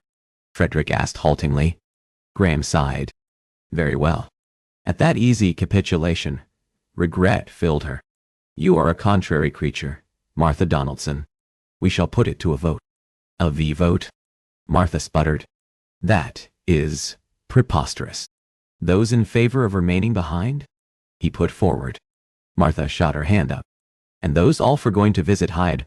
Pa Frederick had his fingers in the air before Graham had finished the sentence. Graham added his. "It is decided." A short while later, she, Graham, and Frederick were carriage-bound for Hyde Park. And being honest with herself, she conceded that she was so very glad to have lost. Ocean off DDF. Calm. Chapter 21. Graham had sneaked off many a Hyde Park riding path. As a young rake out of college, there'd been something wicked in meeting equally wicked ladies at those trysting spots. There, just beyond the view of respectable society's eye, but near enough that it had lent a forbiddenness to the exchanges. Now, he used one of those paths for entirely different purposes, with a woman completely engrossed in something that was most certainly not him. Martha sat with her knees close to her chest and a sketch pad upon them in a makeshift desk. Her fingers flew over the page with a once whole, now a nub of gray charcoal. Periodically she glanced up from her work, looking at him, and then out to where Frederick played in the snow, before resuming her sketch. "May I see it now?" he murmured. "Shh." She lifted a silencing finger and then used her hand to balance the book once more. Not yet. The winter wind gusted over the river, battering at her hood and whipping at strand after strand of crimson curls. And not once did she stop, not even to so much as brush those tresses away. He'd never before witnessed someone so attuned to any task. As a man who'd found it a struggle to maintain focus in nearly every aspect of his life, he sat in awe of Martha's ability to shut the whole world out and tunnel into just that page before her. Another wind stirred the branches around them. It set the corner of her page to flapping. Martha quickly caught it, pushing it back into place. She glanced up briefly and offered a distracted smile. It was a new smile from her that crinkled the corners of her eyes and dimpled both cheeks. Of a sudden, Graham wished he had a jot of her skill so he could capture her as she was in this instant. He returned that grin, but she'd already resumed sketching. "Graham!" Out of breath, Frederick came crashing through the narrow pathway that led into the remote sanctuary. "Is it frozen?" Martha's boy motioned to the river. "Can I step on it? I want to walk the length." With that, Frederick managed that which had previously appeared impossible. Martha quit attending her work. "It's not safe. I walk across the one at home. Because it is 5 feet at the deepest, and we know when it is or is not frozen," she said with finality. "I can check if it is safe." Gathering up a handful of stones, Graham tossed one through the barren branches, testing the ice. Hardly Martha's protestations ended on a gasp as Graham came to his feet and started a slow, exploratory walk across the river. "Graham!" she called out, jumping up. "Come back here now." Graham paused in his trek. She was worried about him. Doffing his hat, he executed a flawless bow. "Rest assured, I'm entirely too skilled in the art of ice skating to find myself injured." Martha stormed over to the shore. "I'm more worried you're going to fall through and perish in a watery death." "I would rescue you," Frederick promised, lifting his hands over his head in a show of solidarity. Martha swatted at her son's arm, and as the pair debated Graham's march across the ice, he continued his measured walk. Leveling himself slowly to a knee, he pressed a gloved palm over the surface, testing the feel of it. When he returned moments later, Frederick rushed him. "Well?" He inclined his head. "Oh no, I see what's going to happen. The ice is strong." On the heel of that was the realization that he'd overstepped. Graham cared about Frederick, but the boy wasn't his child, and he answered to only one. "But I'd like for him to be mine." "Of course, the decision is your mother's. Her judgment in this area is equally sound. Perhaps more." A daring glimmer sparkled in Frederick's eyes, revealing a hint of who Graham suspected the boy would one day be as a man. He recognized that daring trait as something he himself had always had. "Mother?" Frederick pressed. Martha nodded hesitantly. But slowly, she called after Frederick as he started on the same path Graham had taken. Together, she and Graham watched from the shore as Frederick, arms stretched out to steady his balance, picked a path over the ice. Occasionally, he would propel forward, much as he had in the ballroom. Throughout, his laughter pealed around the empty grounds of Hyde Park. "Forgive me if I interfered," Graham began. It was not no. She stopped his apology. I've just been so accustomed to making every decision and having no one around to share opinions on Frederick." She said, following Frederick's careful path across the river. "Actually, I've never had that. My father was more a playmate than one who knew how to care for children. My husband..." A shadow fell over her eyes. Graham captured her hand, raising it to his lips. He'd not have Water's ghost haunt this place. Martha had always longed to be. She stared at their connected fingers. "I've sought to protect Frederick so much that I sometimes fail to allow him to go off and simply be a boy. You love him, Martha. And someday, that is what he'll remember most and see in that protectiveness." They remained there, side by side, a long time, the wind brushing the fabric of their cloaks together. Martha leaned against his shoulder. At last, after nearly an hour spent watching her sketch, captivated by those loose curls, Graham caught them and brushed them behind the shell of her ear. "Is it time for me to see it?" Her eyes sparkled. "Not yet." Whipping around, she gathered up her sketch pad and returned to her previously vacated seat. While she scraped her charcoal across the page, Graham followed Frederick until he reached the opposite side of the river. The little boy lifted his arm and waved excitedly. Graham returned that exuberant greeting. This was the life Graham wanted, one with Martha and him together as a family. And why can't you? Despite the lies with which he'd entered her life, there was happiness now. Surely that mattered, if not more than enough. All right, Martha held her sketch pad facing toward her and close to her chest. "Close your eyes first." Striding over, Graham reached for the book. "The Unveiling?" She nodded. "The Unveiling." But still, she retained her hold on it. Graham wiggled his fingers. "Well?" "It is very rough." "I'd have spent more time on Martha," he interrupted. "Fine," she muttered, and reluctantly relinquished her sketch pad. Graham turned the book over and stilled. The figures upon the page were unmistakable. From the harsh, angular planes of his face to the fit of his coat and breeches, it was Graham as he'd been moments ago, his legs stretched before him as he gazed off at Frederick tossing snowballs at the trunk of a towering oak. There was a rawness to her artistic ability, as if she'd frozen time to allow herself the opportunity to capture every last detail, from the bend in a branch to the sheen upon the ice, with nothing more than charcoal.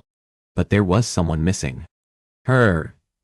He wanted all of them, plus the two gap-toothed red-headed girls she'd described in that sketch. "You don't like it?" "As I said, it is just a rough render, no but how?" "No," he repeated. "It is perfect. Your work, Martha, is magnificent." She blushed. "The sketch is yours," she said softly. "As a thank you." Just like that, the moment was shattered, and with it, his patience. "I don't need. Nay, I don't want your gratitude, Martha," he clipped out. "I want you. I want to be a family with you, and Frederick, and the girls." "What are you saying?" she whispered. "I'm saying, I want to marry you." He grimaced. Bloody hell. How had he, once a rogue with every last word and endearment in an arsenal he'd employed to charm, found himself blundering any exchange with this woman, the only one who'd ever mattered? "Nay, I'm asking you to marry me." She closed her eyes. "Oh, Graham, I love you." "Then that is enough." An agonized laugh escaped her that set his teeth to gritting. "It's not that simple. You are a duke's son. The third-born son, nor would it matter if I was the damned ducal heir. Not to you, but to your father who can go hang. Who also offered me £1,000 to set you free," she reminded him, yanking her book from his hand. "Despite your insistence, his approval matters. As does your mother's." "That is rubbish," he snapped.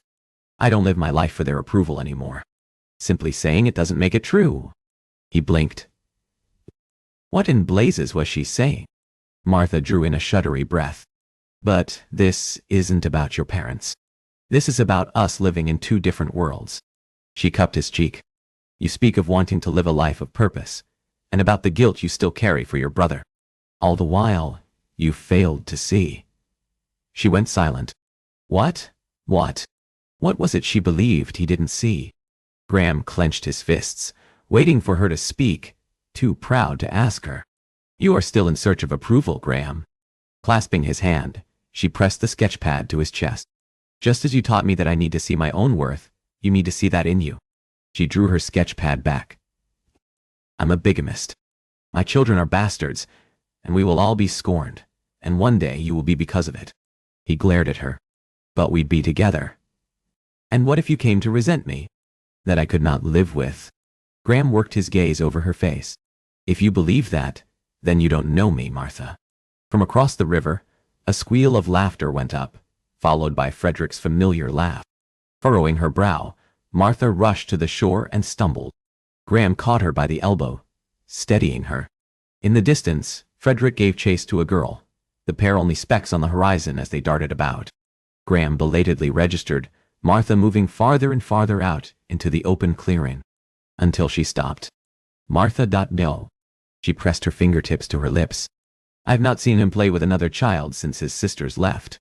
Tears welled in her eyes and she stared on, watching Frederick and the golden-haired little imp, who just then tossed a perfect snowball, hitting him square in the chest.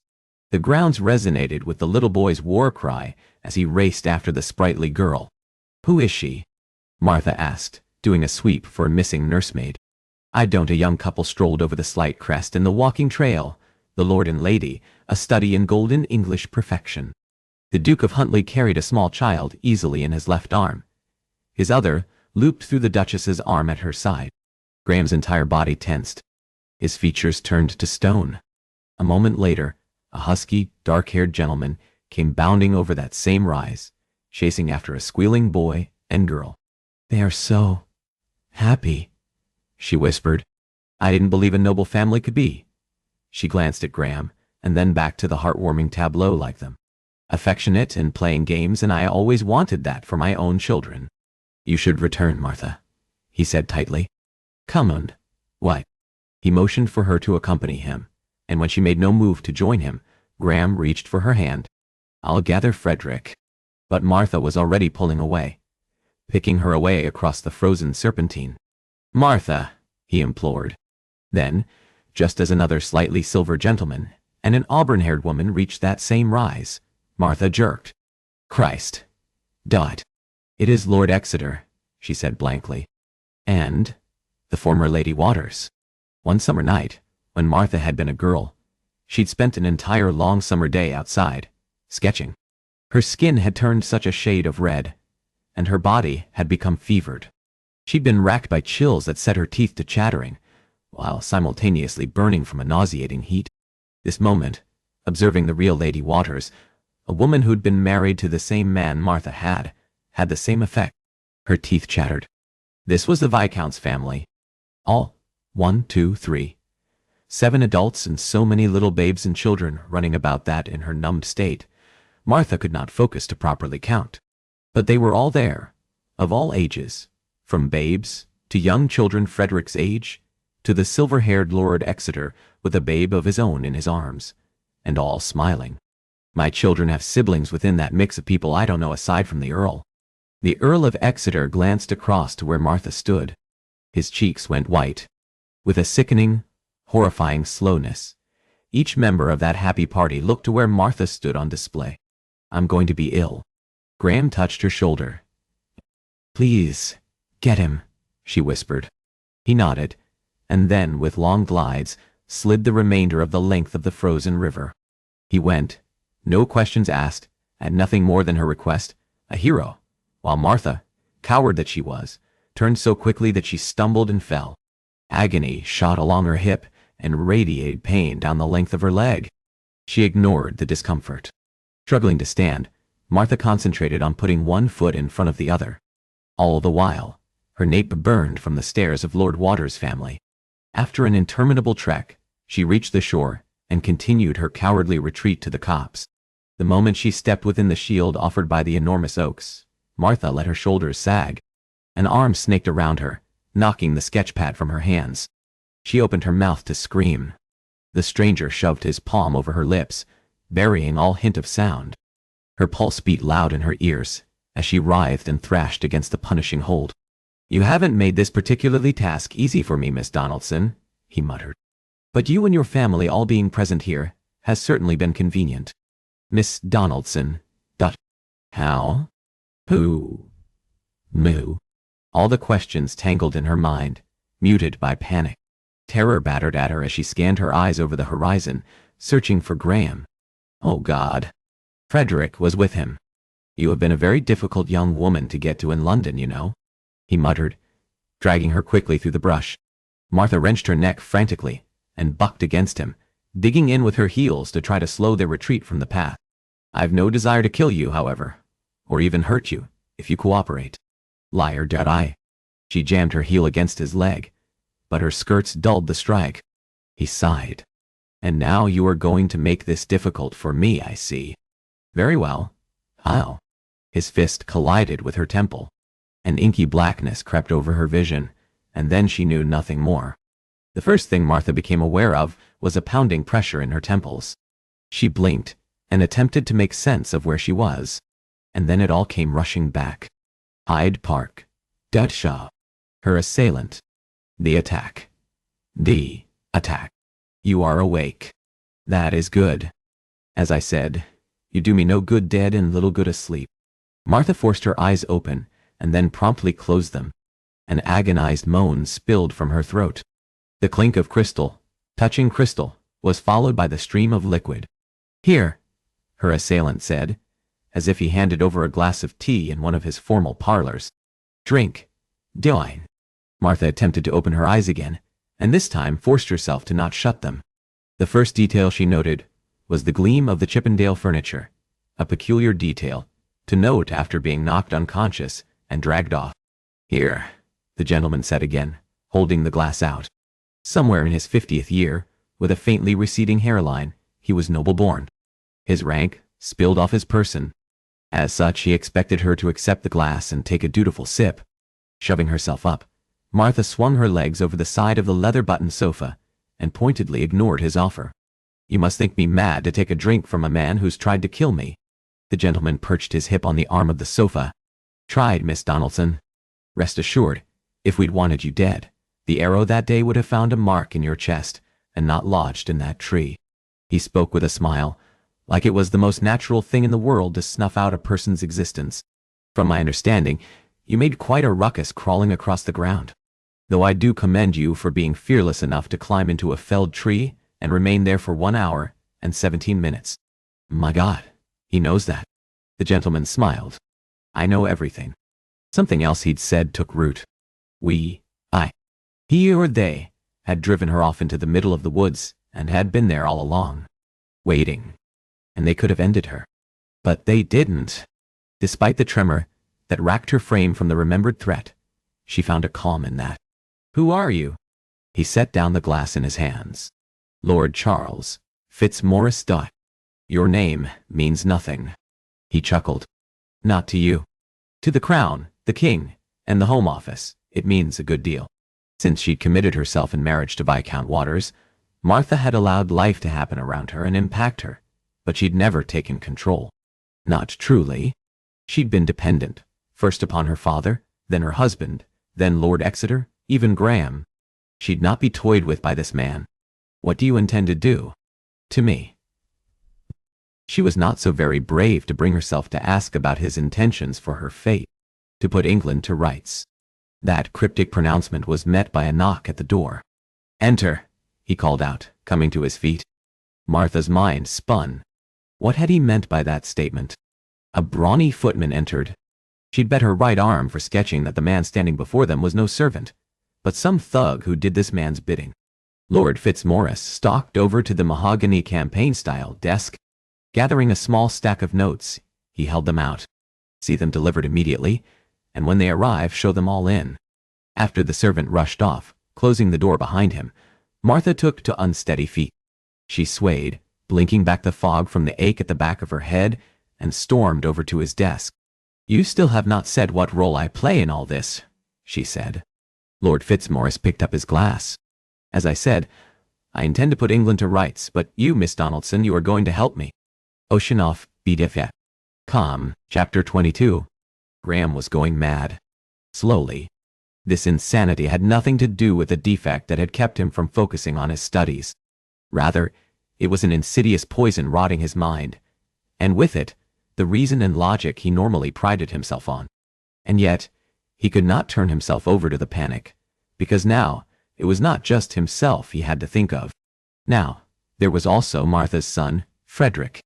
Following Martha's abduction, Graham sat here, useless, while members of the organization searched for some information about her fate, for some clue of who'd taken her, of why they'd wanted her, waiting for a note, for some word.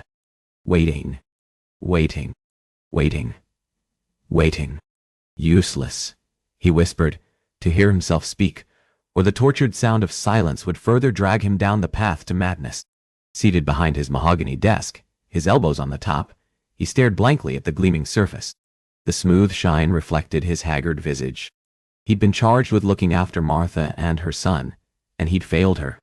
He'd failed. Again. The other failings, however, his father's ill opinion of him, his brother's mockery, none of it meant anything. Martha. She meant everything. A piteous moan spilled from him. Filled with a restiveness, he jumped up and began pacing. There had to be some clue. Something that he was missing. A person simply didn't vanish. Not in Hyde Park. Not in broad daylight. Who was it? Who was it? The Barretts, he said quietly.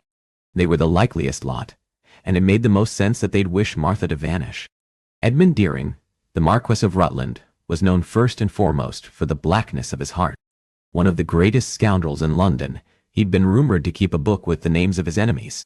Graham scrubbed a hand over his stubbled cheek. Strolling arm in arm, smiles on their faces and children running about, the Barretts and their spouses, Rutland included, hadn't looked the part of killers. They'd looked like a loving family, and nothing more. Such a display, however, meant nothing. Over the years, hadn't Graham himself become a master of pretense? No respectable family wanted a scandal about, and there was no greater scandal than the one Viscount Waters had visited upon his family, both of them. Martha and her children posed a threat to that joyful tableau on full display at Hyde Park. Only Graham abruptly stopped. It did not make sense.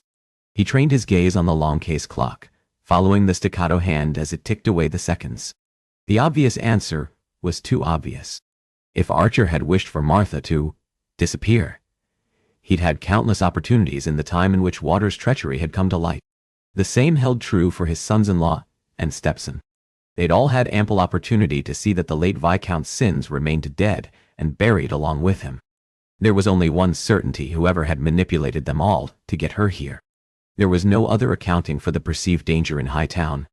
No, whoever had taken her had a use for her that went behind silencing secrets. A knock sounded at the door. His heart jumped, and Graham was across the room in several strides. He yanked the panel open. Oh! His butler cleared his throat. Her Grace, the Duchess of Sutton. His mother tugged off her gloves. Her garments impeccable, and not a strand of golden hair out of place, she swept forward. No need for an introduction, Brambley. Or, she dropped her voice to a conspiratorial whisper in a teasing way that Graham's father had never managed. Perhaps, with the time it's been since I've seen him, it would be beneficial. She winked. A sparkle glimmering in his eyes, Brambley backed out, and closing the door, he left the pair alone. Doing a small turn about the room, his mother at last stopped in the middle of the room, commanding the office with her vantage. I'll give you a hint, she teased. This is generally where you gesture to a chair, or offer to ring for refreshments. Refreshments with his mother. Why? His world had fallen apart, and he was engaging in this farce. Dissemble at all times. You cease to be the man you were once. You serve the brethren. That lesson ringing inside his head, Graham forced himself to indicate the pair of chairs in front of the fire. It is a pleasure as always, Mother. She snorted. If that were true, you'd not have left my house party. His mother seated herself. I take it, however, you were expecting another. Hoping for another. He'd been hoping there'd been some word. Some visit from the brethren. Alas, his mother had always been more insightful than had been helpful to the troublesome boy he'd been. He sidestepped her observation. Things are dire indeed if you've gone and abandoned your house guests. The consummate hostess, she'd never do anything as rude as leave her guests. She laughed softly. Come, you know me enough to know I quite despise all duties of hostess. It is your father who loves it so. Yes, anything that pays homage to his status. Gathering the untouched until now drink he'd poured himself, Graham lifted it in a mock salute. He took a sip and set the snifter down. He respects the title and its history, Sheldon. But he's not just that man. That severed the thin thread he had on his patience. Is that why you're here? To speak to me about the man my father is or is not. He leaned forward. I know precisely the manner of man he is. One who'd berate his son, for never being the one he'd wished he'd be. One who'd send his damned man of affairs to make a young widow alone in the country an offer of funds if she'd leave his ducal spare to the heir alone. Graham firmed his lips. He was the last man who should have been assigned to Martha. If, when she was found, he'd first beg forgiveness, and then he'd try to convince her that he was not only worthy of her, but capable of protecting her and her family. But his mother wished to hear none of that, or that her husband, Graham's father, could go to the devil. Return home, Mother. If you've hopes of peace this holiday season, or my making the match with Lady Amelia, you've wasted your time. Ever calm in the face of all her children's squabbling, she sat back. Oh, Graham, I'll not lie to you and say that you are completely incorrect. That this anger between you and your father has torn me apart for the whole of my life. That I wish there could be peace between you and him, and Heath. I've no problems with Heath. A soft smile creased her face. None that you ever speak of. None that my two boys have ever addressed. His body went taut. This was a discussion he didn't wish to have. Even if Martha weren't in peril, he still wouldn't want to have it. Ever. I accepted long ago that my relationship with His Grace is dead, and my one with Heath is fractured. I came to peace with it. What is this really about, Sheldon? He stared at her. I don't know what you're asking. Your father believed your leaving the house party was nothing more than a display of rebellion. Of course he did, he said bitterly. His father's opinion of him had always been low. And what did you believe? No doubt the same lowly thoughts. I thought it had something to do with the young woman you went off to visit. Graham started. His mother gave him a wry smile. You've always seemed to have an opinion about the relationship I have with your father. We speak, Sheldon, about everything. Which also meant fury whipped through him. So you knew what he intended to do, he stated, the handful of words infused with bitterness. She hesitated, and that was all he needed to know. Of all the disappointments he'd felt toward his father, never had it stung or hurt quite like this. The directive to order Martha away had come from his mother. If you've come in the hopes I'll accompany you for the remainder of your house party, I fear you are to be even more disappointed. The least of the reasons of which had to do with his bloody father's insulting proposition to Martha, and all to do with her. Oh God. Madness shredded his patience and mind, all at the same time. He came to his feet. You should go. His mother studied him for a long moment. The same maternal trick she'd employed with her troublesome son, whereby she could pull forth every secret he'd sought and failed to keep from her, until now. You care for her. No, he said automatically. Care was a weak emotion that could never capture the depth of what he felt for Martha Donaldson. You love her, she breathed. Yes, he loved her. He loved her strength and courage and resilience in the face of all the ugliness life had heaped upon her narrow shoulders. He loved that she fought at every turn for the happiness of her children. And she is gone. Graham dragged his hands through his hair. I've nothing to say. You've already said everything with your silence, she said gently. His mother gave her head a little shake, a woman putting together the final pieces of an at-last solved riddle. Of course, she is nothing like the usual ladies you keep company with. She wrinkled her nose. Actresses and notoriously emotionless widows, and not young mothers from the country. The door opened, and Frederick rushed in. I heard the boy's face fell, and all hope was extinguished, as he took in Graham's mother. Oh. Had a mythical winged and horned unicorn swept into the room, the Duchess wouldn't have been more surprised. She blinked wildly. Hello, she at last blurted. Frederick cleared his throat. Hello. You. Graham stepped in to perform introductions. Frederick, allow me to introduce you to my mother, the Duchess of Sutton. Mother, Frederick Donaldson. There was a softening to his mother's features as she quit her chair and drifted over to the boy. Hello, she repeated as she fell to a knee beside him. It is lovely to meet you. Martha's son glanced past her shoulder. A search for reassurance that eased the nagging ache that had been there since Martha had disappeared. She's not one of those pompous duchesses, he promised. Oh, not at all, his mother readily agreed. Her fingers came up to smooth the wrinkled lines of Frederick's coat. Where's the fun in that? Frederick continued to eye her with a world weariness. Graham recognized the look too well. the desire to flee a situation that threatened, or in this case, felt threatening. "Frederick, would you allow us a moment?" Relief paraded over the boy's features. He dropped a quick bow. "Your Grace," he murmured and bolted off, closing the door behind him. His mother remained kneeling for a moment, staring at the door. "No, she isn't the usual company you keep, and I find I prefer it," she said, coming to her feet and facing him. "She is not my mistress," he said tightly, "nor do I want her to be. If she'll have me, if she is found, do not think that. Do not. I intend to marry her." That statement ushered in a thick, charged tension that blanketed the room. "I see," she said, equanimous. Wandering past him, she retrieved her gloves. With slow, precise movements, she drew on the white articles. "I believe you'd left the house party because of your father," which he had, countless times before. "Your father believed it was to see one of your many mistresses," which had also been true countless times before. But now, mine? But now, she cast a lingering glance at the door. Now I realize it had nothing to do with either, but rather, the young woman. With that, she started for the door. When she reached the panel, she stopped. "Oh, and Sheldon? You said earlier you were at peace, but if that were the case, you wouldn't be bitter.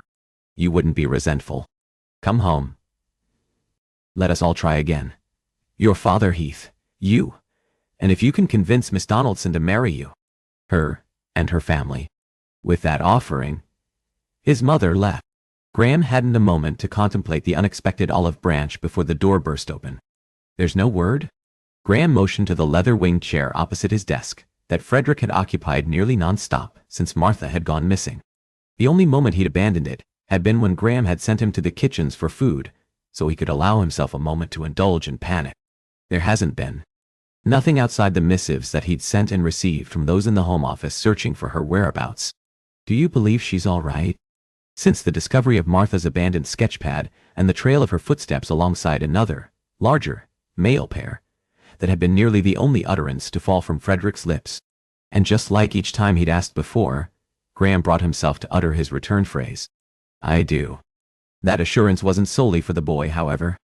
It was as much for Graham himself, because he had to believe that Martha was all right, that she'd not come to harm. For he'd know it if she wasn't. There would be an empty hole where his heart, in fact, was. "I shouldn't have been so mean to her."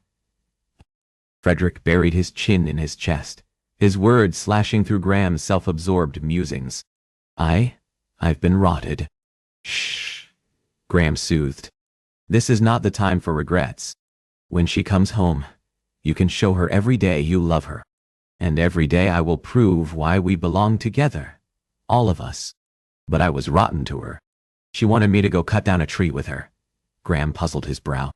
"It's a tradition for the holidays," the boy explained. "And I told her my sisters would probably like to do it, and then blamed her for sending them away." "Oh, Frederick." The guilt the boy carried was greater than that of any man.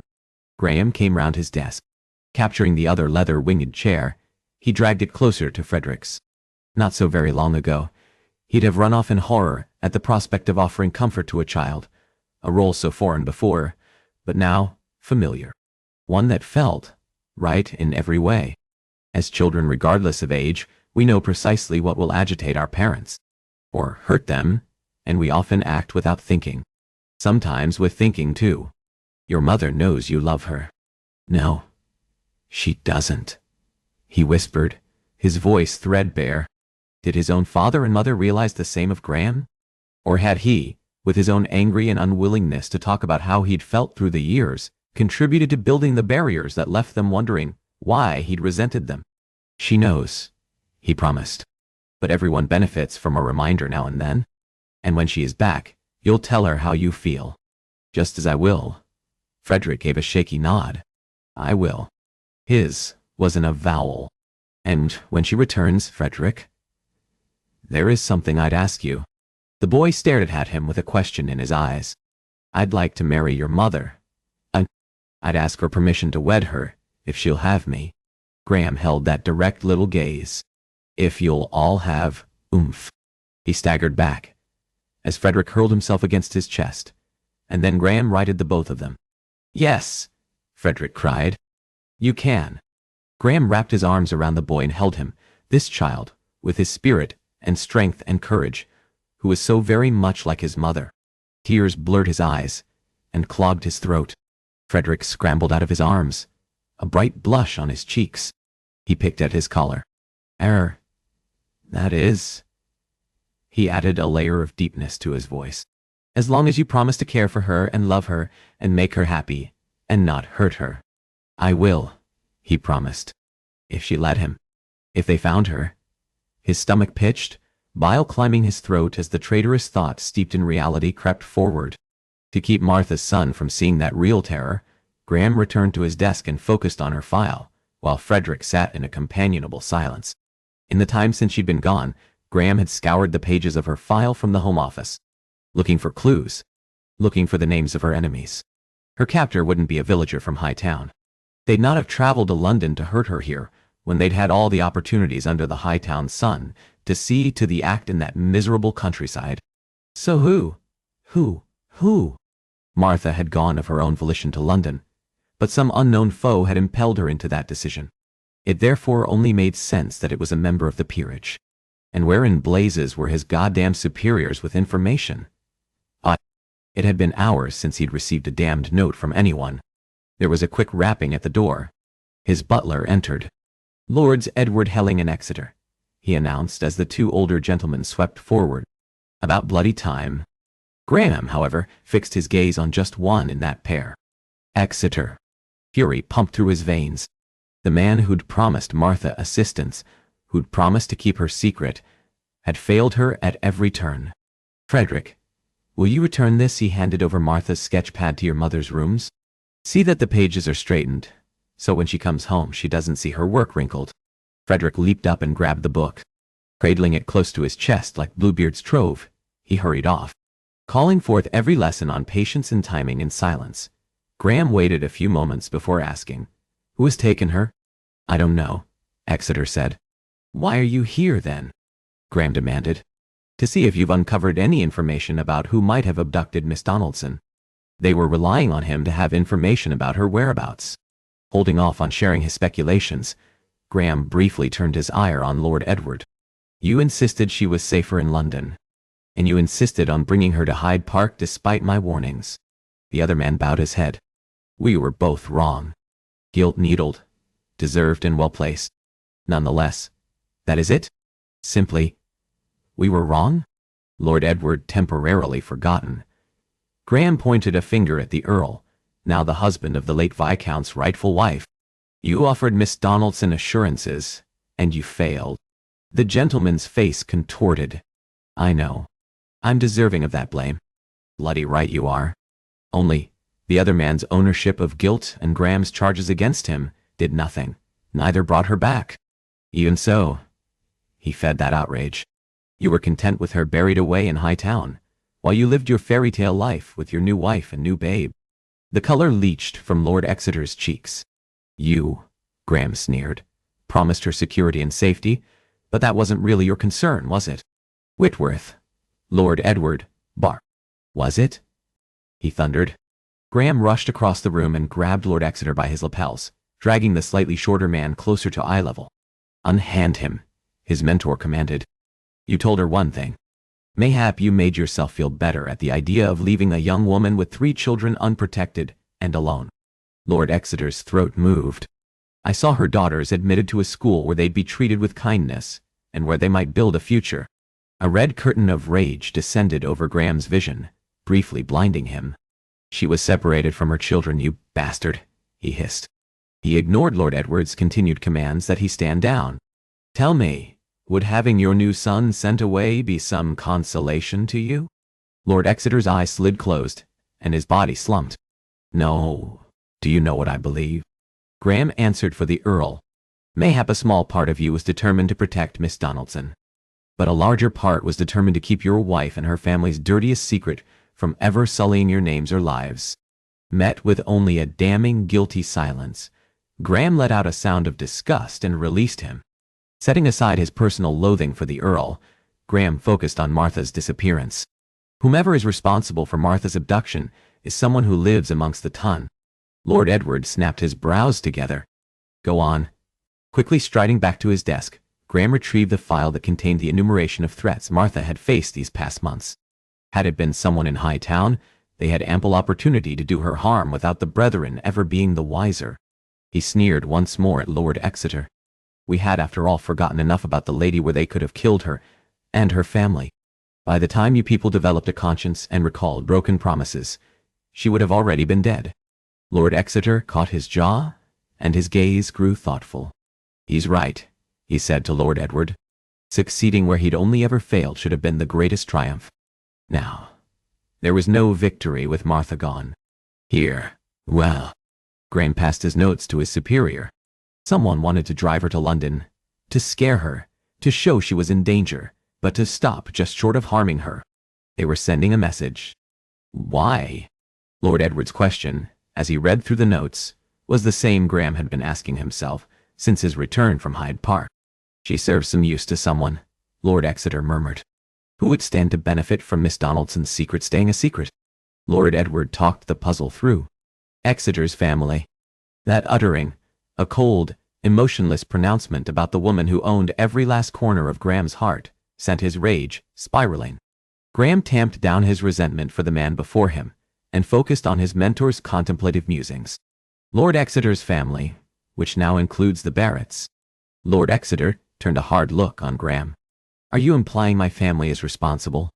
I've considered it, and already decided they aren't the suspects, for the same reason it couldn't have been a Hightown villager. You or yours could have made Martha Donaldson disappear long before this, and without anyone the wiser. Turning his shoulder dismissively, he looked to Lord Edward. Ask your previous question in reverse. Who would stand to benefit from Miss Donaldson's secret coming to light? He asked slowly. Precisely. Someone wants something, and no doubt plans on extorting. The faintest look passed between the older members of the brethren. He narrowed his eyes. They knew something. What is it? Lord Edward gave the slightest nod. The Earl fished a small scrap from inside his jacket and held it out. His heart slowed and then resumed a frantic beat. He ripped the note from the older gentleman's fingers and read, 46. Cyrus Street, London, 3 o'clock. It is an address, he said flatly. There were no sentences. This note was also the closest he'd felt to Martha since she'd disappeared into that copse. We both received one, Lord Edward murmured. I'm going with you. When the Earl made to protest, Graham leveled him with a silencing look. I'm going with you, he repeated. The request for the two former members of the Brethren, however, confirmed one obvious fact. Someone wanted something from both men. And somehow, Martha was a pawn the unknown foe sought to use to get it. A short while later, the ride quick through the London streets emptied for the holidays. Graham, the Earl of Exeter, and Lord Edward brought their mounts to a stop before a red brick townhouse. Registering his superior's silence, Graham looked over. What is it? Both men exchanged a glance. It is a former office of the Brethren, Lord Exeter finally said. It is where I was trained, Lord Edward clarified. Graham narrowed his eyes once more. Which meant, whoever had taken Martha was someone within their ranks. Someone who served the Home Office might have harmed Martha. Tatani Efsiyand, Vimanjuval, Pat Major, Atfiatiwi, Adjiwinjaptiu, Boindagantibistapibe. Oh, God. He fought back the panic that lingered at the back of his mind, wanting to pull him under, nearly succeeding. They passed their reins off to a pair of street urchins, and matching one another's long strides, Graham, Lord Exeter, and Lord Edward climbed the handful of steps. Graham pounded on the front panel. Always remain in control, Lord Edward said from the corner of his mouth. Surprisingly, the door was immediately opened by a bald butler with kind, rheumy eyes. Lord Edward rocked back on his heels. Oh, bloody hell, he muttered. Unlike his counterpart who'd let loose that outburst, Lord Exeter remained remarkably implacable. Edward dash. Nathaniel ... The servant greeted him as if welcoming old friends. Allow me to take your cloaks? This isn't a social call, Lord Exeter said frostily. We'll keep our cloaks. So his superiors knew, if not what the purpose of the meeting was, then the identity of who'd summoned them. Questions raced through Graham's head as they followed the butler, who led them down a long corridor and stopped at the first door. The servant knocked twice. "Enter, Tremblay." All the color bled from Lord Edward's face. "Who? Oh," Graham mouthed, and Tremblay glanced over his shoulder. When he'd turned back, Lord Edward gave an imperceptible shake of his head. The moment they entered the rooms, Graham did a sweep. An older, slightly graying gentleman came forward. Lord Edward cursed. "It is you, Fitzmaurice," he hissed. The other man smiled. "Surely you didn't think another could orchestrate all this." He spared Graham a brief, dismissive look, before turning all his focus on the pair, near in age to his own years. "I see you brought your recent recruit with you." With that slight emphasis, Fitzmaurice managed to make that title an insult. "That is unexpected." Lord Fitzmaurice smirked. "Though, with the way you've currently been running the organization, not at all a surprise." That slur, however, rolled off Graham. He didn't give 10 damns about this man, or anyone's opinion about himself. Martha. She was the one that mattered now. As the assembled party spoke, Graham continued his search. His heart sank. She wasn't here. "What do you want, Fitzmaurice?" Lord Exeter was asking. The tall, wiry Fitzmaurice chuckled. "And impatient, Exeter? But then, your timing was never great. It's why you were captured. Please, please, why don't we all sit and focus on the business that brings us together?" None would ever dare confuse that as anything other than the command it was. Lord Exeter was stiff, silent, and unmoving, the glacial glimmer in his containing the threat of death for the man orchestrating whatever play they now took part in. When everyone sat in the circular arrangement of chairs at the center of the room, Lord Edward repeated, "What the hell is this, Fitzmaurice?" "You know one another," Graham noted. An outsider in some intimate exchange he wasn't supposed to have been part of. "He was a mentor," Lord Edward quietly supplied. Sadness sparked in his gaze. "He recruited and trained past members for the Brethren, the Home Office," he neatly substituted. "And I was, of course, the best at what I did." Fitzmaurice grinned. "What I do?" Lord Exeter leveled a black glare on him. "What you did," he reminded. "You no longer serve the Home Office. All business for the Brethren could go hang." "I trust you are the one who has abducted Miss Donaldson?" Graham asked, tired of whatever game this man played. Resting his folded hands on his flat belly, Fitzmaurice reclined. "Very impressive, and as impatient as Helen. All in due time. You see, Miss Donaldson is directly connected to Brethren business. Another time, that thinly veiled insult would have chafed. Martha, however, had helped Graham to see his own worth. Say whatever reason it is you have us all here and be done with it," Lord Exeter said on a silky warning. "You've failed the organization, Exeter. As did Aubrey and Helling. All of you." Fitzmaurice rested his fingertips on the arms of his Louis XIV chair and drummed that offbeat tap, a contradiction to the vein pulsing at the corner of the older man's right eye. "I trained you." He glanced between the older gentlemen. "Both of you. You knew the men we made agents. Driven, calculated, unimpaired by emotion. We failed countless men and women with that heartless approach," Lord Exeter said quietly. "And we saved more lives than we lost with it," Fitzmaurice snapped. Planting his hands on his knees, the Earl leaned forward. "Don't you speak to me about what was lost. I was one who lost. You paid that price because you were careless, and you're instilling weakness in our ranks." "They are not our ranks, Fitzmaurice." "Ah, but they are. A member of the Brethren remains one until he draws his last breath. That," Fitzmaurice stuck a finger up, "is a vow I uttered and believe, Helling. Unlike you, unlike both of you. I believe we can rule with kindness," Lord Exeter commanded. "You were weak, Nathaniel. You let love soften you, and because of it, you allowed it to weaken the Brethren. I should have been sovereign." A muscle leaped at the corner of the Earl's mouth, but otherwise, he gave no response to Fitzmaurice's rebuke. "And Helling, you've gone and perpetuated that folly by hiring." Men like Fitzmaurice peeled his lip in a sneer. "Whitworth. And," he went on, glancing around the assembled group, All of you have demonstrated further weakness by looking after a woman who, if her relationship to the Brethren is discovered, taints the organization and all we stand for. Fury stung Graham's veins at hearing a ruthless bastard like this former agent disparage Martha Dada. She had more worth than every man gathered in this room. We stand on the side of right and doing what is right, Exeter said coolly, and I'll make no apologies for it. Do you truly believe showing softness and emotion is the right way, Exeter? Good God, man. At what point did I fail you? Exeter gave his head a little shake. Your need to see Miss Donaldson protected made you also careless that you rushed her off from where she was most safe. He shrugged, if uncomfortable with the village gossips, headfirst into my clutches. Furthermore, had you not promised to see the woman settled, I wouldn't even now have use or need of her. Fire snapped in Fitzmaurice's eyes. Therefore, do not act as though you're right in how you've led. She's a pawn, Graham breathed, as he'd predicted. However, new to the organization, he'd not been aware of the internal strife that dwelled within the secret division. Your dying faction of the Brethren used the protective nature of its new members against us. Precisely, Fitzmaurice said with a snap of his fingers.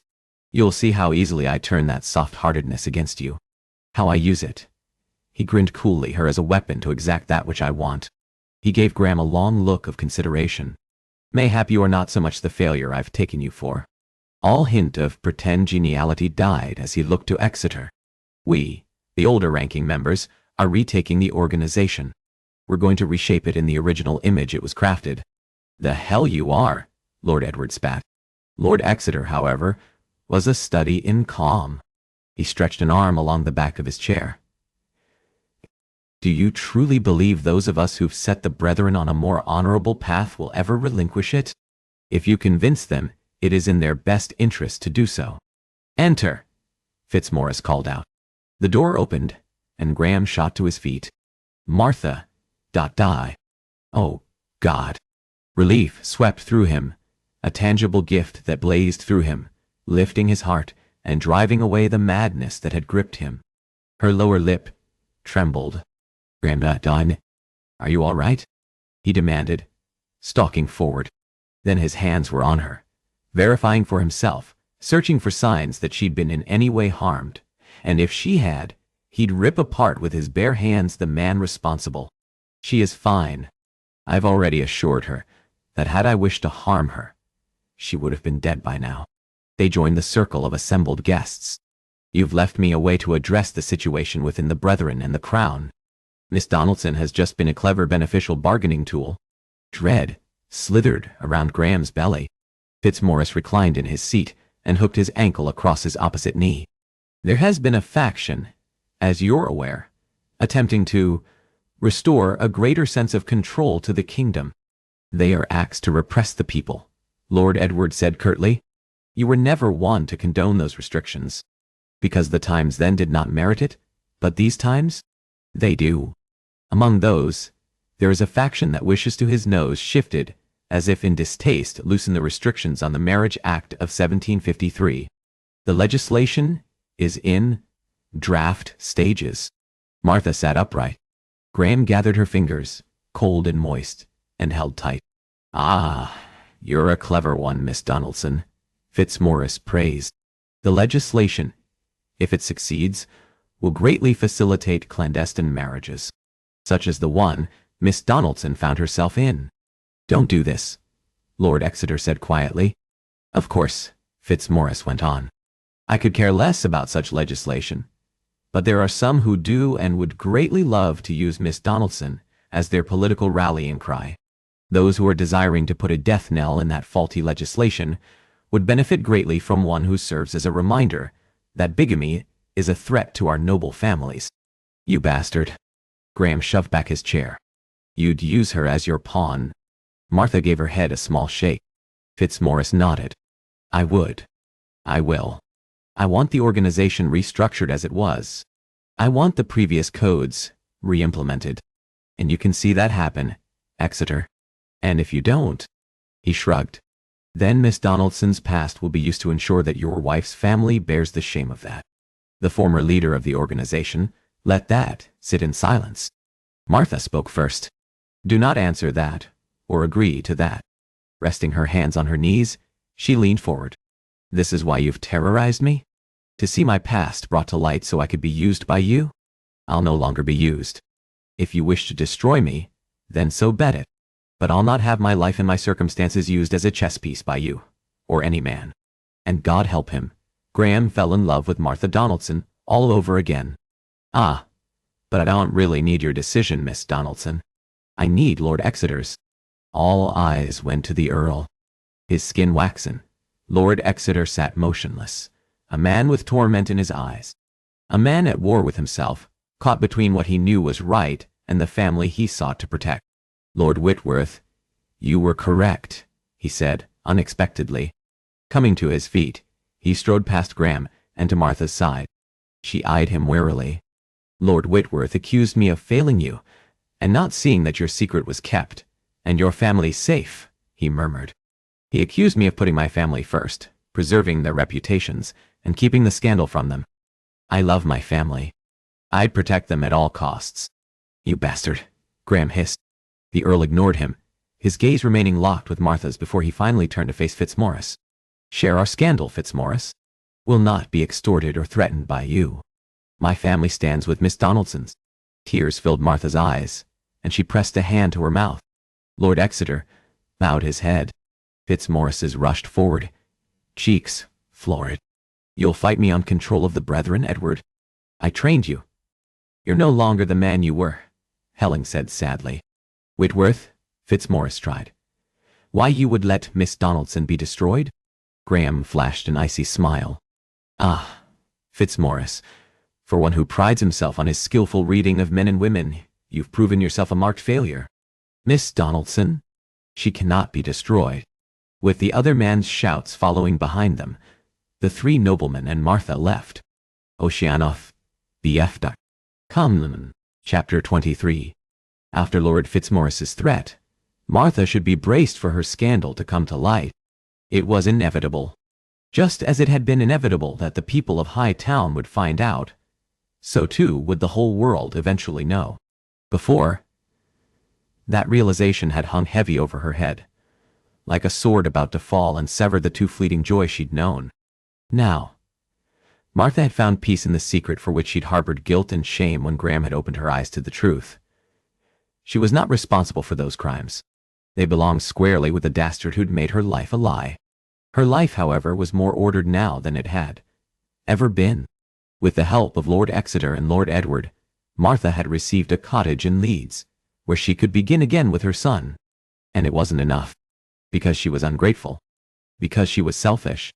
Her son sat atop the black lacquer carriage, finer than any conveyance she'd ever sat within, chatting with the driver and laughing happily.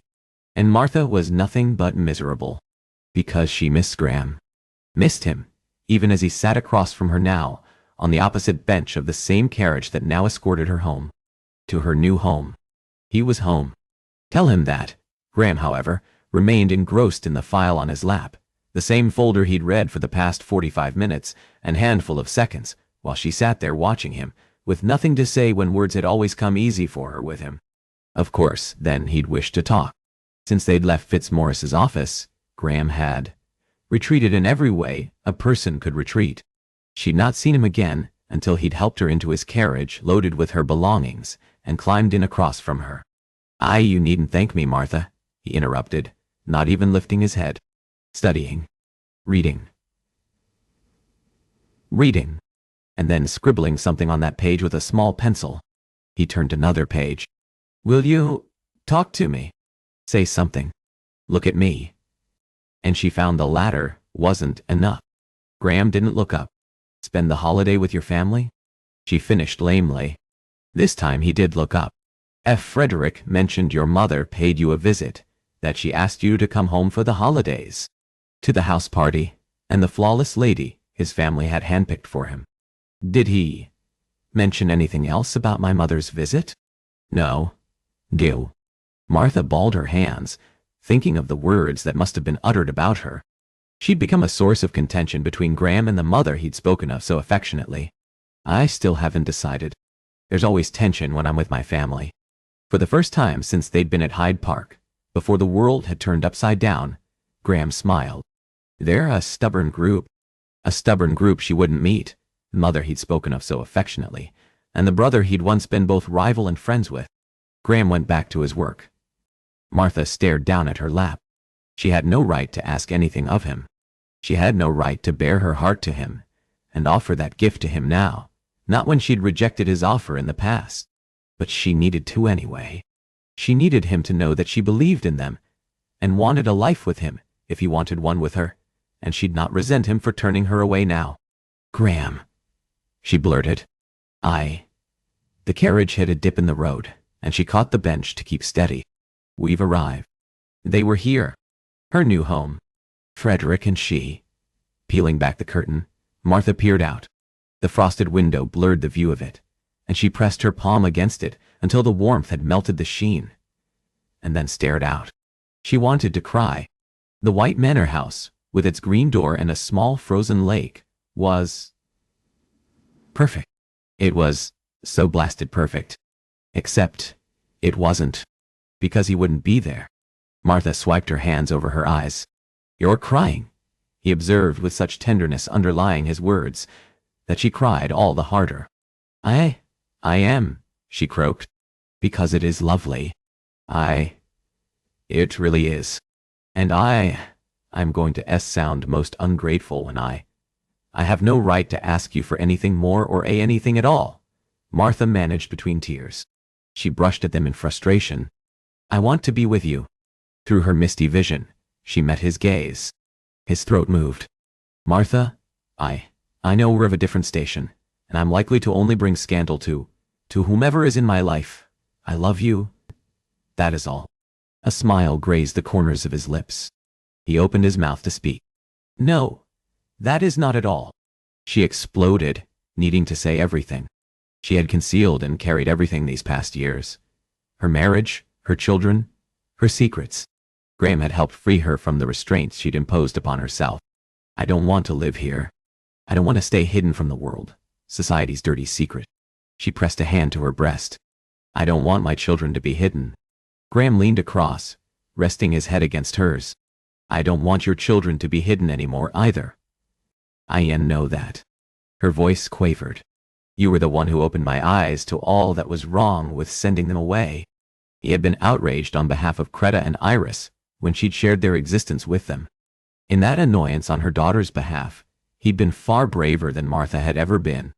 Life would be hard, and no doubt ugly oftentimes, for her children. I want to face all of it, Graham, with you. Because with you at my side, I can do anything and be anything. And Graham kissed the remainder of that vow from her lips.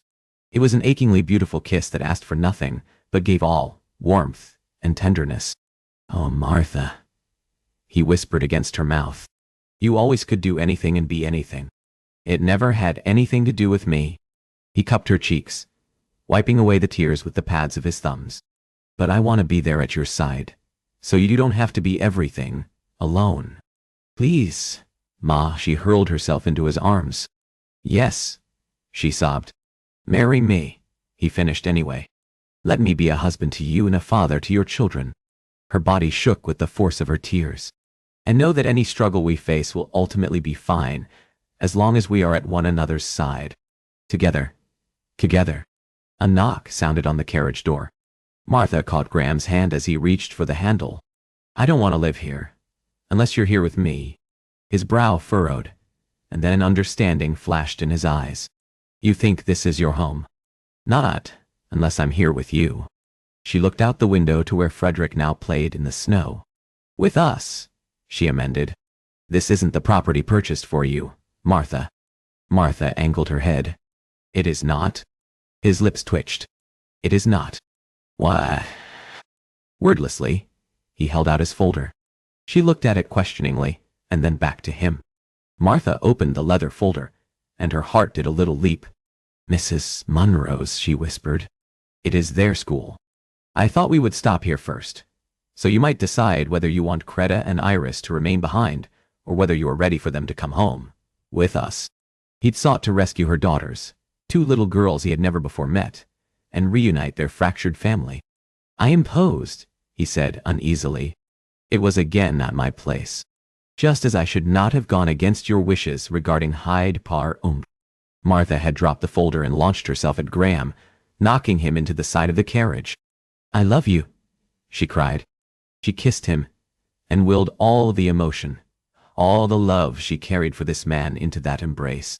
Breathless, Graham was the first to end the kiss. The other business, he murmured, rescuing the folio from the floor and handing over the officious scrap. Will you marry me, Miss Martha Donaldson?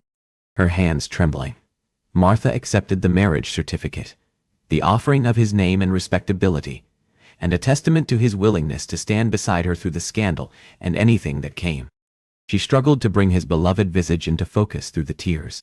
I will marry you, Lord Sheldon Graham, Malin Whitworth.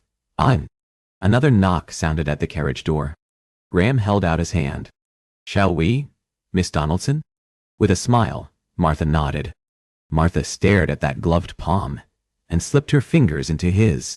Hand in hand with Frederick skipping off ahead, Martha and Graham started for Mrs. Munro's, and Creta, and Iris, and the rest of their future together. The end. Other books by Christy Caldwell. Rogues Rush In. A Regency duet by Tessa. Darren Christy Caldwell, New York Times and USA Today, best-selling authors Tessa Dare and Christy Caldwell come together in this smart, sexy, not-to-be-missed Regency duet. Two scandalous brides. Two rogues who won't be denied. His Bride for the Taking by knit best-selling author Tessa Dare. It's the first rule of friendship among gentlemen. Don't even think about touching your best friend's sister. But Sebastian, Lord Byrne, has never been one for rules. He's thought about touching Mary Clayton a lot, and struggled to resist temptation. But when Mary's bridegroom leaves her waiting at the altar, only Sebastian can save her from ruin. By marrying her himself. In 11 years, he's never laid a finger on his best friend's sister. Now he's going to take her with both hands.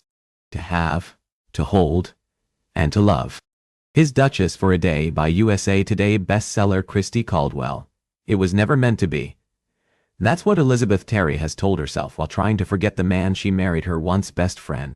Passing herself off as a widow, Elizabeth has since built a life for herself as an instructor at a finishing school, far away from that greatest of mistakes. But the past has a way of finding you, and now that her husband has found her, Elizabeth must face the man she's tried to forget. It was time to right a wrong. Crispin Ferguson, the Duke of Huntingdon, has spent the past years living with regret. The young woman he married left without a buyer leave, and his hasty elopement had devastating repercussions. Despite everything, Crispin never stopped thinking about Elizabeth. Now that he's found her, he has one request: be his Duchess, publicly, just for a day. Can spending time together as husband and wife rekindle the bond they once shared? Or will a shocking discovery tear them apart? This time, forever? The Vixen.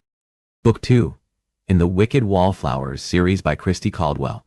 Set apart by her ethereal beauty and fearless demeanor, Ophelia Killoran has always been a mystery to those around her and a woman they underestimated. No one would guess that she spends her nights protecting the street urchins of St. Giles. Ophelia knows what horrors these children face. As a young girl, she faced those horrors herself, and she would have died, if not for the orphan boy who saved her life.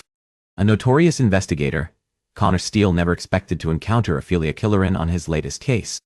It has been years since he sacrificed himself for her. Now, she hires orphans from the street to work in her brother's gaming hell. But where does she find the children? And what are her intentions? Ophelia and Connor are at odds.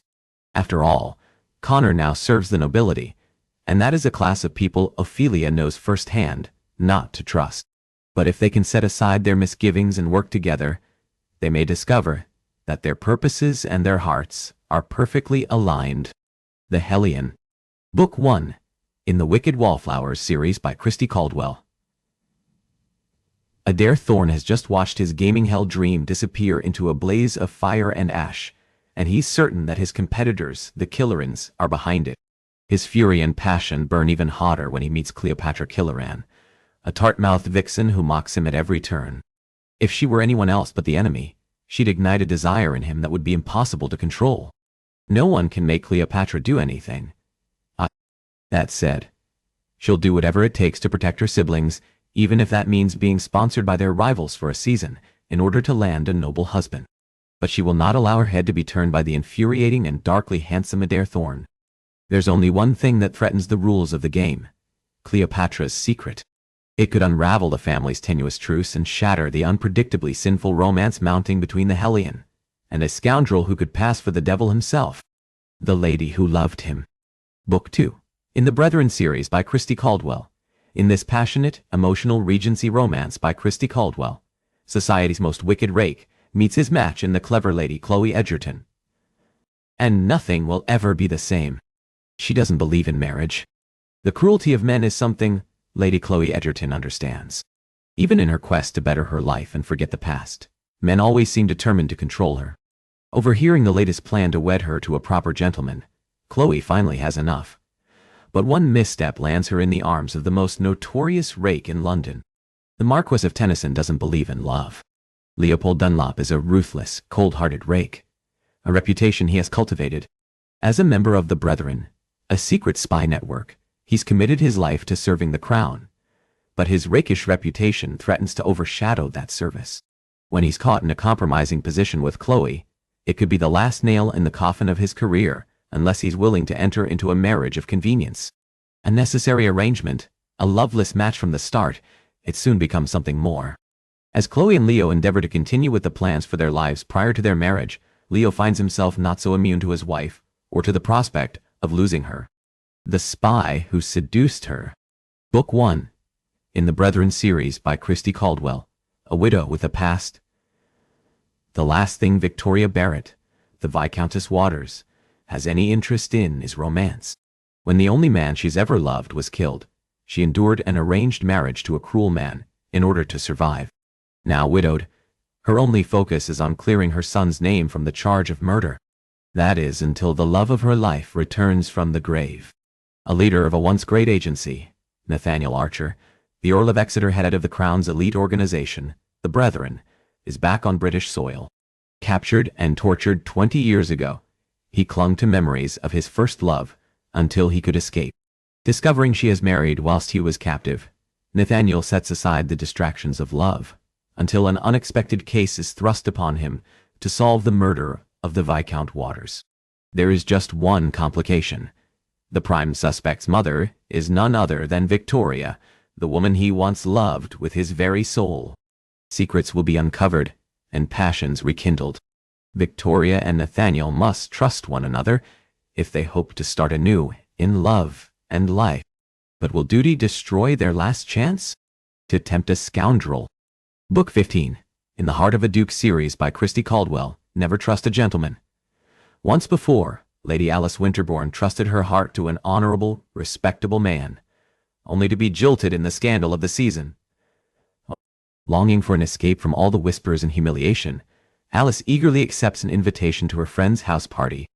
In the country, she hopes to find some peace from the embarrassment left in London. Unfortunately, she finds her former betrothed and his new bride in attendance. Never love a lady.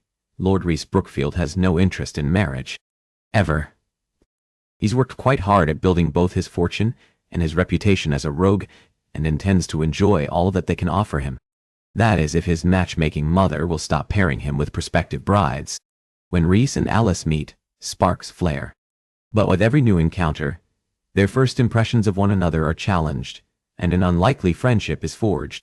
Desperate, Rhys proposes a pretend courtship, one meant to spite Alice's former betrothed and prevent any matchmaking attempts toward Rhys. What neither expects is that a pretense can become so much more, or that a burning passion can heal and hurt. Beguiled by a Baron. Book 14. In the Heart of a Duke series by Christy Caldwell, a lady with a secret, partially deaf, with a birthmark marring her face, Bridget Hamilton is content with her life, even if she's been cast out of her family. But her peaceful existence, expanding her mind with her study of rare books, is threatened with an ultimatum from her evil brother: steal a valuable book or give up her son. Bridget has no choice. Her son is her world. A lord with a purpose. Vale Basingstoke. Baron Chilton is known throughout London as the Bastard Baron. After battling at Waterloo, he establishes himself as the foremost dealer in rare books, and builds a fortune, determined to never be like the self-serving duke who sired him. He devotes his life to growing his fortune to care for his illegitimate siblings, also fathered by the duke. The chance to sell a highly coveted book for a financial windfall is his only thought. Two paths collide. When Bridget masquerades as the Baron's newest housekeeper, he's hopelessly intrigued by her quick wit and her skill with antique tomes. Wary from having his heart broken in the past, it should be easy enough to keep Bridget at arm's length, yet desire for her dogs his steps. As they spend time in each other's company, understanding for life grows, as does love. But when Bridget's integrity is called into question, Vale's world is shattered, as is his heart again. Now Bridget and Vale will have to overcome the horrendous secrets and lies between them, to grasp a love and life together, to enchant a wicked duke. Book 13, In the Heart of a Duke series by Christy Caldwell. A devil in disguise years ago, when Nick Tallings, the recent Duke of Huntley, watched his family destroyed at the hands of a merciless nobleman, he vowed revenge. But his efforts had been futile, as his enemy, Lord Rutland, is without weakness. Until now, with his rival finally happily married, Nick is able to set his ruthless scheme into motion. His plot hinges upon Lord Rutland's innocent, empty-headed sister-in-law, Justina Barrett. Nick will ruin her, marry her, and then leave her broken-hearted. A lady dreaming of love from the moment Justina Barrett makes her come out. She is labeled a diamond. Even with her ruthless father determined to sell her off to the highest bidder, Justina never gives up on her hope for a good, honorable gentleman who values her wit more than her looks. A not-so-chance meeting, Nick's ploy to ensnare Justina, falls neatly into place in the streets of London. With each carefully orchestrated encounter, he slips further and further inside the lady's heart, never anticipating that Justina, with her quick wit and strength, will break down his own defenses. As Nick's plans begins to unravel, he's left to determine which is more important, Justina's love or his vow for vengeance. But can Justina ever forgive the Duke who deceived her? One Winter with a Baron. Book 12. In the Heart of a Duke series, by Christy Caldwell, a clever spinster. Content with her spinster lifestyle, Miss Sybil Cunning wants to prove that a future as an unmarried woman is the only life for her.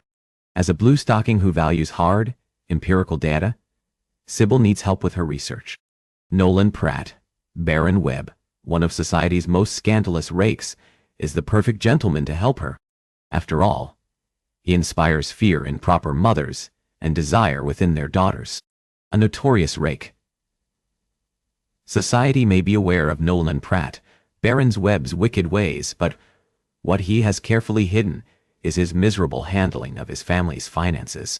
When Sybil presents him the opportunity to earn much-needed funds, he can't refuse. A winter to remember. However, what begins as a business arrangement becomes something more, and with every meeting, Sybil slips inside his heart. Can this clever woman look beneath the veneer of a cold-hearted rake to see the man Nolan truly is? To redeem a rake. Book 11, In the Heart of a Duke series by Christy Caldwell, he spent years scandalizing society. Now, this rake must change his ways. Society's most infamous scoundrel, Daniel Winterbourne, the Earl of Montfort, has been promised a small fortune if he can relinquish his wayward, carousing lifestyle. And behaving means he must also help find a respectable companion for his youngest sister, someone who will guide her and whom she can emulate. However, Daniel knows no such woman. But when he encounters a childhood friend, Daniel believes she may just be the answer to all of his problems. Having been secretly humiliated by an unscrupulous blackguard years earlier, Miss Daphne Smith dreams of finding work at Ladies of Hope, an institution that provides an education for disabled women. With her sordid past and a disfigured leg, few opportunities arise for a woman such as she. Knowing Daniel's history, she wishes to avoid him, but working for his sister is exactly the stepping stone she needs. Their attraction intensifies as Daniel and Daphne grow closer, preparing his sister for the London season. But Daniel must resist his desire for a woman tarnished by a scandal, while Daphne is reminded of the boy she once knew. Can society's most notorious rake redeem his reputation and become the man Daphne deserves?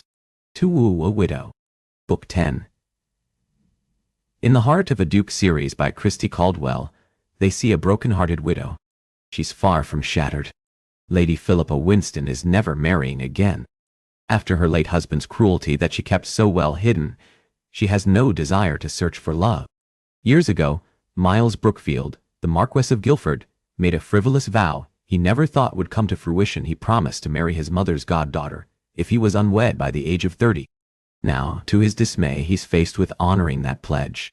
But when he encounters the beautiful and intriguing Lady Philippa, Miles knows his true path in life. It's up to him to break down every belief Philippa carries about gentlemen, proving that not only is love real, but that he is the man deserving of her sheltered heart. Will Philippa let down her guard and allow Miles to woo a widow in desperate need of his love? The Lure of a Rake. Book 9. In the Heart of a Duke series by Christy Caldwell.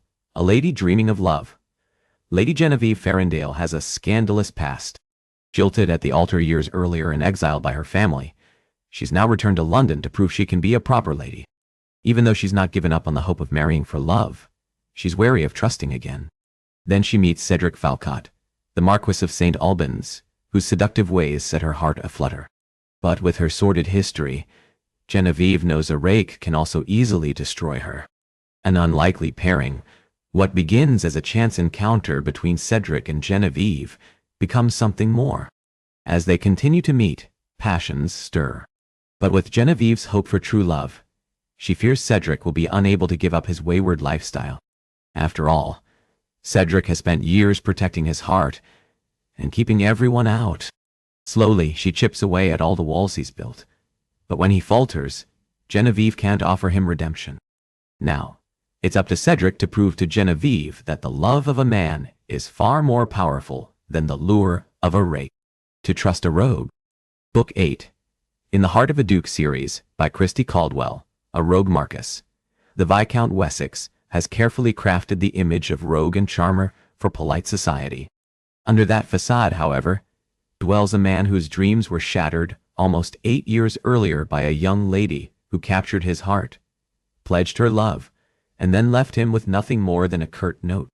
A widow 8 years earlier, faced with no other choice, Mrs. Eleanor Collins, fled London and the only man she ever loved, Marquis Viscount Wessex.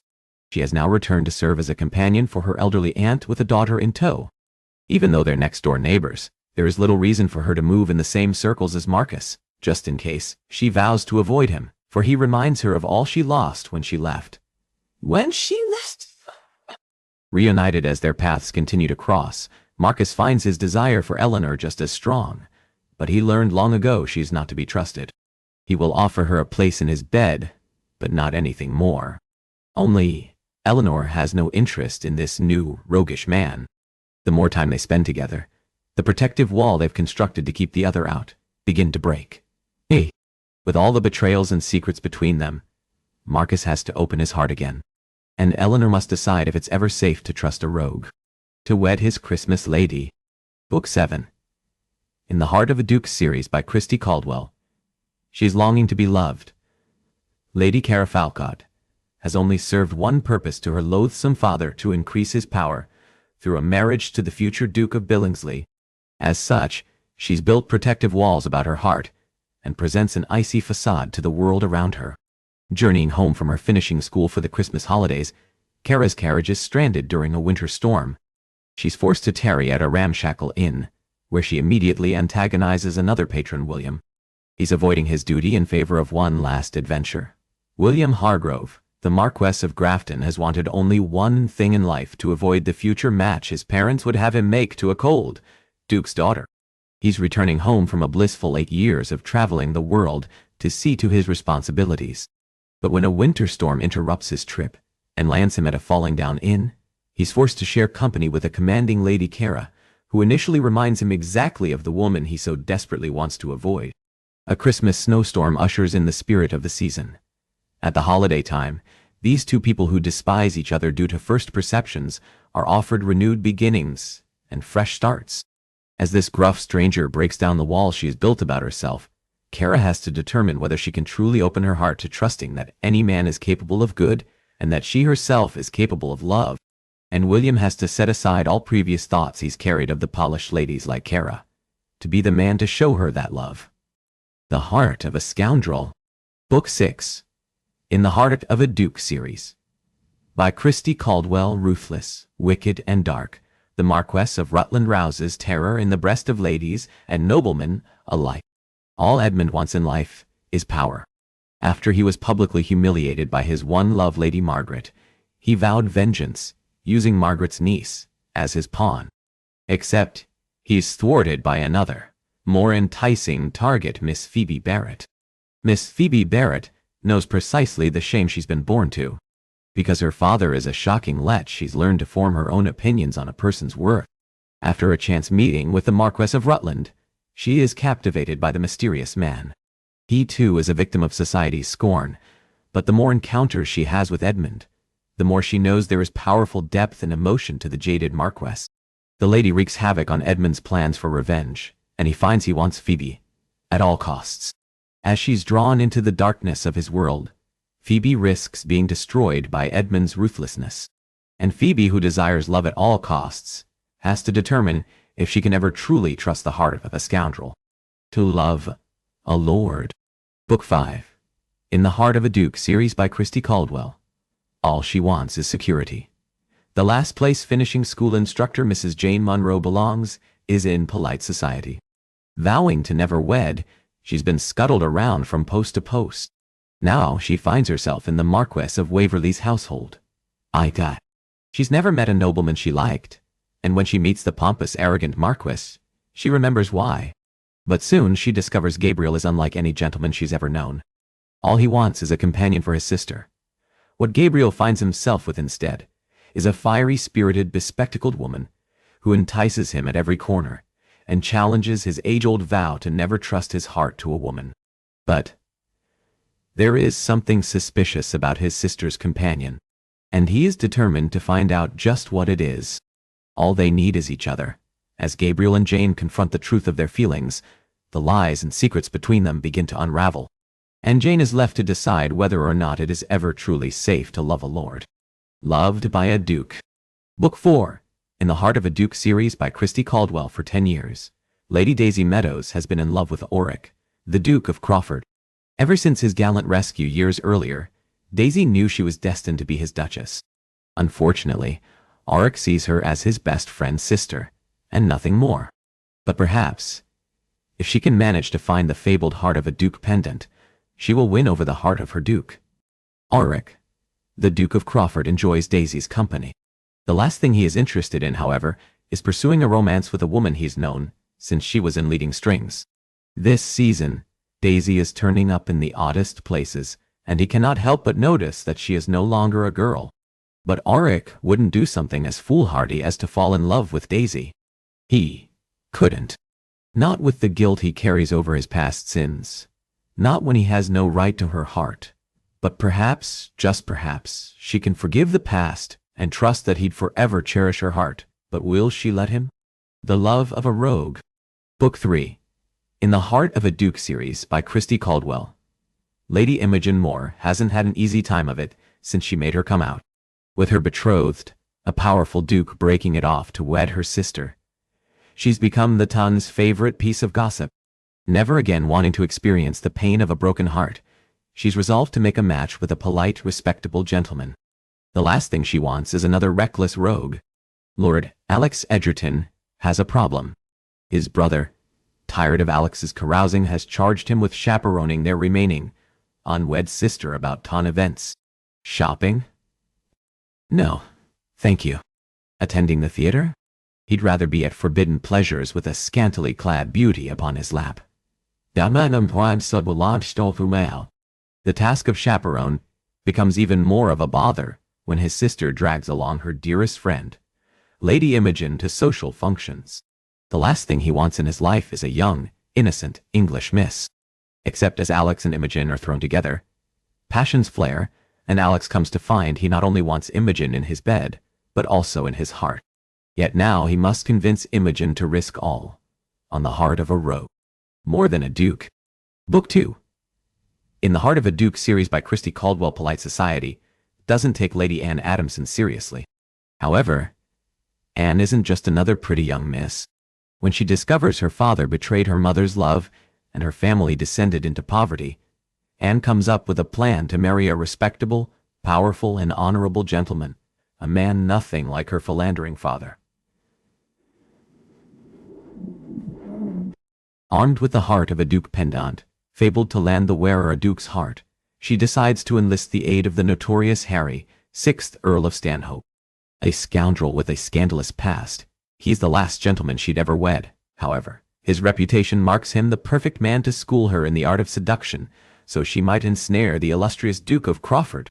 Harry, the Earl of Stanhope, is a jaded, cynical rogue who lives for his own pleasures, having been thrown over by the only woman he ever loved, so she could wed a duke. He's not at all surprised when Lady Anne approaches him with her scheme to capture another duke's affection. He's come to appreciate that all women are in fact greedy, title-grasping, self-indulgent creatures, and with Anne's history of grating on his every last nerve, she is the last woman he'd ever agree to school in the art of seduction. Only his friendship with the lady's sister compels him to help. What begins as a pretend courtship, born of lessons on seduction, becomes something more, leaving Anne to decide if she can give her heart to a reckless rogue, and Harry must decide if he's willing to again trust in a lady's love. For Love of the Duke. First full-length book in the Heart of a Duke series by Christy Caldwell. After the tragic death of his wife, Jasper, the 8th Duke of Bainbridge, buried himself away in the dark, cold walls of his home, Castle Blackwood. When he's coaxed out of his self-imposed exile to attend the amusements of the Frost Fair, his life is irrevocably changed by his fateful meeting with Lady Catherine Adamson. With her tight brown ringlets and silly white ruffled gowns, Lady Catherine Adamson has found her dance card empty for 2 seasons. After her father's passing, Catherine learned the unreliability of men and is determined to depend on no one except herself, until she meets Jasper. In a desperate bid to avoid a match arranged by her family, Catherine makes the Duke of Bainbridge a shocking proposition, one that he accepts. Only, as Catherine begins to love Jasper, she finds the arrangement agreed upon is not enough, and Jasper is left to decide if protecting his heart is more important than fighting for Catherine's love. In Need of a Duke. A prequel novella to the Heart of a Duke series by Christy Caldwell. In Need of a Duke. Author's note. This is a prequel novella to the Heart of a Duke series by Christy Caldwell. It was originally available in the Heart of a Duke collection and is now being published as an individual novella. It features a new prologue and epilogue. Years earlier, a gypsy woman passed to Lady Eldora Adamson and her friends a heart pendant that promised them each the heart of a duke. Now, a young lady, with her family facing ruin and scandal, Lady Eldora doesn't have time for mythical stories about cheap baubles. She needs to save her sisters and brother by marrying a titled gentleman with wealth and power to his name. She sets her bespectacled sights upon the Marquess of St. James. Turned out by his father after a tragic scandal, Lord Michael Knightley has grown into a powerful but self-made man. With the whispers and stares that still follow him, he would rather be anywhere but London. Until he meets Lady Eldora, a young woman who mistakes him for his brother, the Marquess of St. James. The connection between Eldora and Michael is immediate, and as they come to know one another, Eldora's feelings for Michael war with her sisterly responsibilities. With her family's dire situation, a man of Michael's scandalous past will never do. Ultimately, Eldora must choose between her responsibilities as a sister and her love for Michael. Once a wallflower, at last his love. Book 6. In the Scandalous Season series, responsible, practical Miss Hermione Rogers has been crafting stories as the notorious Mr. Michael Michaelmas and selling them for a meager wage to support her siblings. The only real way to ensure her family's ruinous debts are paid, however, is to marry. Tall, thin, and plain, she has no expectation of success. In London for her first season, she seizes the chance to write the tale of a brooding duke. In her research, she finds Sebastian Fitzhugh, the 5th Duke of Malin, who unfortunately is perfectly affable, charming, and so nicely configured, he takes her breath away. He lacks all the character traits she needs for her story, but alas, any duke will have to do. Sebastian Fitzhugh, the 5th Duke of Malin, has been deceived so many times during the high-stakes game of courtship, he's lost faith in society women. Yet, after a chance encounter with Hermione, he finds himself intrigued. Not a woman he'd normally consider beautiful. The young lady's practical bent, Her forthright nature, and her tendency to turn up in the oddest places, has his interests roused. He'd like to trust her. He'd like to do a whole lot more with her too. But should he? A Marquess for Christmas. Book 5. In the Scandalous Seasons series, Lady Petrina Tidemore gave up on the ridiculous notion of true love after having her heart shattered and her trust destroyed by a black-hearted cad. Used as a pawn in a game of revenge against her brother, Petrina returns to London from a failed elopement with a tattered reputation and little hope for a respectable match.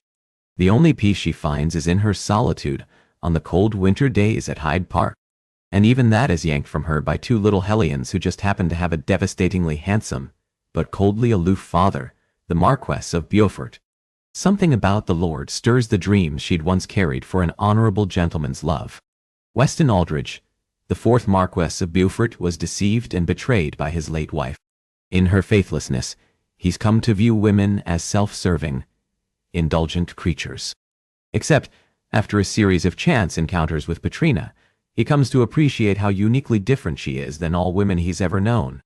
At the Christmastide season, a time of hope and new beginnings, Petrina and Weston unexpectedly learn true love in one another. However, as Petrina's scandalous past threatens their future and the happiness of his children, they are both left to determine if love is enough. Always a rogue. Forever her love. Book 4. In the Scandalous Seasons series, Miss Juliet Marshville is spitting mad. With one guardian missing, and the other singularly uninterested in her fate, she is at the mercy of her wastrel brother, who loses her beloved childhood home to a man known as Sin. Determined to reclaim control of Rosecliff Cottage and her own fate, Juliet arranges a meeting with the notorious rogue and demands the return of her property. Jonathan Tidemore, 5th Earl of Sinclair, known to the ton as Sin, is exceptionally lucky in life and at the gaming tables. He has just one problem. Well, 4, really. His incorrigible sisters have driven off yet another governess. This time, however, his mother demands he find an appropriate replacement. When Miss Juliet Marshville boldly demands the return of her precious cottage, he takes advantage of his sudden good fortune and puts an offer to her turn his sisters into proper English ladies, and he'll return Rosecliff Cottage to Juliet's possession. Jonathan comes to appreciate Juliet's spirit, courage, and clever wit, and decides to claim the fiery beauty as his mistress. Juliet, however, will be mistress for no man. Nor could she ever love a man who callously stole her home in a game of cards. As Jonathan begins to see Juliet as more than a spirited beauty to warm his bed, he realizes she could be a lady he could love the rest of his life, if only he can convince the proud Juliet that he's worthy of her hand and heart. Always proper, suddenly scandalous. Book 3. In the Scandalous Seasons series, Geoffrey Winters, Viscount Redbrook, was not always the hard, unrelenting lord driven by propriety. After a tragic mistake, he resolved to honor his responsibility to the Redbrook line and live a life free of scandal. Knowing his duty is to wed a proper, respectable English miss, he selects Lady Beatrice Dennington, daughter of the Duke of Somerset, the perfect woman for him, until he meets Miss Abigail Stone. To distance herself from a personal scandal, Abigail Stone flees America to visit her uncle, the Duke of Somerset. Determined to never trust a man again, she is helplessly intrigued by the hard, too proper Geoffrey. With his strict appreciation for decorum and order, he is nothing like the man she's always dreamed of. Abigail is everything Geoffrey does not need. She upends his carefully ordered world at every encounter. As they begin to care for one another, Abigail carefully guards the secret that resulted in her journey to England. Only, if Geoffrey learns the truth about Abigail, he must decide which he holds most dear, his place in society or Abigail's place in his heart. Never courted, suddenly wed. Book 2. In the Scandalous Seasons series, Christopher Annesley, Earl of Waxham, has constructed a perfect image for the ton. The ladies love him, and his company is desired by all. Only 2 people know the truth about Waxham's secret. Unfortunately, one of them is Miss Sophie Winters. Sophie Winters has known Christopher since she was in leading strings. As children, they delighted in tormenting each other. Now at 2 and 20, she still has a tendency to find herself in scrapes, and her marital prospects are slim. When his father threatens to expose his shame to the ton, unless he weds Sophie for her dowry, Christopher concocts a plan to remain a bachelor. What he didn't plan on was falling in love with the lively, impetuous Sophie. As secrets are exposed, will Christopher's love be enough when she discovers his role in his father's scheme? Forever betrothed, never the bride. Book 1. In the Scandalous Seasons series Hopeless Romantic Lady. Emmeline Fitzhugh is tired of sitting with the wallflowers, waiting for her betrothed to come to his senses and marry her. When Emmeline reads one too many reports of his scandalous liaisons in the gossip rags, she takes matters into her own hands. War-torn veteran Lord Drake devotes himself to forgetting his days on the peninsula through an endless round of meaningless associations. He no longer wants to feel anything, but Lady Emmeline is making it hard to maintain a state of numbness. With her zest for life, she awakens his passion and desire for love. The one woman Drake has spent the better part of his life avoiding is now the only woman he needs, but he is no longer a man worthy of his Emmeline. It is up to her to show him the healing power of love. A Season of Hope. A Danby novella 5 years ago, when her love, Marcus Wheatley, failed to return from fighting Napoleon's forces, Lady Olivia Foster buried her heart. Unable to betray Marcus's memory, Olivia has gone out of her way to run off prospective suitors. At 23, she considers herself firmly on the shelf. Her father, however, disagrees and accepts an offer for Olivia's hand in marriage. Yet it's Christmas, when anything can happen. Olivia receives a well-timed summons from her grandfather, the Duke of Danby, and eagerly embraces the reprieve from her betrothal. Only, when Olivia arrives at Danby Castle, she realizes the Christmas season represents hope, second chances, and even miracles. Winning a lady's heart. A Danby novella author's note. This is a novella that was originally available in a summons from the castle, the Regency Christmas Summons Collection. It is being published as an individual novella détachée. For Lady Alexandra, being the source of a cold, calculated wager is bad enough. But when it is waged by Nathaniel Michael Winters, 5th Earl of Pembroke, the man she's in love with, it results in a broken heart, the scandal of the season, and a summons from her grandfather, the Duke of Danby. To escape society's gossip, she hurries to her meeting with the Duke, determined to put memories of the Earl far behind. Except the Duke has other plans for Alexandra, plans which include the 5th Earl of Pembroke. Tempted by a lady's smile. Book 4. In the Lords of Honor series, Richard Jonas has loved but one woman, a woman who belongs to his brother. Refusing to suffer any longer, he evades his family in order to barricade his heart from unrequited love. While attending a friend's summer party, Richard's approach to love is changed after sharing a passionate and life-altering kiss with a vibrant and mysterious woman. Believing he was incapable of loving again, Richard finds himself tempted by a young lady determined to marry his best friend.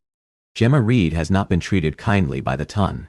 Often disregarded for her appearance and interests, unlike those of a proper lady, Gemma heads to house party to win the heart of Lord Westfield, the man she's loved for years.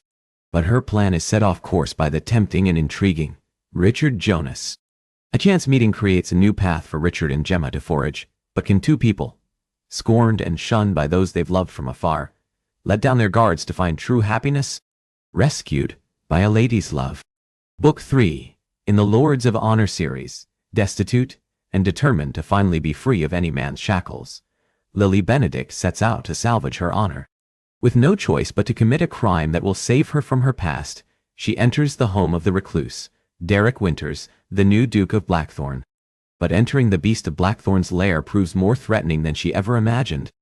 With half a face and a mangled leg, Derek, once rugged and charming, only exists within the confines of his home. Shunned by society, Derek is leery of the hauntingly beautiful Lily Benedict. As time passes, she slips past his defenses, reminding him how to live again. But when Lily's sordid past comes back, threatening her life, it's up to Derek to find the strength to become the hero he once was. Can they overcome the darkness of their sins to find a life of love and redemption? Captivated by a lady's charm. Book 2.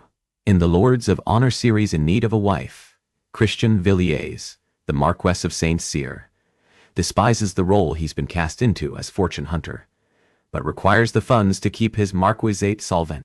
Yet, the sins of his past cloud his future, preventing him from seeing beyond his fateful actions at the Battle of Toulouse. for he knows inevitably it will catch up with him, and everyone will remember his actions on the battlefield that cost so many so much, particularly his best friend. In want of a husband, Lady Prudence Tidemore's life is plagued by familial scandals, which makes her own marital prospects rather grim. Surely there is one gentleman of the ton who can look past her family and see just her and all she has to offer. When Prudence runs into Christian on a London street, the charming, roguish gentleman immediately captures her attention. But then a chance meeting becomes a waltz, and now, a perfect match. All she must do is convince Christian to forget the cold requirements he has for his future marchioness. But the demons in his past prevent him from turning himself over to love. One thing is certain: Prudence wants the Marquess, and is determined to have him in her life, now and forever. It's just a matter of convincing Christian he wants the same. Seduced by a Lady's Heart. Book 1. In the Lords of Honor series. You met Lieutenant Lucien Jones in Forever Betrothed, Never the Bride, when he was a broken soldier returned from fighting Boney's forces. This is his story of triumph and happily ever after. Lieutenant Lucien Jones, son of a viscount, returned from war to find his wife and child dead. Blaming his father for the commission that sent him off to fight Boney's forces, he was content to languish at London Hospital until offered employment on the Marquess of Drake's staff. Through his position, Lucien found purpose in life and is content to keep his past buried. Lady Eloise Yardley has loved Lucien since they were children. Having long ago given up on the dream of him, she married another.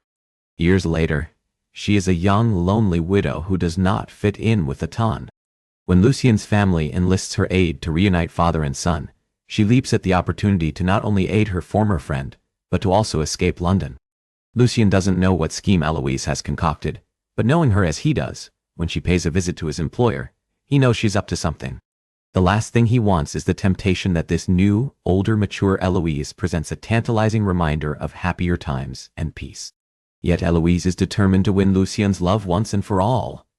If only Lucien can set aside the pain of his past and risk all on a lady's heart, only for their love. Book 3. In the Theodosia Sword series, Miss Carol Cresswell bore witness to her parents' loveless union and is determined to avoid that same miserable fate. Her mother has altogether different plans that include a match between Carol and Lord Gregory Renshaw. Dead. Despite his wealth and power, Carol has no interest in marrying a pompous man who goes out of his way to ignore her. Now, with their families coming together for the Christmastide season, it's her mother's last-ditch effort to get them together. And Carol plans to avoid Gregory at all costs.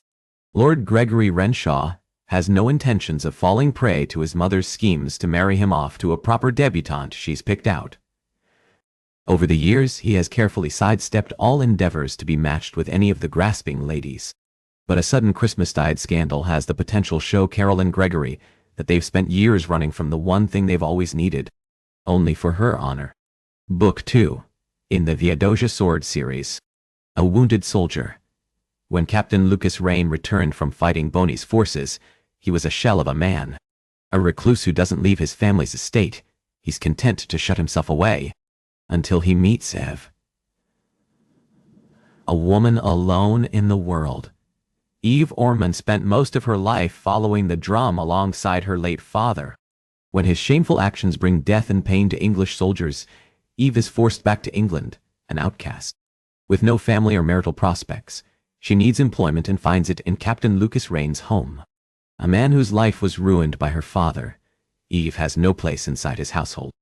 With few options available, however, Eve takes the post. What she never anticipates is how with their every meeting, this honorable, hurting soldier slips inside her heart. The secrets between them.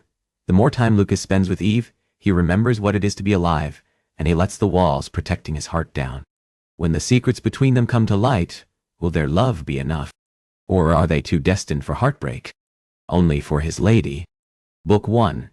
In the Theodosia Sword series, A Curse. A sword. Ace, A. And the thief who stole her heart. The Rain family is trapped in a rut of bad luck. And now, it's up to Lady Theodosia Rain to steal back the Theodosia Sword, a gladius that was pilfered by the rival, loathed Renshaw family. Hopefully, recovering the stolen sword will break the cycle and reverse her family's fate. Damien Renshaw, the Duke of Devlin, is feared by all, that is, except Lady Theodosia, the brazen spitfire who enters his home and wrestles an ancient relic from his wall. Intrigued by the vivacious woman, Devlin has no intentions of relinquishing the sword to her. As Theodosia and Damien battle for ownership, passion ignites. Now, they are torn between their age-old feud and the fire that burns between them. Can two forbidden lovers find a way to make amends before their family's war tears them apart? Her Duke of Secrets. Book 2. In the Brethren of the Lord series. Death was preferable. Since his wife was killed in an accident that stole his happiness and left him injured, William Helling, the Duke of Aubrey, is a broken man. Neither strong drink and loose women nor the power he wields as leader of the Brethren of Lords can free him from the nightmares that haunt him. He prefers to be left alone, and has no desire to heal the wound his life has become. Then one day Miss Elsie Allenby, rumored to be a skilled healer, enters his household. He should send her away, and yet he's enthralled by the mysterious stranger. Healing was her life, but not a day passes when Elsie Allenby doesn't miss her father, nor remind herself where the blame for his death lies, the Brethren of Lords. Since that betrayal, she's made a life for herself on the fringe of society, caring for wounded animals. Her peaceful life is turned upside down when her help is requested by the Brethren, and she finds herself in the presence last person she ever thought she would aid, William Helling, the leader of the Brethren. With every exchange, passion grows between Elsie and William. Soon the protective walls they've built begin to crumble. But when danger threatens them both, they'll need to overcome the treachery around them. Will the past steal their passion? Or will love find a way? Nonfiction works by Christy Caldwell, Uninterrupted Joy. Memoir. My journey through infertility, pregnancy, and special needs. The following journey was never intended for publication. It was written from a mother to her unborn child. The words detailed her struggle through infertility and the joy of finally being pregnant. A stunning revelation at her son's birth opened a world of both fear and discovery. This is the story of one mother's love and hope, and her quest for uninterrupted joy. Oceanf D.F. Com biography. Christy Caldwell is the best-selling author of historical romance novels set in the Regency era. Time. Christy blames Judith McNaught's Whitney, My Love, for luring her into the world of historical romance. While sitting in her graduate school apartment at the University of Connecticut, Christy decided to set aside her notes and try her hand at writing romance. She believes the most perfect heroes and heroines have imperfections, and rather enjoys tormenting them before crafting a well-deserved happily ever after. When Christy isn't writing the stories of flawed heroes and heroines, she can be found in her southern Connecticut home with her courageous son and caring for twin princesses in training. Visit www.Christy Caldwell author.com to learn more about what Christy is working on, or join her on Facebook at Christy Caldwell Author and Twitter at Christy Caldwell. For first glimpse at covers, excerpts, and free bonus material, be sure to sign up for my monthly newsletter. Each month, one subscriber will win a $35 gift card. Oceanoffbf.com. Oceanoffbef.com.